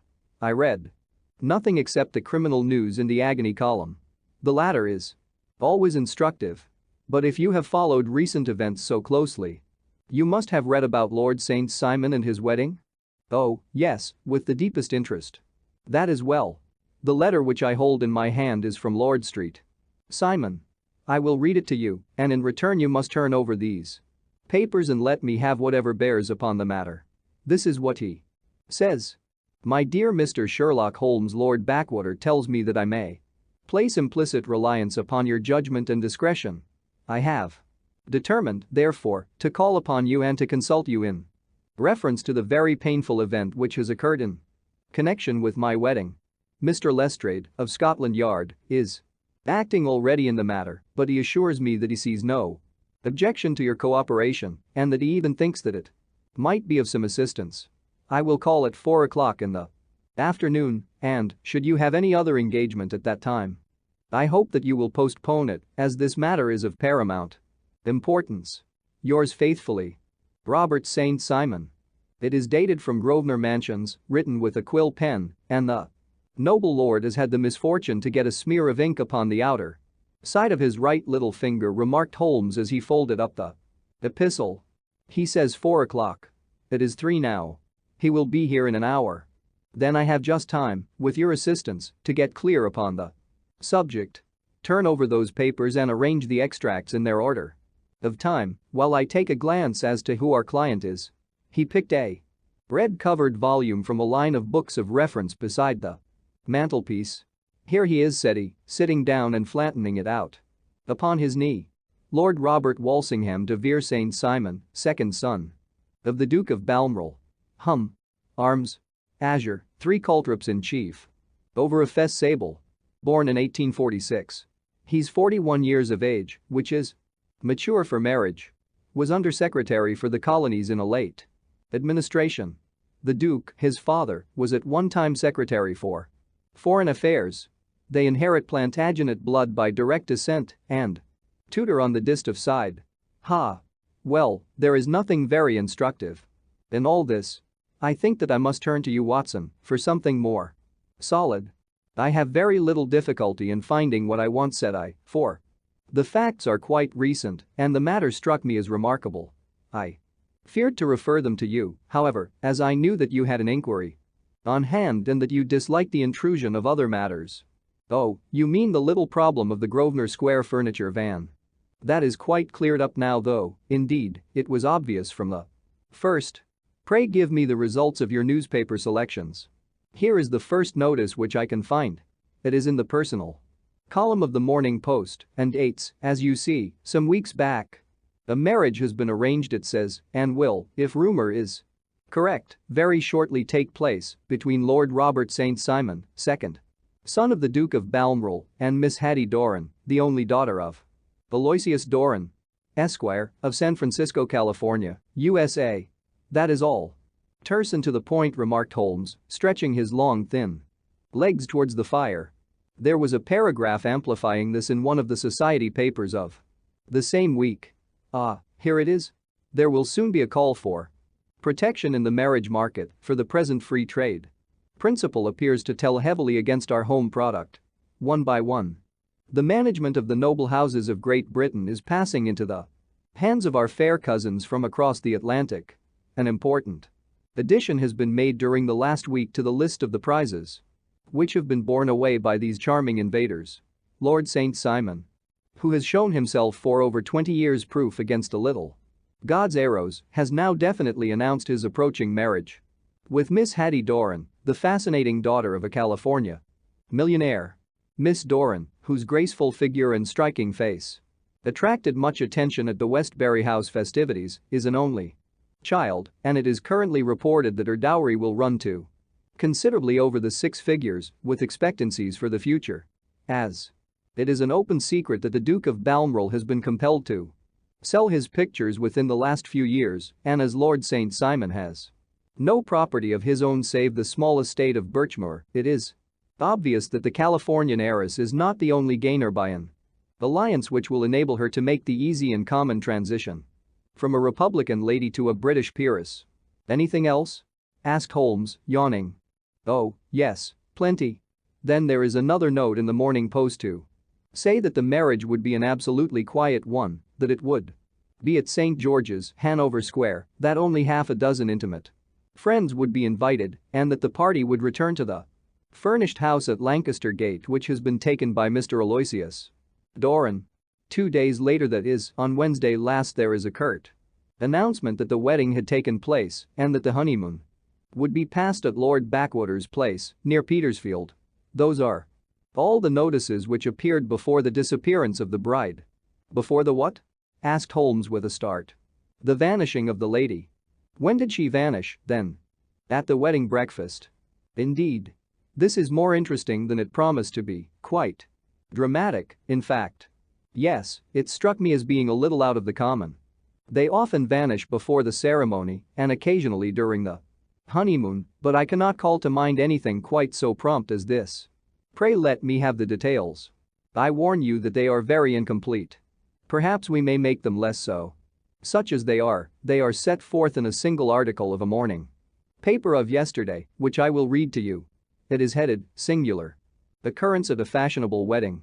The family of Lord Robert St. Simon has been thrown into the greatest consternation by the strange and painful episodes which have taken place in connection with his wedding. The ceremony, as shortly announced in the papers of yesterday, occurred on the previous morning.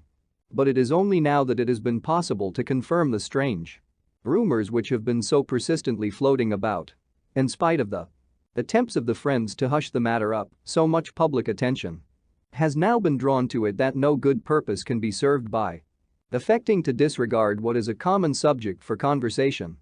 The ceremony, which was performed at St. George's, Hanover Square, was a very quiet one, no one being present save the father of the bride, Mr. Aloysius Doran, the Duchess of Balmoral, Lord Backwater, Lord Eustace and Lady Clara St. Simon, the younger brother and sister of the bridegroom, and Lady Alicia Whittington. The whole party proceeded afterwards to the house of Mr. Aloysius Doran at Lancaster Gate, where breakfast had been prepared. It appears that some little trouble was caused by a woman, whose name has not been ascertained, who endeavored to force her way into the house after the bridal party, alleging that she had some claim upon Lord St. Simon. It was only after a painful and prolonged scene that she was ejected by the butler and the footman. The bride, who had fortunately entered the house before this unpleasant interruption, had sat down to breakfast with the rest. When she complained of a sudden indisposition and retired to her room, her prolonged absence having caused some comment, her father followed her, but learned from her maid that she had only come up to her chamber for an instant, caught up an ulster and bonnet, and hurried down to the passage.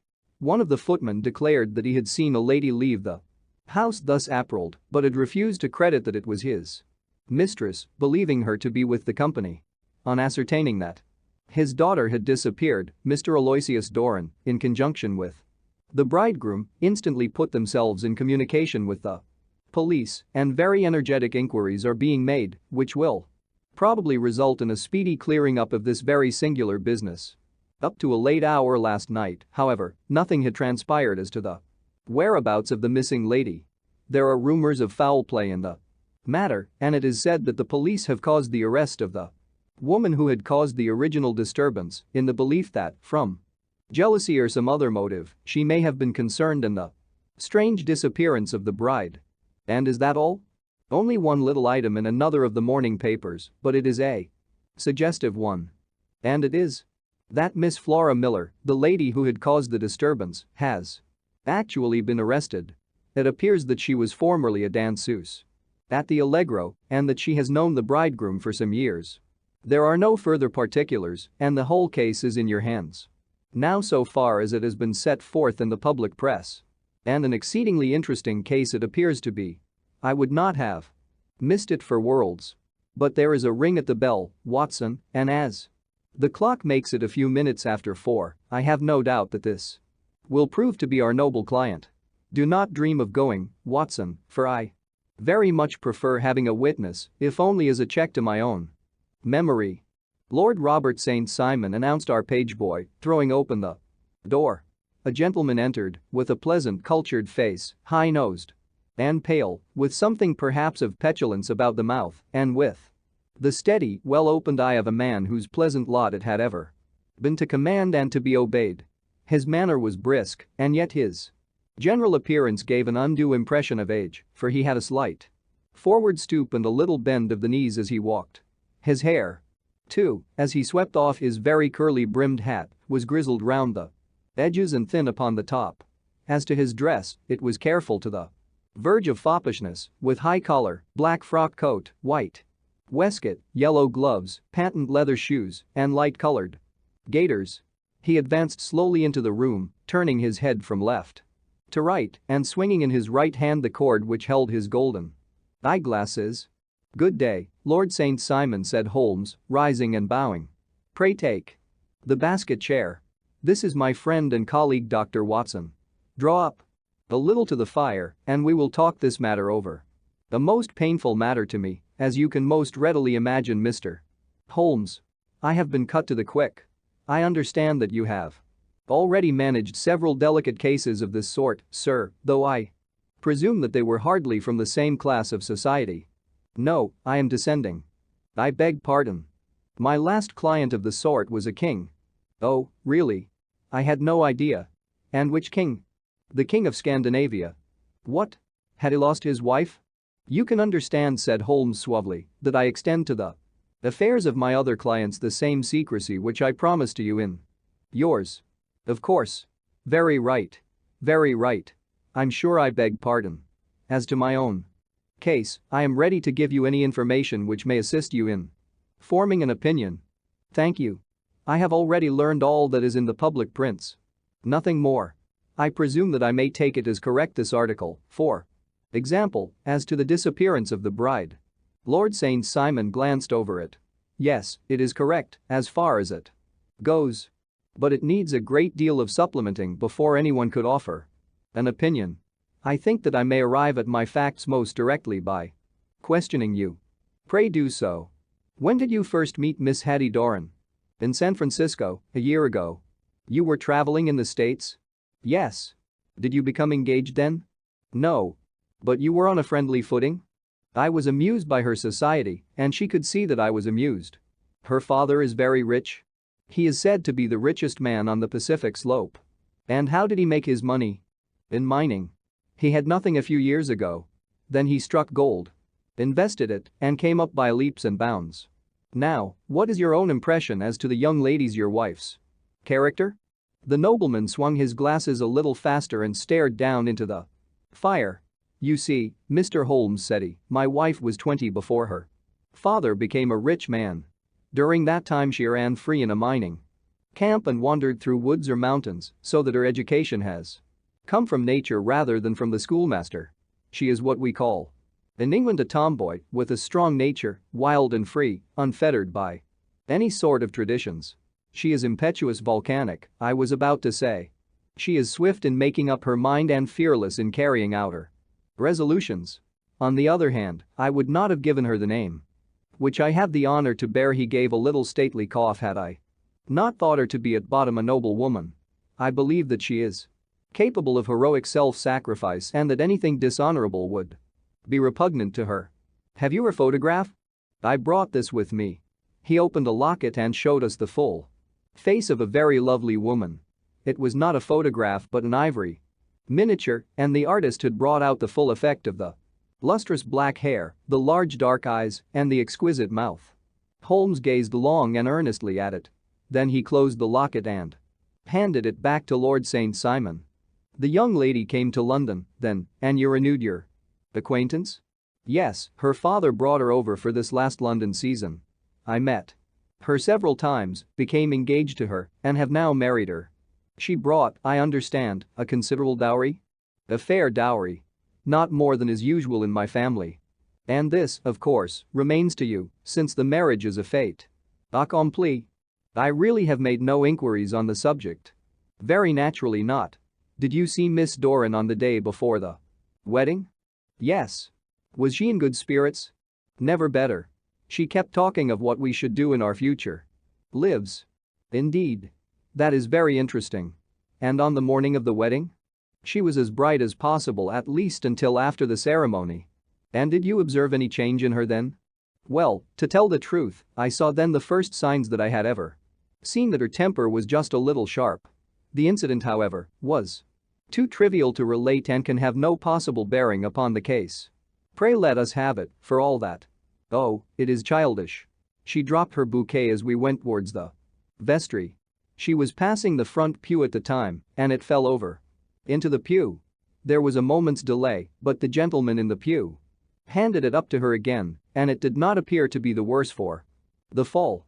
Yet when I spoke to her of the matter, she answered me abruptly, and in the carriage, on our way home, she seemed absurdly agitated over this trifling cause. Indeed. You say that there was a gentleman in the pew. Some of the general public were present, then? Oh, yes. It is impossible to exclude them when the church is open. This gentleman was not one of your wife's friends? No, I call him a gentleman by courtesy, but he was quite a common-looking person. I hardly noticed his appearance. But really I think that we are wandering rather far from the point. Lady St. Simon, then, returned from the wedding in a less cheerful frame of mind than she had gone to it. What did she do on re-entering her father's house? I saw her in conversation with her maid. And who is her maid? Alice is her name. She is an American and came from California with her. A confidential servant? A little too much so. It seemed to me that her mistress allowed her to take great liberties. Still, of course, in America they look upon these things in a different way. How long did she speak to this Alice? Oh, a few minutes. I had something else to think of. You did not overhear what they said? Lady St. Simon said something about jumping a claim. She was accustomed to use slang of the kind. I have no idea what she meant. American slang is very expressive sometimes. And what did your wife do? When she finished speaking to her maid, she walked into the breakfast room. On your arm? No, alone.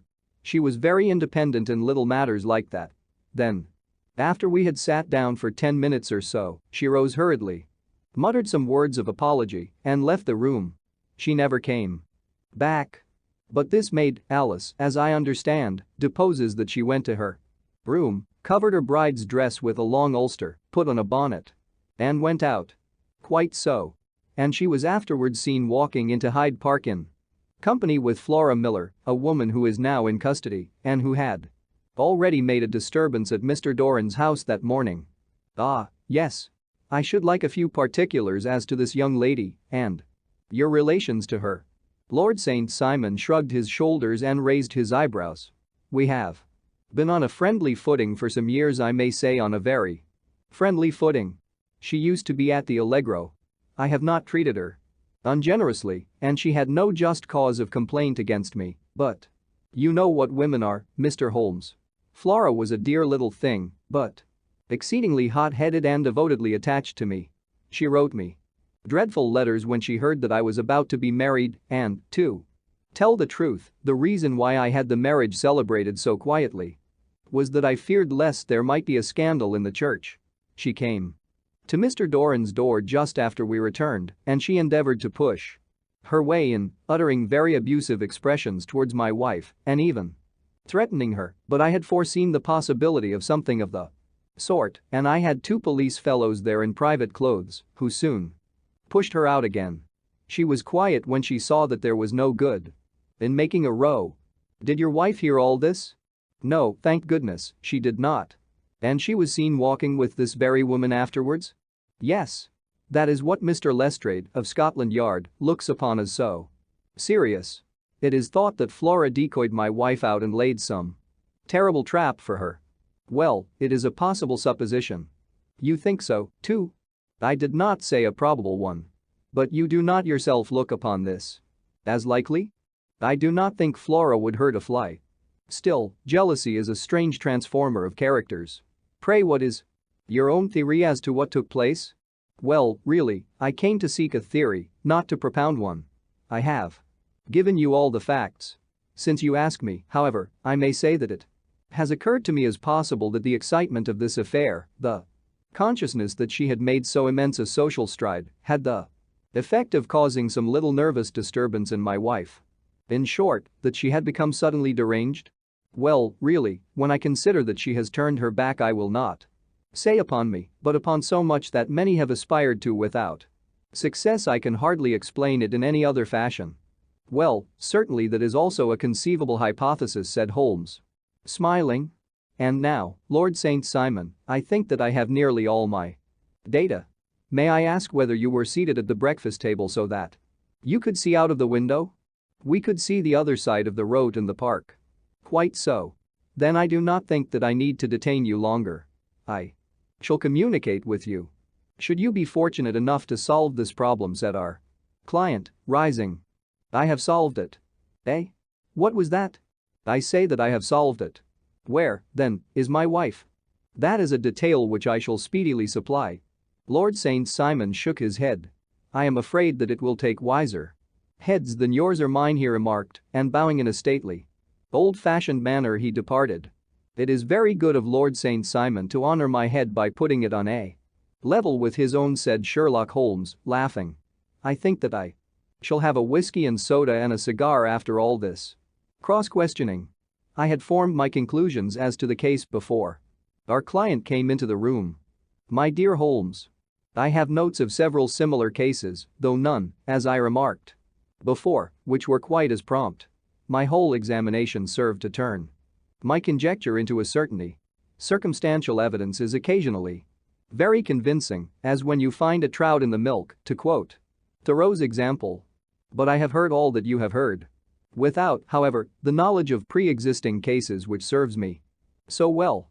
There was a parallel instance in Aberdeen some years back, and something on very much the same lines at Munich the year after the Franco-Prussian War. It is one of these cases, but hello, here is Lestrade. Good afternoon, Lestrade. You will find an extra tumbler upon the sideboard, and there are cigars in the box. The official detective was attired in a pea jacket and cravat, which gave him a decidedly nautical appearance, and he carried a black canvas bag in his hand. With a short greeting he seated himself and lit the cigar which had been offered to him. What's up, then? Asked Holmes with a twinkle in his eye. You look dissatisfied. And I feel dissatisfied. It is this infernal St. Simon marriage case. I can make neither head nor tail of the business. Really? You surprise me. Who ever heard of such a mixed affair? Every clue seems to slip through my fingers. I have been at work upon it all day.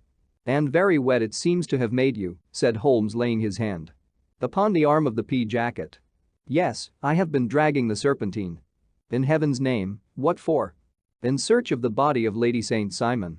Sherlock Holmes leaned back in his chair and laughed heartily.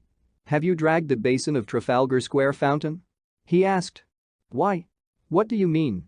Because you have just as good a chance of finding this lady in the one as in the other. Lestrade shot an angry glance at my companion. I suppose you know all about it, he snarled. Well, I have only just heard the facts, but my mind is made up. Oh, indeed. Then you think that the Serpentine plays no part in the matter? I think it very unlikely. Then perhaps you will kindly explain how it is that we found this in it? He opened his bag as he spoke and tumbled onto the floor a wedding dress of watered silk, a pair of white satin shoes and a bride's wreath and veil, all discolored and soaked in water. There, said he, putting a new wedding ring upon the top of the pile. There is a little nut for you to crack, Master Holmes. Oh, indeed, said my friend, blowing blue rings into the air. You dragged them from the Serpentine? No. They were found floating near the margin by a park keeper. They have been identified as her clothes, and it seemed to me that if the clothes were there the body would not be far off. By the same brilliant reasoning, every man's body is to be found in the neighborhood of his wardrobe. And pray what did you hope to arrive at through this? At some evidence implicating Flora Miller in the disappearance. I am afraid that you will find it difficult. Are you, indeed, now? Cried Lestrade with some bitterness. I am afraid, Holmes, that you are not very practical with your deductions and your inferences. You have made 2 blunders in as many minutes. This dress does implicate Miss Flora Miller. And how? In the dress is a pocket. In the pocket is a card case. In the card case is a note. And here is the very note. He slapped it down upon the table in front of him. Listen to this. You will see me when all is ready. Come at once. FHM. Now my theory all along has been that Lady St. Simon was decoyed away by Flora Miller and that she, with confederates, no doubt, was responsible for her disappearance. Here, signed with her initials, is the very note which was no doubt quietly slipped into her hand at the door and which lured her within their reach. Very good, Lestrade, said Holmes, laughing. You really are very fine. Indeed. Let me see it. He took up the paper in a listless way, but his attention instantly became riveted, and he gave a little cry of satisfaction. This is indeed important, said he. Ha! You find it so?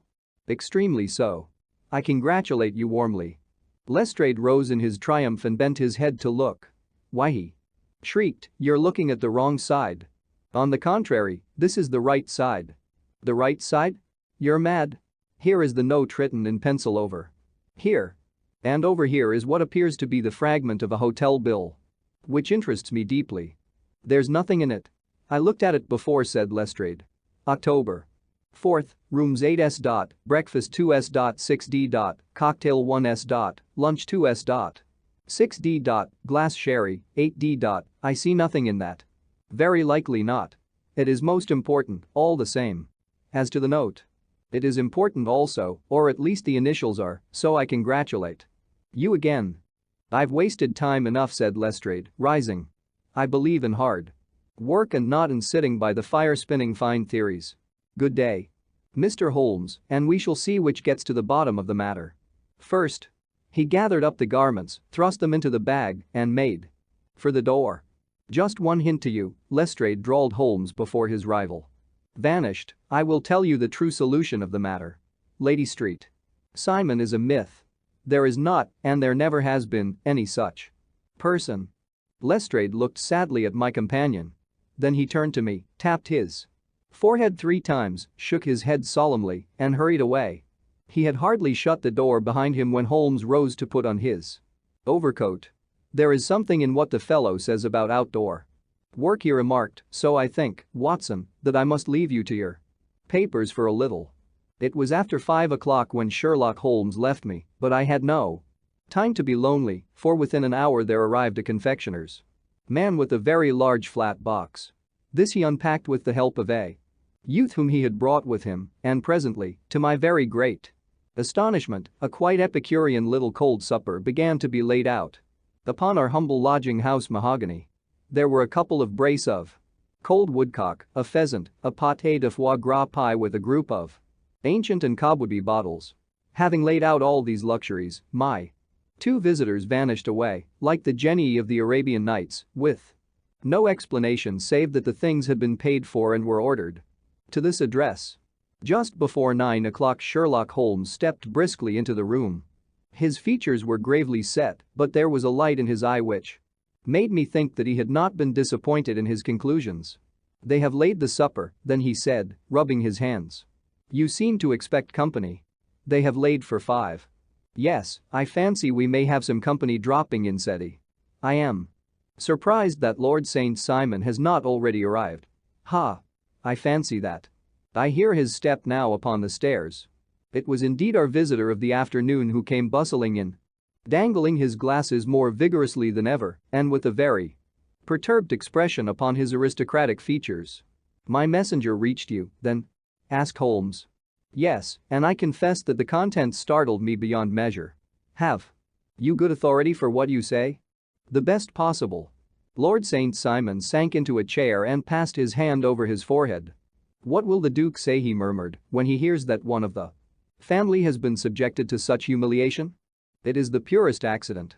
I cannot allow that there is any humiliation."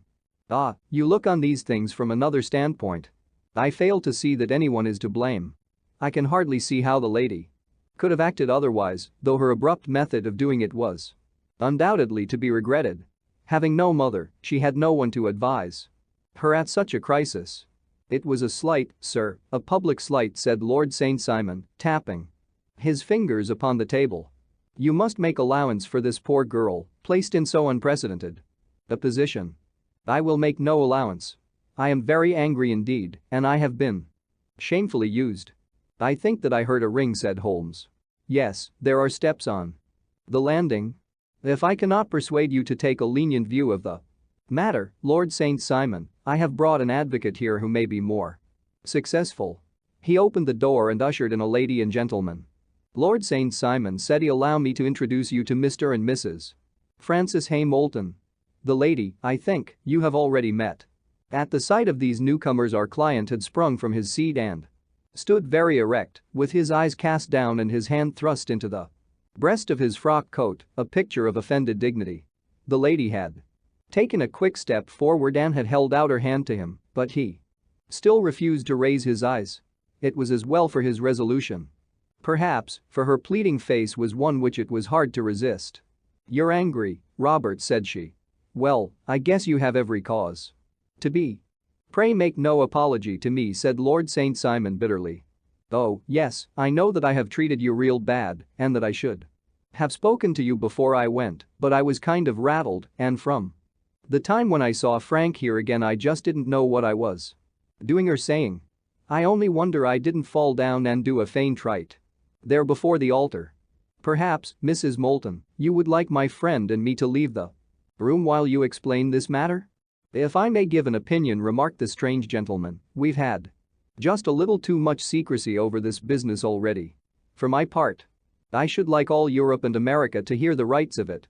He was a small, wiry, sunburnt man, clean-shaven, with a sharp face and alert manner. "Then I'll tell our story right away," said the lady. "Frank here and I met in '84 in McGuire's camp near the Rockies where Pa was working a claim.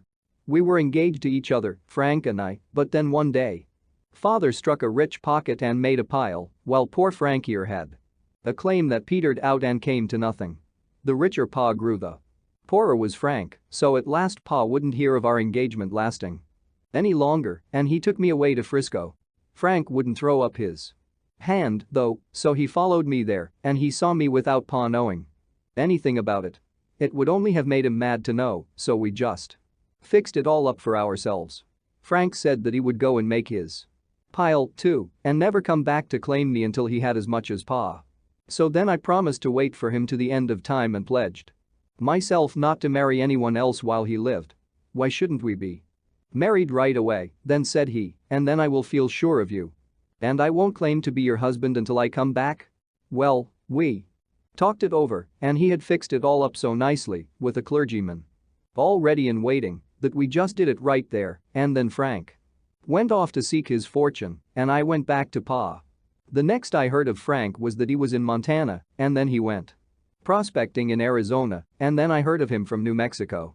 After that came a long newspaper story about how a miners' camp had been attacked by Apache Indians and there was my Frank's name among the killed. I fainted dead away and I was very sick for months after. Pa thought I had a decline and took me to half the doctors in Frisco. Not a word of news came for a year and more, so that I never doubted that Frank was really dead. Then Lord St. Simon came to Frisco and we came to London and a marriage was arranged and Pa was very pleased, but I felt all the time that no man on this earth would ever take the place in my heart that had been given to my poor Frank. Still, if I had married Lord St. Simon, of course I'd have done my duty by him.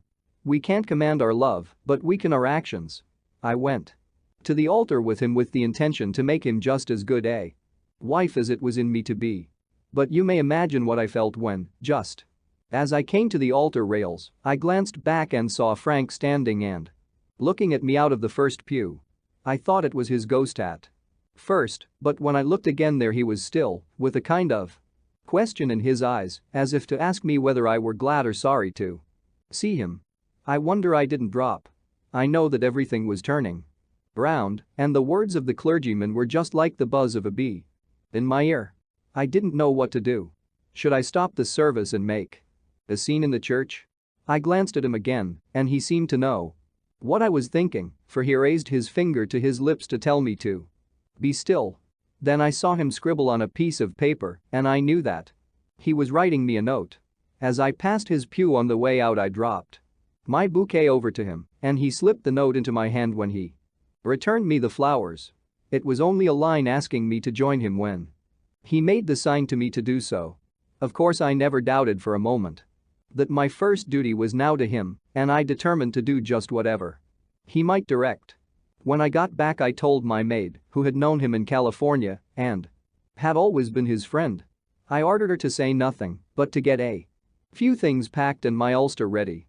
I know I ought to have spoken to Lord St. Simon, but it was dreadful hard before his mother and all those great people.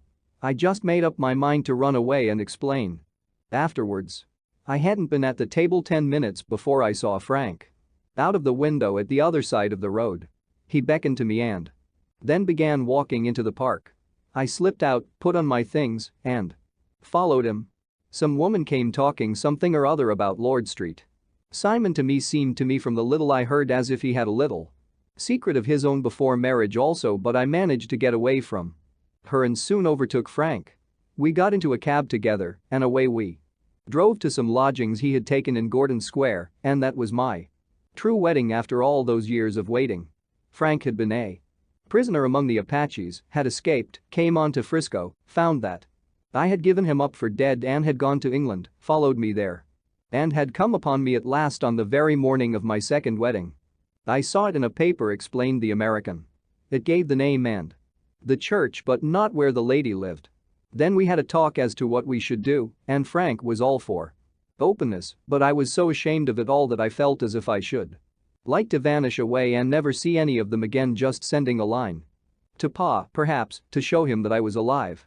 It was awful to me to think of all those lords and ladies sitting round that breakfast table and waiting for me to come back. So Frank took my wedding clothes and things and made a bundle of them so that I should not be traced and dropped them away somewhere where no one could find them. It is likely that we should have gone on to Paris tomorrow, only that this good gentleman, Mr. Holmes, came round to us this evening, though how he found us is more than I can think, and he showed us very clearly and kindly that I was wrong and that Frank was right and that we should be putting ourselves in the wrong if we were so secret. Then he offered to give us a chance of talking to Lord St. Simon alone, and so we came right away around to his rooms at once. Now, Robert, you have heard it all, and I am very sorry if I have given you pain, and I hope that you do not think very meanly of me. Lord St. Simon had by no means relaxed his rigid attitude, but had listened with a frowning brow and a compressed lip to this long narrative. "Excuse me," he said, "but it is not my custom to discuss my most intimate personal affairs in this public manner." "Then you won't forgive me? You won't shake hands before I go?" "Oh, certainly, if it would give you any pleasure." He put out his hand and coldly grasped that which she extended to him. "I had hoped," suggested Holmes, "that you would have joined us in a friendly supper." "I think that there you ask a little too much," responded his lordship. "I may be forced to acquiesce in these recent developments, but I can hardly be expected to make merry over them. I think that with your permission I will now wish you all a very good night." He included us all in a sweeping bow and stalked out of the room. "Then I trust that you at least will honor me with your company," said Sherlock Holmes. "It is always a joy to meet an American, Mr. Moulton. For I am one of those who believe that the folly of a monarch and the blundering of a minister in far gone years will not prevent our children from being someday citizens of the same world-wide country under a flag which shall be a quartering of the Union Jack with the stars and stripes." "The case has been an interesting one," remarked Holmes when our visitors had left us, "because it serves to show very clearly how simple the explanation may be of an affair which at first sight seems to be almost inexplicable. Nothing could be more natural than the sequence of events as narrated by this lady, and nothing stranger than the result when viewed, for instance, by Mr. Lestrade of Scotland Yard. You were not yourself at fault at all, then?" "From the first, two facts were very obvious to me, the one that the lady had been quite willing to undergo the wedding ceremony, the other that she had repented of it within a few minutes of returning home. Obviously something had occurred during the morning, then, to cause her to change her mind. What could that something be? She could not have spoken to anyone when she was out, for she had been in the company of the bridegroom. Had she seen someone, then? If she had, it must be someone from America, because she had spent so short a time in this country that she could hardly have allowed anyone to acquire so deep an influence over her that the mere sight of him would induce her to change her plans so completely. You see, we have already arrived, by a process of exclusion, at the idea that she might have seen an American. Then who could this American be, and why should he possess so much influence over her? It might be a lover, it might be a husband. Her young womanhood had, I knew, been spent in rough scenes and under strange conditions.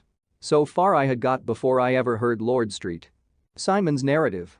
When he told us of a man in a pew, of the change in the bride's manner, of so transparent a device for obtaining a note as the dropping of a bouquet, of her resort to her confidential maid, and of her very significant allusion to claim jumping, which in minors' parlance means taking possession of that which another person has a prior claim to, the whole situation became absolutely clear. She had gone off with a man, and the man was either a lover or was a previous husband, the chances being in favor of the latter. And how in the world did you find them? It might have been difficult, but friend Lestrade held information in his hands the value of which he did not himself know. The initials were, of course, of the highest importance, but more valuable still was it to know that within a week he had settled his bill at one of the most select London hotels. How did you deduce the select? By the select prices. 8 shillings for a bed and 8 pence for a glass of sherry. Pointed to one of the most expensive hotels. There are not many in London which charge at that rate. In the second one, which I visited in Northumberland Avenue, I learned by an inspection of the book that Francis H. Moulton, an American gentleman, had left only the day before, and on looking over the entries against him, I came upon the very items which I had seen in the duplicate bill. His letters were to be forwarded to 226 Gordon Square, so thither I travelled, and being fortunate enough to find the loving couple at home, I ventured to give them some paternal advice and to point out to them that it would be better in every way that they should make their position a little clearer both to the general public and to Lord St. Simon in particular. I invited them to meet him here, and, as you see, I made him keep the appointment. But with no very good result, I remarked. His conduct was certainly not very gracious. Ah, Watson, said Holmes, smiling, perhaps you would not be very gracious either if, after all the trouble of wooing and wedding, you found yourself deprived in an instant of wife and of fortune. I think that we may judge Lord St. Simon very mercifully and thank our stars that we are never likely to find ourselves in the same position. Draw your chair up and hand me my violin, for the only problem we have still to solve is how to while away these bleak autumnal evenings. The Adventure of the Barrel Coronet. Holmes, said I as I stood one morning in our bow window looking down the street, here is a madman coming along. It seems rather sad that his relatives should allow him to come out alone. My friend rose lazily from his armchair and stood with his hands in the pockets of his dressing gown, looking over my shoulder. It was a bright, crisp February morning, and the snow of the day before still lay deep upon the ground, shimmering brightly in the wintry sun. Down the center of Baker Street it had been plowed into a brown crumbly band by the traffic, but at either side and on the heaped-up edges of the footpaths it still lay as white as when it fell. The grey pavement had been cleaned and scraped, but was still dangerously slippery, so that there were fewer passengers than usual. Indeed, from the direction of the Metropolitan Station no one was coming save the single gentleman whose eccentric conduct had drawn my attention. He was a man of about 50, tall, portly, and imposing, with a massive, strongly marked face and a commanding figure. He was dressed in a somber yet rich style, in black frock coat, shining hat, neat brown gaiters, and well-cut pearl grey trousers. Yet his actions were an absurd contrast to the dignity of his dress and features, for he was running hard, with occasional little springs, such as a weary man gives who is little accustomed to set any tax upon his legs. As he ran he jerked his hands up and down, waggled his head, and writhed his face into the most extraordinary contortions. What on earth can be the matter with him? I asked. He is looking up at the numbers of the houses. I believe that he is coming here, said Holmes, rubbing his hands. Here? Yes, I rather think he is coming to consult me professionally. I think that I recognize the symptoms. Ha! Did I not tell you? As he spoke, the man, puffing and blowing, rushed at our door and pulled at our bell until the whole house resounded with the clanging. A few moments later he was in our room, still puffing, still gesticulating, but with so fixed a look of grief and despair in his eyes that our smiles were turned in an instant to horror and pity. For a while he could not get his words out, but swayed his body and plucked at his hair like one who has been driven to the extreme limits of his reason. Then, suddenly springing to his feet, he beat his head against the wall with such force that we both rushed upon him and tore him away to the center of the room. Sherlock Holmes pushed him down into the easy chair and, sitting beside him, patted his hand and chatted with him in the easy, soothing tones which he knew so well how to employ. You have come to me to tell your story, have you not? Said he. You are fatigued with your haste. Pray wait until you have recovered. yourself, and then I shall be most happy to look into any little problem which you may submit to me." The man sat for a minute or more with a heaving chest, fighting against his emotion.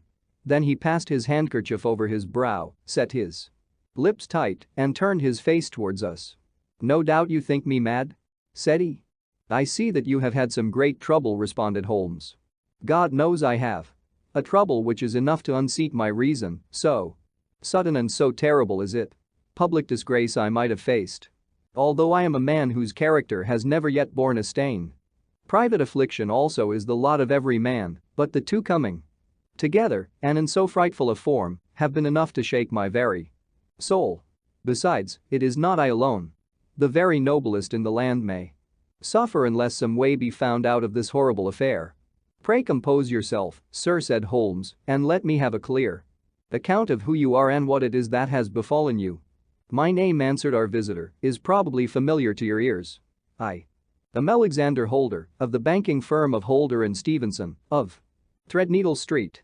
The name was indeed well known to us as belonging to the senior partner in the second largest private banking concern in the city of London. What could have happened, then, to bring one of the foremost citizens of London to this most pitiable pass? We waited, all curiosity, until, with another effort, he braced himself to tell his story. "I feel that time is of value," said he. "That is why I hastened here. When the police inspector suggested that I should secure your cooperation, I came to Baker Street by the underground and hurried from there on foot, for the cabs go slowly through this snow. That is why I was so out of breath, for I am a man who takes very little exercise. I feel better now, and I will put the facts before you as shortly and yet as clearly as I can. It is, of course, well known to you that in a successful banking business as much depends upon our being able to find remunerative investments for our funds as upon our increasing our connection and the number of our depositors. One of our most lucrative means of laying out money is in the shape of loans, where the security is unimpeachable. We have done a good deal in this direction during the last few years, and there are many noble families to whom we have advanced large sums upon the security of their pictures, libraries, or plate. Yesterday morning I was seated in my office at the bank when a card was brought in to me by one of the clerks. I started when I saw the name, for it was that of none other than, well, perhaps even to you I had better say no more than that it was a name which is a household word all over the earth, one of the highest, noblest, most exalted names in England.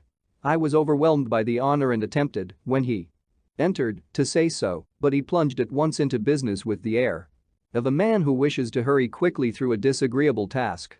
"Mr. Holder," said he, "I have been informed that you are in the habit of advancing money. The firm does so when the security is good." I answered. "It is absolutely essential to me," said he, "that I should have £50,000 at once.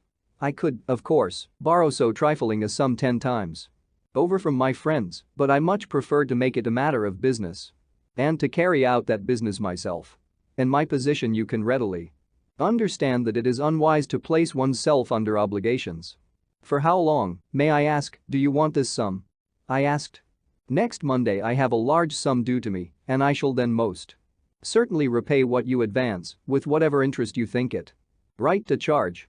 But it is very essential to me that the money should be paid at once.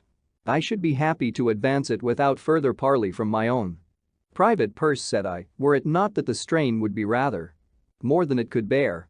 If, on the other hand, I am to do it in the name of the firm, then in justice to my partner I must insist that, even in your case, every businesslike precaution should be taken."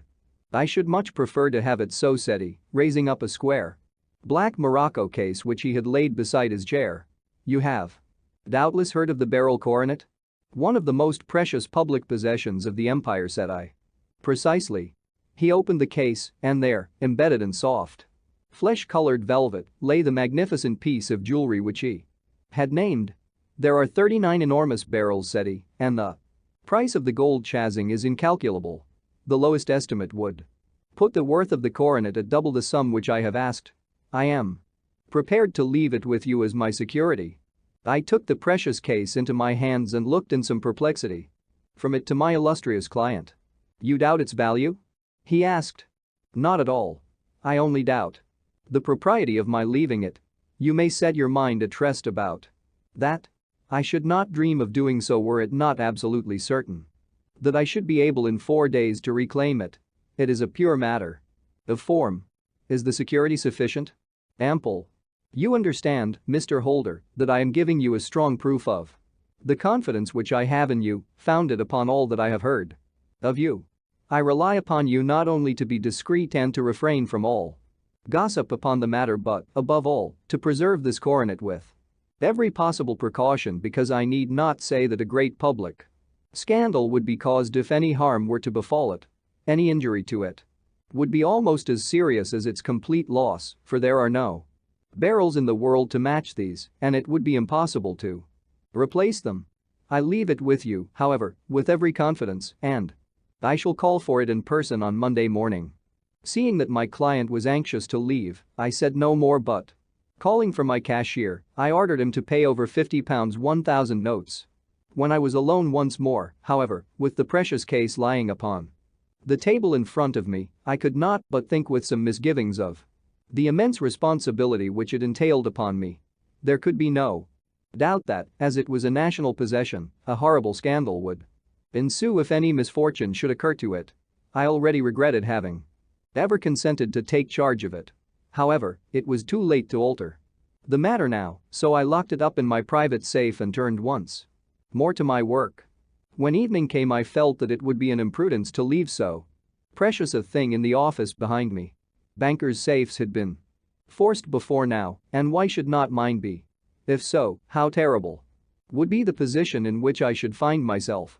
I determined, therefore, that for the next few days I would always carry the case backward and forward with me, so that it might never be really out of my reach. With this intention, I called a cab and drove out to my house at Streatham, carrying the jewel with me. I did not breathe freely until I had taken it upstairs and locked it in the bureau of my dressing room. And now a word as to my household, Mr. Holmes, for I wish you to thoroughly understand the situation. My groom and my page sleep out of the house and may be set aside altogether. I have 3 maidservants who have been with me a number of years and whose absolute reliability is quite above suspicion. Another, Lucy Parr, the second waiting maid, has only been in my service a few months. She came with an excellent character, however, and has always given me satisfaction. She is a very pretty girl and has attracted admirers who have occasionally hung about the place. That is the only drawback which we have found to her, but we believe her to be a thoroughly good girl in every way. So much for the servants. My family itself is so small that it will not take me long to describe it. I am a widower and have an only son, Arthur. He has been a disappointment to me, Mr. Holmes, a grievous disappointment. I have no doubt that I am myself to blame. People tell me that I have spoiled him. Very likely I have. When my dear wife died, I felt that he was all I had to love. I could not bear to see the smile fade even for a moment from his face. I have never denied him a wish. Perhaps it would have been better for both of us had I been sterner. But I meant it for the best. It was naturally my intention that he should succeed me in my business, but he was not of a business turn. He was wild, wayward, and, to speak the truth, I could not trust him in the handling of large sums of money. When he was young he became a member of an aristocratic club. And there, having charming manners, he was soon the intimate of a number of men with long purses and expensive habits. He learned to play heavily at cards and to squander money on the turf until he had again and again to come to me and implore me to give him an advance upon his allowance that he might settle his debts of honor. He tried more than once to break away from the dangerous company which he was keeping, but each time the influence of his friend, Sir George Burnwell, was enough to draw him back again. And, indeed, I could not wonder that such a man as Sir George Burnwell should gain an influence over him, for he has frequently brought him to my house, and I have found myself that I could hardly resist the fascination of his manner. He is older than Arthur, a man of the world to his fingertips, one who had been everywhere, seen everything, a brilliant talker, and a man of great personal beauty. Yet when I think of him in cold blood, far away from the glamour of his presence, I am convinced from his cynical speech and the look which I have caught in his eyes that he is one who should be deeply distrusted. So I think And so, too, thinks my little Mary, who has a woman's quick insight into character. And now there is only she to be described. She is my niece, but when my brother died 5 years ago and left her alone in the world, I adopted her and have looked upon her ever since as my daughter. She is a sunbeam in my house, sweet, loving, beautiful, a wonderful manager and housekeeper, yet as tender and quiet and gentle as a woman could be. She is my right hand. I do not know what I could do without her. In only one matter has she ever gone against my wishes. Twice my boy has asked her to marry him, for he loves her devotedly, but each time she has refused him. I think that if anyone could have drawn him into the right path, it would have been she, and that his marriage might have changed his whole life, but now, alas, it is too late, forever too late. Now, Mr. Holmes, you know the people who live under my roof, and I shall continue with my miserable story. When we were taking coffee in the drawing room that night after dinner, I told Arthur and Mary my experience and of the precious treasure which we had under our roof, suppressing only the name of my client. Lucy Parr, who had brought in the coffee, had, I am sure, left the room, but I cannot swear that the door was closed. Mary and Arthur were much interested and wished to see the famous coronet, but I thought it better not to disturb it. "Where have you put it?" asked Arthur. "In my own bureau." "Well, I hope to goodness the house won't be burgled during the night," said he. "It is locked up," I answered. "Oh, any old key will fit that bureau. When I was a youngster I have opened it myself with the key of the box room cupboard." He often had a wild way of talking, so that I thought little of what he said. He followed me to my room, however, that night with a very grave face. "Look here," Dad said he with his eyes cast down, "can you let me have £200? "No, I cannot," I answered sharply. "I have been far too generous with you in money matters." "You have been very kind," said he, "but I must have this money, or else I can never show my face inside the club again." "And a very good thing, too," I cried. "Yes, but you would not have me leave it a dishonored man," said he. "I could not bear the disgrace. I must raise the money in some way, and if you will not let me have it, then I must try other means." I was very angry, for this was the third demand during the month. "You shall not have a farthing from me," I cried, on which he bowed and left the room without another word. When he was gone I unlocked my bureau, made sure that my treasure was safe, and locked it again. Then I started to go round the house to see that all was secure, a duty which I usually leave to Mary, but which I thought it well to perform myself that night. As I came down the stairs, I saw Mary herself at the side window of the hall, which she closed and fastened as I approached. "Tell me, Dad," said she, looking, I thought, a little disturbed, "did you give Lucy, the maid, leave to go out tonight?" "Certainly not. She came in just now by the back door. I have no doubt that she has only been to the side gate to see someone, but I think that it is hardly safe and should be stopped. You must speak to her in the morning, or I will if you prefer it. Are you sure that everything is fastened?" "Quite sure, Dad." "Then, good night." I kissed her and went up to my bedroom again, where I was soon asleep. I am endeavoring to tell you everything, Mr. Holmes, which may have any bearing upon the case, but I beg that you will question me upon any point which I do not make clear. On the contrary, your statement is singularly lucid. I come to a part of my story now in which I should wish to be particularly so. I am not a very heavy sleeper, and the anxiety in my mind tended, no doubt, to make me even less so than usual. About 2 in the morning, then, I was awakened by some sound in the house. It had ceased ere I was wide awake, but it had left an impression behind it as though a window had gently closed somewhere. I lay listening with all my ears. Suddenly, to my horror, there was a distinct sound of footsteps moving softly in the next room. I slipped out of bed, all palpitating with fear, and peeped round the corner of my dressing room door. "Arthur!" I screamed, "you villain! You thief! How dare you touch that coronet?" The gas was half up, as I had left it, and my unhappy boy, dressed only in his shirt and trousers, was standing beside the light, holding the coronet in his hands. He appeared to be wrenching at it, or bending it with all his strength. At my cry he dropped it from his grasp and turned as pale as death. I snatched it up and examined it. One of the gold corners, with 3 of the barrels in it, was missing. "You blackguard!" I shouted, beside myself with rage. "You have destroyed it. You have dishonored me forever. Where are the jewels? Which you have stolen?" "Stolen?" he cried. "Yes, thief!" I roared, shaking him by the shoulder. "There are none missing." "There cannot be any missing," said he. "There are 3 missing. And you know where they are. Must I call you a liar as well as a thief?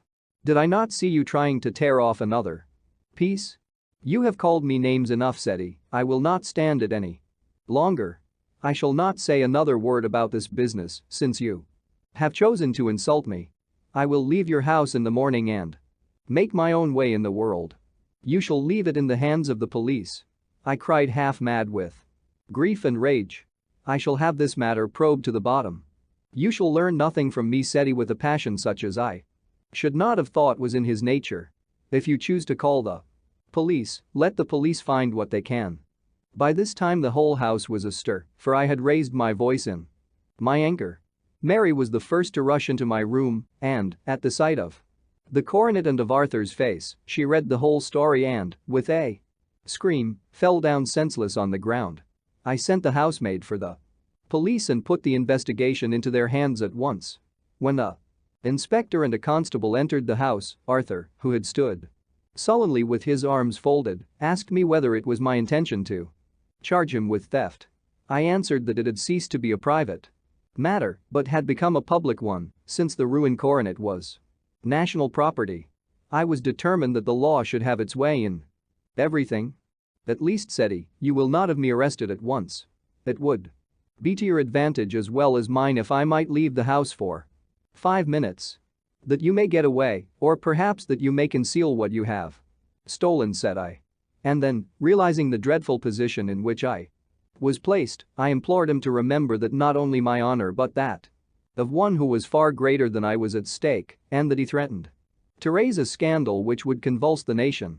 He might avert it all if he would but tell me what he had done with the 3 missing stones. "You may as well face the matter," said I. "You have been caught in the act, and no confession could make your guilt more heinous. If you but make such reparation as is in your power by telling us where the barrels are, all shall be forgiven and forgotten. Keep your forgiveness for those who ask for it," he answered, turning away from me with a sneer. I saw that he was too hardened for any words of mine to influence him. There was but one way for it. I called in the inspector and gave him into custody. A search was made at once not only of his person but of his room and of every portion of the house where he could possibly have concealed the gems, but no trace of them could be found, nor would the wretched boy open his mouth for all our persuasions and our threats. This morning he was removed to a cell and I, after going through all the police formalities, have hurried round to you to implore you to use your skill in unraveling the matter. The police have openly confessed that they can at present make nothing of it. You may go to any expense which you think necessary. I have already offered a reward of £1,000. My God, what shall I do? I have lost my honor, my gems, and my son in one night. Oh, what shall I do?" He put a hand on either side of his head and rocked himself to and fro, droning to himself like a child whose grief has got beyond words. Sherlock Holmes sat silent for some few minutes, with his brows knitted and his eyes fixed upon the fire. "Do you receive much company?" he asked. "None save my partner with his family and an occasional friend of Arthur's. Sir George Burnwell has been several times lately. No one else, I think. Do you go out much in society?" "Arthur does. Mary and I stay at home. We neither of us care for it. That is unusual in a young girl. She is of a quiet nature. Besides, she is not so very young. She is 24. This matter, from what you say, seems to have been a shock to her. Also terrible. She is even more affected than I. You have neither of you any doubt as to your son's guilt?" "How can we have when I saw him with my own eyes with the coronet in his hands? I hardly consider that a conclusive proof. Was the remainder of the coronet at all injured?" "Yes, it was twisted." "Do you not think, then, that he might have been trying to straighten it?" "God bless you. You are doing what you can for him and for me. But it is too heavy a task. What was he doing there at all? If his purpose were innocent, why did he not say so? Precisely. And if it were guilty, why did he not invent a lie? His silence appears to me to cut both ways. There are several singular points about the case. What did the police think of the noise which awoke you from your sleep? They considered that it might be caused by Arthur's closing his bedroom door. The likely story. As if a man bent on felony would slam his door so as to wake a household. What did they say, then, of the disappearance of these gems? They are still sounding the planking and probing the furniture in the hope of finding them. Have they thought of looking outside the house? Yes, they have shown extraordinary energy. The whole garden has already been minutely examined. Now, my dear sir, said Holmes, is it not obvious to you now that this matter really strikes very much deeper than either you or the police were at first inclined to think? It appeared to you to be a simple case, to me it seems exceedingly complex. Consider what is involved by your theory.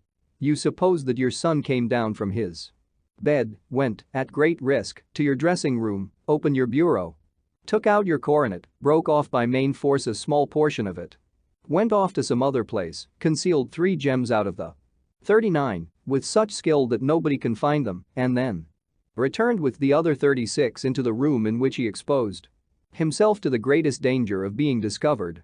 I ask you now, is such a theory tenable? But what other is there? Cried the banker with a gesture of despair. If his motives were innocent, why does he not explain them? It is our task to find that out, replied Holmes, so now, if you please, Mr. Holder, we will set off for Streatham together and devote an hour to glancing a little more closely into details. My friend insisted upon my accompanying them in their expedition, which I was eager enough to do, for my curiosity and sympathy were deeply stirred by the story to which we had listened. I confess that the guilt of the banker's son appeared to me to be as obvious as it did to his unhappy father, but still I had such faith in Holmes' judgment that I felt that there must be some grounds for hope as long as he was dissatisfied with the accepted explanation. He hardly spoke a word the whole way out to the southern suburb, but sat with his chin upon his breast and his hat drawn over his eyes, sunk in the deepest thought. Our client appeared to have taken fresh heart at the little glimpse of hope which had been presented to him, and he even broke into a desultory chat with me over his business affairs. A short railway journey and a shorter walk brought us to Fairbank, the modest residence of the great financier. Fairbank was a good-sized square house of white stone, standing back a little from the road. A double carriage sweep, with a snow-clad lawn, stretched down in front to 2 large iron gates which closed the entrance. On the right side was a small wooden thicket which led into a narrow path between 2 neat hedges stretching from the road to the kitchen door and forming the tradesman's entrance. On the left ran a lane which led to the stables and was not itself within the grounds at all, being a public, though little used, thoroughfare. Holmes left us standing at the door and walked slowly all round the house, across the front, down the tradesman's path, and so round by the garden behind into the stable lane. So long was he that Mr. Holder and I went into the dining room and waited by the fire until he should return. We were sitting there in silence when the door opened and a young lady came in. She was rather above the middle height, slim, with dark hair and eyes which seemed the darker against the absolute pallor of her skin. I do not think that I have ever seen such deadly paleness in a woman's face. Her lips, too, were bloodless, but her eyes were flushed with crying. As she swept silently into the room she impressed me with a greater sense of grief than the banker had done in the morning, and it was the more striking in her as she was evidently a woman of strong character, with immense capacity for self-restraint. Disregarding my presence, she went straight to her uncle and passed her hand over his head with a sweet womanly caress. "You have given orders that Arthur should be liberated, have you not, Dad?" she asked. No, my girl, the matter must be probed to the bottom.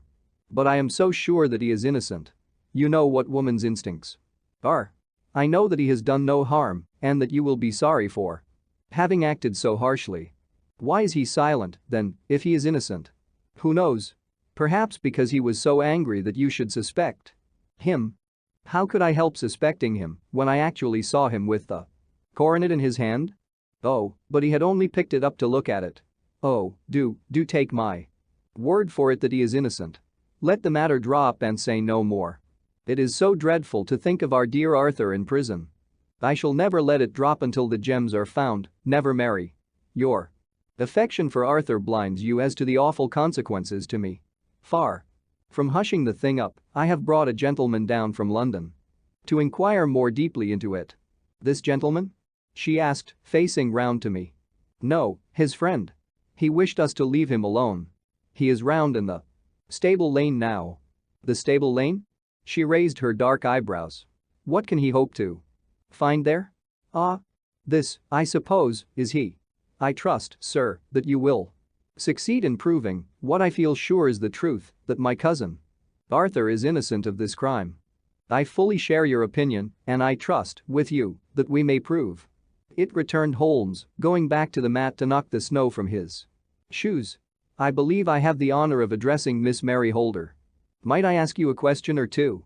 "Pray do, sir, if it may help to clear this horrible affair up." "You heard nothing yourself last night?" "Nothing, until my uncle here began to speak loudly. I heard that, and I came down." "You shut up the windows and doors the night before. Did you fasten all the windows?" "Yes." "Were they all fastened this morning?" "Yes." "You have a maid who has a sweetheart?" "I think that you remarked to your uncle last night that she had been out to see him?" "Yes, and she was the girl who waited in the drawing room and who may have heard uncle's remarks about the coronet." "I see. You infer that she may have gone out to tell her sweetheart and that the two may have planned the robbery. But what is the good of all these vague theories?" cried the banker impatiently, "when I have told you that I saw Arthur with the coronet in his hands?" "Wait a little, Mr. Holder. We must come back to that. About this girl. Miss Holder. You saw her return by the kitchen door, I presume?" "Yes, when I went to see if the door was fastened for the night I met her slipping in. I saw the man, too, in the gloom." "Do you know him?" "Oh, yes. He is the greengrocer who brings our vegetables round. His name is Francis Prosper. He stood," said Holmes, "to the left of the door, that is to say, farther up the path than is necessary to reach the door?" "Yes, he did." "And he is a man with a wooden leg?" Something like fear sprang up in the young lady's expressive black eyes. "Why, you are like a magician," said she. "How do you know that?" She smiled, but there was no answering smile in Holmes' thin, eager face. "I should be very glad now to go upstairs," said he. "I shall probably wish to go over the outside of the house again. Perhaps I had better take a look at the lower windows before I go up." He walked swiftly round from one to the other, pausing only at the large one which looked from the hall onto the stable lane. This he opened and made a very careful examination of the sill with his powerful magnifying lens. "Now we shall go upstairs," said he at last. The banker's dressing room was a plainly furnished little chamber with a grey carpet, a large bureau, and a long mirror. Holmes went to the bureau first and looked hard at the lock. "Which key was used to open it?" he asked. "That which my son himself indicated, that of the cupboard of the lumber room." "Have you it here?" "That is it, on the dressing table." Sherlock Holmes took it up and opened the bureau. "It is a noiseless lock," said he. "It is no wonder that it did not wake you. This case, I presume, contains the coronet. We must have a look at it." He opened the case and, taking out the diadem, he laid it upon the table. It was a magnificent specimen of the jeweler's art. And the 36 stones were the finest that I have ever seen. At one side of the coronet was a cracked edge where a corner holding 3 gems had been torn away. "Now, Mr. Holder," said Holmes, "here is the corner which corresponds to that which has been so unfortunately lost. Might I beg that you will break it off?" The banker recoiled in horror. "I should not dream of trying," said he. "Then I will." Holmes suddenly bent his strength upon it, but without result. "I feel it give a little," said he, "but, though I am exceptionally strong in the fingers, it would take me all my time to break it. An ordinary man could not do it. Now, what do you think would happen if I did break it, Mr. Holder?" "There would be a noise like a pistol shot." "Do you tell me that all this happened within a few yards of your bed and that you heard nothing of it?" "I do not know what to think. It is all dark to me. But perhaps it may grow lighter as we go. What do you think, Miss Holder?" I confess that I still share my uncle's perplexity. Your son had no shoes or slippers on when you saw him? He had nothing on save only his trousers and shirt. Thank you. We have certainly been favored with extraordinary luck during this inquiry, and it will be entirely our own fault if we do not succeed in clearing the matter up. With your permission, Mr. Holder, I shall now continue my investigations outside." He went alone, at his own request, for he explained that any unnecessary footmarks might make his task more difficult. For an hour or more he was at work, returning at last with his feet heavy with snow and his features as inscrutable as ever. "I think that I have seen now all that there is to see, Mr. Holder," said he. "I can serve you best by returning to my rooms." "But the gems, Mr. Holmes. Where are they?" "I cannot tell." The banker wrung his hands. "I shall never see them again," he cried. "And my son? You give me hopes?" "My opinion is in no way altered." "Then, for God's sake, what was this dark business which was acted in my house last night? If you can call upon me at my Baker Street rooms tomorrow morning between 9 and 10, I shall be happy to do what I can to make it clearer. I understand that you give me carte blanche to act for you, provided only that I get back the gems and that you place no limit on the sum I may draw.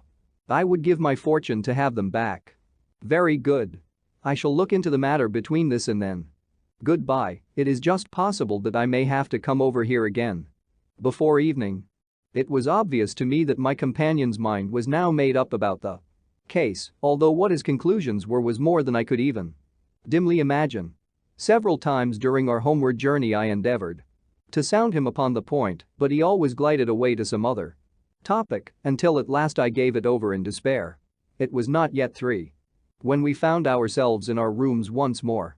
He hurried to his chamber and was down again in a few minutes dressed as a common loafer, with his collar turned up, his shiny, seedy coat, his red cravat, and his worn boots. He was a perfect sample of the class. "I think that this should do," said he, glancing into the glass above the fireplace. "I only wish that you could come with me, Watson, but I fear that it won't do.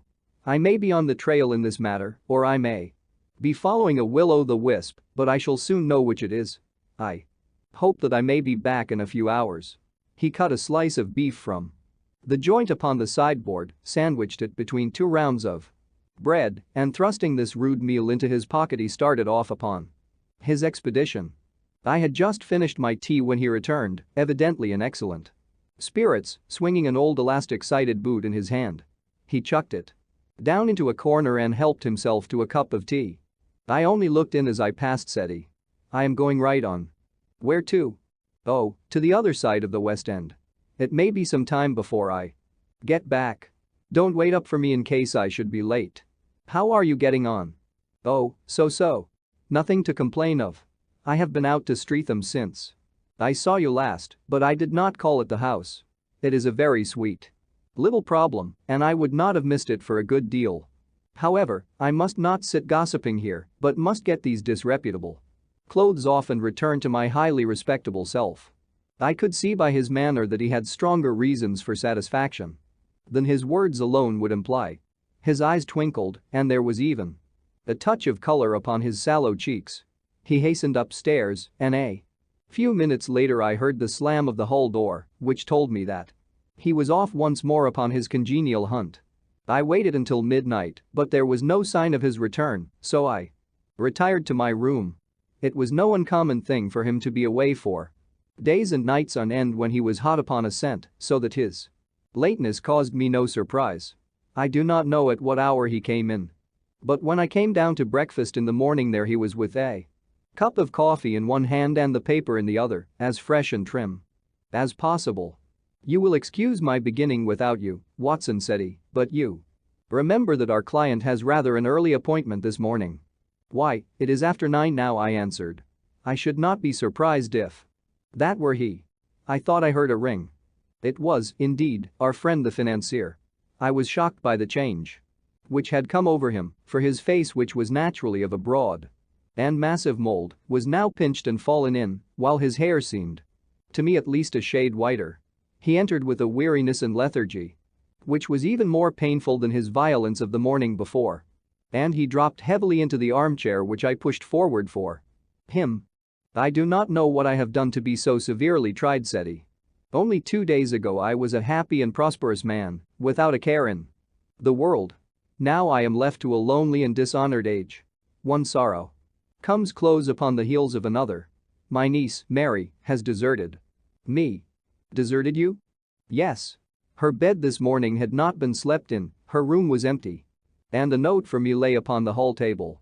I had said to her last night, in sorrow and not in anger, that if she had married my boy all might have been well with him. Perhaps it was thoughtless of me to say so. It is to that remark that she refers in this note. My dearest uncle, I feel that I have brought trouble upon you. And that if I had acted differently this terrible misfortune might never have occurred.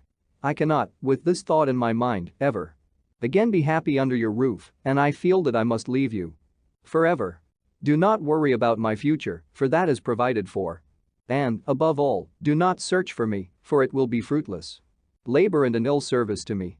In life or in death, I am ever your loving Mary.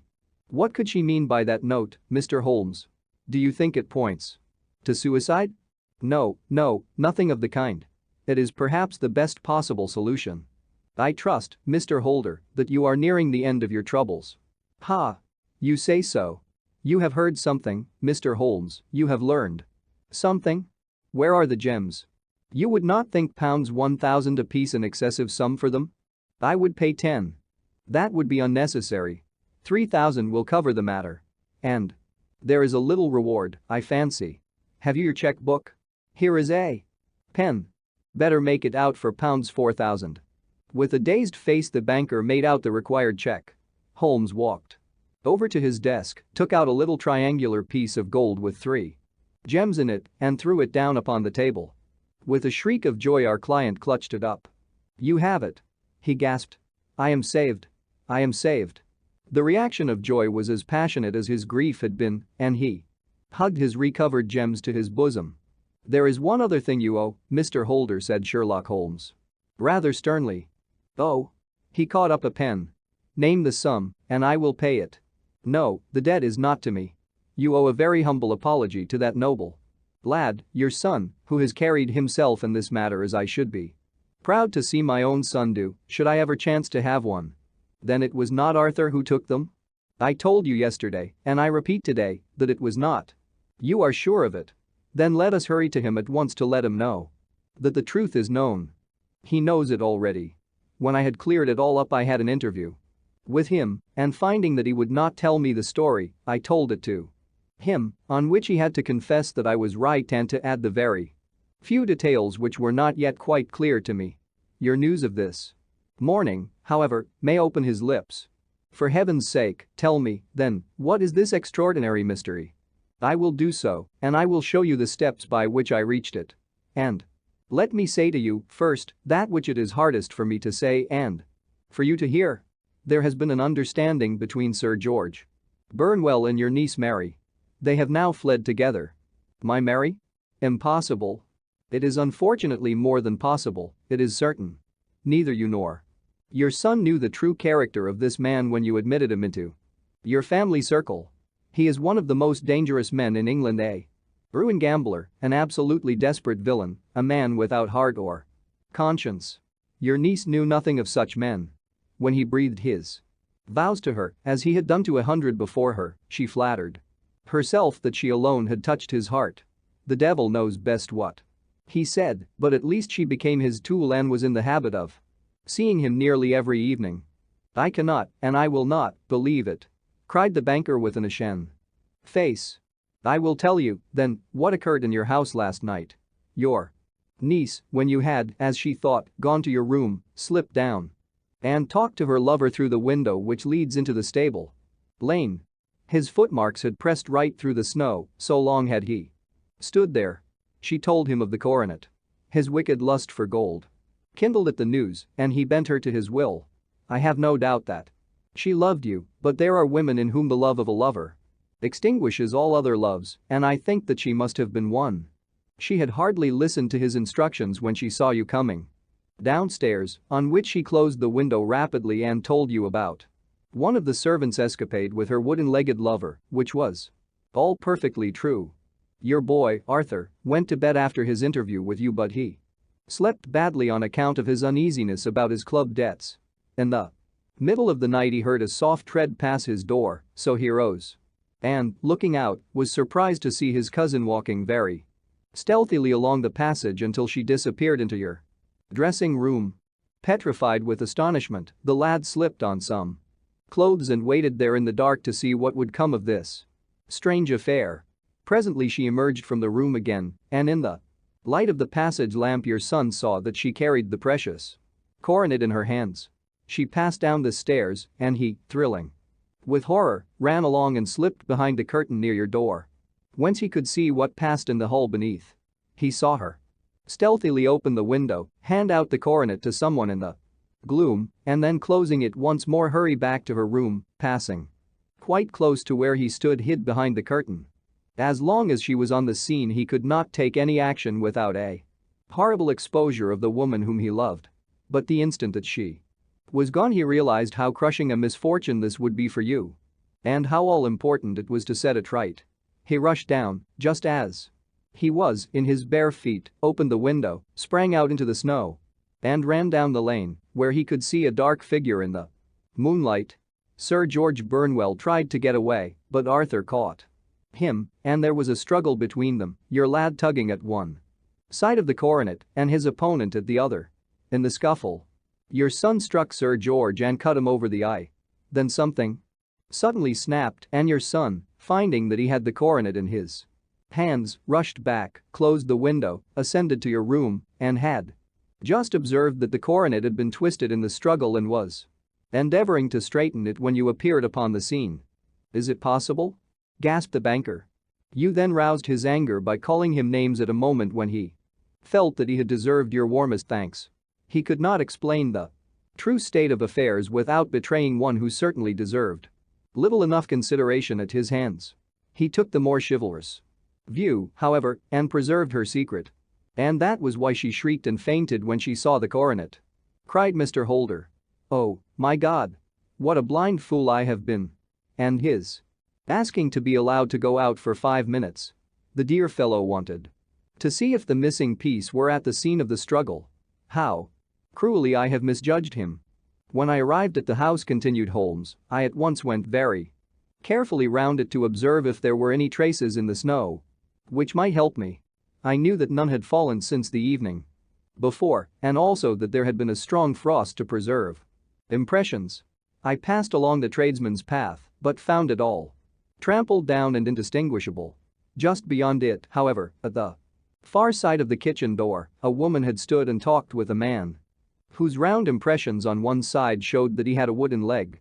I could even tell that they had been disturbed, for the woman had run back swiftly to the door, as was shown by the deep toe and light heel marks, while wooden leg had waited a little and then had gone away.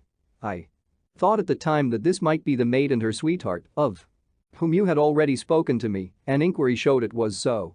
I passed round the garden without seeing anything more than random tracks, which I took to be the police, but when I got into the stable lane a very long and complex story was written in the snow in front of me.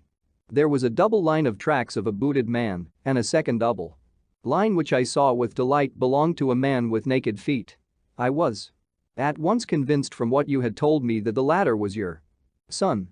The first had walked both ways, but the other had run swiftly, and as his tread was marked in places over the depression of the boot, it was obvious that he had passed after the other.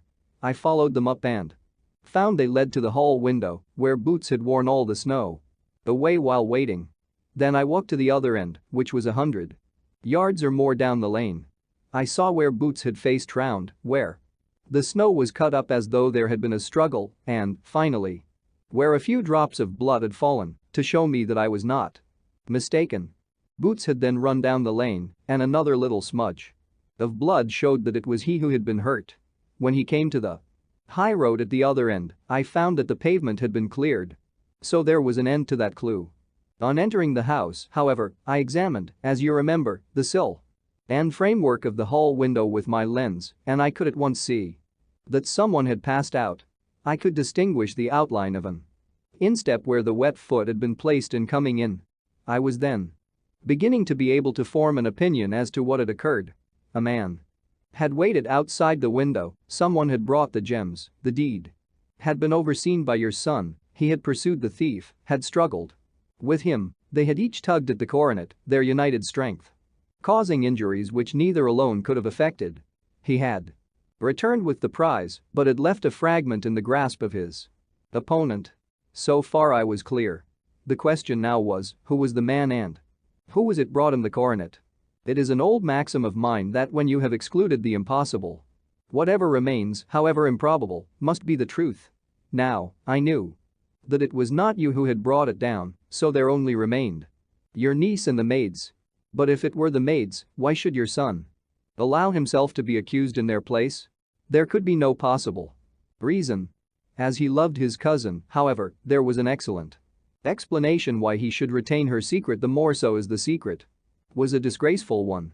When I remembered that you had seen her at that window and how she had fainted on seeing the coronet again, my conjecture became a certainty. And who could it be who was her confederate? A lover evidently, for who else could outweigh the love and gratitude which she must feel to you? I knew that you went out little and that your circle of friends was a very limited one. But among them was Sir George Burnwell. I had heard of him before as being a man of evil reputation among women. It must have been he who wore those boots and retained the missing gems. Even though he knew that Arthur had discovered him, he might still flatter himself that he was safe, for the lad could not say a word without compromising his own family. Well, your own good sense will suggest what measures I took next.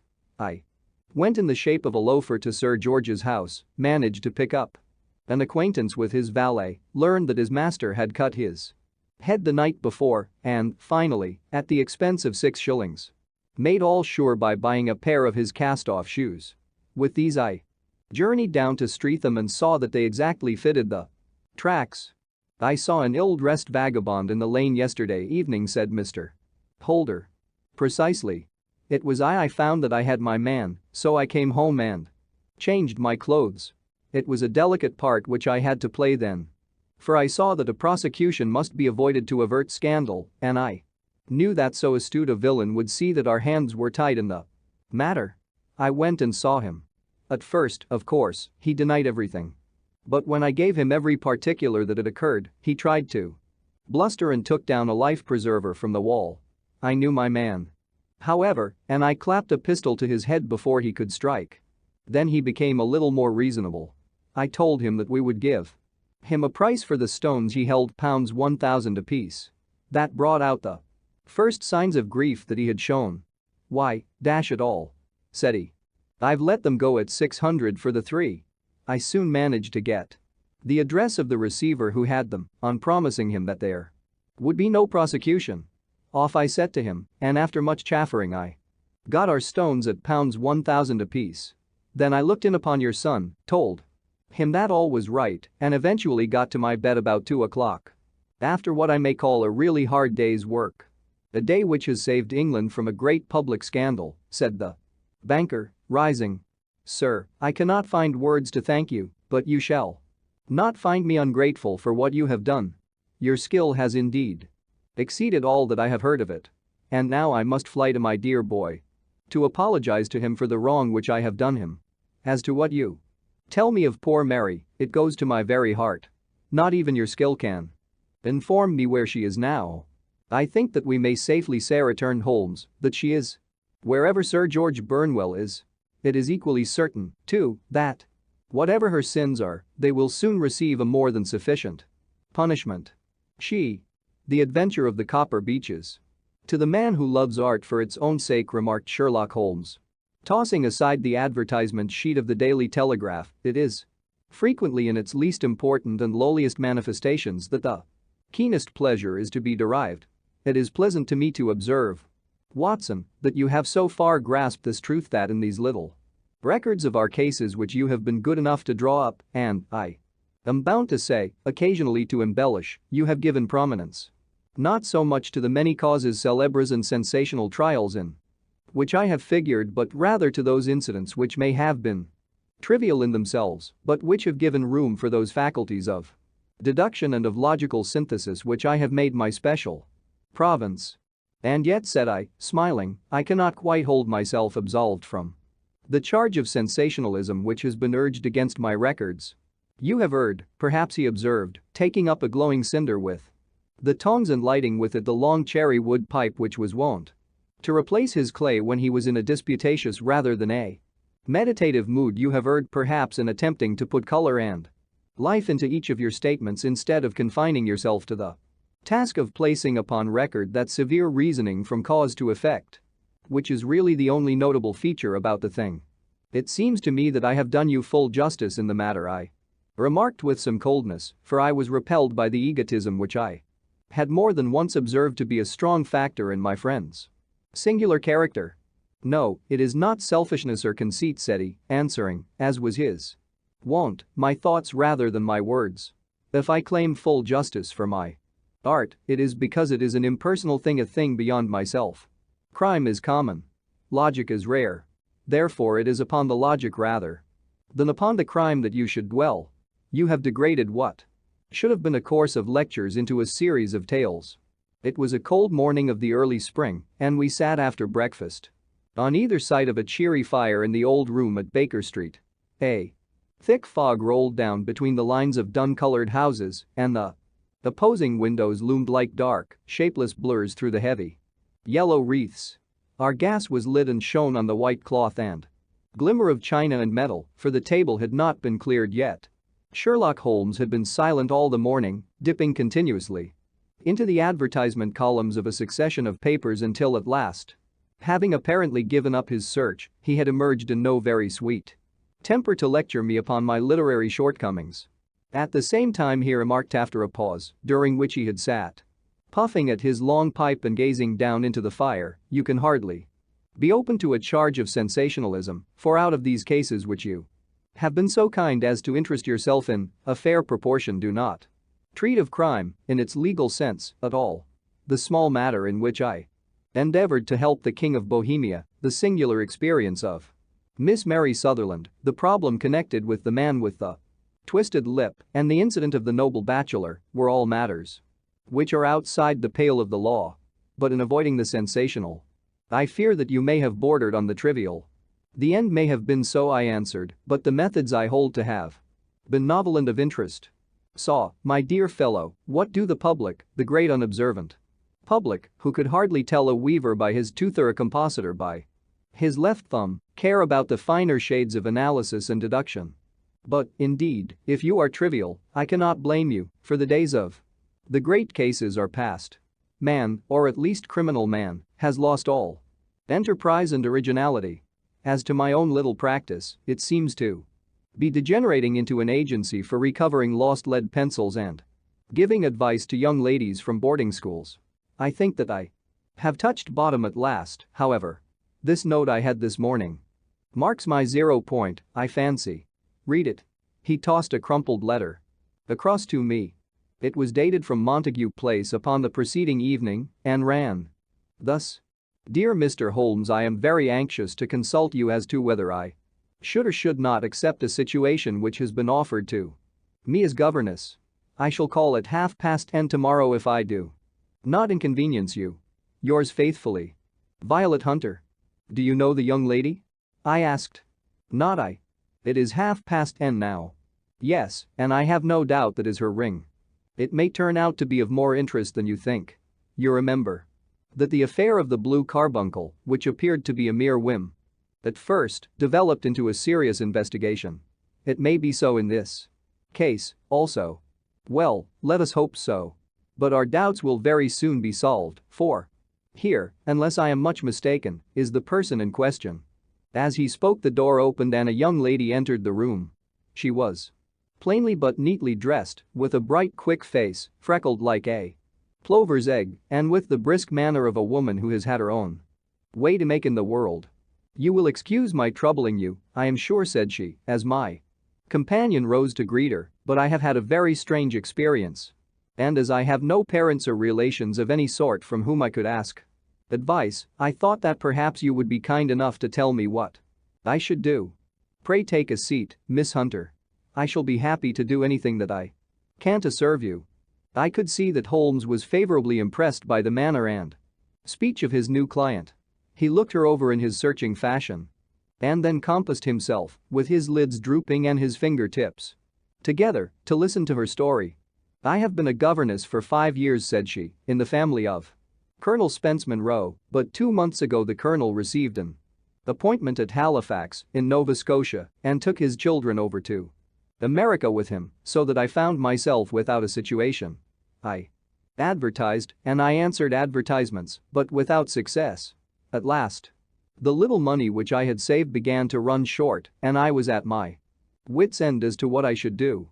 There is a well-known agency for governesses in the West End called Westaways, and there I used to call about once a week in order to see whether anything had turned up which might suit me. Westaway was the name of the founder of the business, but it is really managed by Miss Stoper. She sits in her own little office, and the ladies who are seeking employment wait in an anteroom and are then shown in one by one, when she consults her ledgers and sees whether she has anything which would suit them. Well, when I called last week I was shown into the little office as usual, but I found that Miss Stoper was not alone. A prodigiously stout man with a very smiling face and a great heavy chin which rolled down in fold upon fold over his throat sat at her elbow with a pair of glasses on his nose, looking very earnestly at the ladies who entered. As I came in he gave quite a jump in his chair and turned quickly to Miss Stoper. "That will do," said he. "I could not ask for anything better." "Capital. Capital." He seemed quite enthusiastic and rubbed his hands together in the most genial fashion. He was such a comfortable-looking man that it was quite a pleasure to look at him. "You are looking for a situation, miss?" he asked. "Yes, sir." "As governess?" "Yes, sir." "And what salary do you ask?" "I had £4 a month in my last place with Colonel Spenceman Rowe." "Oh, tut, tut.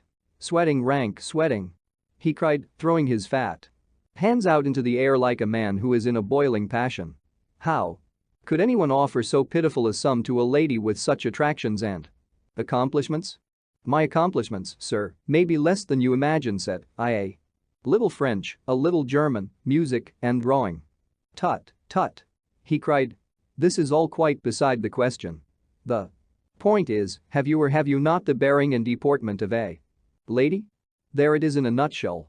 If you have not, you are not fitted for the rearing of a child who may some day play a considerable part in the history of the country. But if you have, why, then, how could any gentleman ask you to condescend to accept anything under the 3 figures? Your salary with me, madam, would commence at £100 a year. You may imagine, Mr. Holmes, that to me, destitute as I was, such an offer seemed almost too good to be true. The gentleman, however, seeing perhaps the look of incredulity upon my face, opened a pocket-book and took out a note. "It is also my custom," said he, smiling in the most pleasant fashion, until his eyes were just 2 little shining slits amid the white creases of his face, "to advance to my young ladies half their salary beforehand, so that they may meet any little expenses of their journey and their wardrobe."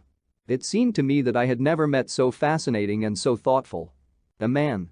As I was already in debt to my tradesman, the advance was a great convenience, and yet there was something unnatural about the whole transaction which made me wish to know a little more before I quite committed myself. "May I ask where you live, sir?" said I. "Hampshire. Charming rural place. The Copper Beeches, 5 miles on the far side of Winchester. It is the most lovely country, my dear young lady, and the dearest old country house." "And my duties, sir?" "I should be glad to know what they would be." "One child, one dear little romper just 6 years old. Oh, if you could see him killing cockroaches with a slipper. Smack. Smack. Smack. 3. Gone before you could wink." He leaned back in his chair and laughed his eyes into his head again. I was a little startled at the nature of the child's amusement, but the father's laughter made me think that perhaps he was joking. "My sole duties," then I asked, "are to take charge of a single child?" "No, no, not the sole, not the sole, my dear young lady," he cried. "Your duty would be, as I am sure your good sense would suggest, to obey any little commands my wife might give, provided always that they were such commands as a lady might with propriety obey. You see no difficulty, eh? I should be happy to make myself useful." "Quite so. In dress now, for example." We are fatty people, you. No fatty, but kind-hearted. If you were asked to wear any dress which we might give you, you would not object to our little whim. Heh? No, said I, considerably astonished at his words. Or to sit here, or sit there, that would not be offensive to you. Oh, no. Or to cut your hair quite short before you come to us? I could hardly believe my ears. As you may observe, Mr. Holmes, my hair is somewhat luxuriant and of a rather peculiar tint of chestnut. It has been considered artistic. I could not dream of sacrificing it in this offhand fashion. I am afraid that is quite impossible, said I. He had been watching me eagerly out of his small eyes, and I could see a shadow pass over his face as I spoke. I am afraid that it is quite essential, said he. It is a little fancy of my wife's and ladies' fancies, you know, madam, ladies' fancies must be consulted. And so you won't cut your hair? No, sir, I really could not, I answered firmly. Ah, very well, then that quite settles the matter. It is a pity. Because in other respects you would really have done very nicely. In that case, Miss Stoper, I had best inspect a few more of your young ladies. The manageress had sat all this while busy with her papers without a word to either of us, but she glanced at me now with so much annoyance upon her face that I could not help suspecting that she had lost a handsome commission through my refusal. Do you desire your name to be kept upon the books? She asked. If you please, Miss Stoper. Well, really, it seems rather useless, since you refuse the most excellent offers in this fashion, said she sharply. You can hardly expect us to exert ourselves to find another such opening for you. Good day to you, Miss Hunter. She struck a gong upon the table, and I was shown out by the page. Well, Mr. Holmes, when I got back to my lodgings and found little enough in the cupboard and 2 or 3 bills upon the table, I began to ask myself whether I had not done a very foolish thing. After all, if these people had strange fads and expected obedience on the most extraordinary matters, they were at least ready to pay for their eccentricity. Very few governesses in England are getting £100 a year. Besides, what use was my hair to me? Many people are improved by wearing it short, and perhaps I should be among the number. Next day I was inclined to think that I had made a mistake, and by the day after I was sure of it. I had almost overcome my pride so far as to go back to the agency and inquire whether the place was still open when I received this letter from the gentleman himself. I have it here and I will read it to you. The Copper Beeches, near Winchester. Dear Miss Hunter, Miss Stoper has very kindly given me your address, and I write from here to ask you whether you have reconsidered your decision. My wife is very anxious that you should come, for she has been much attracted by my description of you. We are willing to give £30 a quarter or £120 a year so as to recompense you for any little inconvenience which our fads may cause you. They are not very exacting, after all. My wife is fond of a particular shade of electric blue and would like you to wear such a dress indoors in the morning. You need not, however, go to the expense of purchasing one, as we have one belonging to my dear daughter Alice, now in Philadelphia, which would, I should think, fit you very well. Then, as to sitting here or there, or amusing yourself in any manner indicated, that need cause you no inconvenience. As regards your hair, it is no doubt a pity.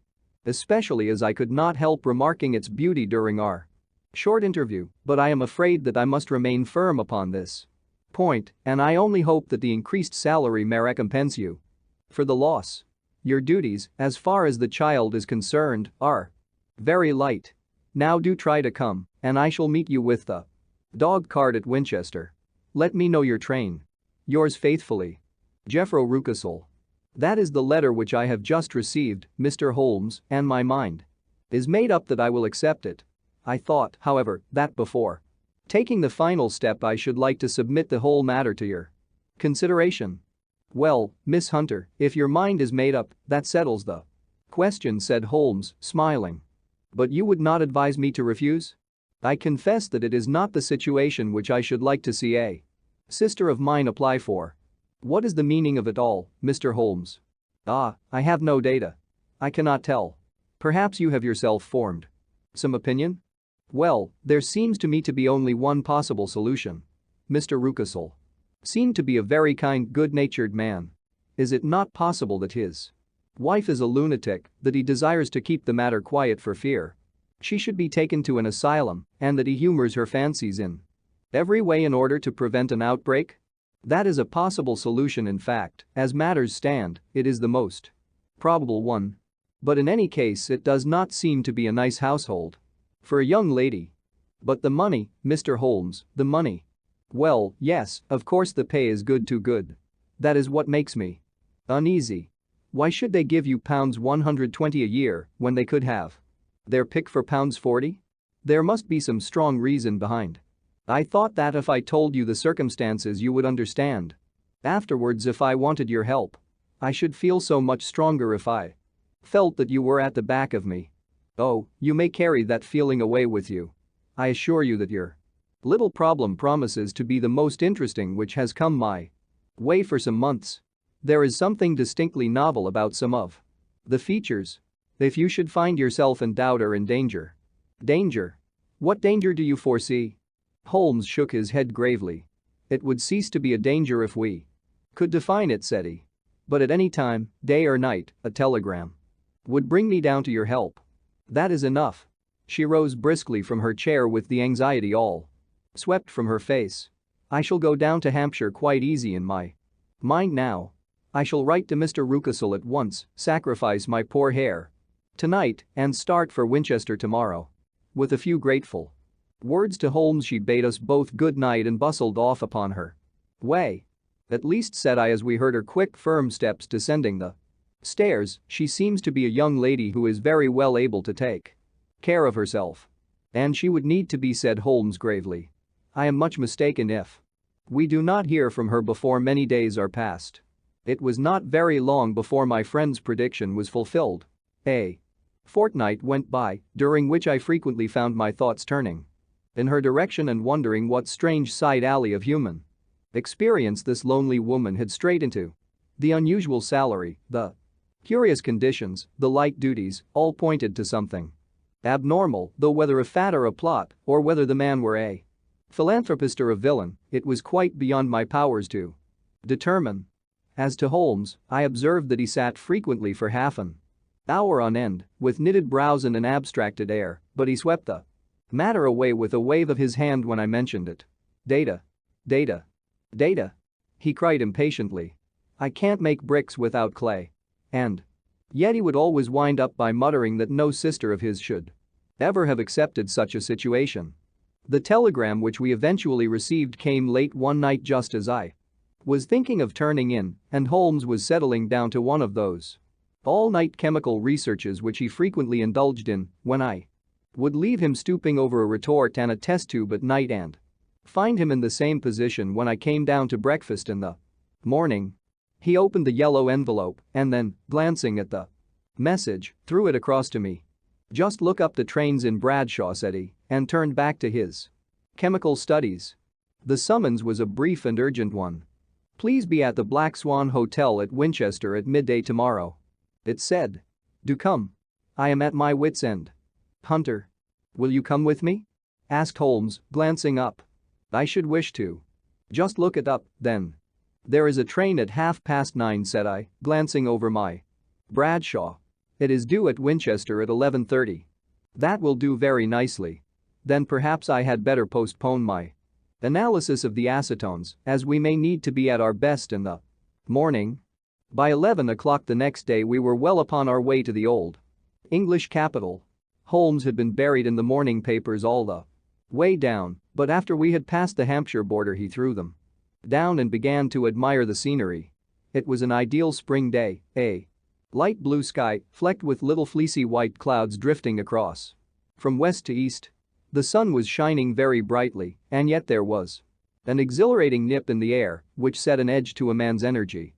All over the countryside, away to the rolling hills around Aldershot, the little red and grey roofs of the farmsteadings peeped out from amid the light green of the new foliage. Are they not fresh and beautiful?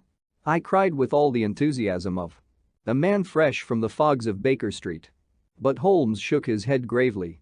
Do you know, Watson, said he, that it is one of the curses of a mind with a turn like mine that I must look at everything with reference to My own special subject. You look at these scattered houses, and you are impressed by their beauty. I look at them, and the only thought which comes to me is a feeling of their isolation and of the impunity with which crime may be committed there. Good heavens! I cried. Who would associate crime with these dear old homesteads? They always fill me with a certain horror. It is my belief, Watson, founded upon my experience, that the lowest and vilest alleys in London do not present a more dreadful record of sin than does the smiling and beautiful countryside. You horrify me. But the reason is very obvious. The pressure of public opinion can do in the town what the law cannot accomplish. There is no lane so vile that the scream of a tortured child or the thud of a drunkard's blow does not beget sympathy and indignation among the neighbors, and then the whole machinery of justice is ever so close that a word of complaint can set it going, and there is but a step between the crime and the dock. But look at these lonely houses, each in its own fields, filled for the most part with poor ignorant folk who know little of the law. Think of the deeds of hellish cruelty, the hidden wickedness which may go on, year in, year out, in such places, and none the wiser. Had this lady who appeals to us for help gone to live in Winchester, I should never have had a fear for her. It is the 5 miles of country which makes the danger. Still, it is clear that she is not personally threatened. No. If she can come to Winchester to meet us, she can get away. Quite so. She has her freedom. What can be the matter, then? Can you suggest no explanation? I have devised 7 separate explanations, each of which would cover the facts as far as we know them. But which of these is correct can only be determined by the fresh information which we shall no doubt find waiting for us. Well, there is the tower of the cathedral, and we shall soon learn all that Miss Hunter has to tell. The Black Swan is an inn of repute in the High Street, at no distance from the station, and there we found the young lady waiting for us. She had engaged a sitting room, and our lunch awaited us upon the table. I am so delighted that you have come, she said earnestly. It is so very kind of you both, but indeed I do not know what I should do. Your advice will be altogether invaluable to me. Pray tell us what has happened to you. I will do so, and I must be quick, for I have promised Mr. Rucastle to be back before 3. I got his leave to come into town this morning, though he little knew for what purpose. Let us have everything in its due order. Holmes thrust his long thin legs out towards the fire and composed himself to listen. In the first place, I may say that I have met, on the whole, with no actual ill treatment from Mr. and Mrs. Rucastle. It is only fair to them to say that. But I cannot understand them, and I am not easy in my mind about them. What can you not understand? Their reasons for their conduct. But you shall have it all just as it occurred. When I came down, Mr. Rucastle met me here and drove me in his dog cart to the Copper Beeches. It is, as he said, beautifully situated, but it is not beautiful in itself, for it is a large square block of a house, whitewashed, but all stained and streaked with damp and bad weather. There are grounds round it, woods on 3 sides, and on the fourth a field which slopes down to the Southampton highroad, which curves past about 100 yards from the front door. This ground in front belongs to the house, but the woods all round are part of Lord Southerton's preserves. A clump of copper beeches immediately in front of the hall door has given its name to the place. I was driven over by my employer, who was as amiable as ever, and was introduced by him that evening to his wife and the child. There was no truth, Mr. Holmes, in the conjecture which seemed to us to be probable. In your rooms at Baker Street, Mrs. Rucastle is not mad. I found her to be a silent, pale-faced woman, much younger than her husband, not more than 30, I should think, while he can hardly be less than 45. From their conversation I have gathered that they have been married about 7 years, that he was a widower, and that his only child by the first wife was the daughter who has gone to Philadelphia.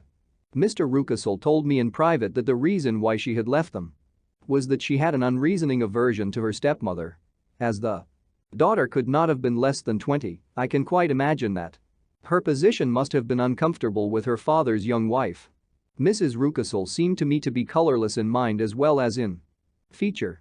She impressed me neither favorably nor the reverse. She was a non-entity. It was easy to see that she was passionately devoted both to her husband and to her little son. Her light gray eyes wandered continually from one to the other, noting every little want and forestalling it if possible. He was kind to her also in his bluff, boisterous fashion, and on the whole they seemed to be a happy couple. And yet she had some secret sorrow, this woman. She would often be lost in deep thought, with the saddest look upon her face. More than once I have surprised her in tears. I have thought sometimes that it was the disposition of her child which weighed upon her mind, for I have never met so utterly spoiled and so ill-natured a little creature. He is small for his age, with a head which is quite disproportionately large. His whole life appears to be spent in an alternation between savage fits of passion and gloomy intervals of sulking. Giving pain to any creature weaker than himself seems to be his one idea of amusement, and he shows quite remarkable talent in planning the capture of mice, little birds, and insects.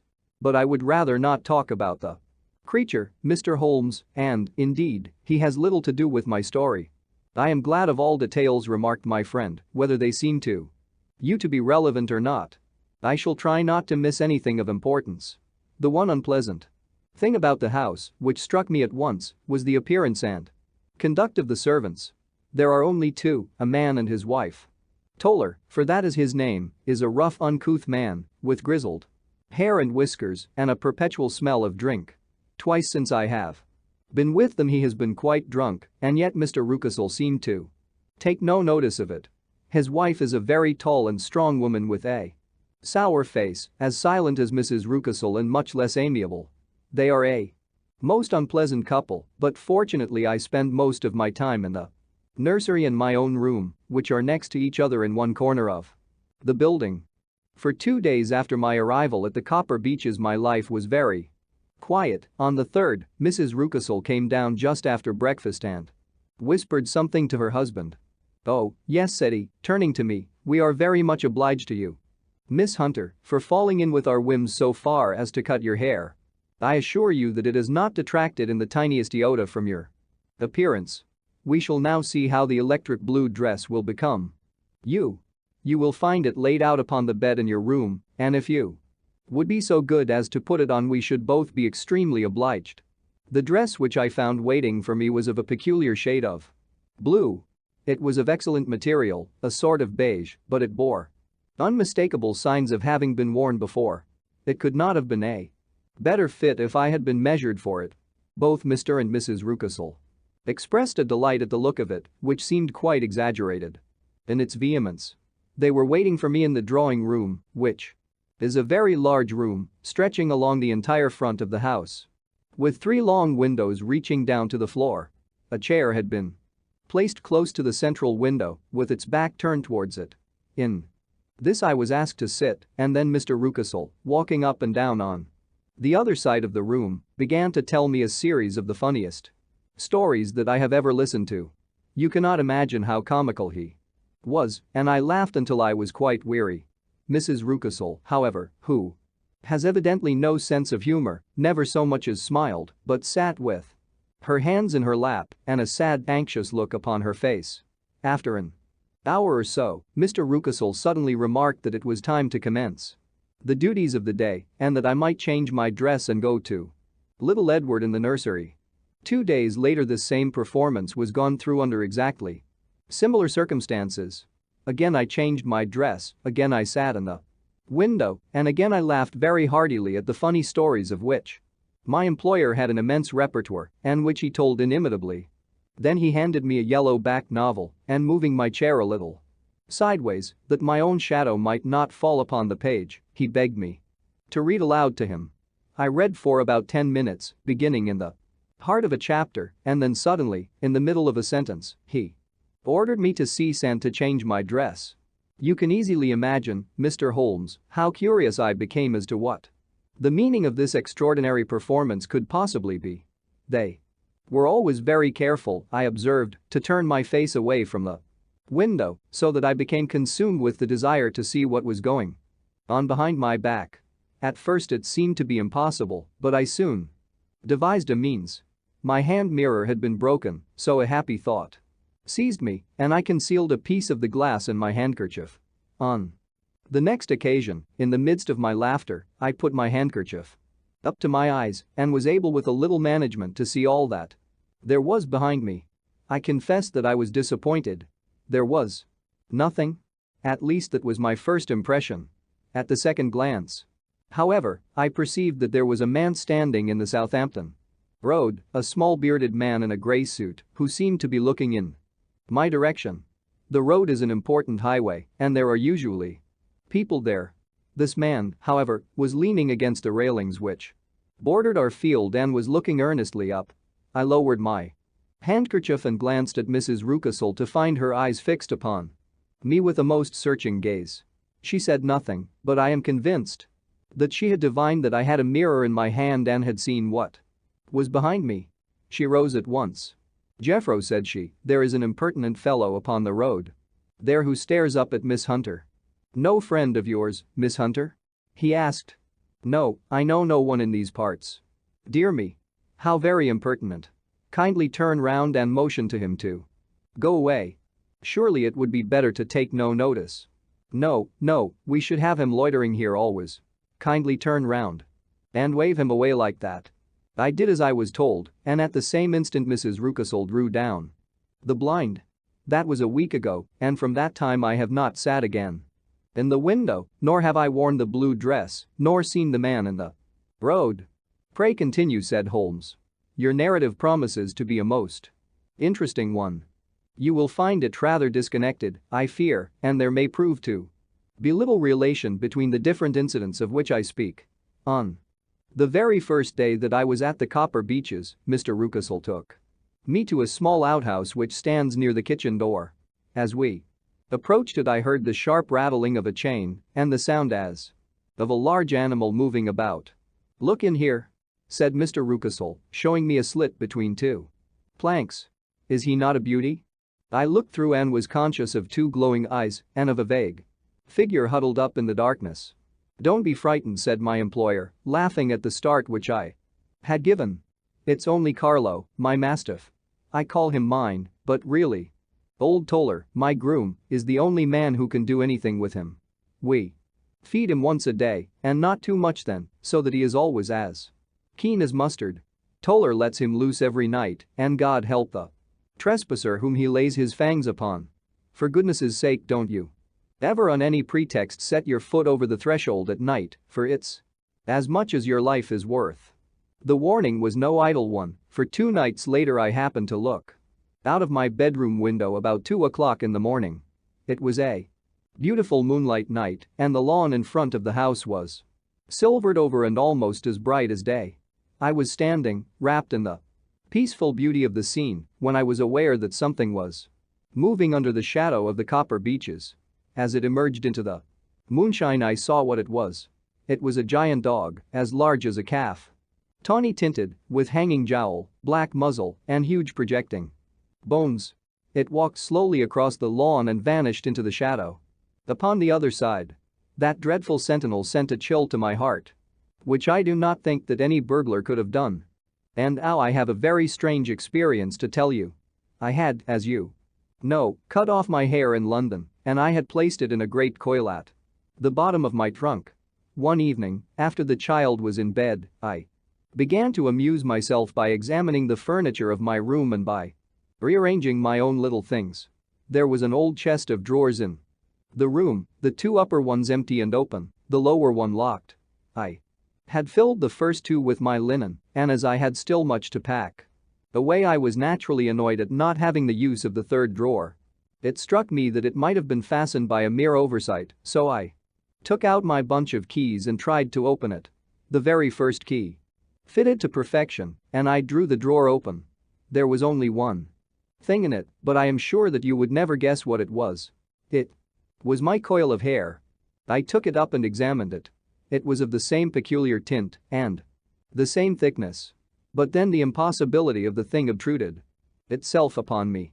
How could my hair have been locked in the drawer?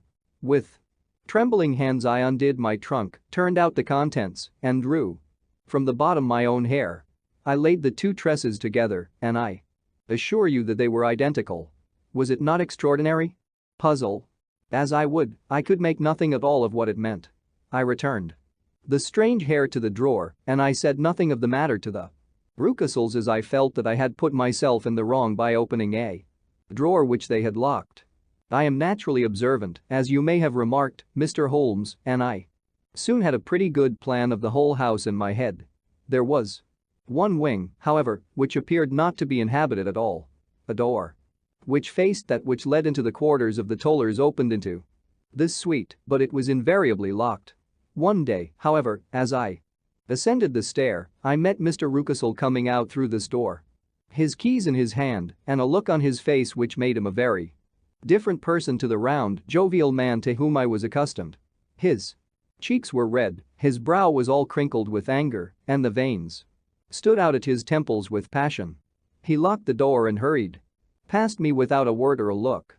This aroused my curiosity, so when I went out for a walk in the grounds with my charge, I strolled round to the side from which I could see the windows of this part of the house. There were 4 of them in a row, 3 of which were simply dirty, while the 4th was shuttered up. They were evidently all deserted. As I strolled up and down, glancing at them occasionally, Mr. Rucastle came out to me, looking as merry and jovial as ever. "Ah," said he, "you must not think me rude if I passed you without a word, my dear young lady." I was preoccupied with business matters. I assured him that I was not offended.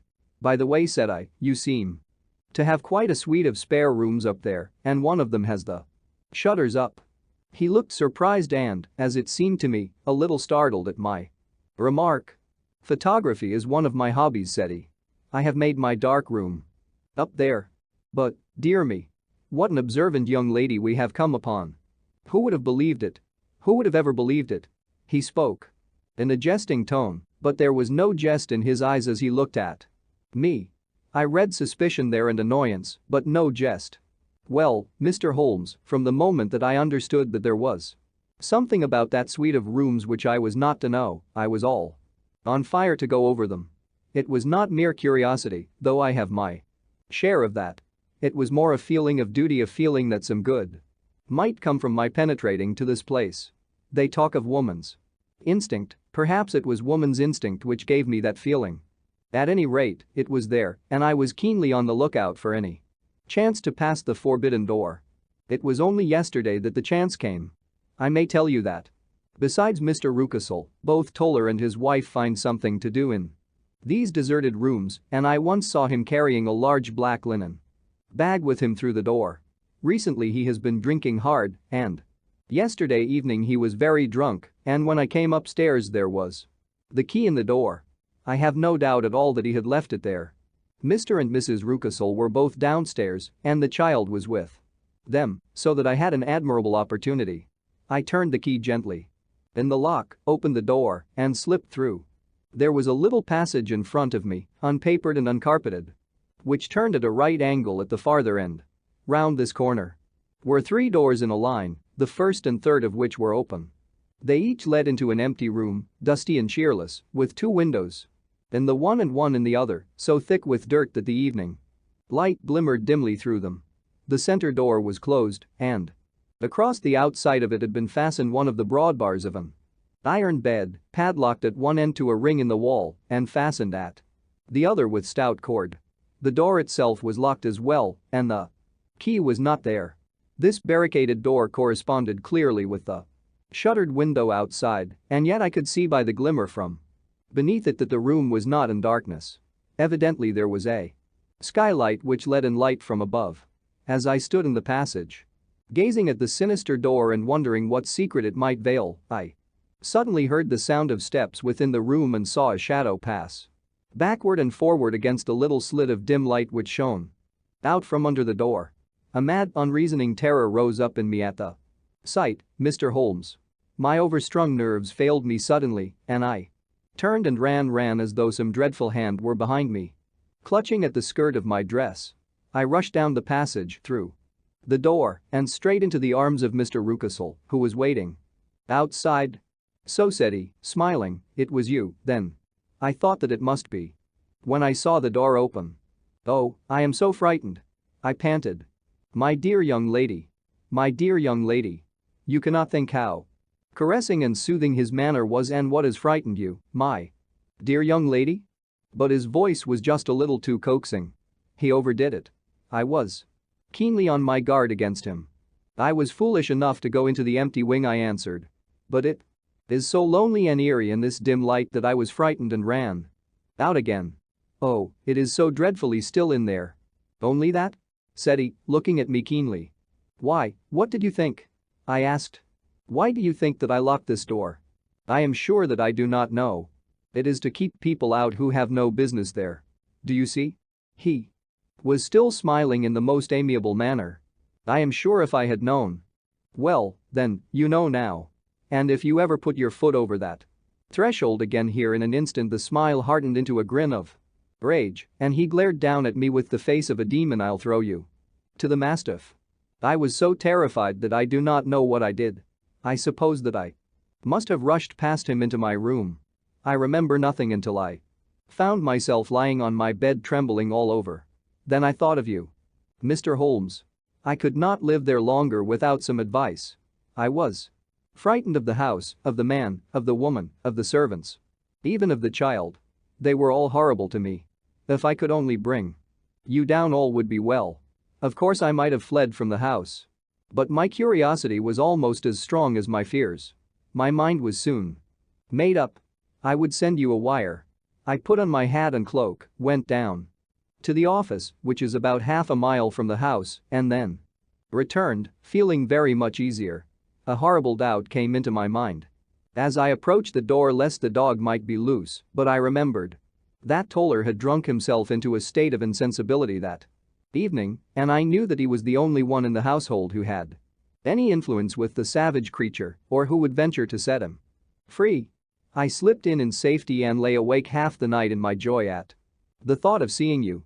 I had no difficulty in getting leave to come into Winchester this morning, but I must be back before 3 o'clock. For Mr. and Mrs. Rucastle are going on a visit and will be away all the evening, so that I must look after the child. Now I have told you all my adventures, Mr. Holmes, and I should be very glad if you could tell me what it all means and, above all, what I should do. Holmes and I had listened spellbound to this extraordinary story. My friend rose now and paced up and down the room, his hands in his pockets and an expression of the most profound gravity upon his face. Is Toller still drunk? He asked. Yes. I heard his wife tell Mrs. Rucastle that she could do nothing with him. That is well. And the Rucastles go out tonight? Yes. Is there a cellar with a good strong lock? Yes, the wine cellar. You seem to me to have acted all through this matter like a very brave and sensible girl, Miss Hunter. Do you think that you could perform one more feat? I should not ask it of you if I did not think you a quite exceptional woman. I will try. What is it? We shall be at the Copper Beeches by 7 o'clock, my friend and I. The Rucastles will be gone by that time, and Toller will, we hope, be incapable. There only remains Mrs. Toller, who might give the alarm. If you could send her into the cellar on some errand and then turn the key upon her, you would facilitate matters immensely. I will do it. Excellent. We shall then look thoroughly into the affair. Of course. There is only one feasible explanation. You have been brought there to personate someone, and the real person is imprisoned in this chamber. That is obvious. As to who this prisoner is, I have no doubt that it is the daughter, Miss Alice Rucastle, if I remember right, who was said to have gone to America. You were chosen, doubtless, as resembling her in height, figure, and the color of your hair. Hers had been cut off. Very possibly in some illness through which she has passed, and so, of course, yours had to be sacrificed also. By a curious chance you came upon her tresses. The man in the road was undoubtedly some friend of hers, possibly her fiancé, and no doubt, as you wore the girl's dress and were so like her, he was convinced from your laughter whenever he saw you, and afterwards from your gesture, that Miss Rucastle was perfectly happy and that she no longer desired his attentions. The dog is let loose at night to prevent him from endeavoring to communicate with her. So much is fairly clear. The most serious point in the case is the disposition of the child. What on earth has that to do with it? I ejaculated. My dear Watson, you as a medical man are continually gaining light as to the tendencies of a child by the study of the parents. Don't you see that the converse is equally valid? I have frequently gained my first Real insight into the character of parents by studying their children. This child's disposition is abnormally cruel, merely for cruelty's sake, and whether he derives this from his smiling father, as I should suspect, or from his mother, it bodes evil for the poor girl who is in their power. I am sure that you are right, Mr. Holmes, cried our client. A thousand things come back to me which make me certain that you have hit it. Oh, let us lose not an instant in bringing help to this poor creature. We must be circumspect, for we are dealing with a very cunning man. We can do nothing until 7 o'clock. At that hour we shall be with you. And it will not be long before we solve the mystery. We were as good as our word, for it was just 7 when we reached the Copper Beeches, having put up our trap at a wayside public house.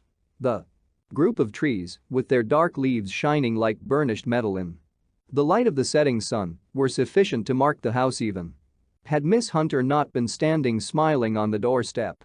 Have you managed it? Asked Holmes. A loud thudding noise came from somewhere downstairs. That is Mrs. Toller in the cellar, said she. Her husband lies snoring on the kitchen rug. Here are his keys, which are the duplicates of Mr. Rucastle's. You have done well indeed, cried Holmes with enthusiasm. Now lead the way, and we shall soon see the end of this black business. We passed up the stair, unlocked the door, followed on down a passage, and found ourselves in front of the barricade which Miss Hunter had described. Holmes cut the cord and removed the transverse bar. Then he tried the various keys in the lock, but without success. No sound came from within, and at the silence Holmes' face clouded over. I trust that we are not too late, said he. I think, Miss Hunter, that we had better go in without you. Now, Watson, put your shoulder to it, and we shall see whether we cannot make our way in. It was an old rickety door and gave at once before our united strength. Together we rushed into the room. It was empty. There was no furniture, save a little pallet bed, a small table, and a basket full of linen. The skylight above was open, and the prisoner gone. There has been some villainy here, said Holmes. This beauty has guessed Miss Hunter's intentions and has carried his victim off. But how? Through the skylight. We shall soon see how he managed it. He swung himself up onto the roof. Ah, yes, he cried, here's the end of a long light ladder against the eaves. That is how he did it. But it is impossible, said Miss Hunter, the ladder was not there when the Rucastles went away. He has come back and done it. I tell you that he is a clever and dangerous man. I should not be very much surprised if this were he whose step I hear now upon the stair. I think, Watson, that it would be as well for you to have your pistol ready. The words were hardly out of his mouth before a man appeared at the door of the room, a very fat and burly man, with a heavy stick in his hand. Miss Hunter screamed and shrunk against the wall at the sight of him, but Sherlock Holmes sprang forward and confronted him. You villain, said he, where's your daughter? The fat man cast his eyes round and then up at the open skylight. It is for me to ask you that, he shrieked. You thieves! Spies and thieves! I have caught you, have I? You are in my power. I'll serve you. He turned and clattered down the stairs as hard as he could go. He's gone for the dog, cried Miss Hunter. I have my revolver, said I. Better close the front door, cried Holmes, and we all rushed down the stairs together. We had hardly reached the hall when we heard the baying of a hound and then a scream of agony with a horrible worrying sound which it was dreadful to listen to. An elderly man with a red face and shaking limbs came staggering out at a side door. My God! He cried. Someone has loosed the dog. It's not been fed for 2 days. Quick, quick, or it'll be too late.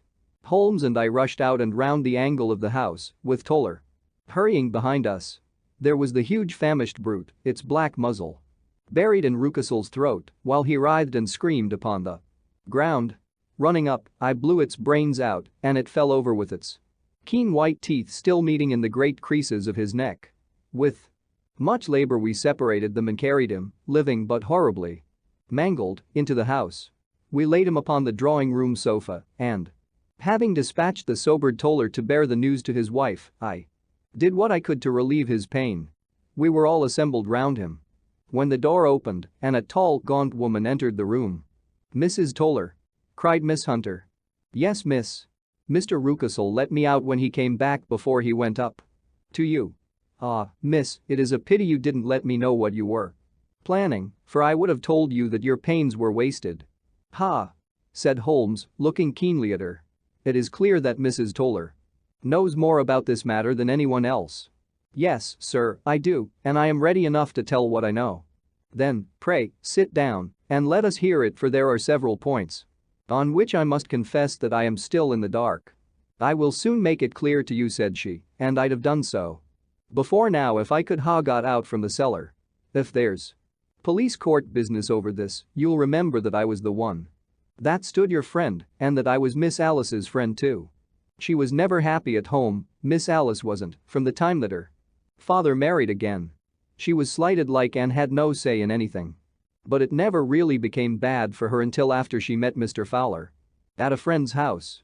As well as I could learn, Miss Alice had rights of her own by will, but she was so quiet and patient, she was, that she never said a word about them, but just left everything in Mr. Rucastle's hands.